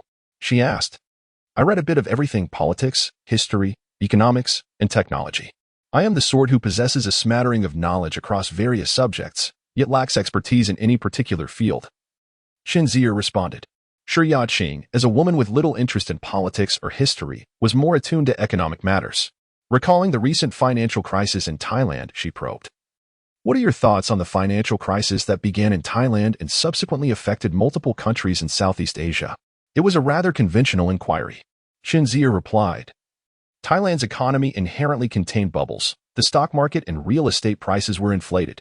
It is only logical that issues would arise when subjected to external pressures. Shi Yangqing acknowledged. Your perspective holds merit. However, I possess an alternative viewpoint that may not be entirely accurate, yet I believe it is coherent. I would be eager to hear your insights. He encouraged. Reflecting thoughtfully, Shi Yangqing stated, Thailand undoubtedly has its own issues, including inappropriate capital operations and a bubble economy. Meanwhile, Indonesia grapples with government corruption, which are indeed the internal causes of the financial crisis. Yet, these internal factors have existed for quite some time. If problems were imminent, they would have surfaced long ago. Why, then, did they only manifest now? Furthermore, each country faces unique challenges, and their ailments exhibit significant variations. Why, then, did they all encounter crises simultaneously? Additionally, the recent instability in the exchange rates of the Singapore dollar and the Taiwan dollar raises further questions. If we attribute the crises in Thailand and Malaysia to their inadequate financial systems, why have the more robust financial systems of Singapore and Taiwan also been impacted? This series of inquiries left Chen Zier utterly bewildered. He had never contemplated such matters before, yet Shi Yangqing's questions were undeniably valid. Her independent thinking and propensity to question conventional wisdom revealed her exceptional nature. Not having an economic background, Chen Zier found himself unable to respond to her queries and could only continue to listen as she elaborated. Shi Yangqing remarked, upon this analysis, attributing the severity of the financial crisis solely to Thailand's systemic issues clearly does not provide a comprehensive explanation. Moreover, I have observed peculiar phenomena that conventional economics cannot elucidate. Chen Zier, intrigued, inquired, what phenomena do you refer to? Firstly, the recent depreciation of currencies in these nations has been quite pronounced. Typically, a decline in a local currency is associated with an accelerated growth in money supply or severe inflation. If we assert that the depreciation of the Thai baht stems from inflation induced by a domestic bubble economy, it is perplexing that other countries, such as the Philippines and Malaysia, are experiencing a form of deflation. Moreover, Thailand's own money supply growth rate averaged 179 from 1991 to 1993, which then decreased to 141 from 1994 to 1996. Under such circumstances, one would expect the local currency to appreciate. Yet, these nations' currencies are simultaneously tightening and depreciating, which is indeed curious. Secondly, many analyses suggest that the financial systems in these countries are unhealthy. However, when examining the capital adequacy ratio of the banking sector, Chen Zier interjects, "What ratio?" Shi Yangqing clarifies, "The capital adequacy ratio is a crucial indicator of the health of the financial system. According to the Basel Capital Accord, a ratio below 8 indicates no significant issues. Strangely, these countries' banks possess remarkably healthy capital adequacy ratios. Thailand stands at a minimum of 93, while Indonesia soars to 116, suggesting that banks are quite secure. Yet, why do they seem so vulnerable during this crisis?" Chen Zier, somewhat bewildered, struggles to comprehend the connection. Shi Yangqing continues unabated, stating, "Many assert that Thailand's foreign exchange reserves are insufficient. However, according to standard economic principles, Thailand's reserves are quite ample. Typically, reserves exceeding 3 months' worth of imports can mitigate economic risks, and these countries' reserves far surpass that threshold. In comparison, the European Union holds only 25 months' worth, while the United States possesses merely 1 month's worth. In summary, Southeast Asian nations exhibit formidable measures against financial crises compared to Europe and America. Yet, after being struck, their downfall is astoundingly severe, a phenomenon that many experts have yet to elucidate."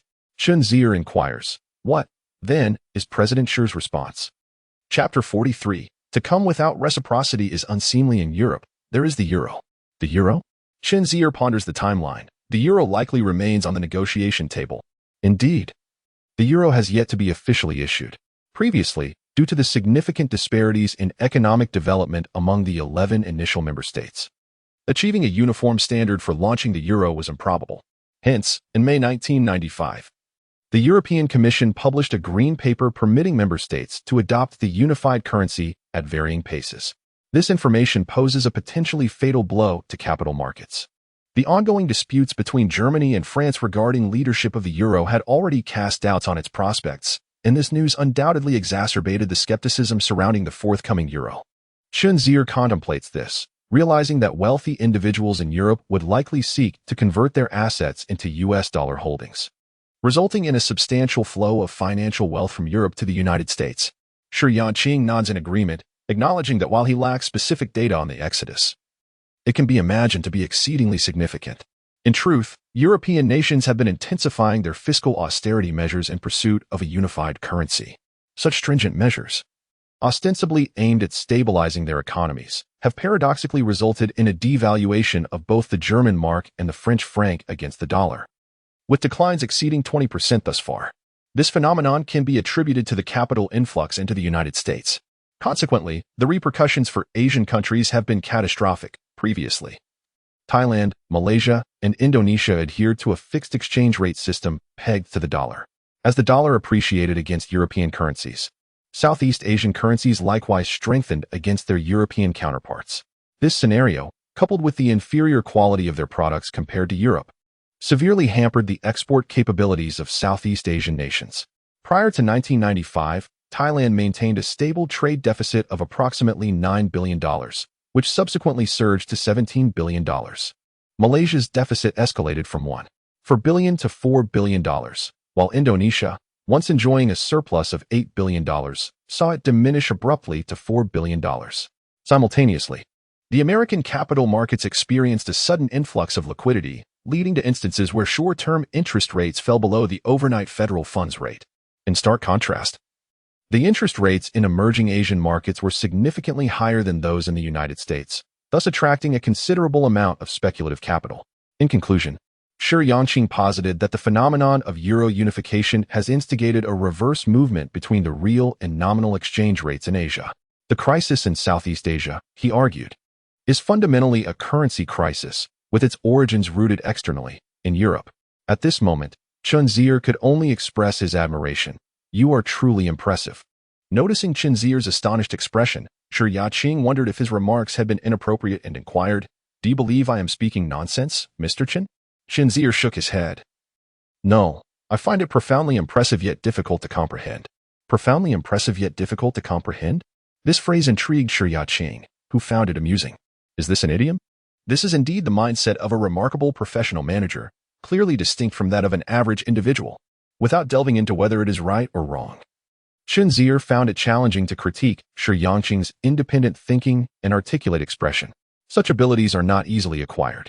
It is far simpler to echo others than to engage in original thought when confronted with a dilemma. Shi Yangqing is, without a doubt, formidable. In light of his esteemed reputation, it is indeed remarkable that Shi Yangqing, at such a young age, has ascended to the role of a regional general manager within a highly structured multinational corporation. Shi Yangqing smiled modestly. Mr. Chen, you flatter me. In contrast to working for others, I find myself envious of those who venture into entrepreneurship. It requires immense courage and wisdom. Mr. Chen embodies both qualities, which is no small feat. I have conducted an in-depth study of pudding convenience store, and it truly excels. Noticing the sincerity in her praise for pudding, Chen Zier's mind sparked with realization. In the retail industry, if I excel, rather than harboring hostility, you commend our efforts and even invite me into your circle upon our first meeting. Initially, he believed that Shi Yangqing admired pudding's business philosophy, which was why she sought to engage with him.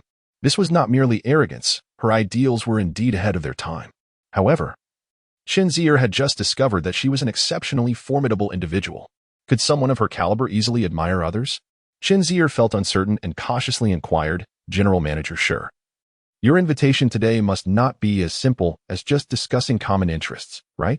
Surprised, Shi Yangqing had not anticipated that Chen Zier would perceive this nuance. She then donned a smile and responded, Indeed, General Manager Chen, you are far more candid than I. Allow me to embrace a bit of the red from my surroundings. In fact, our company has deliberated on the acquisition of pudding convenience stores. Although this project is still in its infancy, I am personally overseeing it. And I am eager to collaborate with you.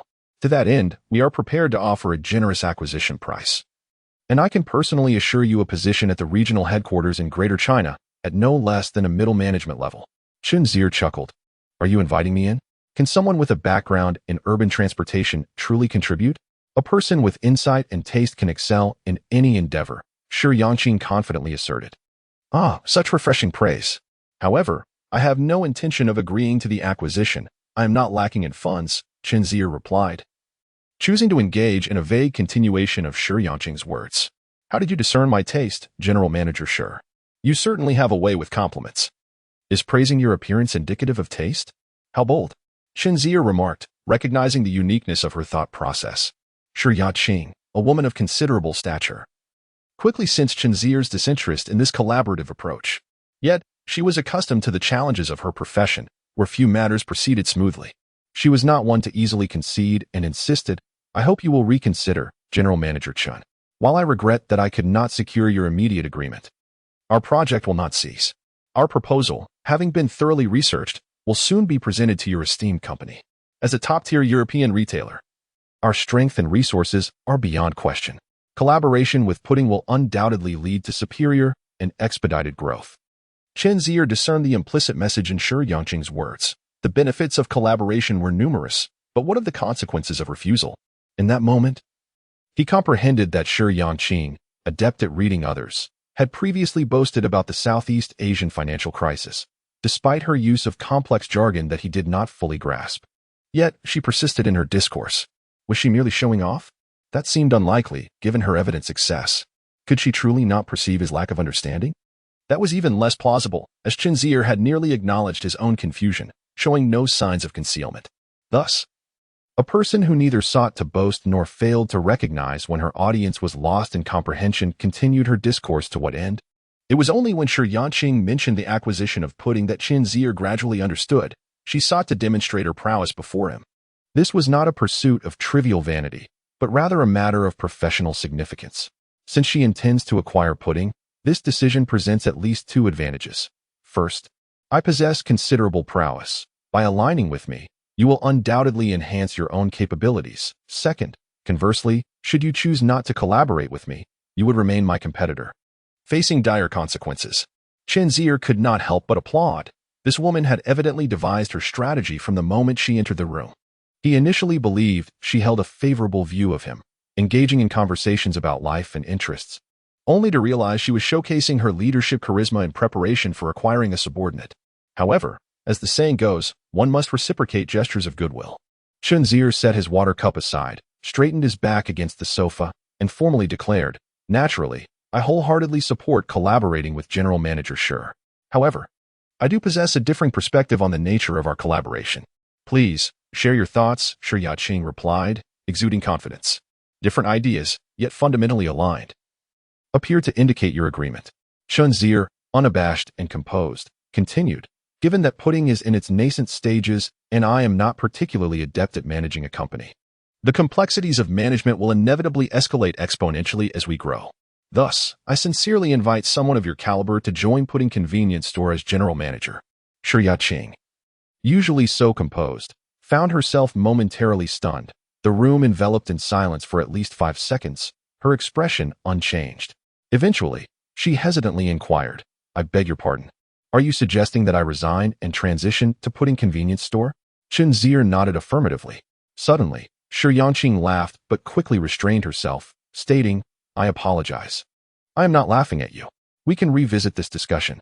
I believe you should contemplate the acquisition of Pudding more thoroughly, and you may disclose the acquisition price now." Chen Zier had already discerned her intentions. "You are not laughing at me? There are only the two of us here. Are you laughing at the air?" Feeling his dignity challenged, he interjected, "Pudding will not entertain an acquisition. I am not lacking in funds." Such behavior and words fell short of gentlemanly conduct. Shi Yangqing retorted, "Then why does Mr. Chen presume I would abandon a high-ranking position at a multinational corporation to join a small convenience store with merely 5 branches? While Pudding may not offer much in terms of financial incentives or prestige, someone of her stature surely does not lack for either. However, the allure of starting anew and leading a small company to achieve comparable success to a multinational corporation, does that not present a more enticing challenge?" Chen Zier admired the emotional depth of her rationale at this juncture. Yet, Shi Yangqing remained unyielding, her expression stoic as she remarked, "Comparable? Are you aware of our company's annual sales figures, Mr. Chen? Do you comprehend the years it took to achieve our current standing? I mean no offense. While I am optimistic about Pudding, I do not foresee it evolving into a competitor on par with multinational corporations. This is not merely a matter of capability. It necessitates an abundance of coincidence and fortune. Countless high-quality small companies exist, yet in any given field, only a few, perhaps even one, ultimately ascend to become giants. Rational and accomplished adults cannot be easily deceived by Chen Zier, and it is entirely reasonable for Shi Yangqing to doubt his ability to reach such heights. However, Chen Zier does not feel ashamed or inferior. He confidently tells Shi Yangqing, "Yesterday, there were those who doubted me. Today, there are still skeptics. And surely tomorrow will bring more. I remain unperturbed by others' disapproval. I am who I am." At this juncture, the atmosphere grew tense, but fortunately, Chen Zier's phone rang. Upon answering, he discovered it was Kai Yifeng. Old Kai inquired, "Where have you been? You were present in the last class. Yet you vanished this time. Do you dare skip Professor Wang's lecture? You're quite audacious." Chen Zier recalled the urban transportation course, taught by a stern Professor Wang, who wore reading glasses and was notably strict. He hastily prepared to leave, but not without adding, "I hope President Shi will seriously consider the pudding. I have classes to attend and must return." Shi Yangqing's mind became increasingly perplexed. Wasn't Chen Zier the owner of Pudding? What classes could he possibly be attending? Chen Zier nonchalantly remarked, "My primary vocation is being a student at Zhangda University. Being the owner of Pudding is merely a side endeavor." Shi Yangqing was taken aback, while Chen Zier boasted, "The pretentious tricks I've encountered far exceed the paths you've traversed." Chapter 44. Embodying the meaning of Air Professor Wang Fukan, a leading professor at the Transportation Institute. Originally specialized in systems engineering, for reasons unknown, he transitioned into the field of transportation, which, albeit a shift, remains closely linked, as the transportation system of a city, region, or even an entire nation is inherently a systemic endeavor. Roads, railways, and aviation are not entirely independent of one another. He teaches the urban transportation course to second-year students. Chen Zier attended 2 of his classes and found them rather mundane, primarily due to the professor's elevated academic standards. Concepts he perceived as simple left the students bewildered, a common occurrence in universities. Yet, the professor's impatient and somewhat fiery temperament, coupled with his heavy workload, left students anxious about completing assignments to avoid reprimands. Thus, to spare both the diligent professor and himself from unnecessary stress, Chen Zier promptly returned to class. Having previously submitted a somewhat disorganized report, he could not afford to skip any more lectures. Upon arriving in the classroom, he found Professor Wang already present, though the class had only just commenced. Gritting his teeth, Chen Zier entered and seated himself next to Kai Yifeng at the back. This was a lifesaver. Akin to skipping a meal, Kai Yifeng, feigning attentiveness, whispered while fixated on the blackboard. Chen Zier raised a hand in acknowledgement, signaling that it was a minor matter. Professor Wang, nearing 60, commanded a robust voice, likely a result of years of lecturing, and maintained a serious demeanor that discouraged idle chatter among students. It was not until the class concluded that Kai Yifeng mentioned to Chen Zier, regarding our previous discussion about joining the student council, it's all set. The head of the arts department has approved. Really? Chen Zier exclaimed in surprise. Indeed. In this day and age, not many can afford the luxury of piano lessons. I directly informed the senior that you hold a grade 8 certification in piano, and she was elated, nearly arranging for 8 grand carriages to carry you. Chen Zier was left speechless. Grade 8? Why not claim I have a grade 10 certification instead? Having only studied for a mere year, I find level 5 quite challenging. You speak of level 8, but what if I fail to meet the expectations? Kai Yifeng remained unperturbed, stating, I could claim to be level 10. Yet even my senior wouldn't believe it. Level 8 seems far more feasible. Chen Zier responded, and Kai Yifeng continued, why are you so flustered? If there truly exists a program beyond your capabilities, simply pull Zhou Zijuan into the fray. Her formidable presence can render any obstacle insubstantial. Chen Zier was at a loss for words, merely hoping that the minister could remain composed upon learning the truth. However, a slight misfortune awaited you, Kai Yifeng remarked, twirling a pin with an air of feigned gravity. Chen Zier, suspecting something dire, asked earnestly, what is it? Within the student council, attractive young women abound. Yet few rival Zhou Zijuan in allure. Our minister is quite decent. However, I recently learned she has begun dating. Initially, I intended to introduce you to a few young ladies, but reflecting on it, I realize I possess no resources. Chen Zier's expression darkened. Just focus on your studies. Kai Yifeng sighed. Your single status seems rather difficult to resolve. Chen Zier replied, that meal is off the table. Only upon hearing this did Kai Yifeng cease his chatter, yet he remained untroubled, confident that Chen Zier was not one to begrudge a meal. Instead, he wore a mischievous grin, delightfully infuriating. In truth, Chen Zier had seen the attractive minister Kai Yifeng spoke of. Had he been enamored, he would have pursued her long ago. She was merely well-proportioned, but her complexion was somewhat darker. As the saying goes, a fair complexion can mask a multitude of flaws, while a dark one can ruin all. At least Chen Zier believed there was some truth to that. In the second segment, Professor Wang resumed his lecture. Urban transportation differs significantly from major thoroughfares and railways, encompassing more intricate details such as the planning of city arterial roads, the layout of public transit networks, and even the specifications of whether a main road should be a 6-lane or 4-lane thoroughfare, as well as the timing of traffic signals at intersections. In essence, there are myriad intricate details to consider. However, throughout the 1990s and into the first decade of the 21st century, the prevailing mindset regarding domestic transportation remained flawed. Specifically, the approach that Professor Wang advocates is that cities should construct more arterial roads, valuing width and roadways, and occasionally erecting overpasses as a means of creating a striking aesthetic, which officials seem to favor. This perspective is fundamentally misguided. As Chen Zier listened, he sensed the issue. 20 years hence, would the roads in Yanjing be ample? Would there be an abundance of overpasses? Would the roads in Zhonghai be wide? Yet, wouldn't congestion persist? Indeed, it would. Even with the establishment of public transit and the construction of nearly 20 subway lines in Zhonghai, did it resolve the issue? Those nodding in agreement would understand the plight of commuting during peak hours. Chen Zier, not having studied transportation in his previous life, could not pinpoint the exact problem. But he was certain that constructing ever wider roads and erecting more elevated highways in the city was futile, a conclusion born of practical experience, which is indisputable. Nevertheless, Chen Zier would never naively engage in a heated debate with Professor Wang in class. He completed the lesson with utmost diligence.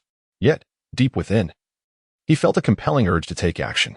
For what purpose had he been reborn? Isn't it merely about rectifying past mistakes?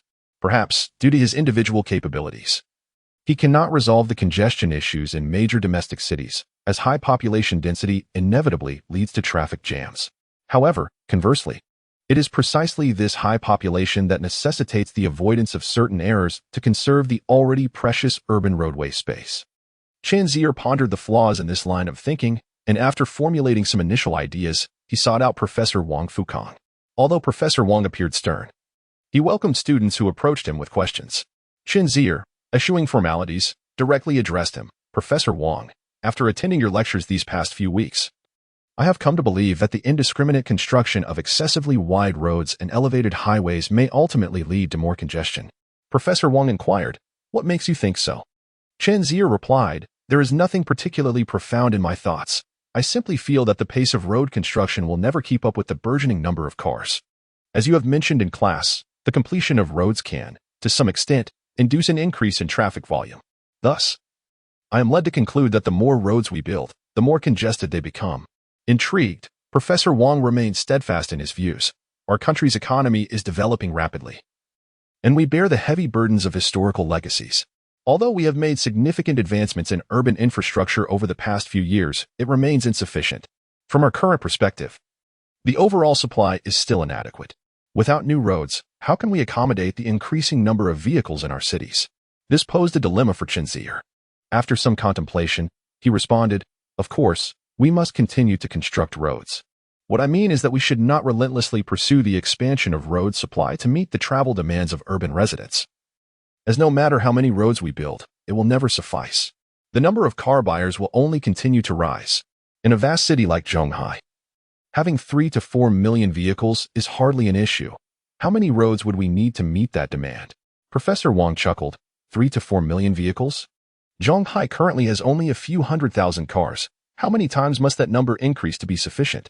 Chen Zier grew anxious, asserting that the congestion issue in large cities, aside from the challenge of high population density, is exacerbated by the rapid rise in national economic levels and the swift influx of vehicles into households. In fact, compared to other first-tier cities, Zhonghai is not facing severe congestion, primarily because it has implemented a vehicle auction policy since 1992 to control the growth of automobiles. Without such foresight, the situation would likely be far worse. Yet, how could he persuade Professor Wang to believe that the number of vehicles would rise so quickly in the future? At a loss for a solution, Chen Zier lamented his own lack of academic prowess. How could a novice hope to convince a professor? It was a foolish dream. He resolved to return home and diligently research this issue, gathering data and theoretical frameworks to ultimately present a well-supported argument, compelling even the most esteemed professor to acknowledge his findings.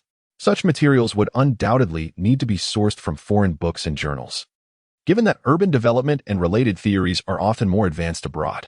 While this task might seem daunting to others due to language barriers, for Chen Zier, it was merely a challenge to overcome. Let us strive to make the world a better place, starting with the smallest of details, with a stroke of luck. This could even serve as the foundation for a graduation thesis. Chapter 45. The right to choose. Chen Zier took some time to accompany Kai Yifeng to the student union of their school.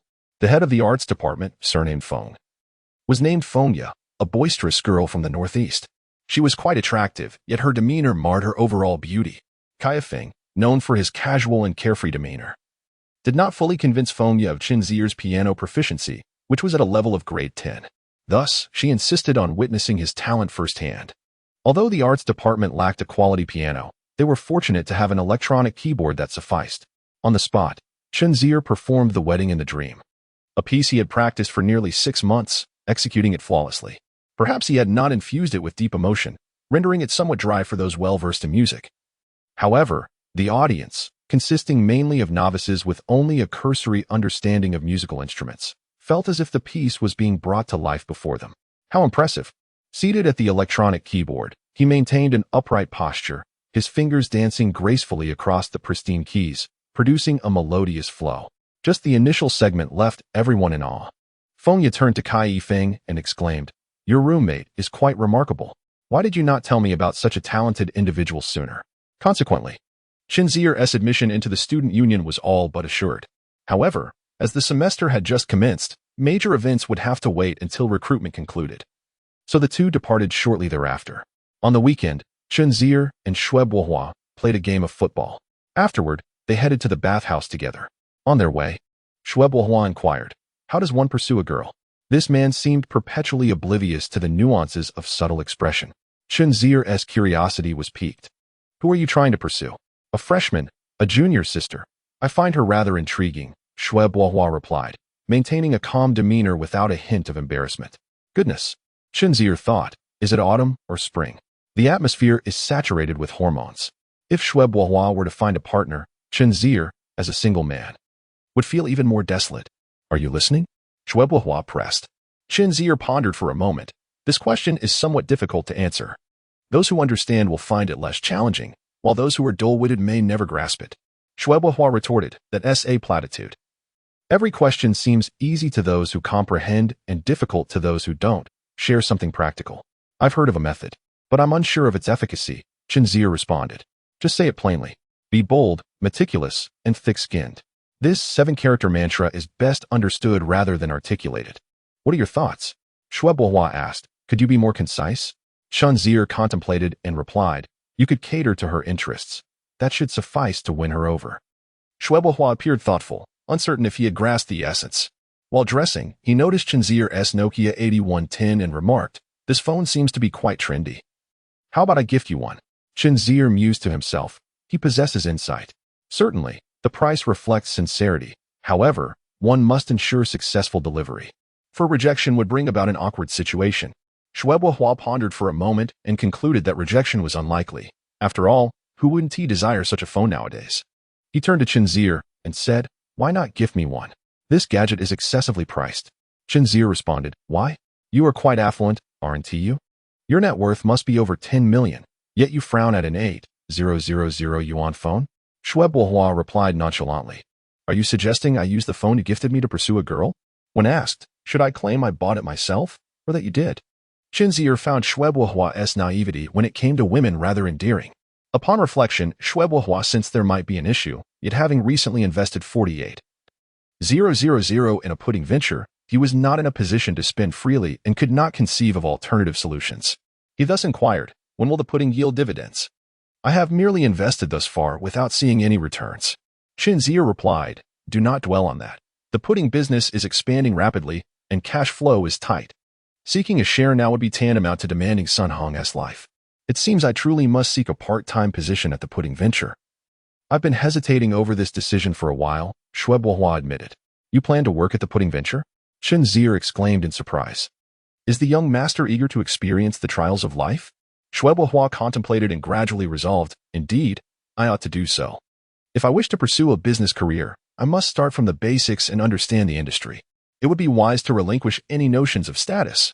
Though you are a shareholder, failing to perform will still result in a wage deduction," Chen Zier stated with a dispassionate candor. Yet, Shui Bohua refrained from complaining instead. He was intrigued by Chen Zier's background. "You two were a student and had no prior business experience. How did you acquire such knowledge?" "Ah, there exists a distinction between the genius and the ordinary," Chen Zier replied. Shui Bohua then said, "There is another question I have long wished to ask you." "Yes. What is it?" Chen Zier inquired. Shui Bohua stated, "Last semester, you possessed $1 million and subsequently earned an additional 2 million yuan. It can be said you have become wealthy, entirely devoid of financial concerns. In fact, you could have left school early to expand your company and amass even greater wealth. Yet, why do you remain at school? You founded the pudding venture but take no active role in its management. What is your reasoning? Do you genuinely desire to attend classes and take exams?" Chen Zier's roommates had posed similar questions to him, and while they struggled to comprehend, Shui Bohua seemed to grasp it much better. Chen Zier replied, "In truth, you and I are quite alike." "How so?" Shui Bohua asked, puzzled. "Consider this. Your father is a deputy mayor, a position of considerable authority. If you were to enter politics, it is conceivable that with a stroke of luck, you could ascend to a provincial-level official like him. However, securing a bureau-level position should pose no significant challenge. Yet, why do you not pursue a political career and instead opt for business?" Chen Zier gestured dismissively. "I find the political realm unappealing and rather distasteful." "Does that mean you do not enjoy earning money?" "I do not dislike it," Chen Zier clarified. "What I mean is that I have the means to earn more yet choose not to pursue it. Akin to how you possess the resources to become a high-ranking official but do not choose that path." We have both selected endeavors we are passionate about. He paused momentarily, reflecting, then continued, philosophically speaking, earning money is merely a means, not an end. And what, then, is the end? Shui Bohua inquired. After resolving the issue of livelihood, the liberty to choose to engage in activities one genuinely enjoys becomes the ultimate goal. Earning money is not the purpose. Rather, it is the power of free choice that holds significance. Shui Bohua murmured to himself, stating, I believe you are more suited to study philosophy than I. Chen Zier replied. In truth, everyone should delve into philosophy as well as history. Philosophy speaks of the infinite, while history speaks of the eternal, with an understanding of eternity and infinity. When others are helpless, you may find solace. When others are fearful, you can be courageous. When others are ignorant, you may remain enlightened. Shui Bohua remarked, I was mistaken. You should not study philosophy at our academy, but rather teach it. Chapter 46. A journey to the Forbidden City. That evening, Zhou Zijian called Chen Zier, informing him that during the National Day holiday, Sister Han would be visiting Jinling and wished for the two of them to oversee her training class. Chen Zier found himself in a quandary, responding, I intend to go to Yanjing. Last year, he had traveled there, but was unfortunate enough to encounter the incident with Wei Lang, which left him devoid of any enjoyment, returning without having experienced anything. This year, he hoped to go again. He had not seen Xiao Zhuan in quite some time, and it was only natural to reminisce with an old friend, especially since their communication was infrequent. Moreover, many attractions in Yanjing were indeed worth exploring. Not to mention, the Forbidden City warranted a thorough visit. Having read about its history in books, witnessing it in person would be profoundly meaningful. Upon sharing his intentions, Zhou Zijian erupted, exclaiming, I want to go too. The last time you went to Xiangqianyu, you quietly arranged your travel permit without telling me. Are you planning to do the same this time? Chen Zier thought to himself. Do you possess any sense of integrity? Did you not just say you would help Sister Han oversee the training class? How can you decide to leave so swiftly? If we both depart, what will become of Sister Han's arrangements? Zhou Zijian found herself in a dilemma but remained defiant, insisting. Why should I stay behind to work while you travel north for leisure? No, either you stay with me, or you bring me along. Chen Zier, resigned, replied. I am going to find my childhood friend. What purpose do you have in going? Zhou Zijian countered. Is it only you who has childhood friends in Yanjing? Others do not? Chen Zier realized that once she was aware of the truth, it would be difficult to evade the situation. The following morning, Zhou Zijian arrived, resolute that she must accompany Chen Zier to Yanjing, despite his attempts to impose some unreasonable conditions. Eventually, Chen Zier thought that since he had no official business to attend to, he might as well go together. On the afternoon of September 30th, the two prepared their belongings for the airport. They decided to head to Yanjing, as Han Qian had already abandoned her plans to visit Jinling, and the training class could not be neglected. Zhou Zijian, brimming with excitement about going to Yanjing, could hardly remain in the dormitory and arrived at Zhangda early.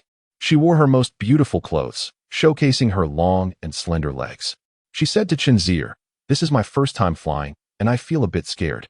What if something happens up there? Chen Zier was at a loss for words, wishing she would speak more optimistically.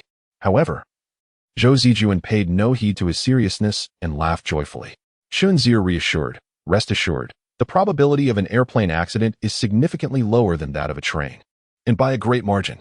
Is there any basis for what you say? Zhou Zijian inquired skeptically.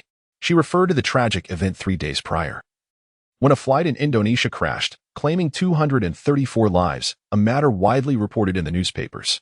This was indeed a grave aviation disaster, extensively covered by domestic media. Nevertheless, Chen Zier remained unperturbed, stating, Consider it from another perspective. Newsworthy events are rare occurrences, which implies that air disasters are also uncommon. As long as one isn't exceptionally unfortunate, there is nothing to worry about. Zhou Zijian retorted, I am not afraid. After all, if we die together on the same flight. Chen Zier promptly declined. No, you can do as you wish. I intend to live well. Zhou Zijian added, on the plane. Chen Zier then asked, Are your childhood friends from Yanjing also university students? I have no childhood friends from Yanjing, Zhou Zijian asserted confidently. Chen Zier was utterly taken aback. How can you question me so boldly about friends from Yanjing when you have none? Zhou Zijian could not suppress her hearty laughter, recognizing the absurdity of the situation. What a character! Upon landing, Xiao Zhuan came to greet them. He appeared almost unchanged from a year ago, still squinting through his small eyes. Chen Zier had informed him the day before that he would be bringing a classmate. The trio first headed to a hotel to resolve their accommodation issues. Since Xiao Zhuan continued to reside at the university, Chen Zier only booked 2 rooms. During the National Day holiday, many smaller hotels were fully booked. Ultimately, they found a 4-star hotel with a pleasing atmosphere, though Zhou Zijuan felt a twinge of apprehension upon entering. Chen Zier approached the front desk, presenting his and Zhou Zijuan's identification cards, and requested 2 rooms. Zhou Zijuan whispered beside him, "This is my first time staying in such a luxurious hotel." The receptionist cheerfully responded, "Mr. Chen, our rate is 388 per night. How many nights will you be staying?" Chen Zier remained composed. 5 nights. "What is the total?" "Hello." "Sir, the total is 3,880. Zhou Zijuan could not help but gulp. "I would need to work part-time for at least a year to cover this." "Sir, will you be paying in cash or by credit card?" Chen Zier retrieved a card from his pocket. "By credit card." The sound of the transaction confirmed the deduction of 3,880, a noise that made Xiao Zhuan wince despite knowing Chen Zier had earned money. After Chen Zier signed and left the desk, Zhou Zijuan hurriedly followed behind, her heart racing. "Why did you bring me to such an expensive hotel? How will I ever repay you?" "Just keep track of it. You can pay me back gradually once you start working." Zhou Zijuan then asked, "What shall we do first in Yanqing?" Chen Zier opted for the Forbidden City, which Zhou Zijuan was eager to see. Her excitement was palpable as this was her first visit to the capital, and she was particularly keen to see Tiananmen Square. Xiao Zhuan remained the most composed. Having visited this place countless times, much like Chen Zier felt indifferent towards the Oriental Pearl Tower. Nonetheless, Xiao Zhuan accompanied the two. As the vastness of the Forbidden City and the enormity of Yanqing made having a familiar companion a considerable advantage. The Forbidden City is the most well-preserved ancient imperial palace complex in the world, a fact known to every Chinese citizen. As they passed through Tiananmen, soldiers clad in black uniforms and dark sunglasses stood solemnly at the entrance, creating an atmosphere of gravity.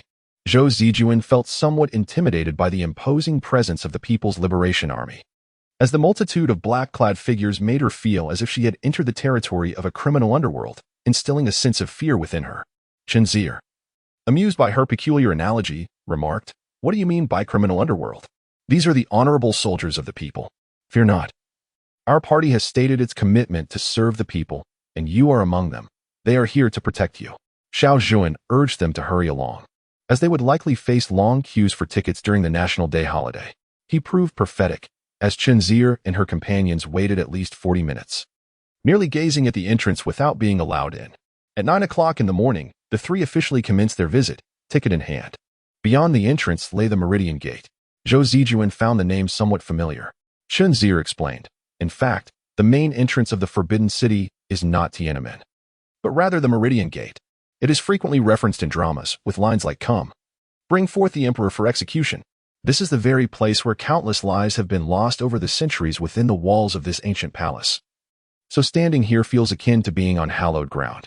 As a girl, Zhou Zijuan felt a chill run down her spine upon hearing this. Eager to enter, they still had to queue. The Meridian Gate features 5 doors, yet the central one remained closed. Currently, only approximately 30% of the Forbidden City is open to the public, and the central gate was not opened until later. Even in 1997, entry was still restricted. Frustrated, Zhou Zijuan grumbled, "What a bother that the gate is closed." Chen Zier offered to explain, but reminded her to account for the guide's fee, as hiring someone for explanations incurs costs. Zhou Zijuan retorted, "That depends on how well you explain." Chen Zier began. The central gate was traditionally reserved for the emperor, who would pass through it on significant occasions, such as weddings, or when the top 3 scholars of the imperial examinations were presented. Others were strictly forbidden from using it. Zhou Zijuan, holding a strong disdain for the feudal dynasty, countered, "But this is in ancient times.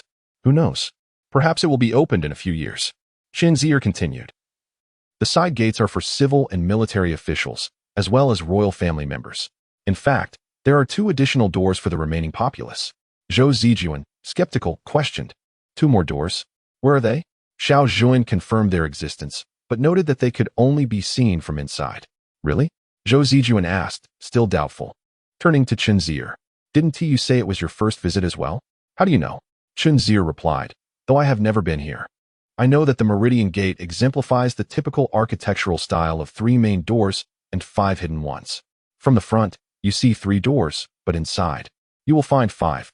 If you don't believe me, Just wait until we go in. Soon, the trio passed through the Meridian Gate, officially entering the Forbidden City. Upon entering, Zhou Zijuan was indeed astonished to find 5 doors, further deepening her admiration for Chen Zier.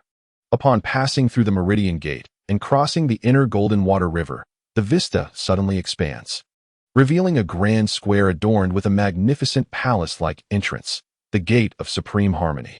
Flanking this gate are 2 bronze lions, renowned as the foremost lions of China. The imposing and majestic presence of the Forbidden City unfolds before the trio for the first time. The expanse is vast, with one palace following another, and one square adjacent to the next. Beyond the Gate of Supreme Harmony lies an even larger square, leading to the tallest and most significant palace within the Forbidden City, the Hall of Supreme Harmony. Zhou Zijuan could not suppress an exclamation of awe at such splendor. Noting the 3-tiered white marble steps embellished with numerous dragon heads, Chen Zier remarked, "Indeed, it is quite astonishing." It is said to be the highest structure in the capital at that time, a colossal palace erected upon 3 layers of white marble steps. Truly remarkable. Xiao Zhuan added, "This is the place where the emperor holds court. It must possess a certain grandeur." Chen Zier nodded in agreement, explaining that the hall commonly referred to as the Golden Throne Hall is indeed the Hall of Supreme Harmony, the highest-ranking hall in the Forbidden City. Our ancestors favored the number 9 to signify greatness, yet there are 10 mythical beasts adorning the eaves, illustrating the hall's esteemed status. Zhou Zijuan queried, "How do you know it is 10 when you haven't even looked?" She rushed over to count, and indeed, there were 10 beasts.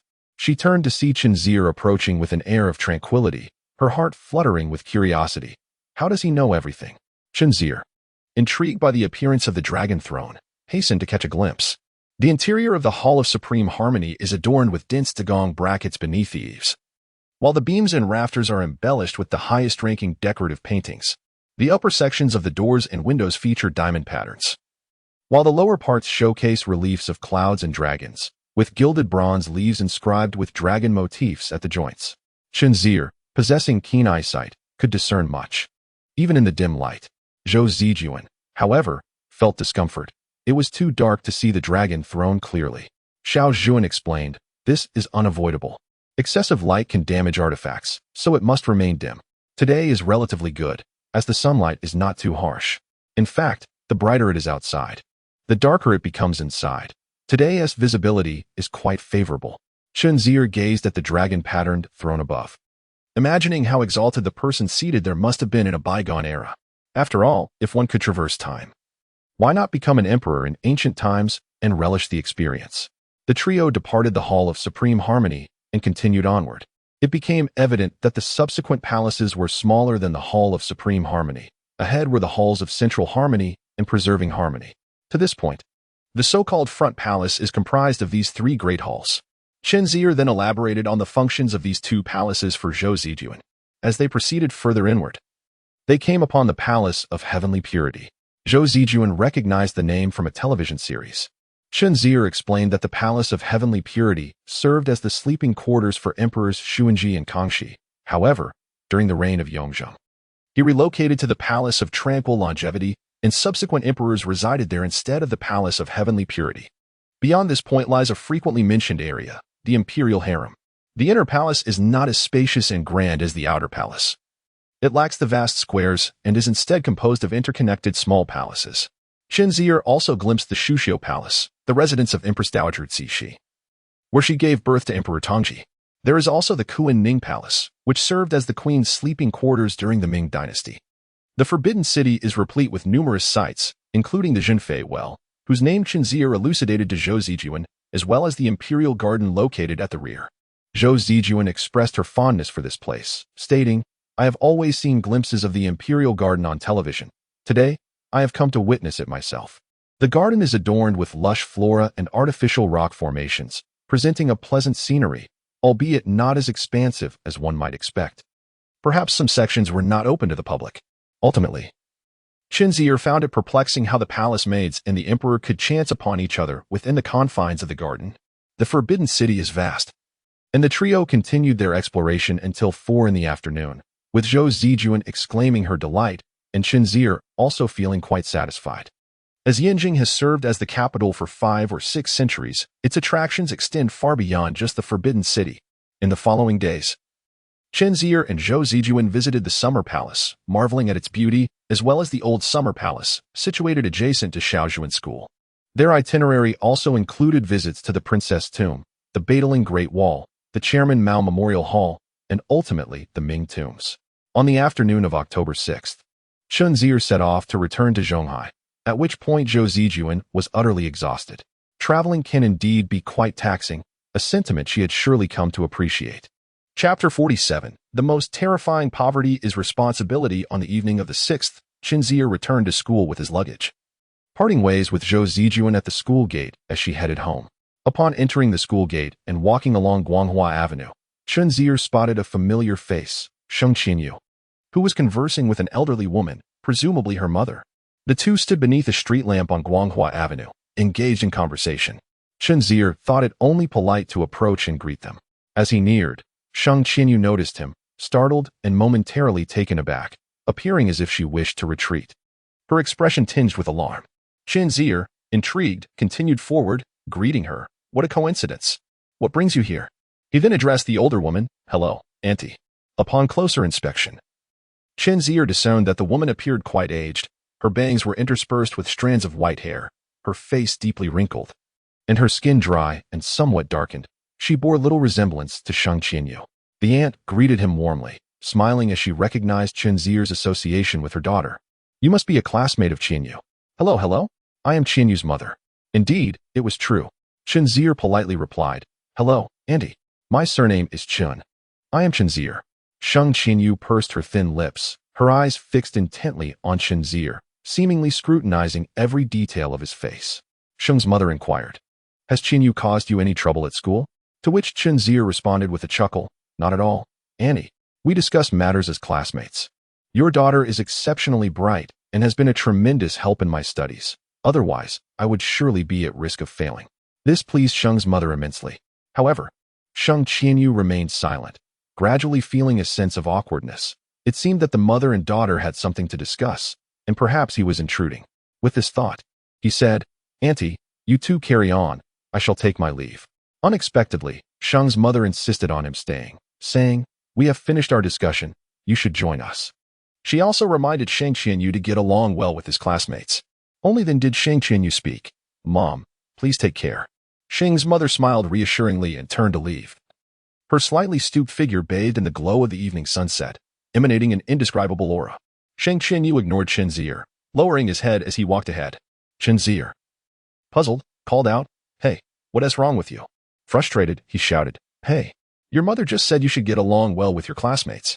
Upon hearing this, Sheng Qianyu paused, inquiring, Is Beijing fun? Chen Zier thought, Finally she has spoken. Have I offended her? He stepped forward to catch up with her, saying, It's not bad, just quite tiring. Then why did you return alone? Where is your girlfriend? Sheng Qianyu asked languidly. Girlfriend? What girlfriend? Chen Zier responded, bewildered. Didn't you bring a girl with you to Beijing? Your roommate said she was your girlfriend. Chen Zier exclaimed, Which scoundrel said that? I'm single. And now they're spreading such rumors, making me even less desirable.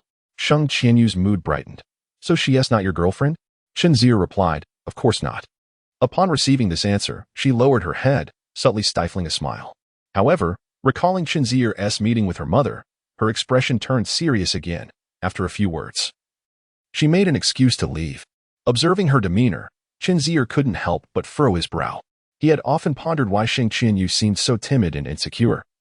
And recalling their first encounter at the tofu pudding stall at the university gate, he nearly grasped the reason. Sheng Qianyu's family circumstances were not favorable, and the pressure had taken a significant toll on her psyche. When Chen Zier met her mother, he was particularly cautious, his face radiating warmth and devoid of coldness, intending to convey, there is no need to dwell on this. Yet, he could not guarantee the outcome. He only hoped she would understand. The crux of the matter was that he could not press her too much. He would have to wait for her to share in her own time. The following day, Chen Zier arrived at the Tianyin training class with Zhou Zijuan. Both felt a bit sheepish, having been entrusted by Han Qin with the task. Yet they had slipped away together. Nonetheless, repaying kindness with kindness was Han Qin's nature, and she warmly welcomed their presence. Even more delighted was Han Xiaojun, who was also there since it was still a holiday. Han Xiaojun had been working at the pudding shop for a month, initially lacking any skills. And Sun Hong had assigned him the laborious task of unloading goods. Remarkably, Han Xiaojun completed his work without a single complaint, earning Sun Hong's satisfaction. Furthermore, as he was personally recommended by Chen Zier, he was taken along to meet suppliers. During his first social gathering, he managed to drink 1.5 pounds of liquor without faltering. At the table, he was charming and witty, delighting their partners immensely. This exhilarated Sun Hong immensely. From that moment on, he began to bring Han Xiaojun along to every social gathering. Not to mention, the formidable drinking capacity of Han alleviated much of his stress. Han Xiaojun himself was also experiencing rapid growth. He could now independently engage with a number of smaller suppliers. Chen Zier, a major shareholder of Pudding and his superior, found Han Xiaojun to be quite affable and adept at socializing, frequently bustling around Chen and addressing him as Brother Chen. After Chen Zier and Zhou Zijuan returned home one evening, Han Xiaojun turned to his sister and said, "Sister, you should be a bit more cordial towards our boss." This request left Han Qian confused. She wondered what he meant. Have I been cold towards him? He left well-fed and content, she replied. Han Xiaojun insisted, be more enthusiastic. You treat Zhou Zijuan and our boss as if they were the same person. That's only natural. They are both my good friends, Han Qian retorted. What do you mean natural? Zhou Zijuan may be a friend, but our boss is not just your friend. He is your brother's superior, a significant figure. Do you grasp the significance of that? Han Xiaojun emphasized earnestly. What significance? Han Qian asked. Han Xiaojuan's eyes sparkled mischievously as he replied. It means that I could swap positions with my current superior. Right now, I heed Sun's directives, but one day, Sun shall heed mine. I too shall be a boss. Han Qian couldn't help but laugh at his audacity, chuckling, you a boss? Just focus on doing your job without causing chaos. Han Xiaojun grew anxious, exclaiming, Sister, why can't you understand? With your connection to our big boss, you shouldn't just talk aimlessly. You ought to praise me more often. After all, I am your brother. Han Qian felt exasperated with her brother. I know you are my brother, which is precisely why I sought help in securing you a job. Do you expect me to directly ask him to make you a leader? That's not what I meant. I simply think you should speak well of me more frequently and maintain regular contact. Look, Chen has only visited our home twice. That is hardly enough. You could invite him over more often to build rapport, Han Xiaojun argued. Han Qian's expression shifted. What are you thinking? They are merely friends. Why must you meet so often to foster feelings? I have advised you countless times to focus on your work and perform diligently. Chen Zier is my friend. If you achieve results, he will certainly not treat you poorly. If you keep scheming, you risk not only your own reputation, but also mine. Think carefully. Han Xiaojun pleaded. Oh, sister, please temper your anger. I understand what you are saying. Don't overthink it. I never meant for him to become my brother-in-law. What are you talking about? Han Qian exclaimed, ready to reprimand him. Han Xiaojun quickly retreated, insisting, I truly did not mean that. But consider this. Chen Zier is the only wealthy individual we know. Shouldn't we grow closer to him? Sister, please don't hit me. I am making a valid point. As the small house left him with no escape, he grew desperate and shouted, if you want to consider your own interests, at least think of our mother. In the past, we lived in a different world where you could still learn the piano. What kind of life are we living now? Do you expect our mother to suffer until her last breath without enjoying any comfort? Do you think I wish to grovel before others? Yes. You have fulfilled your own aspirations and preserved your dignity, but what about our mother? Han Xiaojun also feels exhausted. He has just entered society, and his spirits are already weighed down. This moment of desperation has erupted from within him. Han Qian was momentarily taken aback, tears nearly spilling from her eyes. But she resolutely declared, I will ensure that my mother lives a good life. I promise. With that, she stormed out, unwilling to continue debating with her brother. Han Qian sought out her dear friend, who had just moved to Shanghai. She had planned to visit Jinling during the National Day holiday to spend time with this cherished companion, as soon she would be in Shanghai. With no familiar faces in Jinling, Yang Runling and Han Qian had been high school classmates, their bond strong throughout the years. After graduating from university, Han Qian chose to marry immediately, while Yang Runling pursued further studies. Last year, she graduated from the law school of Jinling University and, after a year of work in Jinling, transitioned to Shanghai in search of greater opportunities. When Han Qian, with reddened eyes, arrived at her rented apartment, Yang Runling was taken aback. She quickly comforted her to sit down and inquired about the cause of her distress. Han Qian, holding back tears, asked her pragmatic lawyer friend, Runling, how terrifying is poverty, really? Yang Runling did not come from a wealthy family either. Nowadays, Television dramas are filled with affluent young masters and young ladies. Yet the reality is that the impoverished populace vastly outnumbers them. Nevertheless, she was a spirited young woman, determined to continue her studies. She likely understood Han Qian's struggles. Life is tough, and anyone could shed tears. Young Runling embraced Han Qian's shoulders and reassured her, poverty itself is not frightening. What is truly daunting is the responsibility that accompanies it. Even more terrifying is when we surrender to poverty. This was Young Runling's answer. That evening, Sheng Qianyu also pondered the weight of the word poverty. She could not comprehend why it had to be her. She loathed poverty for transforming her life into a tragedy. Chapter 48. Money. Upon returning from the National Day holiday, the student council at the university immediately delved into the bustling recruitment activities. Along both sides of Guanghua Avenue were booths representing various clubs, literary societies, dance troupes, chess and go clubs, as well as sports associations like football. Chen Zier even spotted an economics club, and most alarmingly, a society dedicated to the study of socialism. However, these clubs were largely deserted. The most popular ones, unsurprisingly, were the arts-related societies. Kai Feng rose early, guitar in tow, and joined Chen Zier to report to the arts department. The influx of fresh talent is crucial for any organization, and Fengya herself placed great emphasis on it. The arts department was equipped with sound systems, an array of musical instruments, and performers like Kai Feng and Chen Zier. Thus, their task that day was to perform along Guanghua Avenue, enticing as many new students as possible to join the student council's arts department. As Kai Feng's deep guitar chords resonated through Guanghua Avenue, the awe and envy of passing freshmen were palpable. Kai Feng, with his masterful guitar skills, captivated the audience with a performance of Rainbow, igniting the first wave of excitement. A previously scattered crowd swiftly gathered before the arts department's booth, evidently impressed by the performers, most of whom were merely sophomores and juniors. Under the watchful eyes of their younger peers, they appeared invigorated, with the bassist and drummer exerting considerable effort. Meanwhile, Fengya, accompanied by several young women, addressed the inquiries of the freshmen, primarily regarding how to join the student council. Following Rainbow, Kai Feng launched into Boundless Sea, Vast Sky, a rock anthem that resonated powerfully, drawing in a crowd reminiscent of a personal concert. Chen Zier, standing nearby, was taken aback, pondering the astonishing influence of merely strumming a guitar. Indeed, it was evident that in this moment, the art students held greater allure, while their athletic counterparts lagged behind in popularity. Thus, when Chen Zier took his place at the electronic keyboard and gently moved his fingers, the melody of Wedding in a Dream emanated from the speakers, leaving an indelible impact on the new students present. Compared to the earlier youthful performers, Chen Zier's demeanor was more composed and at ease, exuding an elegance that was palpable. For many, it was their first encounter with such enchanting piano music, and the beautiful melody ensnared their hearts. The registration area buzzed with excitement, while Fengya wore a beaming smile. Later that evening, Han Qian brought her close friend to the pudding convenience store. They each ordered an ice cream and sat at a table, engaging in casual conversation. Young Runling, clad in a serious black professional suit, had just come from her law firm. Her straight black hair was simply tied back into a ponytail with a hair tie, although she stood at only 165 centimeters. Her long legs and attractive figure marked her as a beautiful woman, albeit lacking the artistic charm that Han Qian possessed. Perhaps due to her prolonged studies in law and the demanding nature of her work as a lawyer, she bore slight dark circles under her eyes, lending her a more mature appearance.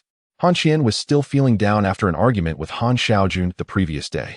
Young Runling, concerned for her friend, had come to offer her support. As Han Qian's best friend, she was privy to nearly all of Han Qian's thoughts.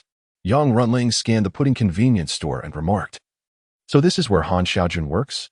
Han Qian nodded in affirmation. "It's quite impressive, far superior to the small supermarket beneath our building. The Chen Zier you mentioned seems to be quite talented," Young Runling acknowledged without reservation. Such praise was well-deserved. Pudding convenience store certainly merited it.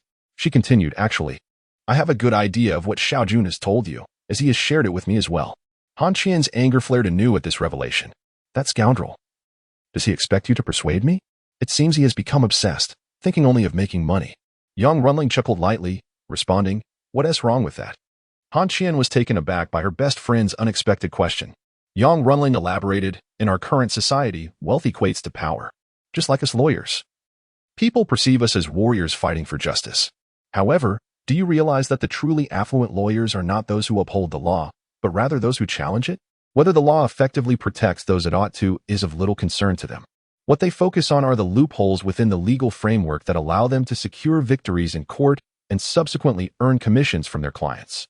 Lawyers do not shield the weak, they safeguard the powerful, assisting them in evading legal repercussions. Han Qian fell silent, not because she was oblivious to the significance of wealth, but because the ideology and methods espoused by Han Xiaojun were beyond her acceptance.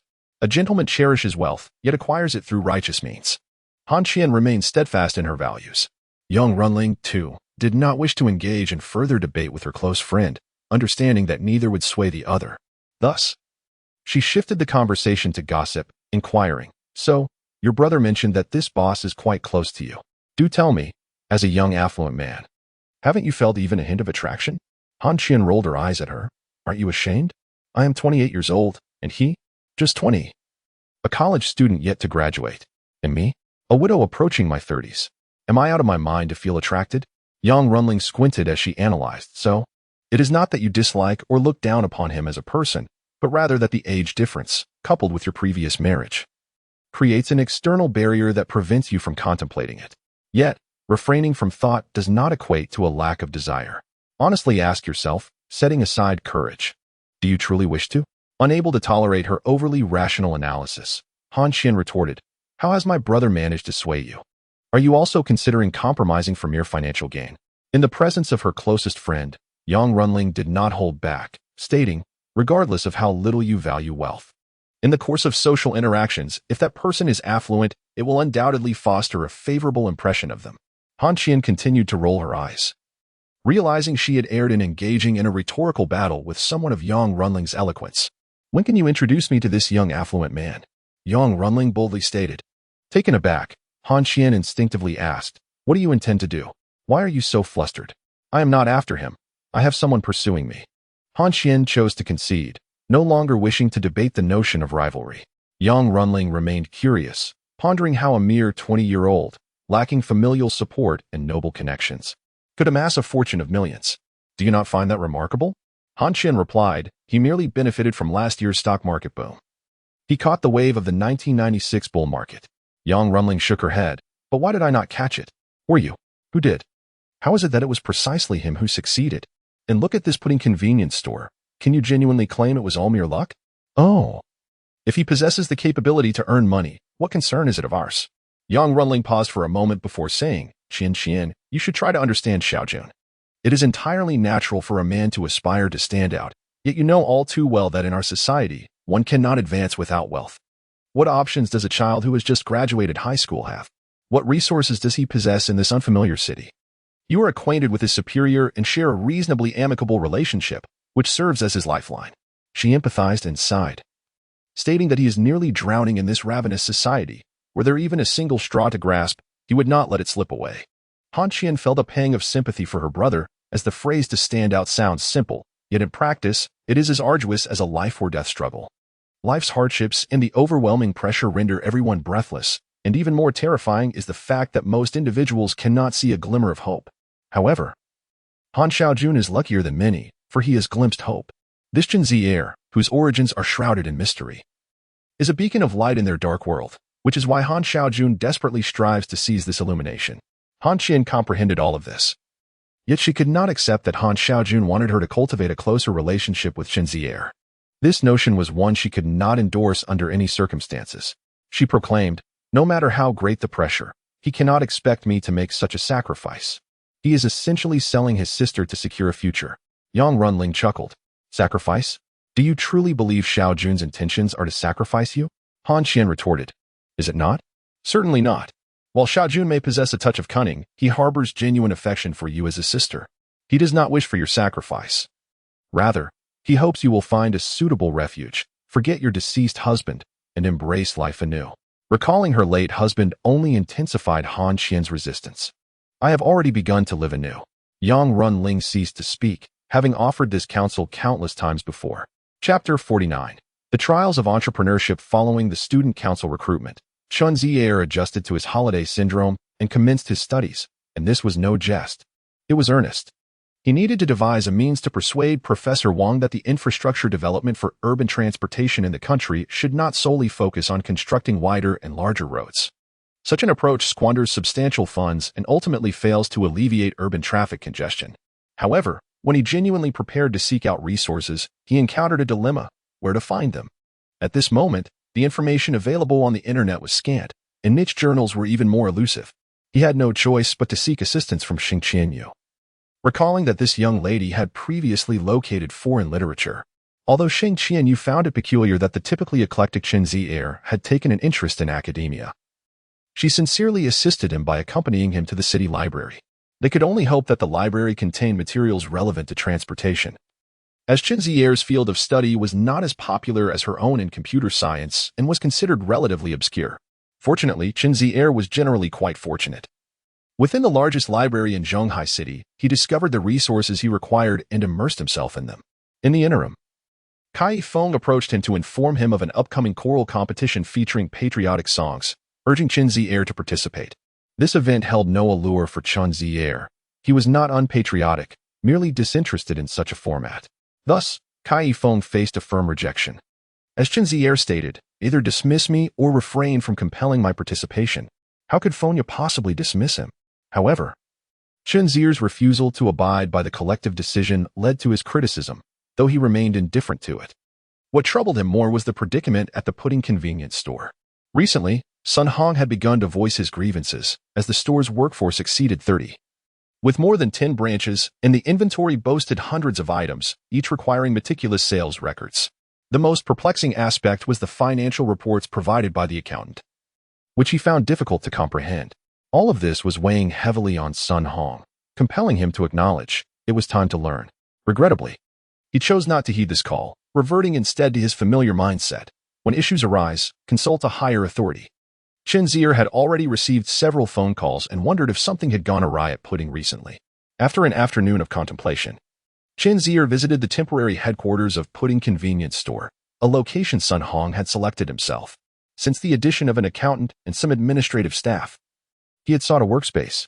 It was modest in size. Sun Hong himself lacked a proper office, merely partitioning off a small area with glass, which housed a desk for his own use.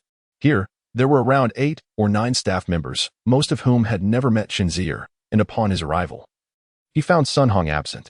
Chen Zier surmised that Sun Hong was exceedingly busy, akin to a prime minister. Dismissing the absence, he refocused on the main objective, inspecting each branch. He decided to conduct an incognito visit to one of the more remote branches located on Health Road, amidst a vast residential area. At first glance, the Pudding Convenience Store appeared impeccably clean, with uniformly stylish decor. Upon entering, he discovered the store's distinctive feature, a long table beside the glass wall, which had not been cleared of trash.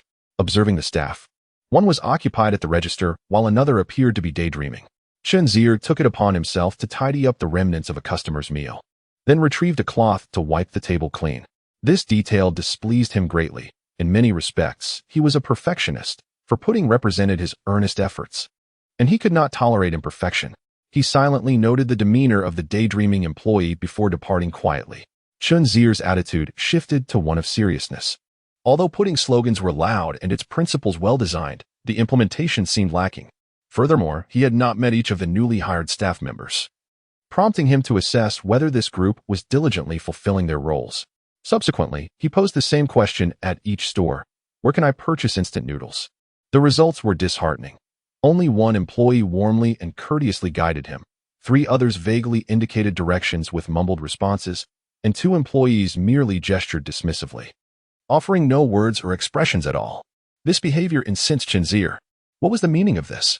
When customers inquired, they received no response. Were they merely posing as aloof? Chen Zier promptly called Sun Hong, urging him to come at once.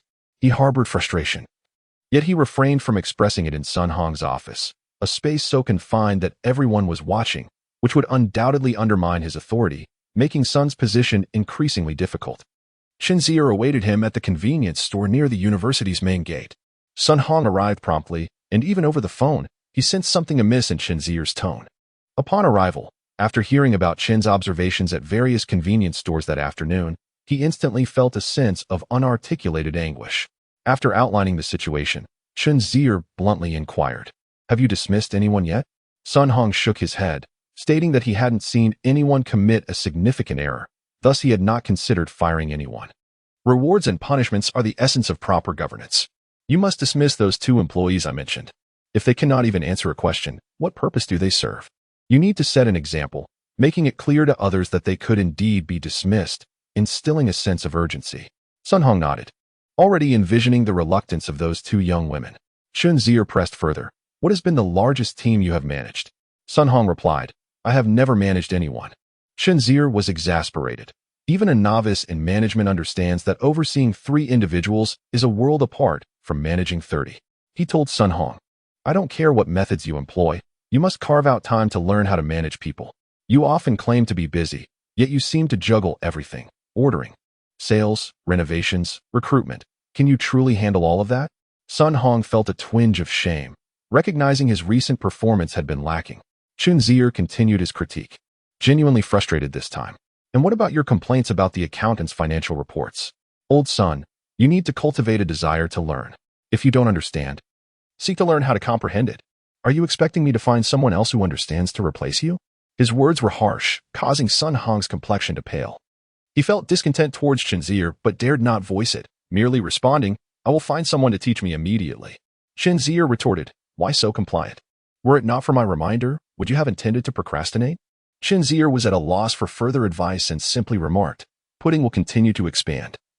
You need to keep pace. With that, he departed. This marked the first moment of discord between the 2, a common occurrence in any entrepreneurial journey. Chen Zier did not wish for this, yet the quality of pudding was deteriorating, and he felt the pressure. He recognized Sun Hong's limitations. He hesitated even to dismiss employees. And the most troubling aspect was the lack of a willingness to learn. During their last phone call, Chen Zier had been at a loss for words. Sun Hong lamented about his overwhelming workload and the complexity of the financial reports, exclaiming he could not comprehend them. For heaven's sake, learn. Chen Zier was growing weary of his constant complaints. After all, Sun Hong was over 40 and believed he was doing quite well, often addressed as President's son in public. Yet, today he was chastised by a 20-year-old, which left him feeling quite disgruntled. It was humiliating, profoundly humiliating. In the past, he maintained a cordial relationship with Chen Zier, where everything could be discussed openly, and Chen Zier had granted him considerable authority. However, today, he suddenly realized that their camaraderie was not that of old friends. Rather, they were akin to a major shareholder and a minor stakeholder, or more accurately, a chairman and a general manager. For the first time, he felt a sense of discontent towards Chen Zier. He believed that the issue at hand was trivial. The staff merely needed to rectify their attitudes. Why was there such an explosive reaction? Furthermore, he was the one handling all the daily tasks, toiling tirelessly, yet still receiving criticism, while the big boss merely uttered words. Yet, he dared not voice these thoughts. As a rational adult, he understood that Chen Zier was the absolute majority shareholder of pudding, and Shuebuhua would undoubtedly side with Chen Zier. Therefore, he had to swallow any harsh words directed at him. However, he was seething. At his age, being scolded by a younger person was humiliating. What would people say if word got out? Upon returning to his office, he chanced upon a young man and woman engaged in conversation, and his frustration boiled over. He bellowed, Is there no work to be done? Is your purpose here merely to chat? If you don't wish to work, then leave. The small office fell into a profound silence. Everyone was hushed, and those who had been chatting silently cursed their misfortune as they tiptoed back to their seats, obedient and quiet, not daring to make a sound. Among them was Han Xiaojun, who was equally bewildered, noting only the grim expression on Sun Hong's face. Typically jovial, he was now cautious in demeanor. As Sun Hong sat at his desk, he pondered the indignity he felt that day. Rising abruptly, he shouted, Bring Wang and Song from the 3rd and 4th stores to me. Everyone was startled, and only Han Xiaojun rushed to make the call. After a 20-minute wait, the 2 young women arrived, their expressions tense from having heard whispers of the situation. Upon their arrival, Sun Hong uttered but a few words. Go to accountant Zhang to settle your wages. Do not come to work tomorrow. The 2 young women were taken aback, feeling as if struck by lightning, on the verge of tears. Mr. Sun Wei.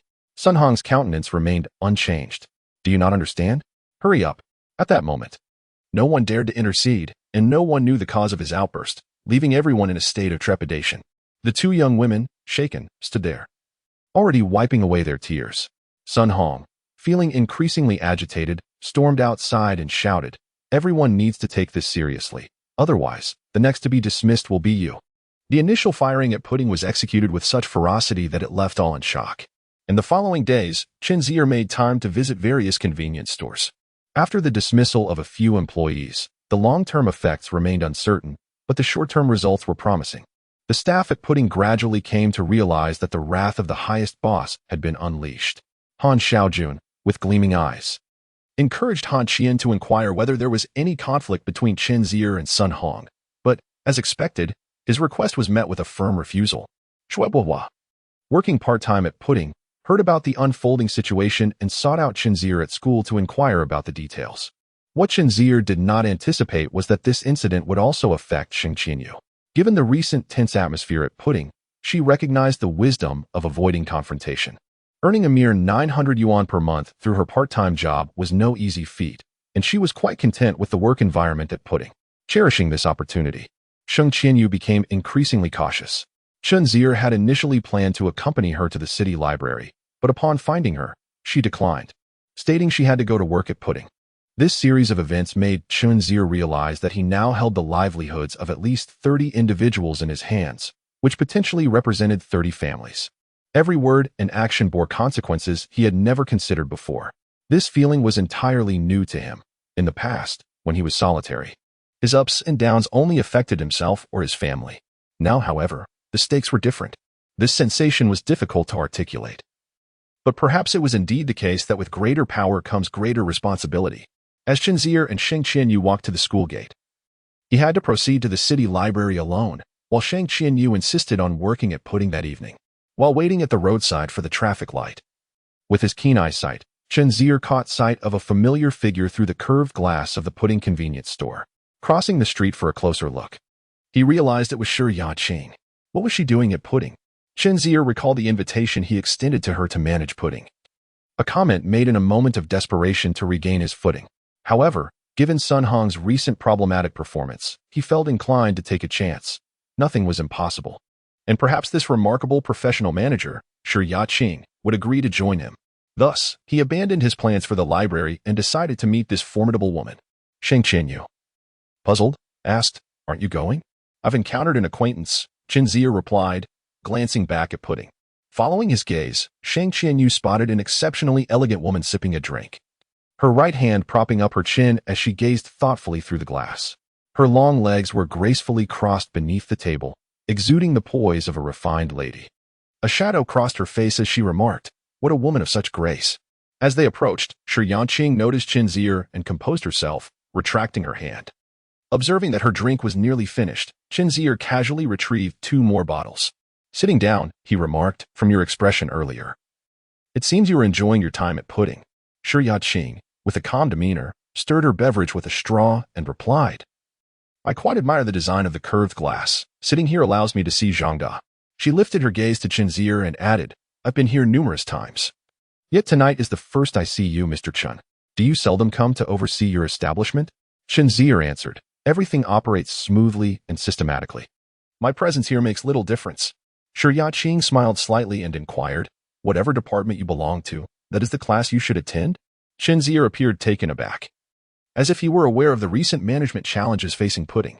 "In truth, I had questions I wished to pose to General Shi." Shi Yangqing responded, "You declined my acquisition offer, and you still believe I would entertain your inquiries?" Chen Zier silently cursed, thinking how formidable this woman was. Fortunately, Shi Yangqing continued, however, "In business, while deals may not materialize, civility remains. After all, we are neighbors and alumni, and I find you, General Chen, to be quite an intriguing individual. It is merely after office hours. Let us take this rare opportunity to relax and refrain from discussing work." This woman clearly harbored intentions of acquiring Pudding. Yet her demeanor was remarkably composed, conveying the message, "Though I am interested in Pudding, I am not desperate for it." Observing her, I was surprised to learn that she was an alumnus, prompting me to ask, "Did you graduate from Zhangda, General Shi?" She nodded, revealing she graduated in 91. Reflecting on the passage of many years, I curiously inquired about her feelings regarding Zhangda now, as it is often said that graduates fondly reminisce about their youthful days.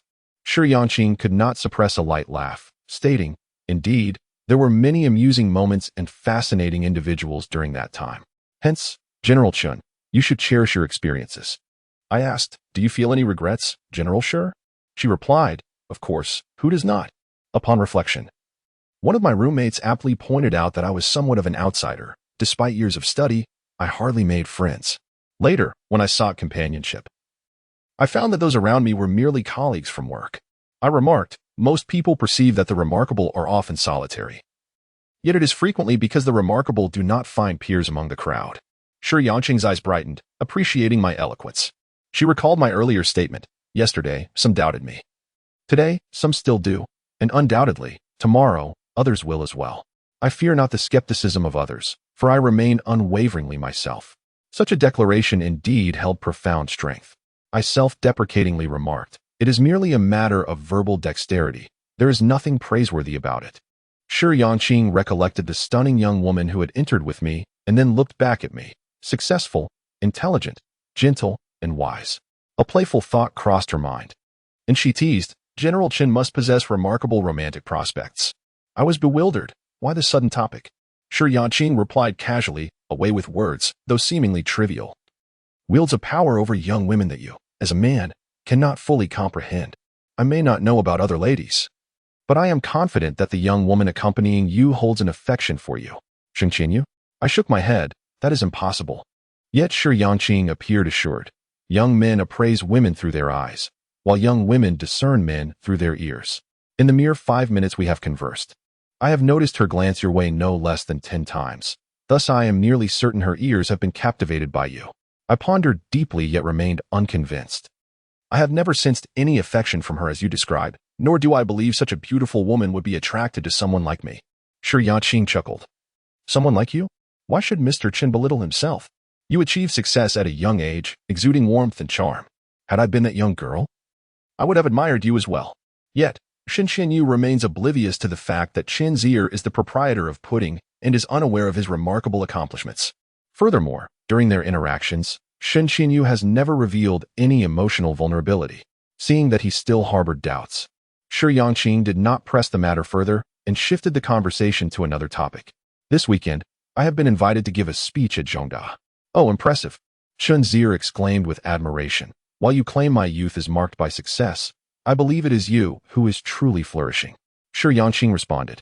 There will be student representatives present, and I intend to propose that you take the stage. Chen Zier replied, I prefer to maintain a low profile. He modestly declined. Shi Yangqing playfully remarked, if you agree to my acquisition proposal, I shall refrain from making that request to the school, thus respecting your desire for discretion. Isn't this supposed to be a work-free zone? Moreover, such a conflation of personal and professional matters lacks ethical integrity. Chen Zier thought, noting the pained expression on his face. Yet, unable to contain her mirth, Shi Yangqing laughed and said, I was merely jesting. Chen Zier felt an urge to slap himself for voluntarily engaging in conversation with such a capricious woman. Shi Yangqing concluded, my break has come to an end. Today's discussion was delightful. Let us reconvene this weekend. Chen Zier mused, please leave quickly. As Shi Yangqing rose to gather her belongings, she unexpectedly turned back to share a few more words, catching Chen Zier off guard. She remarked, pudding has reached a critical juncture. Managing 30 individuals requires a modicum of wisdom. As a scholar of urban transportation, Mr. Chen may not fully grasp the intricacies of management theory. As the company expands, its structure becomes increasingly complex, and internal conflicts are bound to arise. At this point, equitably addressing everyone's interests becomes progressively challenging.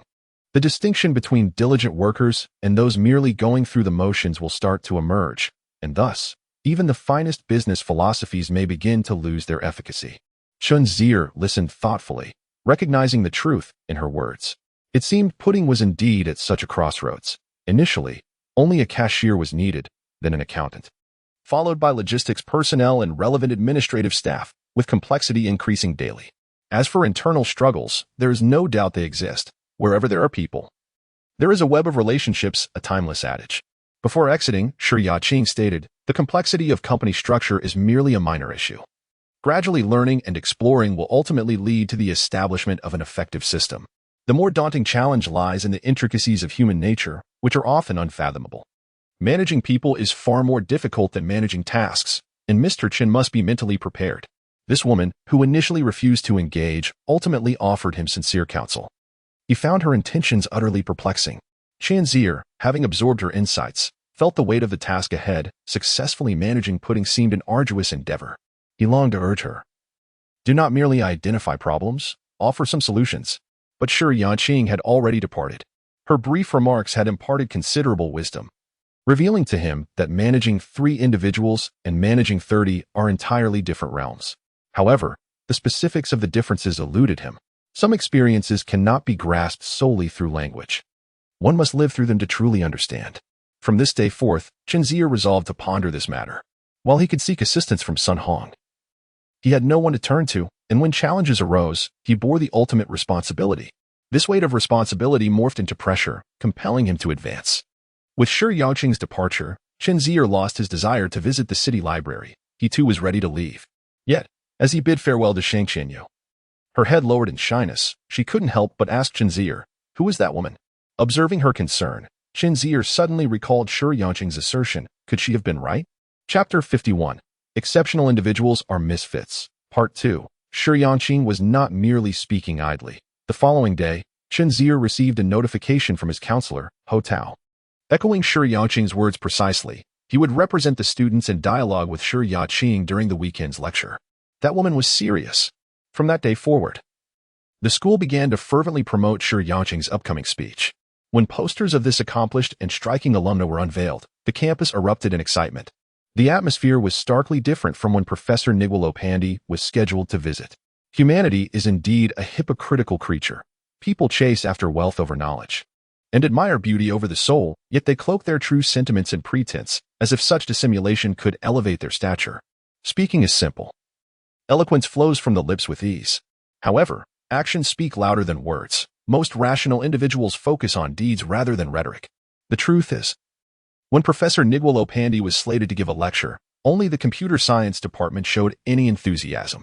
Yet, when Shi Yangqing, a symbol of success, honor, and beauty, announced her arrival, nearly the entire student body ignited with fervor. Actions reveal the innermost desires of the soul, not knowledge, nor virtue, but money, specifically the Chinese yuan. Those around Chen Zier, including his roommates and friends, were largely aware that he was the clandestine proprietor of the pudding convenience store, making it easy to explain why he would serve as the student representative that weekend.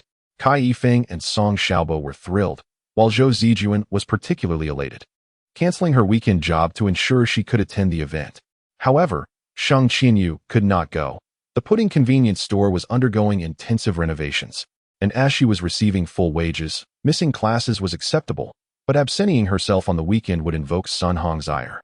Shi Yangqing was set to deliver a brief lecture at the university's grand auditorium on Saturday at 3 o'clock, sharing her insights on success with the younger students, after which a student representative would engage her in dialogue and pose several representative questions.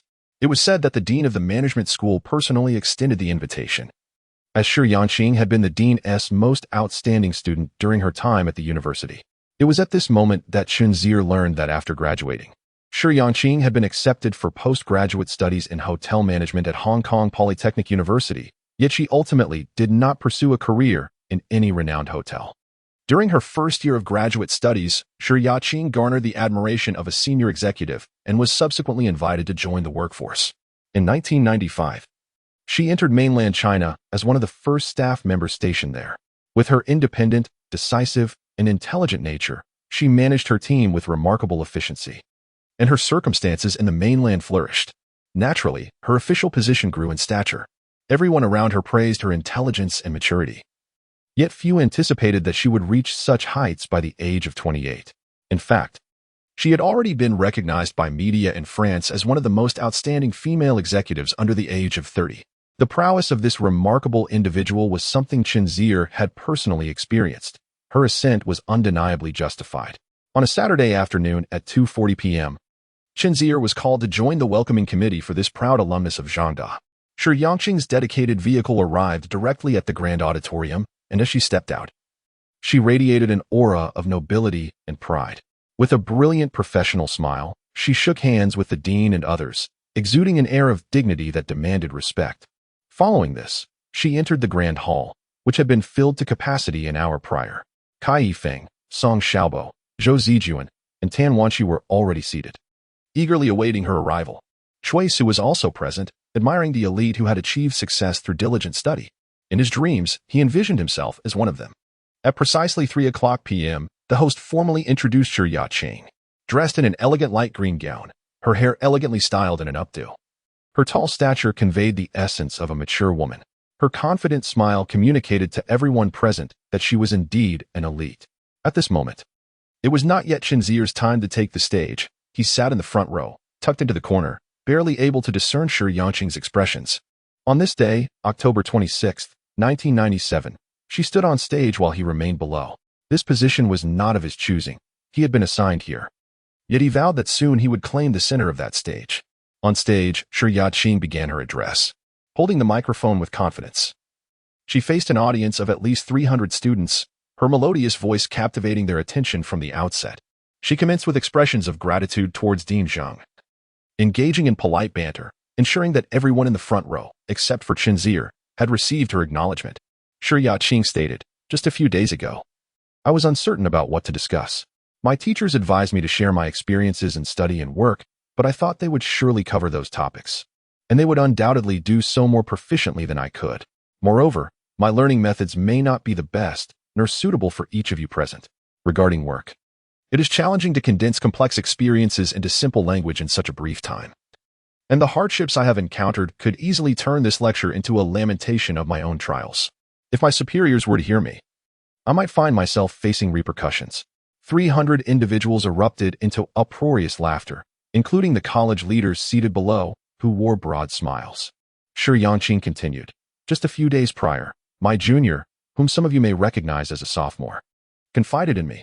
Most people believe that exceptional individuals do not fit in, but in truth, it is the exceptional individuals who do not find themselves among their peers." Chen Zier, listening from the audience, was taken aback, wondering why such a casual remark elicited such a reaction.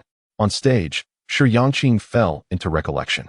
"Compared to many, I consider myself fortunate. My father once served as the deputy director of the National Science and Technology Committee, while my mother was a former ambassador to Singapore. From a young age, I mastered both English and French. However, upon entering university, an increasing number of people told me, 'You do not fit in.' My roommate and several professors advised me that I had few friends, and I always felt this was my fault for not conforming, a sentiment that weighed heavily upon me. For many years, people have urged me to cultivate good relationships with others, to manage my connections with colleagues and superiors. Yet, only a few days ago did I hear a completely different perspective, which is precisely why I chose to share this message in this setting." The audience responded with thunderous applause. Shi Yangqing added, "Thus, I hope that every one of you, who harbors a fierce determination within, possesses the resolve to embrace solitude. Do not be defeated by the fleeting words of those around you. To aspire for greatness often entails becoming a solitary figure. The path of the strong does not require companions. I know there are diligent students in the audience, those who spend countless hours in the library, meticulously planning their studies each day. Please persevere. Others may label you as reclusive or out of touch, but that is inconsequential. For you are not the one who does not fit in. It is merely that those who utter such words are unworthy of entering your circle." This generous outpouring of motivational wisdom invigorated every listener present, akin to a surge of adrenaline.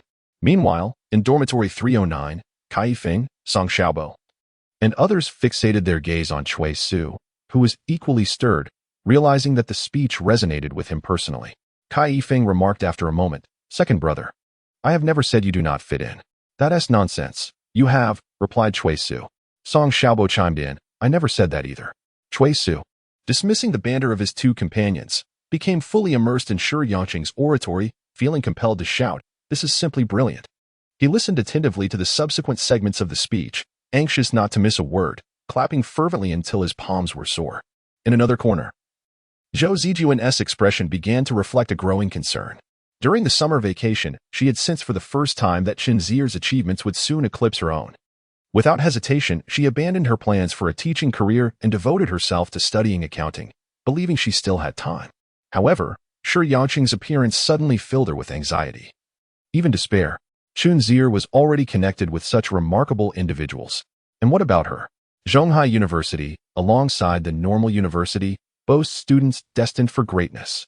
Not only does she have a father of high standing and a mother serving as an ambassador abroad, but she is also proficient in both English and French. What can she not accomplish? Setting aside these privileges, her inherent attributes, beauty, figure, and poise render her unmatched in competition, though she has yet to fully blossom. Chen Zier has already encountered such an exceptional woman. Initially, she was filled with excitement to witness Chen Zier's performance, but the outcome was unexpected. On stage, Shi Yangqing's speech continued for over half an hour before approaching its conclusion. Chen Zier felt a wave of boredom wash over him, nearly succumbing to slumber. Unlike those of his generation, he could regale listeners with heartfelt anecdotes from the 20th century to the 21st without boasting. He felt drowsy but could only afford a brief respite, as the host had begun to take the microphone, and it was nearly his turn to perform. In the center of the grand auditorium at Zhonghai University, 2 chairs were positioned. From the audience's perspective, Chen Zier occupied the left, while Shi Yangqing sat on the right. Below, Kai Feng remarked, "I wonder how our third brother mustered such courage." In a setting like this, with hundreds of eyes upon him, including school leaders and such a remarkably successful figure, look at him, composed and relaxed, even with his legs crossed. Song Xiaobo expressed admiration, stating that, if it were him, he would surely tremble. Tan Wanqi wholeheartedly agreed, having recognized from their first encounter that this boy was not merely tall. His calm demeanor suggested a promising future. The ability to speak with poise is easier said than done. It's one thing to address 300 people, but even speaking in front of 30 can induce anxiety. On stage, after both individuals had taken their seats, the host, presumably a student herself, settled between them. Her task appeared the simplest, merely to pose the pre-prepared questions. Yet, among the trio, she was the most anxious. After a brief adjustment, the host formally commenced her address, inviting Chen Zier to provide a brief self-introduction. Subsequently, the host directed the first question to Shi Yangqing. "We are all curious. How did you come to know this junior?" To which she replied, "We are neighbors." This response was somewhat unexpected, yet Chen Zier nodded in affirmation. The second question addressed Chen Zier, asking him to articulate his thoughts as a representative of the students in dialogue with Senior Shi. This was an inevitable inquiry, necessitating reflections and insights essential in any endeavor. The expected question naturally warranted a predictable response. Chen Zier replied, "I feel truly honored and surprised, and I am immensely grateful for Senior Shi's choice, as it was entirely unforeseen. Additionally, the pressure is considerable. On one hand, there are many audience members representing me, and on the other, Senior Shi is exceptionally astute. I approached this opportunity with a desire to learn, hoping to gain valuable insights." The host then inquired, "Oh, what prompted Senior Shi to select Chen as the representative?" Shi Yangqing remarked, "This is not an easy task. The sensation and pressure of being under the gaze of 300 individuals is something that most students cannot bear. If others find this experience excruciating, I would feel a sense of guilt, yet I believe he can withstand this pressure, which is why I chose him." The host, with a playful tone, inquired, "So, let's ask Chen, are you feeling nervous?" Chen Zier shook his head. The host probed further, "Why are you not nervous?" Chen Zier replied, "Desirelessness brings strength." Shi Yangqing interjected, "My choice has proven to be correct, has it not?" The host then announced, "Let us commence the formal dialogue. Chen, as the student representative, what is the topic you most wish to discuss with Senior Shi?" After a moment's contemplation, Chen Zier articulated, "I just heard the senior's lecture, where she mentioned not having made many friends. This raises a question, one that I believe many here are pondering. What kind of individuals does someone as outstanding as you wish to befriend?" Applause erupted from the audience, indicating that he had voiced a shared sentiment. Shi Yangqing responded, "Wise individuals who transcend worldly concerns, strong individuals who engage with the world, or simply ordinary, sunny people." The first 2 responses met with silence, yet the last remark garnered thunderous applause, as it seemed everyone felt they fell into the category of being normal and optimistic. Chen Zier continued, "Given your remarkable success, I am curious about what you believe your past self, 3 or 5 years ago, should have understood most." The host complimented, "Ah, that's an intriguing question." Shi Yangqing pondered, "I wish my past self had recognized that inner feelings are far more significant than the grand principles espoused by others." The students applauded once more, appreciating her insightful response. Chen Zier had another area of inquiry, relationships. Despite the presence of school officials and his momentary hesitation, he ultimately decided to proceed boldly. Upon noticing Chen Zier's mischievous grin, Shi Yangqing anticipated a challenging question. Indeed, he suddenly asked, with your academic and career success? What does a perfect love look like in your eyes? The students erupted in excitement, particularly the male students. While some who had previously disapproved of Chen Zier now applauded him for asking such a remarkable question. The host appeared somewhat embarrassed, yet Shi Yangqing remained composed. Dean Zheng looked displeased, but the context made it inappropriate for him to express his frustration openly.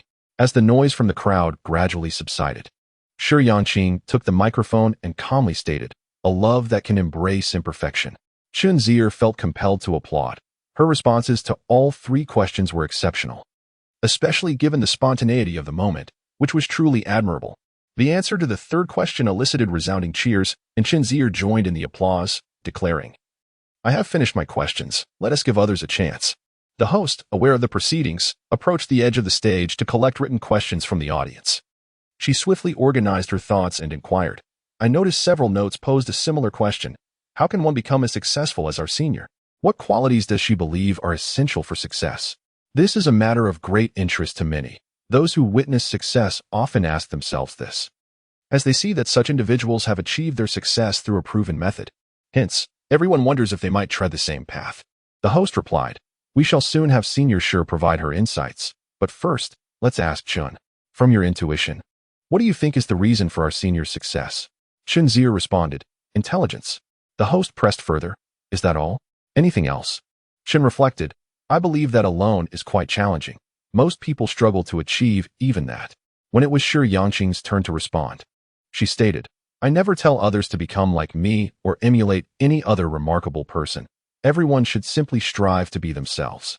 That is my answer. Regarding the second question on attaining success, I have previously spoken about the necessity of possessing the resolve to be a solitary figure. The path of the strong is often walked alone. The rationale is straightforward. If everyone treads the same path and reaches the same distance, why would it be you who succeeds rather than others?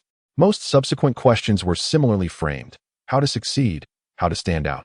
Yet Shi Yangqing handled such inquiries with remarkable ease. After the event concluded and they returned backstage, Chen Zier asked her, "Surely you resonate with the philosophy of pudding. Have you not considered creating brilliance from the ground up with us?" Previously, his suggestion may have seemed absurd, but this time, he earnestly extended an invitation. This individual is incredibly capable. With her, pudding would progress even more rapidly and successfully. Regrettably, Shi Yangqing declined once more, stating, "I still believe that your agreement to my acquisition proposal would be a more advantageous collaboration." Chen Zier felt a sense of helplessness. He longed to express that if she followed him, he would guide her through the realms of the internet and commercial real estate to great wealth, turning her into a magnate. Yet he refrained from voicing this, knowing that it might lead others to perceive him as a charlatan. Thus, he resolved to take it slow.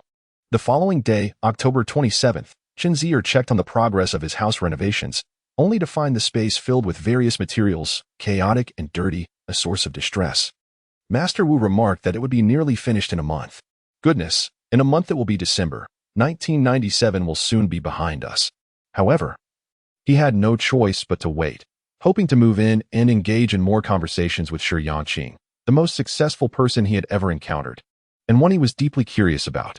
Chapter 53. Misfortune. As November commenced, the first wave of cooling swept over Zhonghai. The solemnity of autumn infiltrating every corner of the city, whisking away the last remnants of warmth. Chen Zier dutifully retrieved his sweater. He understood that at his young age, he felt impervious to the cold. Everyone seemed to prioritize style over comfort.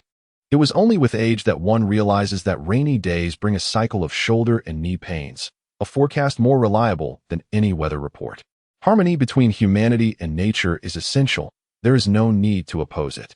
Recently, a skating rink opened near the school, and Xue Bohua has taken a liking to it, repeatedly encouraging Chen Zier to join him. Meanwhile, Kai Yifeng has become enamored with billiards and is clamoring to play as well.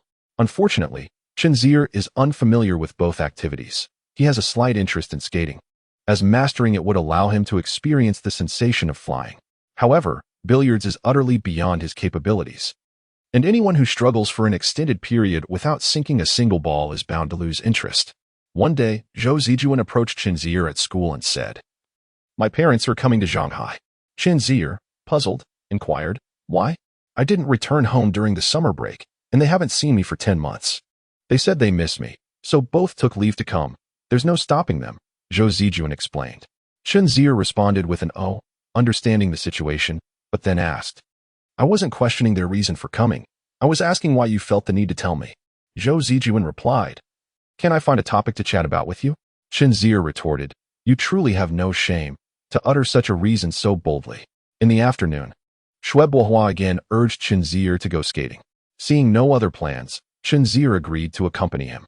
Xue Bohua reported his status, saying, "I have officially begun to pursue that girl." Chen Zier chuckled and asked, "Oh, what was her reaction?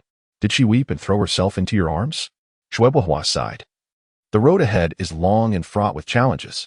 Chen Zier thought to himself, "Ah, another soul destined to suffer in the pursuit of love." Xue Bohua questioned, "Hey, what is the mindset of these young ladies today? They never express their feelings directly. If they like you, they don't say it. If they don't, they remain silent. It's always some ambiguous answer. One moment they say it's not a good fit, the next they say it's wonderful to have you around. You have no idea how perplexed I am." Chen Zier looked at him sympathetically and said, "Congratulations, you've encountered the most challenging type." "What do you mean?" "Analyze it for me," Xue Bohua implored.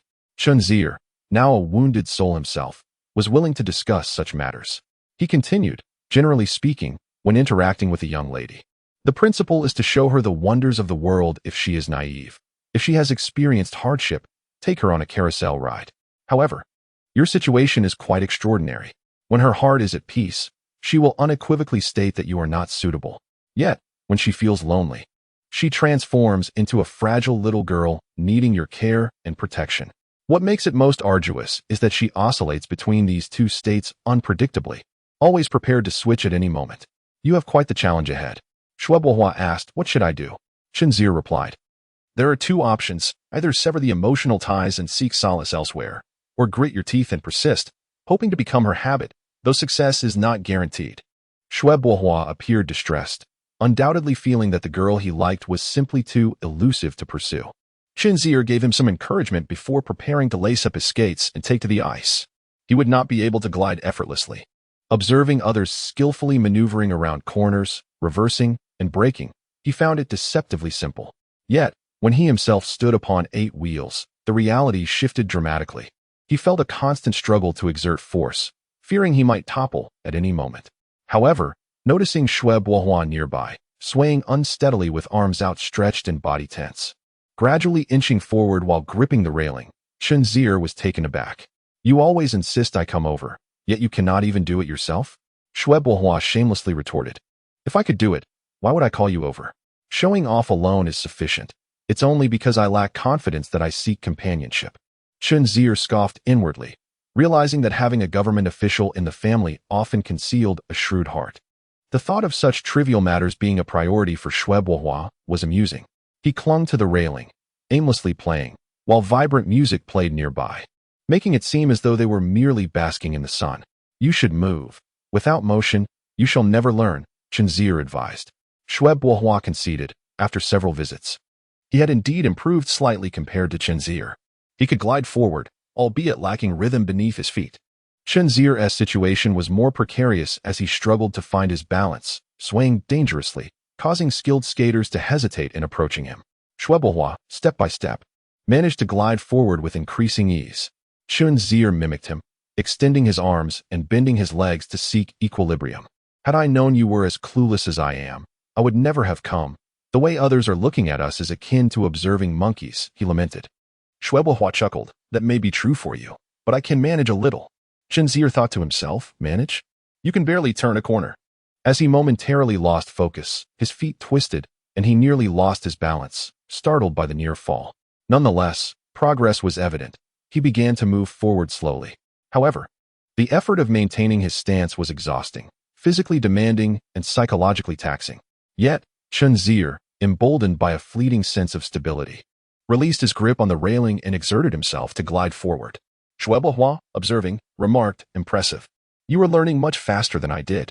Once in motion, it felt significantly more comfortable, though he still struggled to master his center of gravity, and in a moment of distraction, he suddenly lurched backward. Xue Bohua stood beside him. Instinctively, one reaches for a point of support in such moments, but regrettably, both remained unsteady and in motion. As Chen Zier fell backward, his right hand inadvertently pulled Xue Bohua down with him, while his left hand instinctively braced against the floor. This action, however, proved disastrous, as the full weight of his body placed immense strain on his left wrist. Chen Zier felt a sharp pain in his forearm, beads of sweat forming from the agony. Shwebo fared slightly better, though he landed awkwardly, feeling the impact on his backside.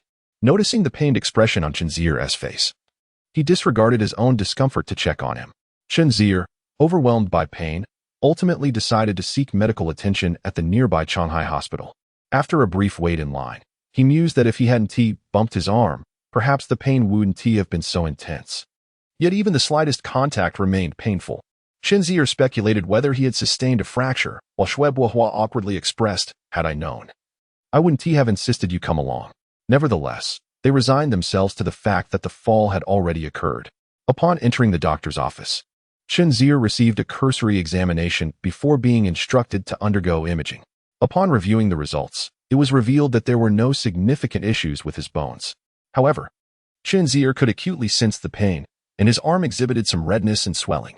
The doctor remarked, "It is fortunate that your bones are unharmed. Exercise caution moving forward, and refrain from engaging in strenuous activities for the time being. The pain primarily arises from muscle and ligament strain. I will prescribe some anti-inflammatory and analgesic ointment, and you should apply warm compresses at home. You will feel better in a few days." Chen Zier thought to himself, "What fortune? This feels more like misfortune. What was I thinking skating around?" After returning home, he took the time to recuperate, even avoiding the use of his left arm. Hearing of his predicament, Zhou Zijuan hurried over to deliver medication, but she did not hold back her words, saying, "Life truly has its ups and downs. Just days ago, you were basking in the spotlight on stage, and now look at you." Chen Zier replied, "Could you spare me some of your jabs? I'm already quite unfortunate as it is." Zhou Zijuan fell silent, but then recalled another matter and inquired, "You never mentioned this before. That person, Shi Yangqing, said you were neighbors. What is the story there? Is she from your hometown as well?" Chen Zier explained, "No, I purchased a property in Shanghai. She lives across from me." Zhou Zijuan exclaimed, "You bought a house in Shanghai?" Chen Zier nodded, and that simple motion conveyed an abundance of information to Zhou Zijuan, who momentarily struggled to process it. After a brief pause, she questioned, "How come I had no idea? When did you buy it? Where is it located? How large is it?" Chen Zier replied, "There are too many questions to clarify. It's nearly ready for renovation. When it's done, I'll welcome you over to take a look." Zhou Zijuan cursed in disbelief. "What on earth? How did you buy a house as if it were a trivial matter?" Though it was not a trivial endeavor, currency depreciation meant that property values would appreciate, which was a sound rationale rather than mere folly.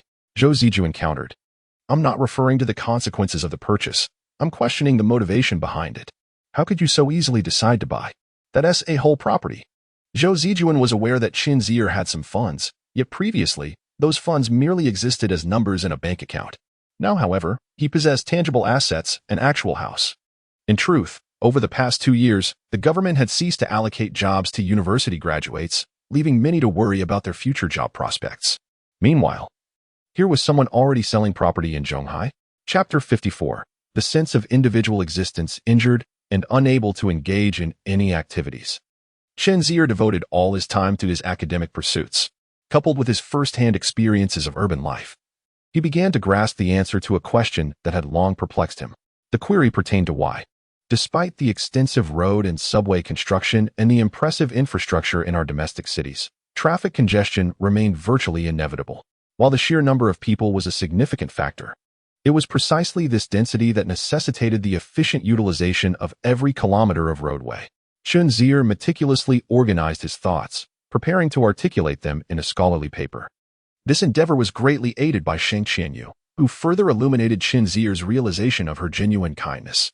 Because few individuals can genuinely invest themselves in others' affairs as if they were their own, Sheng Qianyu truly devoted herself to assisting him. Whether it was elucidating complex formulas from books or adjusting the formatting of his final thesis, her efforts significantly benefited Chen Zier. He had never realized the paramount importance of formatting in academia. His thesis contained relatively few rigorous formula derivations, yet he articulated 2 distinctly clear viewpoints. Firstly, the construction of urban roads should prioritize human needs rather than vehicular demands. How should this be interpreted?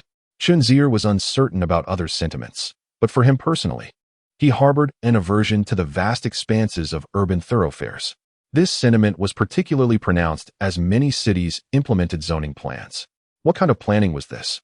Roads one way, with at least 4 lanes. The national standard stipulates that each lane must be 3.5 meters wide, thus a two-way road with 8 lanes. In addition to green belts and non-motorized vehicle lanes, would require a width of approximately 35 meters. What does this imply? Yes, the roads are visually appealing, and driving upon them is indeed comfortable, but have you considered the pedestrians attempting to cross? A staggering 35 meters. One could easily host a short-distance running competition. Have you contemplated the residents living along these thoroughfares? This design effectively isolates communities and individuals from one another. The so-called steel forest epitomizes this, rendering the entire urban area devoid of any human warmth. Clearly, this is a city constructed for vehicles, not for people. Furthermore, such designs result in individuals needing to traverse several kilometers merely to accomplish a minor errand, compelling car owners to drive, as the roads are broad and inviting. What is this? A vicious cycle. Don't even mention constructing an 8-lane road. Try building a 16-lane one and see if it doesn't become congested within 2 years. Therefore, urban transportation should be human-centric, facilitating ease for individuals. Secondly, during the process of urban road planning, it is essential to adopt a human perspective rather than a bird's-eye view. What does this mean? This is an experience shared by everyone, even in a small county. When viewed from above, the city appears grand, even without embellishment. However, upon closer inspection, 3 words come to mind: dirty, chaotic, and dilapidated. This holds true even for first-tier cities. From the sky, they appear stunning, comparable to any city worldwide. But does the experience on the ground mirror that aerial beauty? It's akin to a nearsighted person observing others. From afar, it seems acceptable, but upon closer inspection, one is left astonished. Consequently, many roads and urban functional areas are designed by planners wielding pens from a lofty perspective, which can indeed be aesthetically pleasing. But what purpose does that serve? For those living in the city, they cannot perceive it from above. One cannot expect them to watch aerial documentaries daily. In his office, Professor Wang perused Chen Zier's thesis. Initially, while skimming through the text, he questioned its potential merit, wondering how it could be deemed a noteworthy paper. However, as he continued reading, he gradually discovered that the ideas proposed by this student diverged significantly from contemporary notions. Chen Zier added, "Our nation has a vast population and immense demand. Hence it is imperative to construct more roads. However, I do not believe that merely building expressways will resolve the issues at hand. If we continue down this path, our city's bridges will be of cosmic magnitude, expressways will reach world-class standards, main roads will resemble those in Europe and America. Secondary roads will be akin to those in Africa, and minor roads will be of Indian quality." Professor Wang chuckled at this, feigning criticism. "Are you insinuating national discrimination?" Chen Zier laughed. "Well, India's infrastructure is lacking. While such remarks might be humorous, they represent a calamity for urban traffic." Professor Wang, "You have stated that urban transportation is a complex system. May I interpret it as such? The expressways and main roads are analogous to the body's major arteries. I am not suggesting we refrain from constructing these arteries, but capillaries are equally vital. If we neglect the smaller roads, everyone will inevitably congest the expressways, leading to similar gridlock." Professor Wang's expression grew serious. As a seasoned educator, he understood the repercussions of such an oversight. Chen Zier was acutely aware that the major cities of the future would feature Indian standard minor roads, resulting in everyone flocking to the expressways, which would ultimately require traffic lights. Expressways, as the name suggests, are designed for speed, ideally without traffic signals. However, as traffic volume surged, the absence of signals became untenable, particularly at intersections of conflicting traffic flows. Clearly, poor minor roads lead to significant issues. Private vehicles may embark on a journey of merely 2 kilometers, but still ascend to elevated highways. With millions of cars in a city, everyone is squeezed upwards. How can that be fast? Professor Wang remarked, "Your perspective is insightful, and your paper is well written. However, as we are in a science and engineering discipline, a text solely composed of words is insufficient. Let us refine your paper together, incorporating theoretical research and ideally modeling the outcomes. This will undoubtedly yield a high-quality publication." Chen Zier hesitated. "Professor, my advanced mathematics is lacking. The theory is quite daunting. I can assist you in gradually working through this. Your idea is excellent. Furthermore, rest assured, I am 60 years old and will not claim the first authorship. Your name will certainly appear as the primary author." Chen Zier repeatedly shook his head, insisting, "I am the student, and you are the professor. It is only fitting that you be the first author." He was not seeking the recognition. He merely wished for his ideas to be acknowledged. Professor Wang, having long since transcended such concerns, was not merely being polite. However, these matters could wait. The priority was to produce the paper. Observing such a thoughtful student emerge from his class filled Professor Wang with immense pride. As Chen Zier exited the office, he felt invigorated, embodying the sentiment that one finds joy in aiding others. This is not merely a reflection of noble character. During this process, an individual's sense of existence can intensify significantly, a feeling Chen Zier was experiencing profoundly. He felt he had accomplished something beneficial for millions.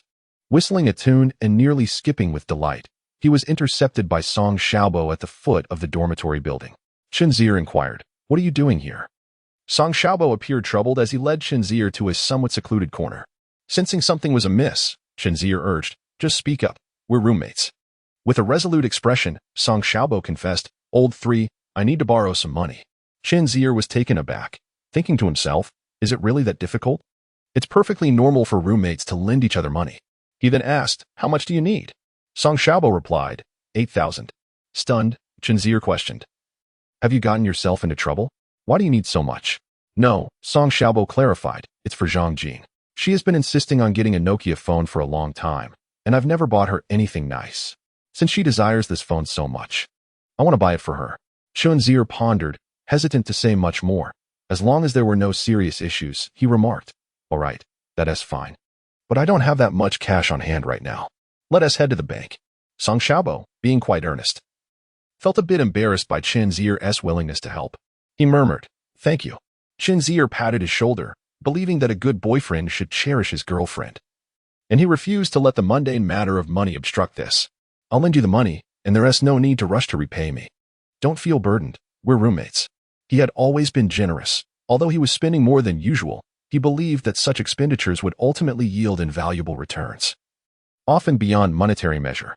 However, he grappled with whether he should voice his concerns regarding the situation. It was understandable for many, particularly the youth, to be infatuated with Nokia, but it was not wise for someone lacking financial means to insist on such purchases. This was not the choice of a commendable girlfriend. Nevertheless, he chose to remain silent. After all, they were a couple, and every minor dispute would eventually be resolved. He knew that once he mentioned it, he might invite trouble upon himself. Besides, there could be other underlying reasons for the request. 8,000 was borrowed, and if it led to further complications, it would hardly be worth it. Outside the bank, with 8,000 in hand, Song Xiaobo declared with determination, "I will earn money in the future." Chen Zier supported his exclamation, reminiscent of his own university days. In modern society, the most challenging aspect for men is that during the period when emotions hold the greatest significance, they often possess nothing at all. By the time they gain the capability to envision a future, those once by their side may no longer be present. By the end of November, Chen Zier's forearm had mostly healed, and the renovation of the apartment at Daijing Lanwan was nearing completion after 3 months. He gradually increased his visits.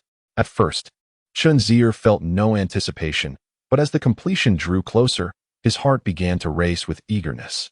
What once felt like an inconsequential wait of 3 months now seemed to stretch endlessly over just a few days. The intricacies of human psychology are indeed difficult to articulate. In any case, his days of residing in the dormitory were numbered. Chapter 55. Rolling at home. Chen Zier's house was almost ready for renovation. In recent days, he has successfully completed his thesis, his injuries have healed, and there are no examinations looming ahead. Everything seems to be perfect. Previously, he would visit the Imperial Blue Bay once every 10 days, but now he finds himself going 2 or 3 times a day. Master Wu is diligently overseeing the final touches with the workers, and Chen Zier, the proprietor of Pudding, treats them well, ensuring that every detail is executed with great care. Though Chen Zier has little to occupy his time, his excitement is palpable, and he can hardly contain himself, bouncing joyfully at the entrance like a child. When he encounters Shi Yangqing returning home from work, he greets her with exuberance, displaying a youthful side he had never shown before, leaving Shi Yangqing both amused and exasperated. At this moment, perhaps no one comprehends Chen Zier's feelings, as few could fathom the terrifying heights to which property prices will soar. No one knows that in 10 years, Many young individuals who venture into first-tier cities like Shanghai will find themselves in a state of despair and helplessness, unable to afford even a restroom after a year of toil. From another perspective, aside from the overwhelming burden of housing, if one were free from mortgage payments, most could lead a comfortable life through their work. Financial and life pressures predominantly stem from the cost of housing. The intensity of that stifling sensation is matched only by Chen Zier's current elation. Thus, this individual, who typically shuns shopping, has devoted considerable time in recent days to visiting furniture stores, bedding outlets, and kitchenware shops. Previously, he earned money without knowing how to spend it. But now he revels in the experience of purchasing without regard for price. His apartment lacks centralized heating and cooling, prompting him to order 5 air conditioning units in one go from an appliance store. The sales staff were taken aback, exclaiming, "It's winter, sir. Who buys air conditioners now?" Chen Zier, however, was only concerned with one question: "Will you deliver them to me?" The saleswoman nodded eagerly, recognizing him as a significant client with no reason to decline. "Absolutely," she assured him. Pleased, Chen Zier contemplated where to install the air conditioners: one large unit for the living room, a small one for each of the 3 bedrooms, and one for the kitchen. Suddenly, he slapped his forehead and exclaimed, "Oh dear, I forgot we need one for the bathroom too. Otherwise, summer visits will be problematic." He then instructed the saleswoman to add another unit, bringing the total to 6. Chen Zier spent money with abandon, feeling no remorse. After all, what was the cost? He still had $2 million languishing in his overseas account. Money is only valuable when spent. If not, it's merely paper. Embracing this philosophy, he proceeded to order 2 televisions and a complete set of German-imported kitchenware. The shopping spree did not end there. He also selected a sofa, a bed, a dining table, and chairs. Throughout that afternoon, he swept through every store, and by the end, he had lost track of how much he had spent, deliberately avoiding the prices. He vowed never to return to the days of checking price tags before making a purchase. Who would want to live that way? No, rather, who would wish to endure such a fate? He purchased everything that came to mind, and Chen Zier returned to the Imperial Scenic Blue Bay. Today marked the final day, and the entire renovation project had been officially completed. Chen Zier inspected both the interior and exterior, and it appeared splendid. Once furnished, his home would undoubtedly be beautiful. He retrieved a considerable amount of cash from his pocket, distributing red envelopes of 200 yuan each to everyone present. Having already spent a fortune today, he didn't mind this additional expense. He remarked, "I appreciate all your hard work over these 3 months. I haven't been around much, and I've missed out on plenty of fine cigarettes and liquor. Please don't think of this 200 yuan as insufficient." Master Wu beamed with delight, exclaiming, "How could we possibly think it's too little? Boss Chen is truly generous and kind." The others echoed his sentiments. From the very beginning of their work for pudding, they had never been shortchanged. They held a deep respect for their magnanimous, composed, and youthful employer, wishing they could have a son like him. Subsequently, Master Wu and the others accepted their red envelopes, gathered their tools, and departed. Chen Zier strolled around the living room, brimming with excitement. When his phone rang, it was the delivery for the sofa. Soon after, calls came in for the bed, television, and air conditioning units.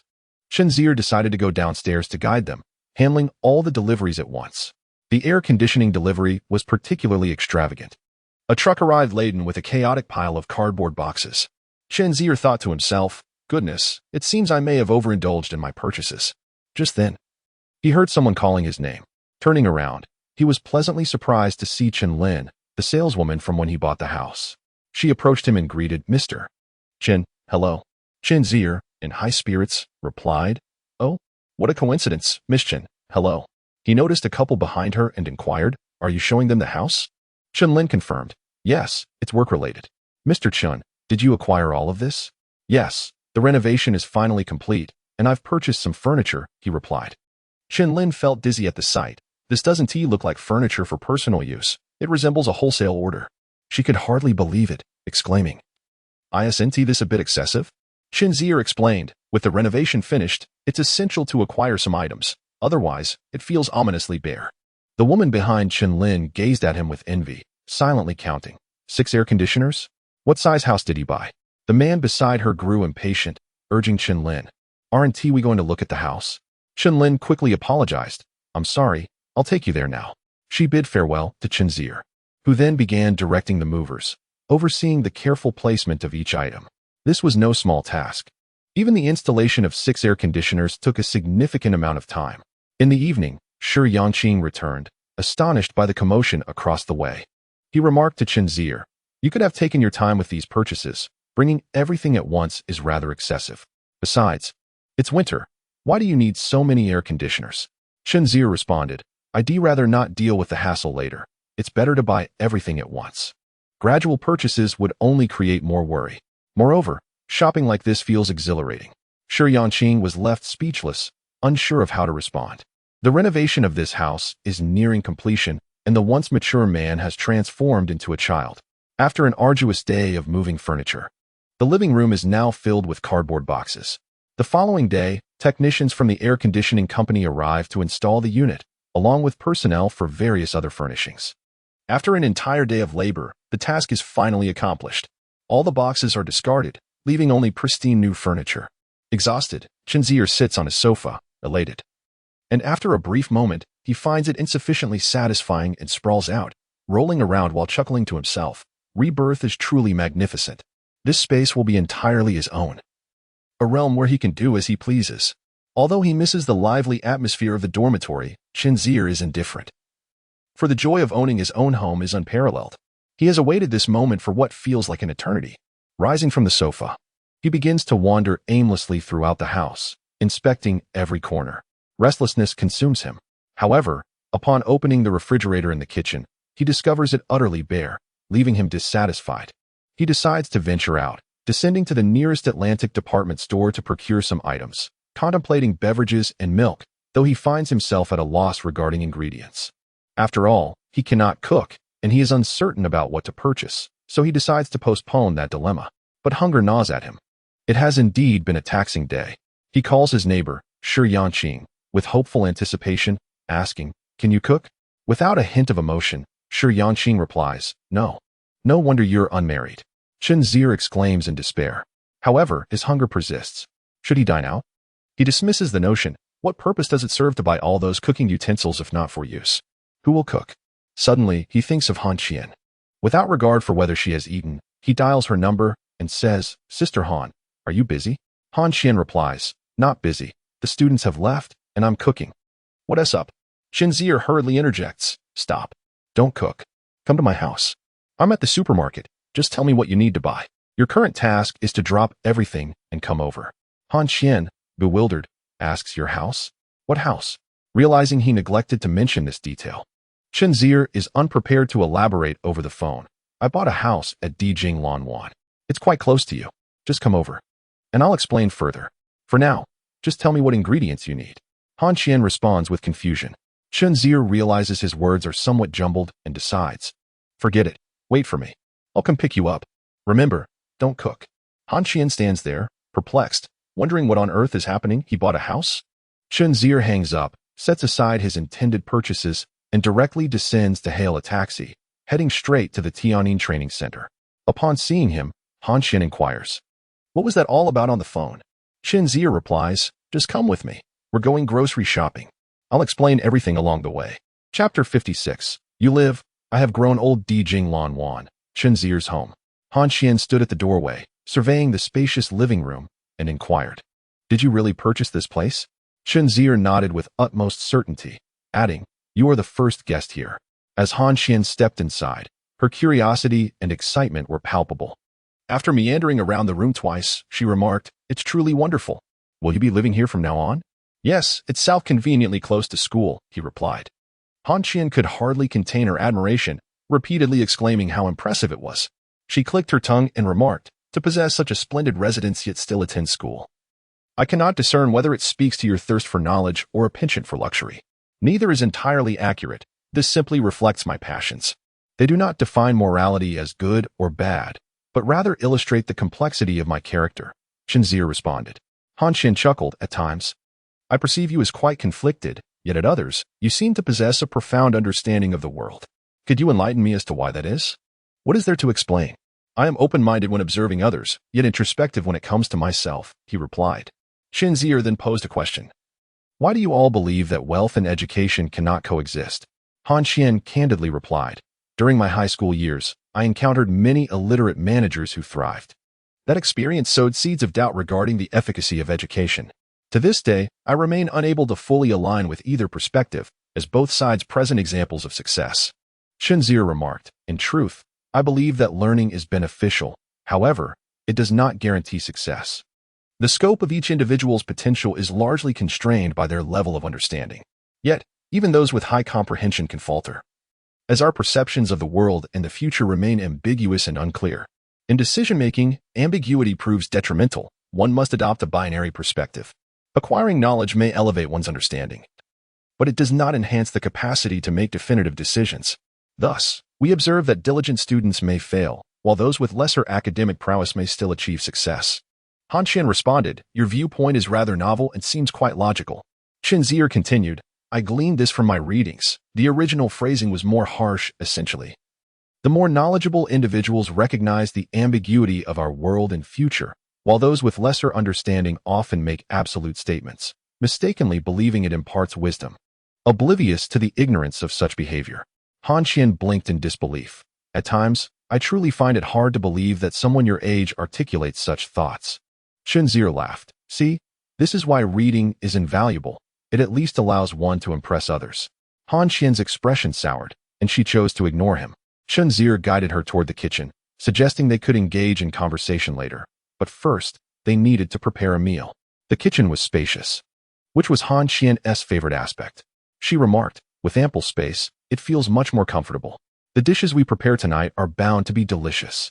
It seemed as though Chen Zier's stomach understood, grumbling in agreement. He said, "Sister Han, you must visit often. I live alone and cannot cook, which is quite a predicament." Han Qian teased, "Zijun, you've learned quite well from me. You could invite her to stay with you, and let her be your cook." Chen Zier sighed deeply and replied, "Dying of hunger is a grave matter, but losing one's virtue is trivial. I cannot tarnish the reputation of that young lady for a few meals." Han Qian looked at him with a hint of confusion. After a moment's thought, Chen Zier corrected himself. "Oh, I misspoke. It is indeed dying of hunger that is trivial, while losing one's virtue is of great significance." "You are a man of integrity, yet your thoughts are rather lewd," Han Qian remarked. Chen Zier retorted, "At least it is far better than having virtuous thoughts paired with lewd actions."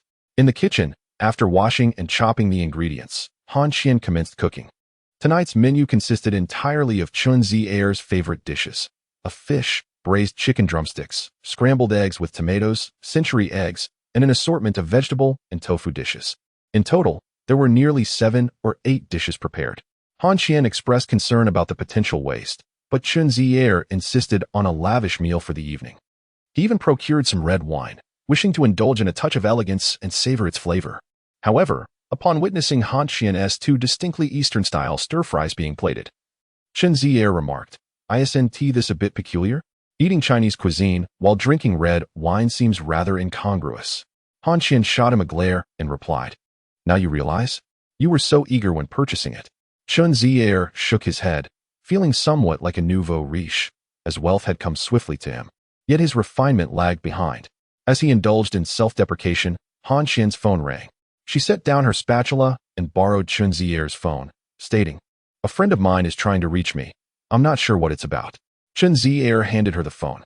Yang Runling and Han Qian, having reunited in the same city after many years, had been frequently getting together over the past couple of months. Today was no exception. As Yang Runling sought out Han Qian after finishing her work, she found a phone at a nearby convenience store to call Han Qian. Han Qian responded much quicker than Yang Runling had anticipated. "Where are you? Why is Tianyin still closed?" Yang Runling inquired. Han Qian replied, "I'm not there tonight. I'm visiting a friend." "Are you at Tianyin now?" "Yes, I've just arrived." Han Qian's expression turned awkward, realizing the potential for an uncomfortable situation. Chen Zier, noticing her unusual demeanor, asked, "What is the matter?" "A good friend of mine came looking for me. She is currently at Tianyin." Chen Zier pondered the predicament and suggested, "What friend is this? If it's convenient, she could join us for dinner." Han Qian hesitated. "Should I invite her over?" Chen Zier had no objections. He was not afflicted by social anxiety regarding unfamiliar faces. Han Qian moved a bit further away with the phone and said, "Runling, I'm at Chen Zier's place. Would you like to come over for dinner?" "Chen Zier?" Yang Runling thought for a moment, realizing he was the young proprietor, and her eyes sparkled with intrigue as she lowered her voice. Please tell me the address. Han Qian provided the details precisely. After hanging up, Yang Runling pondered for a moment, her gaze catching the incoming call display on her phone. She retrieved a pen and paper from her bag, jotted down the number from the screen, and tucked it into her notebook. She is a lawyer, and such simple reasoning is within her grasp. Han Qian lacks a mobile phone. That contraption is exorbitantly priced. However, for someone like Chen Zier, acquiring one poses no financial burden. Given their relationship, this number must undoubtedly belong to him. At the luxurious Blue Bay, within Chen Zier's abode, Han Qian introduces her friend. We were classmates in high school. After graduating from music school, I got married. While Runling opted to pursue her master's in law at Jinling University, she is exceptionally intelligent. Chen Zier responds, a master's from Jinling University? Your friend is quite impressive. He recalls that Shi Yangqing, who lives across the hall, is also a master's degree holder. Goodness, how is it that these women excel in their studies? While he only plans to stop at his undergraduate degree, Tianyin is not far from here, and soon Yang Runling arrives. As Han Qian is busy cooking, Chen Zier heads to the door. Yang Runling, not wearing high heels, appears somewhat shorter in Chen Zier's presence. She gazes up at the boy before her, who possesses a warm and gentle smile.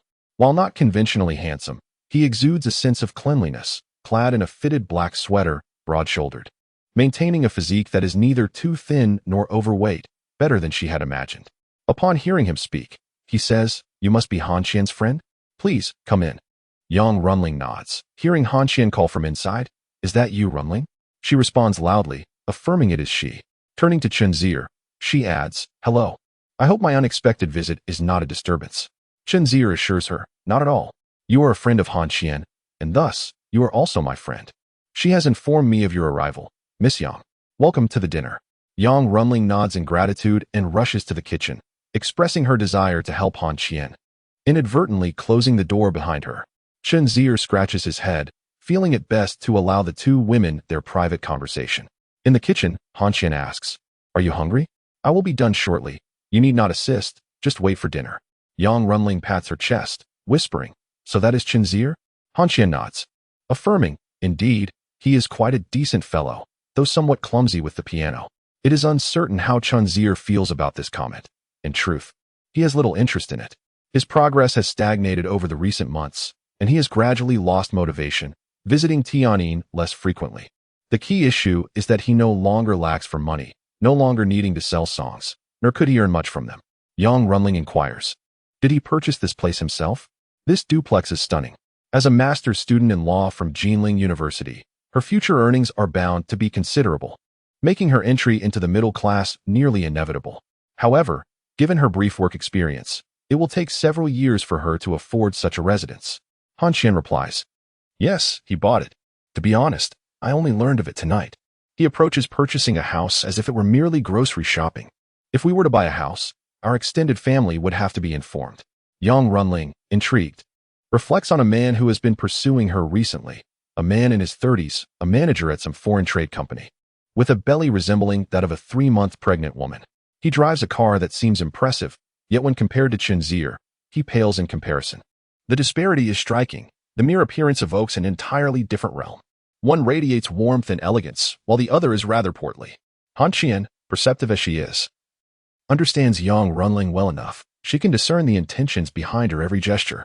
Thus, she cautions, "Do not say I did not warn you. She is merely 20. A student at the prestigious Shanghai University with a promising future ahead. You may seem youthful, but you are already 28. Yang Runling playfully smacked her own perky backside, asserting, "I am aware. Besides, what of being 28? I am still young." Han Qian made a face at her, choosing to say no more. For they were still in Chen Zier's home, and it would be inappropriate to delve further. "Pass me that plate. It's time to serve the dishes." Yang Runling complied. Yet her mind quietly lamented that she had indeed matured a tad too early. The age gap felt substantial. "Alas, I am old while you thrive in youth," she mused, feeling utterly helpless. Chapter 57. Wise souls make choices. Although savoring Chinese cuisine paired with red wine felt somewhat peculiar, the wine had already been purchased and could not be left untouched. Thus, Chen Zier poured glasses for both ladies. After raising her glass, Yang Runling stylishly remarked, Chen Zier's stomach, having remained empty for a while, finally welcomed sustenance. Just as he had taken a few bites, his phone buzzed. It was Kai Feng.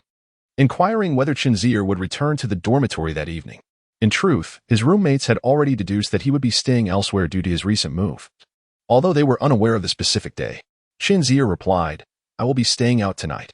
His roommates found nothing unusual and merely suggested he visit them when he had the chance. Once he hung up, Yang Runling initiated conversation, saying, "I have often heard Xiao Jun and Chen Qian speak of you, but I did not expect you to be so young." Chen Zier responded, "You both are quite youthful as well."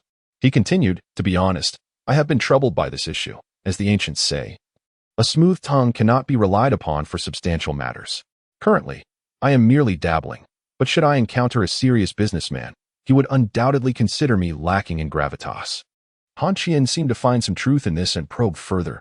"So that is why you have Sun Hong represent you?" Chen Zier chuckled and replied, "Not at all. It is merely my laziness. I do not wish to deal with the trivialities of the convenience store."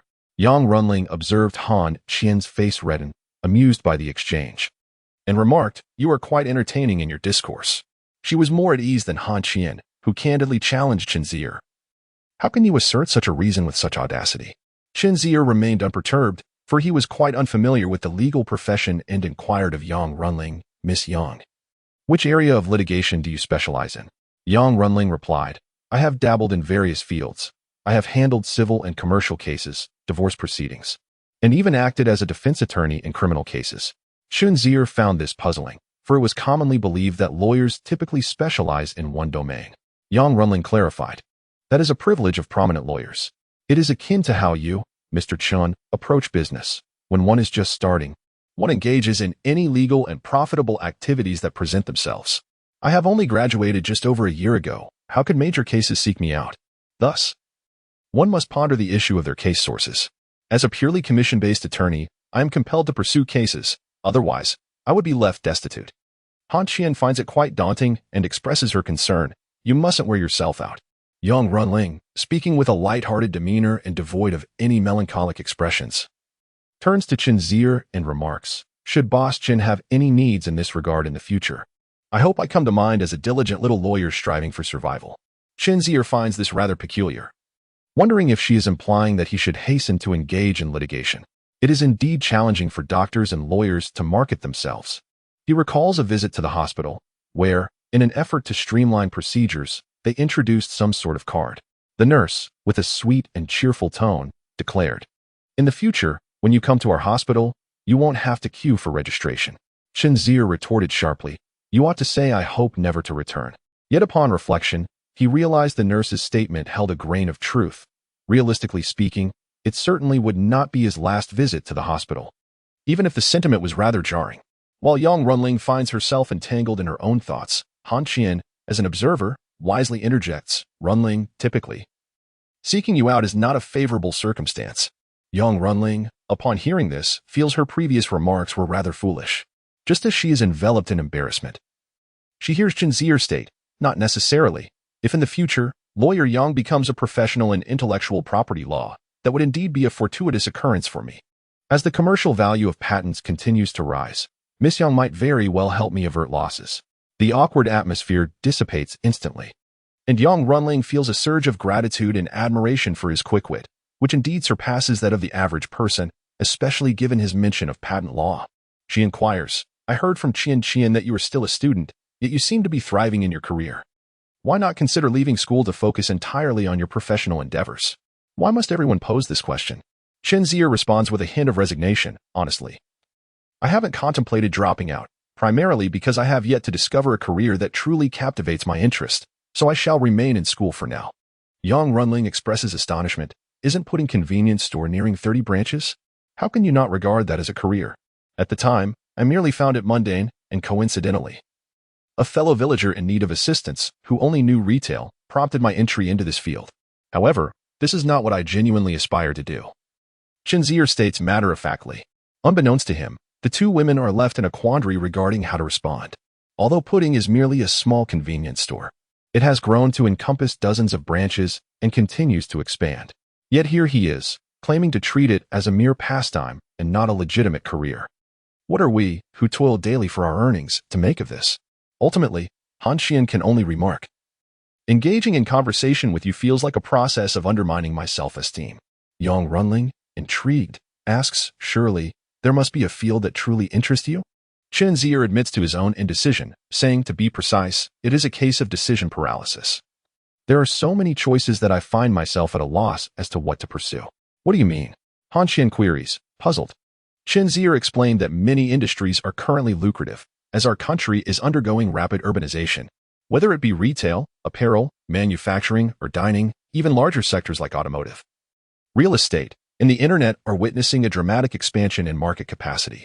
As long as one can attract skilled professionals and adhere to scientific guidance, profitability is virtually assured. To put it bluntly, even the business of selling toilets has a staggering demand. In such circumstances, failing to identify a truly interesting industry may lead one to be easily seduced by monetary gains during the entrepreneurial journey, resulting in a scattergun approach where one attempts to do everything but excels at nothing. Yang Runling was utterly bewildered. It was her first encounter with someone who viewed business in this manner, while everyone else lamented the difficulty of earning money. Here was Chen Zier asserting that there were too many profitable industries to choose from. Yet, Chen Zier was not feigning. His perspective was genuine. Viewing the pivotal year of 1997 through the lens of 2 decades, he maintained that anyone would perceive it similarly. At that time, launching an entertainment company and signing future superstars would undoubtedly be profitable. Recruiting talented directors to create compelling scripts would guarantee success. He remarked that even if one could not rival Jack Ma in the e-commerce sector, simply investing as an angel investor would suffice. Holding a small equity stake would automatically elevate one to wealth. As he stated, even if one were to start a toilet business now, how many households would require such a product in the future? Would that not be profitable? However, Chen Zier was not in need of money. Moreover, do those at the pinnacle of wealth necessarily find happiness? Does anyone know that Zhang Xiaoyang has battled depression? Or how many hours each year the 2 titans of industry spend on airplanes? These internet moguls often sleep only 4 to 5 hours a night. Is anyone aware of this? Nevertheless, it would be misleading to suggest that he had no interest in any industry. Chen Zier did have a particular fascination with the smartphone sector, aspiring to create a company akin to Apple. This ambition aligned with his character. If he were to undertake a venture, he would strive to make it the best, meticulous and exacting, pursuing perfection in a commendable manner. Yet, with Nokia still thriving, the prospect of Apple seemed distant. At the dining table, the atmosphere grew tense. Yang Runling sensed that while the man before her might be boasting, his charisma was undeniable, causing her heart to race. However, contemplating the possibilities only led her to a silent sigh. Ultimately, Chen Zier suggested they refrain from discussing work over dinner and proposed a toast. The 3 of them raised their glasses. He continued to inquire about patents, acknowledging that should he venture into the smartphone realm, he would likely engage with patents daily, recognizing them as a crucial asset. Yang Runling had never considered becoming an intellectual property lawyer. She remarked that such lawyers are quite rare. Patent attorneys must possess a degree of technical knowledge, a background in the sciences, familiarity with the law, and an inclination towards the humanities. The bar is set exceedingly high. Consequently, patent lawyers tend to be either legal professionals with a penchant for technology or technologists with a passion for law. Yet achieving a seamless integration of both disciplines presents a formidable challenge. Chen Zier nodded, as if to affirm the truth of her assertion. Yang Runling remarked, aside from the inherent challenges, the source of cases poses another dilemma. Major patent cases tend to be concentrated within large law firms, where the competence of esteemed attorneys continues to grow. Consequently, the more significant the case, the more inclined clients are to seek renowned lawyers. This predicament leaves novice attorneys with little choice but to engage with such cases solely through analysis during their studies. Meanwhile, smaller patent cases are often of inferior quality, akin to a mere morsel of meat, offering little opportunity for attorneys to enhance their skills. One might say they are tasteless yet regrettably wasted. Thus, the polarization among patent lawyers is stark. The proficient excel further while the less capable falter, creating a chasm that is difficult to bridge. Han Qian suggested that perhaps pursuing a career in other legal fields might be more advantageous, ensuring a stable and respectable income while avoiding the pitfalls of the patent realm. Yang Runling, however, began to contemplate her future. After the dinner concluded and the 2 departed from Chen Zier's home, Yang Runling walked in silence, lost in thought. Han Qian inquired, "What troubles you? What are you pondering?" After a prolonged pause, Yang Runling suddenly declared, "Chen Qian, I have made up my mind. I shall become a patent lawyer." Han Qian, playfully touching her forehead, laughed. "Are you in your right mind? Did you not mention the severe polarization among patent lawyers, making it a challenging threshold to cross? Yang Runling, devoid of jest, reflected on her own qualifications. During my studies, I excelled across various subjects, securing admission to Jin University primarily through my high scores in science and mathematics. My background in law further complements this. I possess the potential to become a patent lawyer. She painted a vivid picture of the future, revealing, do you know? The litigation cost for a single patent in business can soar to hundreds of millions. Han Qian believed in her friend's capabilities, yet found the decision rather abrupt, speculating, is this choice influenced by Chen Zier? Yang Runling did not shy away from the truth, stating, we lawyers handle a multitude of case types, yet he singularly focuses on patents. And so? Han Qian questioned. Hence, I must pursue a career in patents. It is imperative, for where the affluent direct their attention, greater wealth inevitably follows. Chapter 58, The Nature of Love and Affection after Han Qian and Yang Runling departed. Chen Zier took a shower and reclined on the soft, expansive bed in his second-floor bedroom. He refrained from turning on the television, allowing the tranquility of the room to envelop him.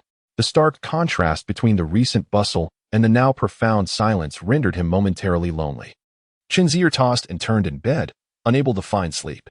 Rising, he approached the window to gaze at the nightscape below. In truth, there was little to behold. It paled in comparison to the dazzling metropolis of 2 decades hence. The brightest sight was the Atlantic department store, while most areas remained shrouded in darkness. Chen Zier's thoughts drifted to friends, relatives, and especially his parents from his previous life. How would they react to his sudden absence? Were they aware of his current well-being? How would those who once looked down upon him now perceive his success? Confounded, Chen Zier grappled with the enigma of his rebirth, having previously dismissed the possibility of such phenomena occurring in the world. In the stillness of midnight, a sense of melancholy enveloped him. He descended the stairs to procure a bottle of red wine, pouring himself a generous glass. Perched by the window, he cradled the goblet in his hand, gently swirling the liquid within. As the glass softly tapped against the window pane, a crystalline chime resonated in the silence. He murmured to himself, cheers. In his first year, he was consumed by the rigors of the college entrance examination. The following year found him in room 309, and this was his inaugural evening, alone in his own space, confronting the undisclosed secrets nestled within his heart. The wine coursed through him, attempting to quell his sorrow, yet only deepening it. Chen Zier placed the glass upon the windowsill and rummaged through the suitcase he had brought from the dormitory, retrieving a notebook. Within its pages lay the intricate details of his envisioned future, predominantly revolving around business aspirations. The queries posed by Yang Runling that evening had long occupied his thoughts. Now a sophomore, he was acutely aware that in 2 short years he would graduate. What then awaited him? His gaze traversed the words inscribed: Apple, Google, Alibaba, Tencent. His deepest desire was to venture into the realm of smartphones, aspiring to tread the illustrious path of Apple, ambitious yet daunting. Apple, fortified by years of technological prowess, talent acquisition, patent portfolios, and industry resources, had persevered to achieve greatness. Yet, he found himself incapable of even creating a rudimentary communication device. Chen Zier hesitated, his thoughts drifting to the other half of his future. Every effort he made to earn a living was ultimately aimed at providing her with a comfortable life. Yet, in this expansive abode, he found himself alone, a poignant reminder of his solitude. In that fleeting moment, perhaps spurred by the wine, the ambience, or the shadows of loneliness, Chen Zier yearned for romance. With his sophomore year drawing to a close, he observed his peers, Kai Yifeng with Tan Wanqi, Song Xiaobo with Zhang Jin. Even Xue Bohua had plunged headlong into love. But where was his own romance? He suddenly thought of Sheng Qianyu, a girl whose beauty captivated him from a man's perspective. Her visage, demeanor, and character irresistibly alluring, particularly to someone like him. Shi Yangqing had professed her affection for him. Could he truly be so fortunate? Who could say? Chen Zier questioned himself. Did he harbor feelings for this girl? The answer eluded him. To claim disinterest in such a stunning woman seemed implausible. When a single man contemplates this question, words alone are insufficient. The allure of a beauty that exists solely in one's imagination pales in comparison when the real figure is absent. Ideally, one would have a stunning woman before him. Even a photograph would suffice, and if asked whether he would reject such a captivating lady who liked him, the answer should be clear. If a man of modest means were to decline, then Chen Zier mused that perhaps he should seek companionship with another man. Thus, he was not the paragon of virtue, incapable of such a rejection. Yet, what of his feelings for Zhou Zijun? With a sigh, he contemplated, he truly did not believe he could fall for her. The burden of unreciprocated affection was a vexing weight, even more so when it remained unsettled. The following day, with no classes in his major, Chen Zier was stirred by the sound of someone ringing the doorbell. Groggy, he rolled over twice, squinting at the unfamiliar ceiling.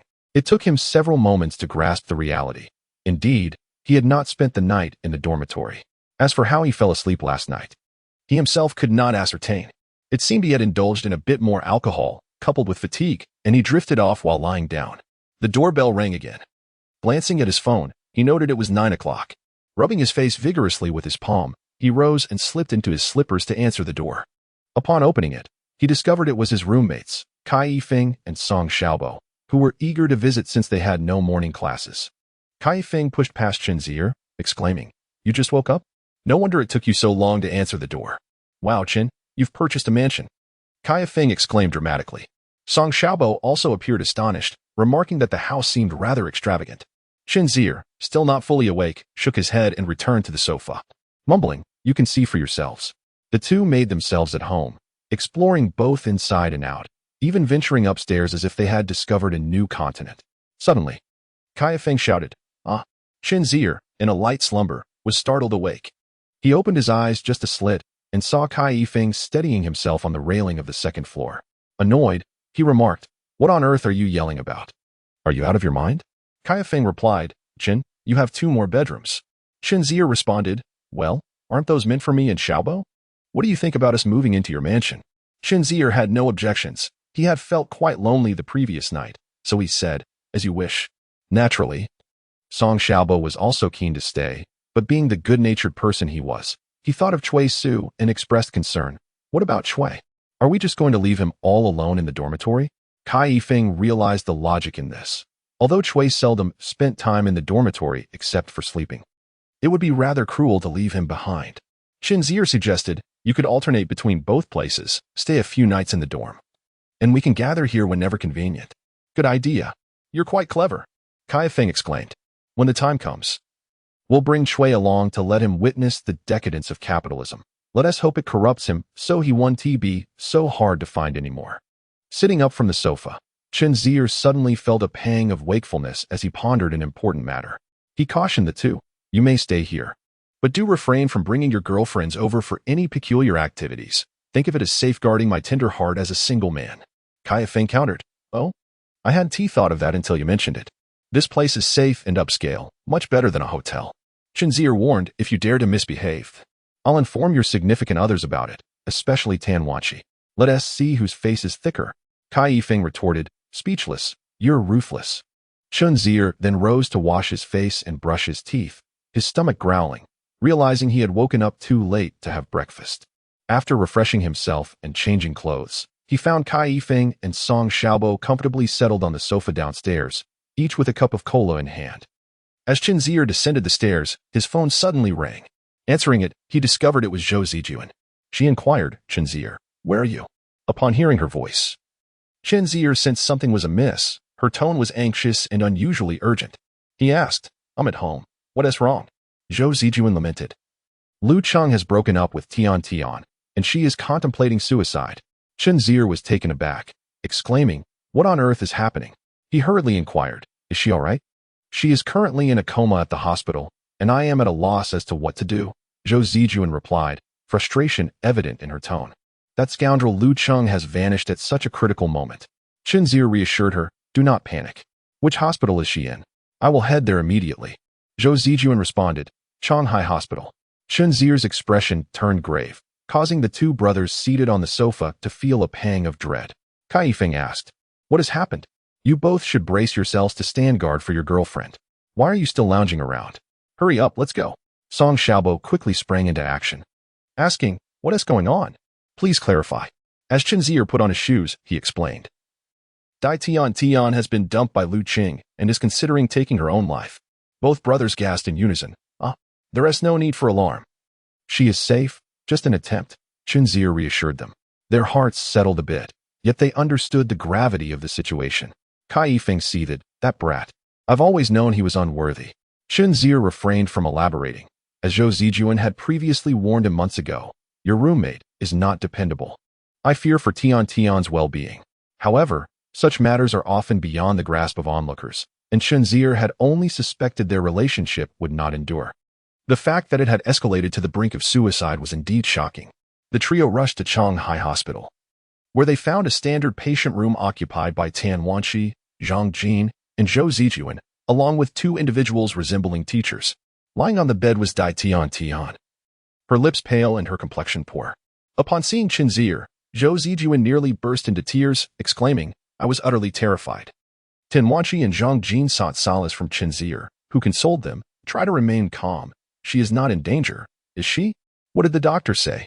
Zhou Zijuan, overwhelmed and disoriented, recounted, "The doctor mentioned she had lost significant blood, but her life is not at risk." Recalling the harrowing scene from that morning, she was on the verge of tears again, saying, Tian cut her wrists, and you cannot imagine the blood everywhere. We were all horrified. Despite her boldness, she was still a young woman, and such events would frighten any man as well. Chen Zier was equally astonished by Dai Tian's drastic actions. He asked, "What led to this?" Zhou Zijuan wiped her tears and explained, "We were aware of her constant arguments with Lu Cheng, yet we did not pay them much mind.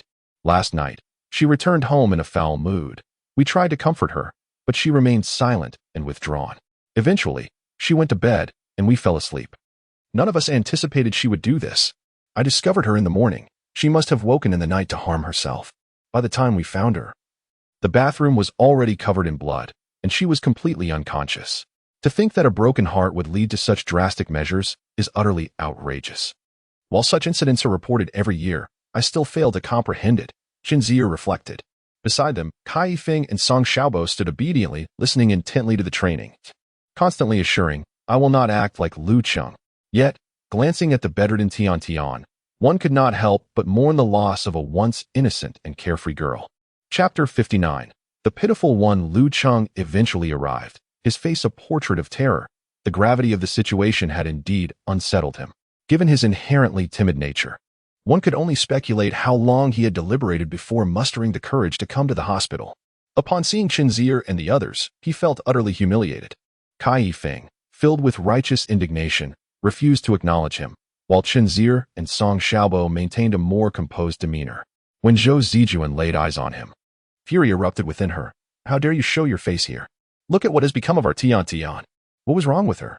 You wanted to abandon her? Do you think you're worthy of such a privilege?" Lu Cheng's expression was one of despair. He was at a loss for words, his gaze vacant. Uncertain of his next move, he turned to his former roommates, pleading, "I never expected things would escalate to this point. What should I do now?" Song Xiaobo was equally bewildered, his eyes shifting to Chen Zier, who instructed, "Go inside and stay by her side until she regains consciousness. Also, think of ways to dissuade her from thoughts of self-harm." In truth, Lu Cheng was facing a storm of public condemnation, evoking a semblance of pity within Chen Zier. But reflecting on the near loss of life with Dai Tian made one feel that those deserving of sympathy often possess faults that elicit disdain. The group squeezed into the hospital room, where two teachers from the normal university were equally terrified, confronting the culprit without restraint. Their scolding continued until a doctor intervened, stating, "What is all this commotion? The patient requires rest. Why are so many of you crowding in here?" Zhou Zijuan turned to her two roommates, saying, "Wanzi, Xiaojin, you should head back to rest. I will inform you the moment Tian awakens." Reluctant to leave, they were fond of Tian's charming personality, making it difficult to quell their concerns. Chen Zier urged, "The doctor has assured us that Tian will be fine. Go back now, and take Kai and Song with you. If you're still worried, you can return this afternoon. There is no need for all three of you to stay here. Tian will need several days of care. So it's vital you conserve your strength and spirit." Realizing that Tian indeed required their nurturing attention, the two acquiesced to Chen Zier's advice. Upon exiting, Chen Zier remarked to Kai Yifeng and Song Xiaobo, "A true gentleman knows when to yield and when to stand firm. It is essential to navigate this situation wisely." Their burdens were far heavier than Chen Zier's, especially for Kai Yifeng, who had been inseparable from Lu Cheng. After the departure of the four, Chen Zier inquired of Zhou Zijuan, "When will Tian's parents arrive?" Zhou Zijuan replied, "They should arrive on this evening's train. Tian's home is in southern Anhui, not far from here." Chen Zier pressed further, "What was the reason for Lu Cheng's breakup with Tian?" Zhou Zijuan ceded, "There is no substantial reason. The initial fervor of their romance has waned. That scoundrel quarreled with Tian every few days. He once cherished her like a delicate flower, but now, having lost the novelty, he wishes to discard her. The nature of their romance was something Chen Zier did not fully comprehend. If Zhou Zijuan's claims held any validity, then Lu Qing's actions were rather despicable. At that moment, Zhou Zijuan, filled with conjecture, inquired of Chen Zier, "Is this how all men behave? They can hardly love for a few days before their ardor wanes, and they start seeking their next target." Chen Zier, at a loss for words, retorted, "But you are a university student. One must adhere to reason. Not everything can be generalized, and I have not compelled anyone to self-destruct. In your dormitory, only Song Xiaobo appears somewhat earnest. Kai Yifeng is quite the charmer, and then there's Su, who flirts indiscriminately." At this juncture, Zhou Zijuan recalled Chen Zier's closeness with Sheng Qianyu and, consumed by jealousy, remarked, "Chen Zier mused that women seem to relish sweet nothings. They criticize those skilled in flattery until they find themselves wounded and long for the virtues of the earnest." It was best, he decided, to avoid such trivial arguments. He suggested, "Here we have Lu Qing and your teacher. Let us procure some nourishing items for Tian, who has lost so much blood and is quite weakened." Zhou Zijuan countered, "Let Lu Qing make the purchase. Why should we expend our funds on him?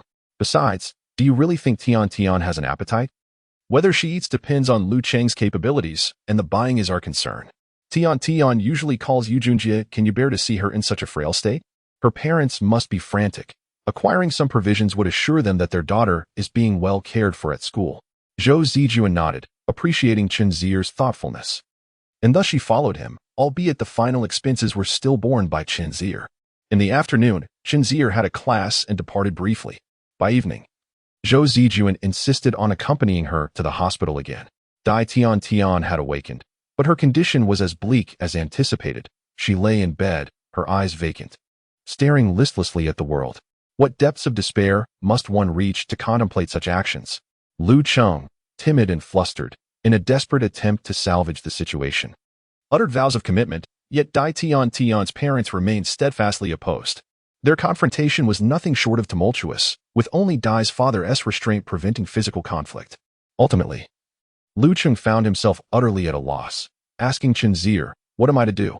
Chen Zier responded, "This predicament arose because of your actions, and you must accept responsibility while striving to understand the anxiety of parents. However, do not be overly fearful. Tian will be fine." Zhou Zijuan interjected, "We cannot simply let him off the hook." Yet, she too is unsure of the next steps. Although Chen Zier admonished Lu Qing to shoulder his responsibilities, one must ponder what exactly he had done wrong. To no longer desire a relationship and to propose a breakup, these actions, commonplace in today's world, hardly warrant such condemnation. His misfortune lay in encountering the resilient Tian, who would not let him go without a struggle. A few days later, Dai's parents took her home for recuperation. As her frail condition required rest, she could accomplish little at school in her current state. Lu Qing endured his own share of torment. Fortunately, Tian's life was not in jeopardy. Otherwise, a fierce clash between the Dai and Lu families could have ensued. Now, the path of their relationship had reached a definitive end, with no hope for reconciliation. In recent days, Zhou Zijuan and her companions have been in a state of deep discontent and heightened sensitivity. Chen Zier has kept his distance from her, asserting, "I am not your boyfriend, nor have I committed any wrongdoing. If you cannot handle me, then avoid me." However, Kai Yifeng and Song Xiaobo found themselves unable to escape the situation.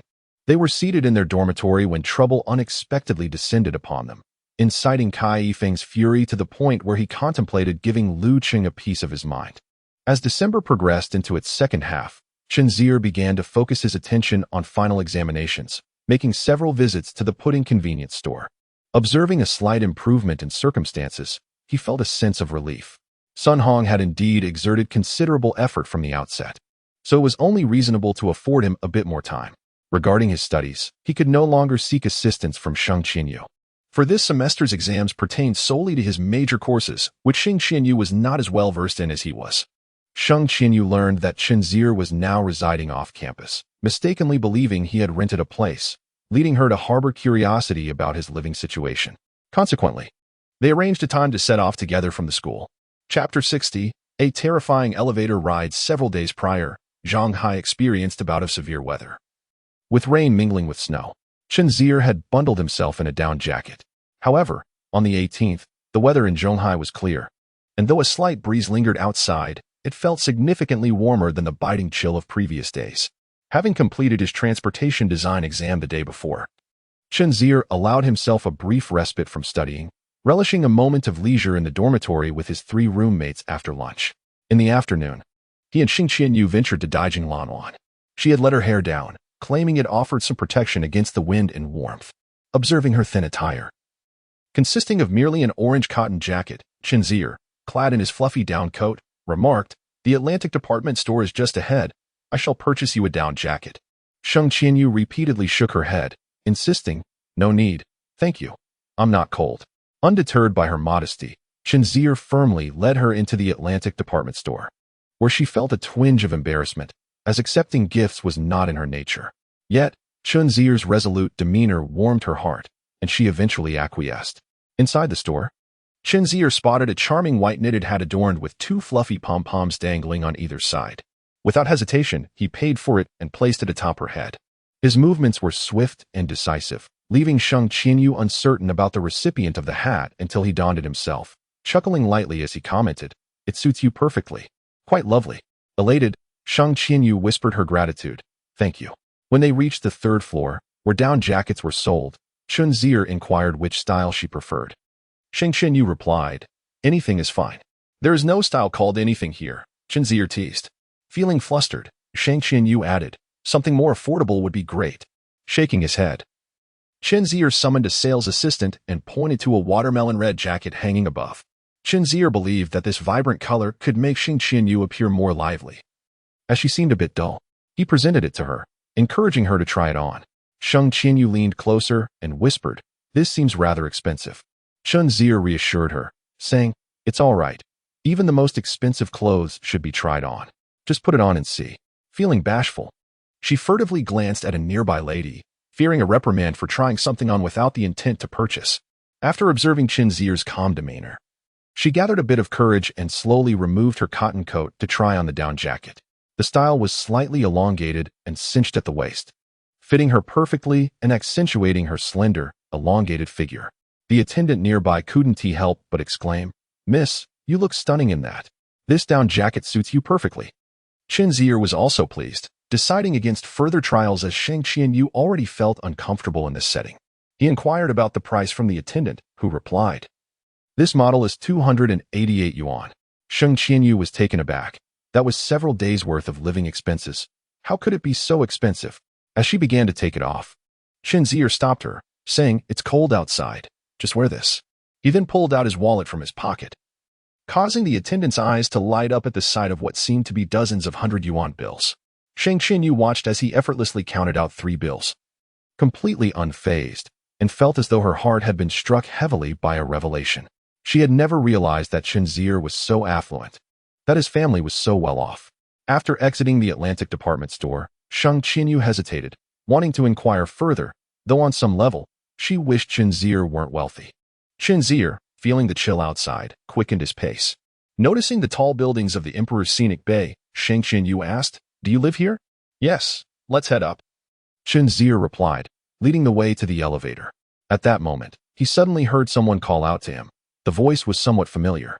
Turning around, he recognized the person entering from outside, Chen Lin, accompanied by a slender man in a formal business suit, looking quite polished. "Mr. Chen, please hold on," Chen Lin said as she hurried over. "Are you showing someone a property again?" Chen Zier inquired. "Oh, Miss Chen, what a coincidence. Are you showing someone a property again?" Chen Lin's expression shifted slightly, her gaze darting to the man behind her while her hands nervously rubbed together. She bit her lip and, with a sincere tone, said, "No. This is my boyfriend, Su Yan. Mr. Chen, could you spare us a few minutes? Just a few minutes." The man named Su Yan also appeared anxious. He took a deep breath, stepped forward, and extended his hand. "Mr. Chen, hello, I'm Su Yan, Chen Lin's boyfriend." Chen Zier, taken aback, still reached out to shake his hand, saying, Hello, what can I do for you?" Su Yan glanced at the elevator's electronic display, noting, "It's just arrived. We're on the 4th floor." Time was limited, yet he refused to concede, striving to articulate his thoughts clearly. "Hello, Mr. Chen. I am an internet enthusiast, and my company is called Jixin, which which specializes in email services. We currently boast over 40,000 users, and our ambition is to establish ourselves as a leading domestic provider. Just then, the elevator doors opened. Chen Zier had a vague inkling of his intentions. It was likely a quest for funding, essentially a solicitation for capital. However, he remained disinterested. He had never heard of Su Yin, and if one were to invest in email services, why not consider Ding Lei of NetEase, who was a far more promising prospect? Yet, out of respect for every internet entrepreneur in this era, Chen Zier refrained from interrupting him. Instead, he inquired, "Your company is not yet profitable, is it? What are your thoughts on that matter?" Su Yin felt invigorated by this question. It indicated that this exceedingly affluent young man understood the essence of the internet. For those seeking investment, the most excruciating ordeal is to articulate a lengthy explanation only to be met with blank stares of incomprehension. The internet? What is that? Even Americans struggle to grasp it. Why would I invest my money in you for that? Su Yin had visited numerous entrepreneurs, yet his primary challenge remained, helping them comprehend the fundamental nature of the internet. Today, he felt fortunate. This individual was aware, and thus he must recognize the transformative power of the internet, a force that could change the world. With renewed confidence, Su Yin proclaimed, "Of course, Jiexin is a profitable enterprise. Our plan is to expand our user base to 1 million or even 10 million. At that point, we could consider transitioning from free to paid email services. I believe that with such a vast user base, even a nominal service fee from each individual would suffice to turn the company profitable." Chen Zier's interest waned entirely. A user base of 10 million? That seemed far-fetched. The current number of internet users was probably only around 100,000. Su Yin had learned the art of exaggerating figures to secure funding. But he could not deceive him. Moreover, charging for email services? That was a pitfall he would not fall into. He stepped into the elevator, followed closely by Sheng Qianyu. Su Yin, sensing urgency, was joined by Chen Lin, unwilling to concede. Entrepreneurs each possess their unique strengths, yet a common trait among them is a certain boldness. Without a lack of shame, securing funding becomes an arduous endeavor.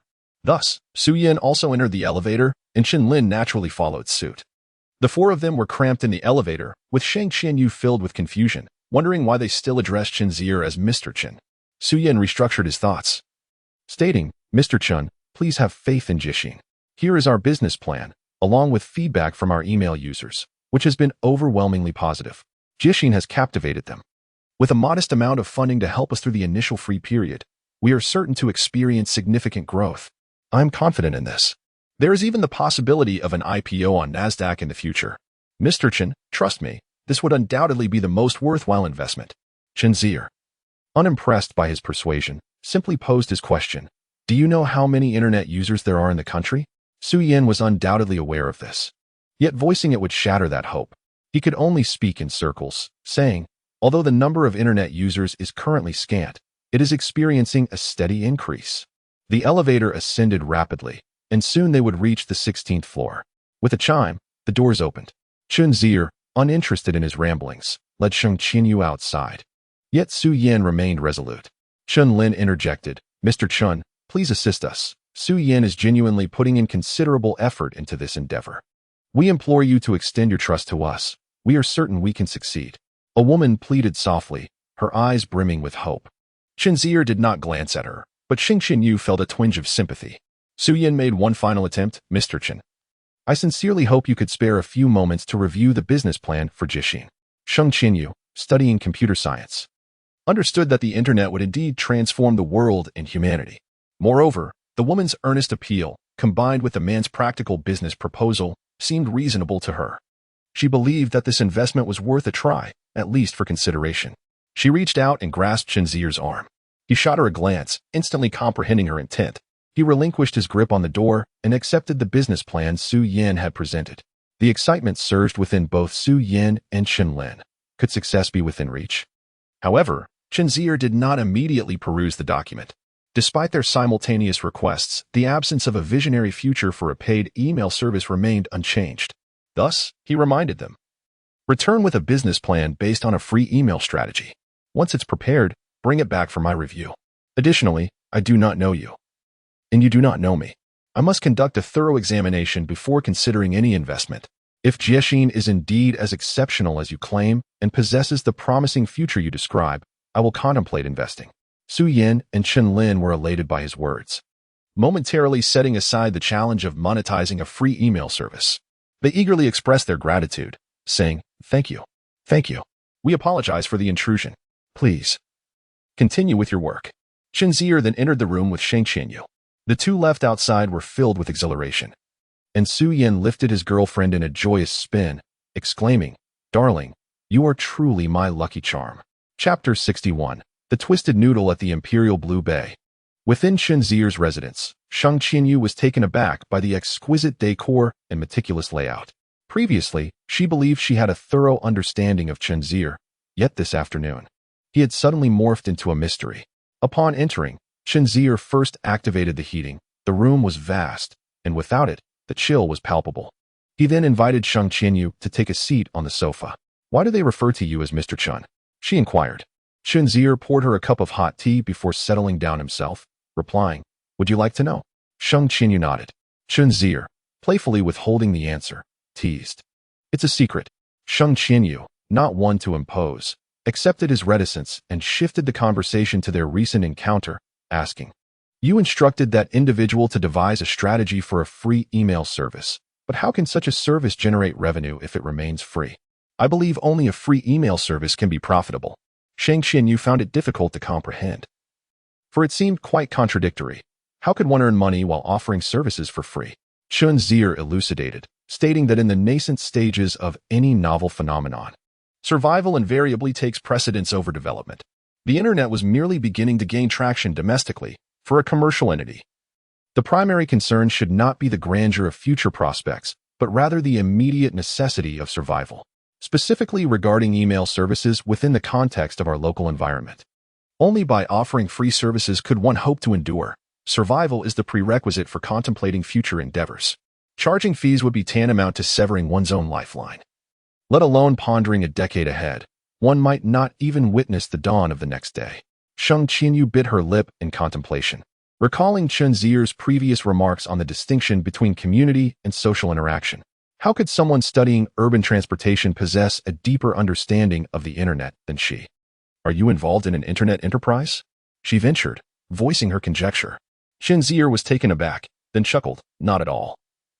I have little interest in running an internet company, though I harbor a modicum of interest in investing in the sector." Sheng Qianyu responded with a soft "oh." The two lapsed into silence for a moment, before Sheng Qianyu suddenly announced, "Today is my birthday." Chen Zier was astonished, exclaiming, "Really?" "Yes. Then I shall buy a cake." "There is still time." "No, that is too much trouble," he remarked. "You must be turning 20 this year?" "I suppose so. We are all likely of the same age." "Then it is all the more reason to buy a cake. Celebrating a birthday requires a touch of ceremony." In the evening, a custom-made cake arrived, adorned with the words "Happy Birthday, Sheng Qianyu," as per Chen Zier's request. She felt a bit bashful, confessing, "This is the first time I've celebrated my birthday in such a manner." In addition to ordering the cake, Chen Zier had also arranged for dinner, realizing that he needed to learn how to cook properly. Otherwise, his future personal life might become problematic. However, he decided to let that slide for today and opted for a restaurant meal instead. The table was graced with the cake at its center, flanked by several aesthetically pleasing dishes. He poured her a small glass of red wine, and then sang a simple rendition of Happy Birthday. Such a modest gesture moved Sheng Qianyu profoundly, and Chen Zier astutely chose silence, allowing her the space to process her emotions. "This is the most delicious cake I have ever tasted," she remarked, prompting Chen Zier to serve her more slices. She added, "This is the first time I've eaten cake on my own birthday." Chen Zier listened quietly. Sheng Qianyu then inquired, "Why are you so kind to me?" "Ah." That question veered into ambiguous territory. Chen Zier replied earnestly, "I lack a specific reason, and it holds little significance. I simply follow the voice of my heart." Sheng Qianyu blushed, continuing, "You met my mother last time.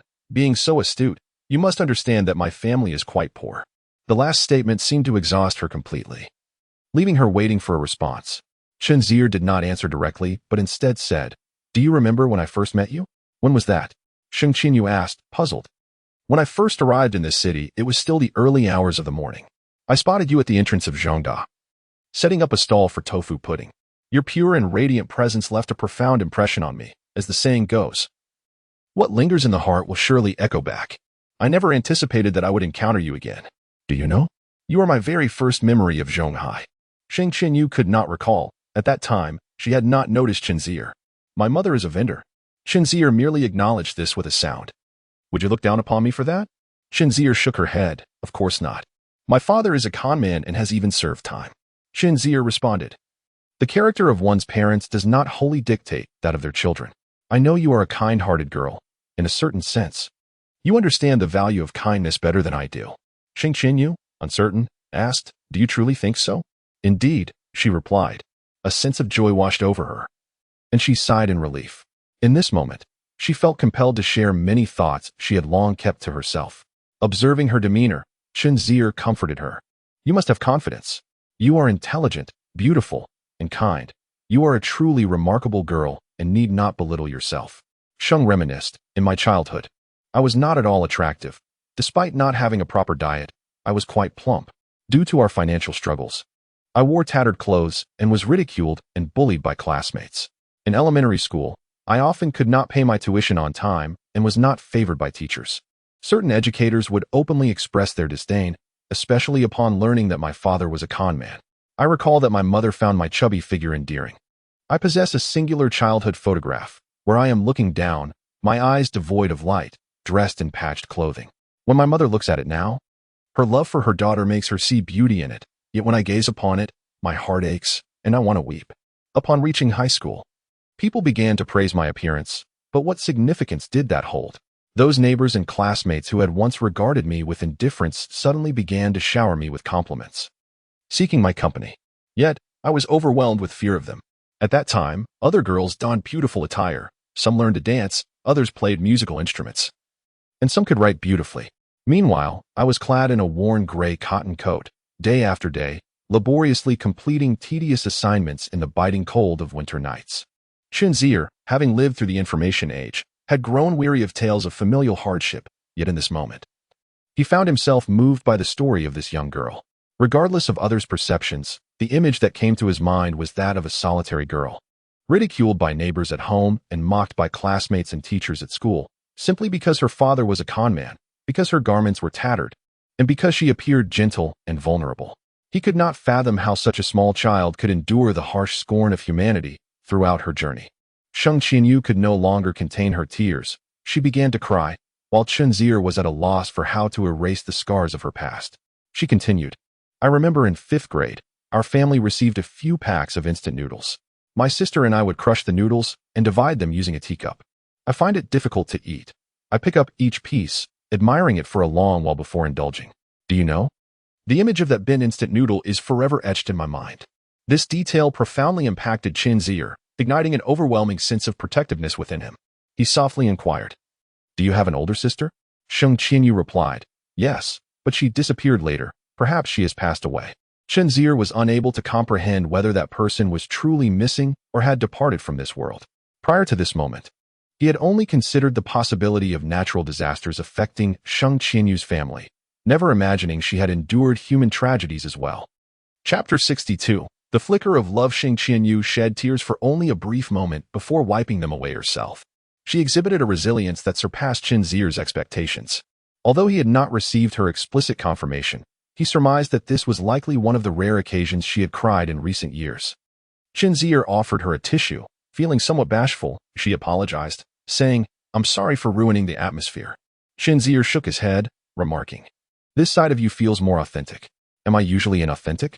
Sheng Qianyu questioned. Well, perhaps just a tad, he replied. Are you implying I am somewhat hypocritical? She retorted. Chen Zier chuckled. My notion of inauthenticity is not to be interpreted in that manner. Then how should it be understood? She pressed. There is a certain advantage to having thick skin. One can utter shameless remarks without hesitation, he stated. What I mean by inauthenticity is that you are exceptionally beautiful. You know, akin to a peerless work of art, so perfect that it inspires a sense of dreaminess. For men, encountering a remarkably beautiful girl creates an unreal sensation, as her perfection renders it hard to believe she is genuine.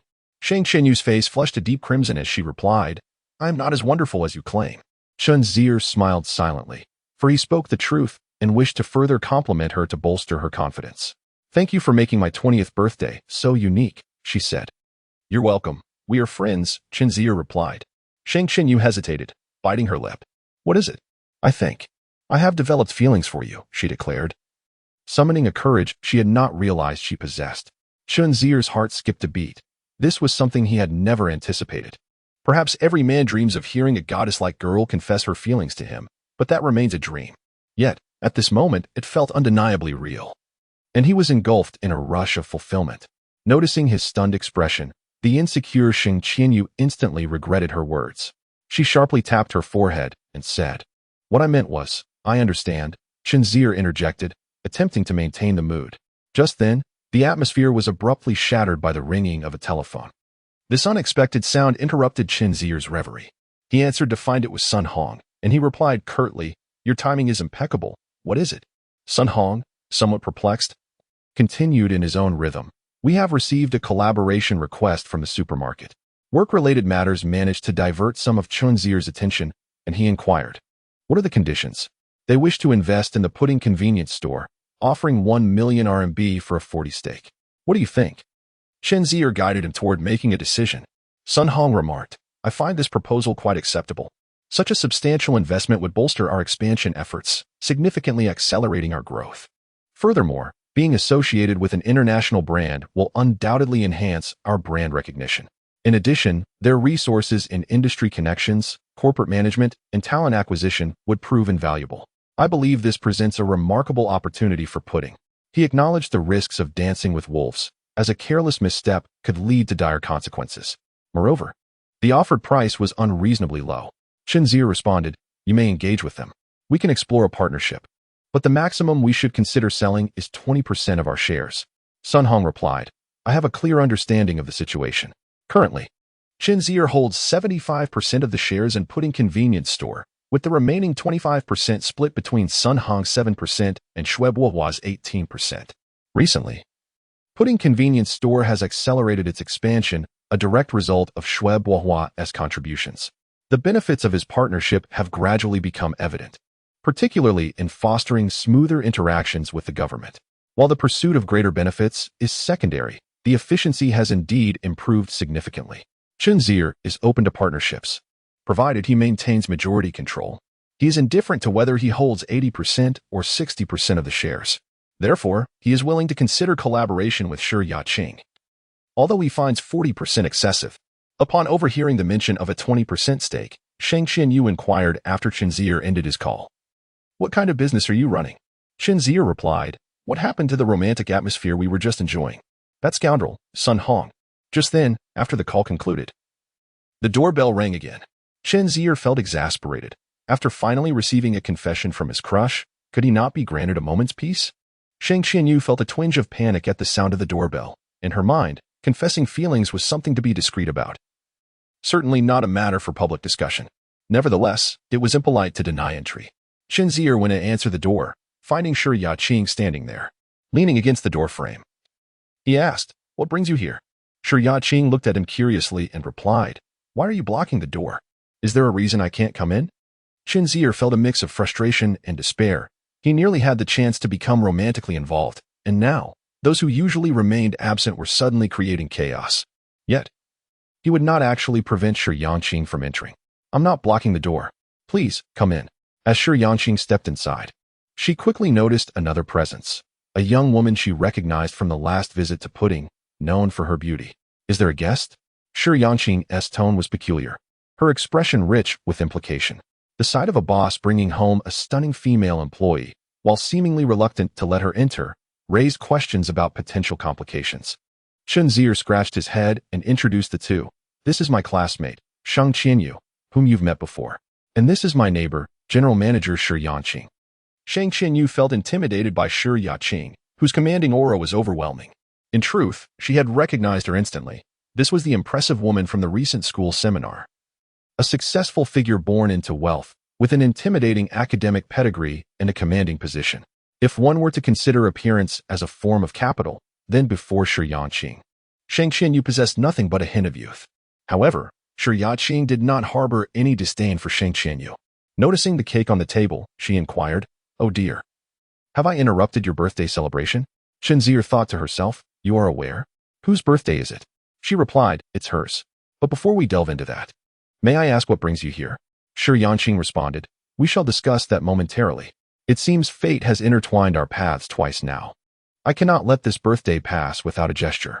Please wait for me a moment. With that, she exited and returned to her own residence. Sheng Qianyu asked, what does she intend to do? Chen Zier speculated, I believe she wishes to express her late recognition of you and perhaps present you with a gift. Sheng Qianyu exclaimed, oh no, I wouldn't want that. I'm not well acquainted with her. What need do I have for a gift? You have already been so kind today. I cannot accept something from your friend as well. Chen Zier reassured her, it's quite all right. You can always return the favor on her birthday. Shi Yangqing returned with a stylish new portable music player, declaring, happy birthday. I do not possess many new items at home, and I cannot gift you something used. This visit was rather hasty, but next year, I promise to find you a more suitable gift. Sheng Qianyu was taken aback by this kindness. She genuinely adored the pink gadget and sincerely expressed her gratitude. Thank you. By the way, when is your birthday? Her innocent inquiry evoked a smile from Shi Yangqing, reminiscent of her own childhood, as she replied, June 3rd. Sheng Qianyu nodded, committing the date to memory.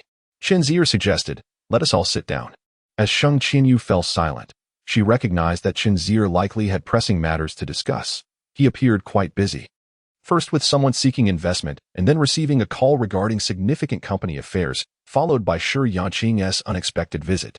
Shi Yangqing then articulated her purpose, stating, in fact, we have already submitted our proposal to your company. I presume Mr. Chen has received the relevant reports, and we will have our team follow up. However, I am eager to understand Mr. Chen's stance on this matter. Chen Zier, unfazed, replied directly, the price of 1 million is too low, and the equity you seek is excessive. I am open to collaboration, but we must negotiate the specifics further. Sheng Qianyu was now fully aware that Chen Zier must be the owner of some company, a fact she had previously overlooked, mistaking him for merely a student who spent an inordinate amount of time at school. How had he suddenly acquired so many identities today? Shi Yangqing inquired. What valuation does Mr. Chen assign to pudding? Sheng Qianyu perked up at the familiar term, pudding? Did it relate to her work at the pudding convenience store? Chen Zier responded, 1 million for a 20% stake. Pudding can accept that. He was pricing it exorbitantly, considering that merely months ago, Schweb Wohua had invested 48,000 for 18% ownership, a transaction facilitated by his connections and the substantial assistance he had provided to Chen Zier. However, to evaluate it at 5 million in such a short span seemed excessively high. After all, this was a tangible business, not a volatile internet enterprise that could double its valuation at a whim. Shi Yangqing, upon hearing this, found it utterly unacceptable. These are merely a few small convenience stores, no larger than sesame seeds, established for less than a year yet valued at 5 million. Sheng Qianyu, upon hearing this, was swept away by a torrent of thoughts. She could scarcely believe that Chen Zier could be the owner of pudding. Chapter 63, Nonsense. Shi Yangqing departed, expressing that Chen Zier's conditions lacked sincerity. She seemed somewhat discontented and utterly puzzled by the confidence exuded by this young proprietor. At that moment, Sheng Qianyu inquired of Chen Zier, what is your relationship with pudding? I am one of the founders and the major shareholder of pudding, Chen Zier eventually divulged. Sheng Qianyu found herself ensnared in a web of deep conflict. She ought to have been elated, for she admired pudding's business philosophy and had envisioned the brilliance of its creator. Had she known this news prior to tonight, she would have been thrilled and delighted for Chen Zier, yet now joy eluded her. The disparity between the genuine employee and the employer felt insurmountable. I should take my leave. It's quite late, Sheng Qianyu stammered, feeling somewhat disoriented. Observing her dazed demeanor, Chen Zier, feeling uneasy, offered, I'll walk you home. On their way, Sheng Qianyu refrained from mentioning her earlier confession. After a moment of hesitation, Chen Zier resolved to speak his heart. Qianyu, when you said you liked me, you were serious, weren't you? Yes, she nodded, adding, but perhaps I was overthinking it. Chen Zier was exasperated by the intricacies and convolutions of their situation. He loathed the moments when one should be decisive yet hesitated, while conversely, trivial matters consumed their time. How many couples had faltered due to such indecision? Especially when watching television, witnessing the leads fretting over trivialities and spawning a maze of misunderstandings. It was infuriating. At such times, Chen Zier would often exclaim, what nonsense. Just embrace her. Just kiss her. If all else fails, just go for it. What has 3 years? Once you're in, you can always come out a hero. And so he did. He reached out, pulling her firmly into his embrace, asserting, you haven't overthought. You've hit the nail on the head. If you seek an answer, let me tell you now. I want you. Sheng Qianyu, relishing the warmth of his embrace, murmured, "Will you truly like me?" With unwavering certainty. He replied, "Yes, I will. I like you." He had decided. He would protect this kind-hearted girl and share life's journey with her. He understood Sheng Qianyu's internal struggle. She felt a chasm separating them, heightening the insecurity of this already vulnerable girl. Yet, this was neither her fault nor his. The following day, when Sheng Qianyu encountered Chen Zier once more, she felt shy, as if she had not yet fully embraced the transformation in their relationship. Did she now have a boyfriend? However, Chen Zier was undeterred. Upon seeing her, he took her hand and whisked her away for a meal and some shopping. Thus, even the most apprehensive individuals could not resist the charm of a persistent suitor. Chen Zier had entered a relationship, devoid of dramatic flair, simply walking alongside a girl in a serene manner. Sheng Qianyu was not a flawless individual. Her sensitivity rendered her fragile, necessitating ample protection. Yet Chen Zier had never sought perfection in a companion. He confided in no one. Perhaps driven by an inexplicable desire to keep Zhou Zijuan in the dark a little longer, or perhaps simply wishing to savor the sweetness of an unadorned romance. To outsiders, it seemed as though Chen Zier met with Sheng Qianyu daily, yet they were oblivious to the fact that the veil had been lifted. At least he was luckier than Shui Bohua, who lamented that he still could not see the dawn of victory. One day, he approached Chen Zier, seeking business ideas. Shui Bohua remarked, "I feel my charm is lacking. If I were more successful, perhaps the ladies would take a liking to me." Chen Zier stared at him blankly, silently mourning for his friend. What folly! This was the greatest delusion of life. Shui Bohua retorted, "What nonsense are you spouting?" Clearly, he had not grasped the essence of boldness, meticulousness, and audacity. Chen Zier was far more seasoned. He dared to embrace someone before the words were even spoken. Sheng Qianyu, feeling the chill, bought hats and clothes. She was attentive. Complimenting others to the point of embarrassment showed a certain audacity. Unassailable, Shui Bohua still had much to learn. That said, Chen Zier indeed possessed some profitable suggestions for Shui Bohua, though he suspected his friend was more interested in investment than mere advice. Considering that this person was a good friend, he hoped to suggest something that would definitely yield profit, leading him to think of an internet CAF. This seemed a reliable venture. By 1997, internet CAFs were proliferating in Shanghai, and he had seen people engrossed in a game called Red Alert. Moreover, due to the high cost of computers, the hourly internet rate was 5 yuan more expensive than it would be a decade later. Those rickety computers. That dismal environment, yet the internet CAFs were perpetually packed. Was it not infuriating? Chen Zier proposed this idea to him. Shui Bohua asked, "Do you really think this will be profitable?" "Absolutely," Chen Zier affirmed. "Why not invest a little yourself? We can profit together." Chen Zier mused. Would he shake his head? Certainly not. Given his status as the vice mayor's son, he would undoubtedly agree, especially since this was not a losing venture. Chen Zier's nod invigorated Shui Bohua. Having faced disappointment in love, he was determined to find success in his career. A few days later, Shui Bohua returned with news. "I found a location. Right on the street where all those gaming halls are. There are plenty of gamers. We can open an internet CAF and outdo those gaming halls." Chen Zier had no objections. They could visit the site together and discuss the core money was not an issue. They could certainly recoup their investment from the internet CAF. Should we bring old son along? Shui Bohua contemplated for a moment. Considering that the three of them were closely knit business partners, sharing the wealth together, which is a mark of good character. Chen Zier reflected on this and concurred, saying, "Very well, convey your thoughts to him." However, those in their 40s may not fully grasp these emerging concepts, and even if they do, they might not readily accept them. Ultimately, let him make his own choice. Shui Bohua found this approach feasible and proceeded to show him the property. As they walked, he expressed his excitement, stating, "I have already taken the leasing contract to the Industrial and Commercial Bureau for name registration, and I've secured approvals from both the Public Security and Cultural departments. Tomorrow, I will address the Fire Department. The sooner these matters are settled, the better. It is not difficult for me, which will prevent issues later on with fire safety. Thus, we can basically start the renovation now and even think about ordering computers." Chen Zier, astonished, replied, "You are quite efficient. With you as the financial backer, I am optimistic. I am capable of handling these departmental procedures, but without funds, it is futile. Fortunately, I have a wealthy partner like you." Shui Bohua chuckled in response. Chen Zier remarked, "Choosing friends unwisely.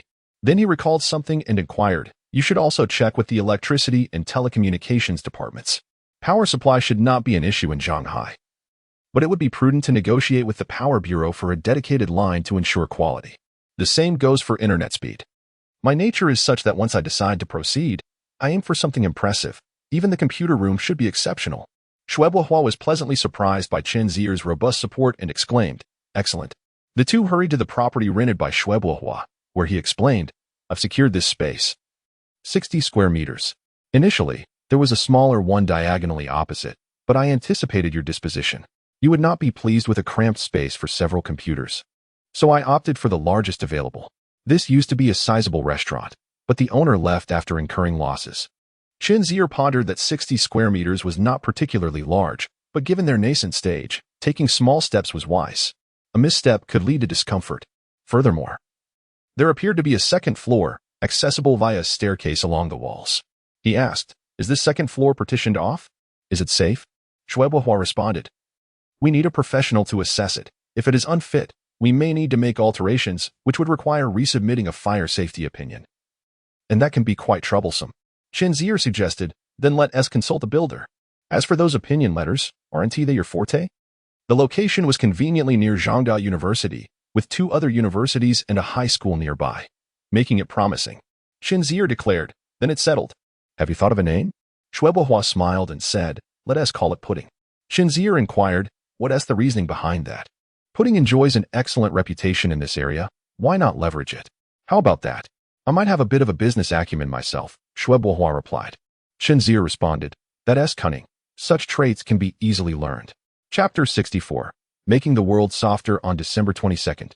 Chen Zier was to take Professor Wang's urban transportation course examination, so the day prior, he chose to study at home. As it was too cold outside, and there was little to do at school, he summoned Sheng Qianyu to join him. The saying goes that children from impoverished families mature early. Hence, Sheng Qianyu has acquired the skill of cooking, which has alleviated a significant dilemma for Chen Zier. In pursuit of a more convenient life, Chen Zier has also learned a few culinary techniques from her. Although it is evident that he lacks a natural talent in this area, often resulting in a flurry of chaos. Sheng Qianyu remarked that he possesses a nimble mind and eloquent speech, yet his hands and feet are rather clumsy. Given this, Chen Zier decided to fully leverage his verbal prowess, exclaiming, "Thus, heaven has sent such a resourceful and skilled young lady to my side. This is what one might call a match made in heaven." Just a few days after they established their relationship, Sheng Qianyu felt quite bashful upon hearing his words. Yet she was also very pleased. Initially, Shi Yangqing had commented, "You have no idea how potent your words can be with the ladies." Particularly when coupled with Chen Zier's impressive career, the impact is indeed remarkable. It appears she was quite accurate in her assessment. Sheng Qianyu understands that Pudding is Chen Zier's company. However, it seems he does not often attend to the operations. Perplexed, she inquired, "Is that how you manage as a boss?" Chen Zier replied, "Sun Hong is capable of handling many matters. If any issues arise, he will reach out to me. Therefore, the absence of news from Pudding is good news for me, indicating that everything is functioning smoothly." Sheng Qianyu has now come to regard Chen Zier's affairs as her own. After a moment of contemplation, she said, "I dislike speaking ill of others behind their backs, but since this concerns you, I feel compelled to inform you that I initially thought quite highly of General Manager Sunday. He has risen from the brink of bankruptcy to his current position, however. Over time, I've realized that his performance has not been commendable." Chen Zier furrowed his brow, asking, "What do you mean?" Sheng Qianyu, somewhat perplexed, replied, "I can't quite articulate it. I don't fully grasp the specifics of his work. I merely feel that Pudding ought to possess more strength, to put it plainly. It seems Pudding is leading him rather than the other way around. Are you suggesting he lacks competence?" Chen Zier inquired. Sheng Qianyu nodded in affirmation. This concern had already crossed Chen Zier's mind. He was aware of Sun Hong's deficiencies. However, he did not intend to replace him immediately. Firstly, Pudding had been built from the ground up through his own efforts, and he found it rather harsh to dismiss someone over minor issues.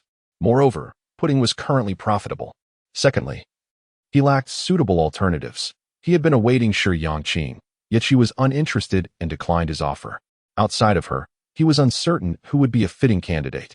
Thirdly, Pudding was in a phase of rapid expansion, and replacing Sun Hong with anyone else might not yield better results. Changing leaders at such a critical juncture could prove disastrous. After a moment of reflection, he said, Once the new year arrives, I will contemplate this matter thoroughly. I sincerely hope that our general manager's son can experience swift growth in his role, which is why I have granted him ample time. Sheng Qianyu remarked. I feel he possesses cleverness in trivial matters, but lacks profound wisdom. Chen Zier chuckled at her assessment, teasing, you certainly embody the essence of a boss lady, offering quite the incisive critique. Sheng Qianyu, feeling bashful, shot him a glare, retorting, who is the boss lady? Chen Zier stood up and circled the room, contemplating before stating, for now, I have no plans to replace Sun Hong. I am not overly demanding in my interactions. As long as he can discern right from wrong and know when to advance or retreat, that suffices. The distinction between good and evil has been made. At the very least, one's character is not fundamentally flawed. Understanding the nuances of advancement and retreat, possessing emotional intelligence, is sufficient for such individuals. Even if they exhibit minor flaws, the implications are negligible unless they are incapable of demonstrating their competence for the job at hand. It is premature to draw conclusions at this stage. Sheng Qianyu refrained from further commentary, recognizing that this matter pertains to Chen Zier's professional endeavors. As a friend, her few words sufficed. Excessive verbosity is seldom advantageous, a truth she is acutely aware of. Chen Zier then inquired, in all the time I have known you, I have never discerned your dreams. Sheng Qianyu replied, I do not harbor grand aspirations. My sole desire is to earn enough money in the future to provide my mother with a good life. It is a pragmatic and entirely reasonable ideal. Chen Zier, viewing her as a part of himself, stated, this dream is now intertwined with my own.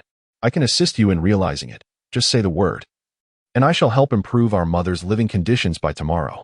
Sheng Qianyu playfully struck him, retorting, what do you mean our mother? She is my mother, not yours. Seizing the moment, Chen Zier pulled her closer, saying, isn't it merely a matter of time?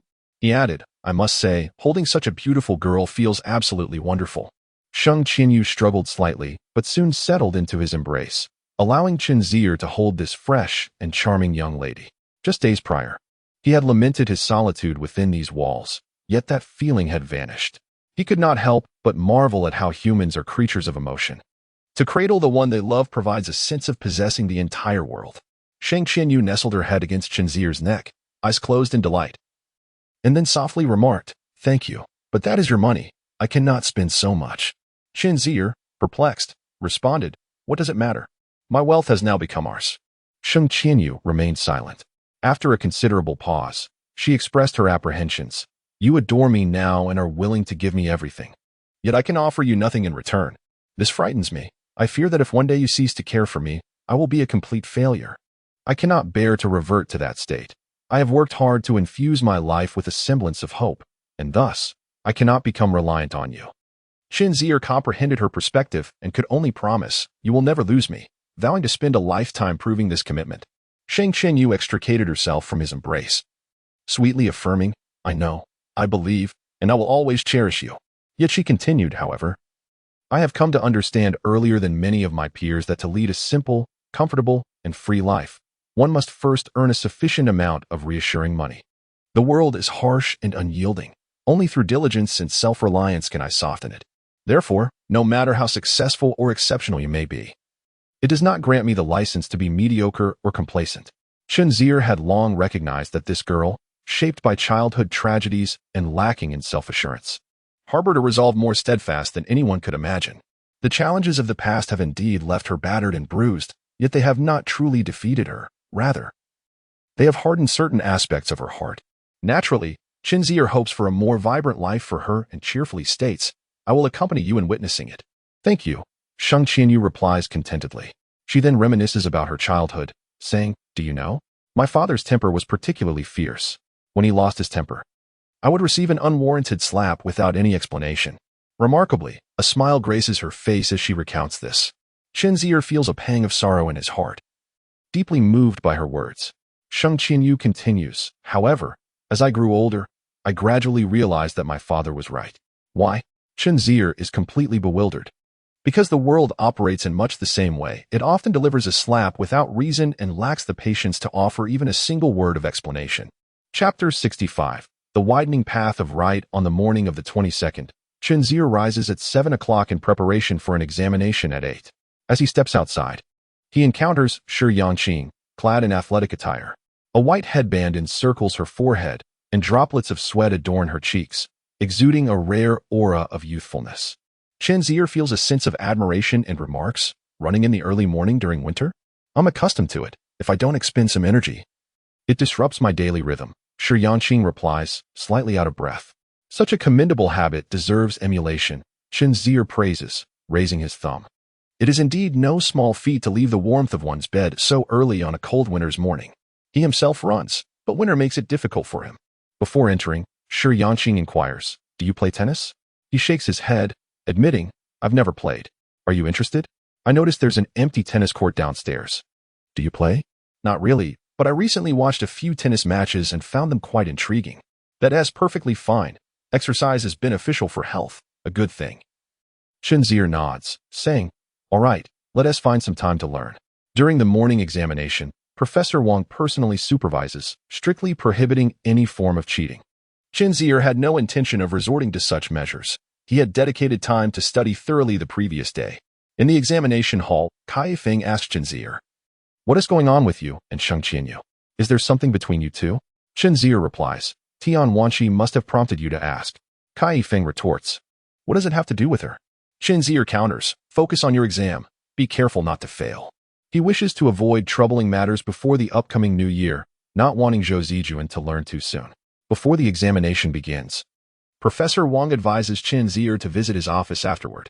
The 2 hours pass swiftly, as Chen Zier is largely capable of answering the questions. And time slips away as he writes. Upon completion, he entrusts Kai Feng with his pen and books to take back, while he accompanies Professor Wang to his office. Upon arrival, Professor Wang states, "I have made significant revisions to your thesis. It is time for you to take a look." Chen Zier responds, "If you have personally revised it, it surely poses no issues. However, I may not fully comprehend it even if you show it to me." The old professor, with a sense of resignation, gestured toward Chen Zier and remarked, "You, with so many ideas and great intelligence, why do you lack interest in academia?" Chen Zier feigned innocence, replying, "I find advanced mathematics to be quite daunting. It's simply in my nature. There's no remedy for it. Furthermore, I believe that the issue of urban congestion may fundamentally lack a solution. No matter how well one studies, it merely alleviates the problem rather than addressing the root cause." Leaving little hope, Professor Wang admonished him, saying, "How can one approach academia with such trepidation? I know you possess thoughts worth sharing. Yet, how can you pessimistically assert that there is no path to resolution? Before the Wright brothers, humanity could scarcely fathom conquering the skies, and they achieved such a formidable feat. Why then can we not resolve urban congestion?" Chen Zier replied calmly, "The spatial limitations of cities will always lead to overcrowding. If we wish to tackle congestion, the eventual solution must lie in high-capacity public transportation. However, considering our national temperament, who among us is inclined to switch to public transit when we have the luxury of a car?" Professor Wang paused. From a broader perspective, the congestion issue fundamentally revolves around the balance of supply and demand in any world-class city. The demand for transportation invariably exceeds the supply due to the sheer number of people and limited space, thus necessitating a search for narrow margins within that balance. High-capacity public transit can help minimize individual reliance on transportation resources. Chen Zier's reasoning held merit. Yet the question remained, can one truly dictate whether citizens choose to drive or take the bus? Indeed, as Chen Zier pointed out, who would opt for public transport when they possess a vehicle? Furthermore, from the standpoint of urban transit, the majority of contemporary city bus systems are woefully inadequate. Waiting for a bus can be an uncertain endeavor, travel times can be lengthy, and overcrowding is a frequent occurrence, often leaving one with additional distance to cover after disembarking. In such circumstances, when comparing the two options, it is only natural for individuals to prefer driving, which suggests that the issue is not merely one of personal quality. Apart from cost, public transport offers little in the way of advantages. This is indeed a global conundrum. All of Chen Zier's proposed methods and philosophies serve merely to alleviate the situation and enhance service levels slightly. To seek a comprehensive solution is exceedingly challenging. Professor Wang refrained from further comment. At times, he too contemplated the arduous journey ahead. Nevertheless, regardless of the difficulties, someone must undertake the path. He returned to discussing Chen Zier's paper, stating, "After thoroughly analyzing your idea, I truly believe that our relentless pursuit of wider roads is flawed. Especially your excellent slogan, We should build roads for people, not for cars. The emphasis must be on humanity rather than vehicles. My colleagues and I have discussed this, and they hold your insights in high regard. Chen Zier humbly replied, Professor, you flatter me. I am honored that my modest thoughts could inspire esteemed scholars such as yourself. Professor Wang handed the paper to Chen Zier, saying, Take this home and review it carefully. If you find it satisfactory, we shall submit it to the most prestigious journal in our country. I believe the chances of publication are quite promising. As a second-year student, you are certainly on the brink of setting a remarkable record. Chen Zier inquired, A record? What kind of record? In our university's transportation program, there has yet to be an instance of a second-year student publishing in a top-tier journal. Not even undergraduates have achieved this honor, Professor Wang explained. Momentarily forgetting their earlier debate, his expression brightening with a smile. Chen Zier had never contemplated the matter of journal classifications, nor was he particularly aware of their prestige or the difficulty of submission. However, he noticed that the esteemed professor had listed him as the first author, which filled him with trepidation. Professor, Chen Zier remarked, the theoretical core of this paper was entirely your contribution. It seems inappropriate for me to be the first author.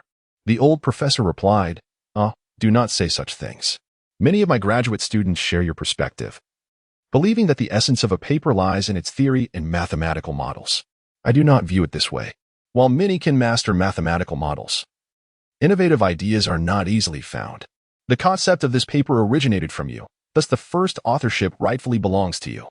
The work I contributed is something any faculty member could accomplish. There is no need for excessive modesty on your part. I do not covet that title.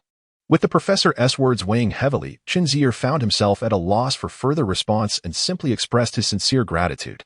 The old professor, in good spirits, suggested, Take the paper home and review it for any glaring errors, such as typos. I have been quite occupied with a recent project, so there may be oversights. Please be thorough. Chen Zier graciously acknowledged this advice, assuring the professor he would review it diligently before bidding farewell. As he turned to leave, Professor Wang unexpectedly spread out the design blueprints on his desk and posed a question regarding the channelization of road intersections. He had been contemplating this issue lately, perhaps believing that Chen Zier might have insightful thoughts on the matter. Channelization at intersections involves utilizing various technical measures to minimize conflict points between vehicles and pedestrians, thereby enhancing the efficiency of traffic flow and ensuring greater safety. These measures often include traffic islands, steel barriers, and signage, all of which guide vehicles and pedestrians into designated paths, striving for a systematic flow for all. In urban road networks, it is often the intersections that limit the overall service level of the road system, a reality even non-specialists can perceive. Especially in large cities where one encounters an intersection and a traffic light every few steps, often finding the waiting time at red lights exceeding the time spent driving. Consequently, scholars in the field consistently ponder how to facilitate the passage of more vehicles through intersections in the shortest time possible. One could argue that intersections represent the weak link in the urban road system. Improving them would consequently enhance the overall vehicle service capacity of the city's roads. Chen Zier had absorbed some knowledge from his classes, though he was not well versed in more advanced concepts. He was familiar with traffic islands. However, as he gazed at the intersection depicted in the professor's blueprints, a sense of dissonance arose from his recollections of similar intersections in his past life. Something seemed amiss. After careful consideration, he tentatively inquired, Why does the right lane of this one-way four-lane road still remain 4 lanes at the intersection? Professor Wang, perplexed, responded, What do you mean? This is a 4-lane road, so it naturally remains 4 lanes at the intersection. No, Chen Zier replied, sensing the discrepancy. Chen Zier repeatedly gestured, stating, We could add an additional lane to the right side as we approach the intersection. This design was something Chen Zier frequently observed in his past life. With a keen eye, one would notice that at urban road intersections, whether they consist of one-way 4-lane or 3-lane roads, the right lane on all 4 sides typically incorporates an additional lane at traffic light junctions. This extra space is achieved by slightly narrowing the width of each lane and compressing a portion of the green belt, or alternatively by reducing 1 lane on the left side. The standard width of a lane in urban roads is approximately 3.5 meters, while the average width of a compact car is around 1.7 meters, rarely exceeding 2 meters. A slight reduction in lane width over a short distance at the entry point would not impede vehicle movement. The central green belt could provide additional room, effectively allowing for the addition of 1 or even 2 lanes. Such a minor adjustment could enhance the overall capacity of the intersection by at least 20%. Professor Wang gazed at the single-direction four-lane intersection depicted in the diagram, murmuring, "Your proposal suggests that the right lanes on each side, within a few meters of entering the intersection, could yield an extra lane's worth of space." Chen Zier nodded in agreement. "Indeed, is this not a rather conventional design?" The elderly professor, taken aback, remarked, "Common? Where have you seen this?" Chen Zier hesitated, uncertain. After all, he had not studied traffic engineering in his previous life. However, this design seemed prevalent in various urban districts, albeit less so in rural areas. Professor Wang continued to ponder aloud. Intersections constrain road capacity, much like numerous nodes on a vast network. Enhancing capacity at this juncture would significantly benefit the entire region and even the city's road system. He excitedly slapped the table, turning to Chen Zier. "You truly have a remarkable mind. How did you conceive of this method?" Chen Zier replied, "I pay close attention in your class." The old professor beamed with delight, recognizing the high feasibility of this approach, which incurs minimal additional costs yet promises substantial benefits. Once these conditions are met, it would indeed be a stroke of genius. Professor Wang declared, "I shall investigate further, determining just how much capacity could theoretically be enhanced using your method. By the way, have you thought of a name for this approach?" Sheng Qianyu mused. "If it involves widening the right lane to accommodate an additional lane, then perhaps it could be aptly named the right lane widening method."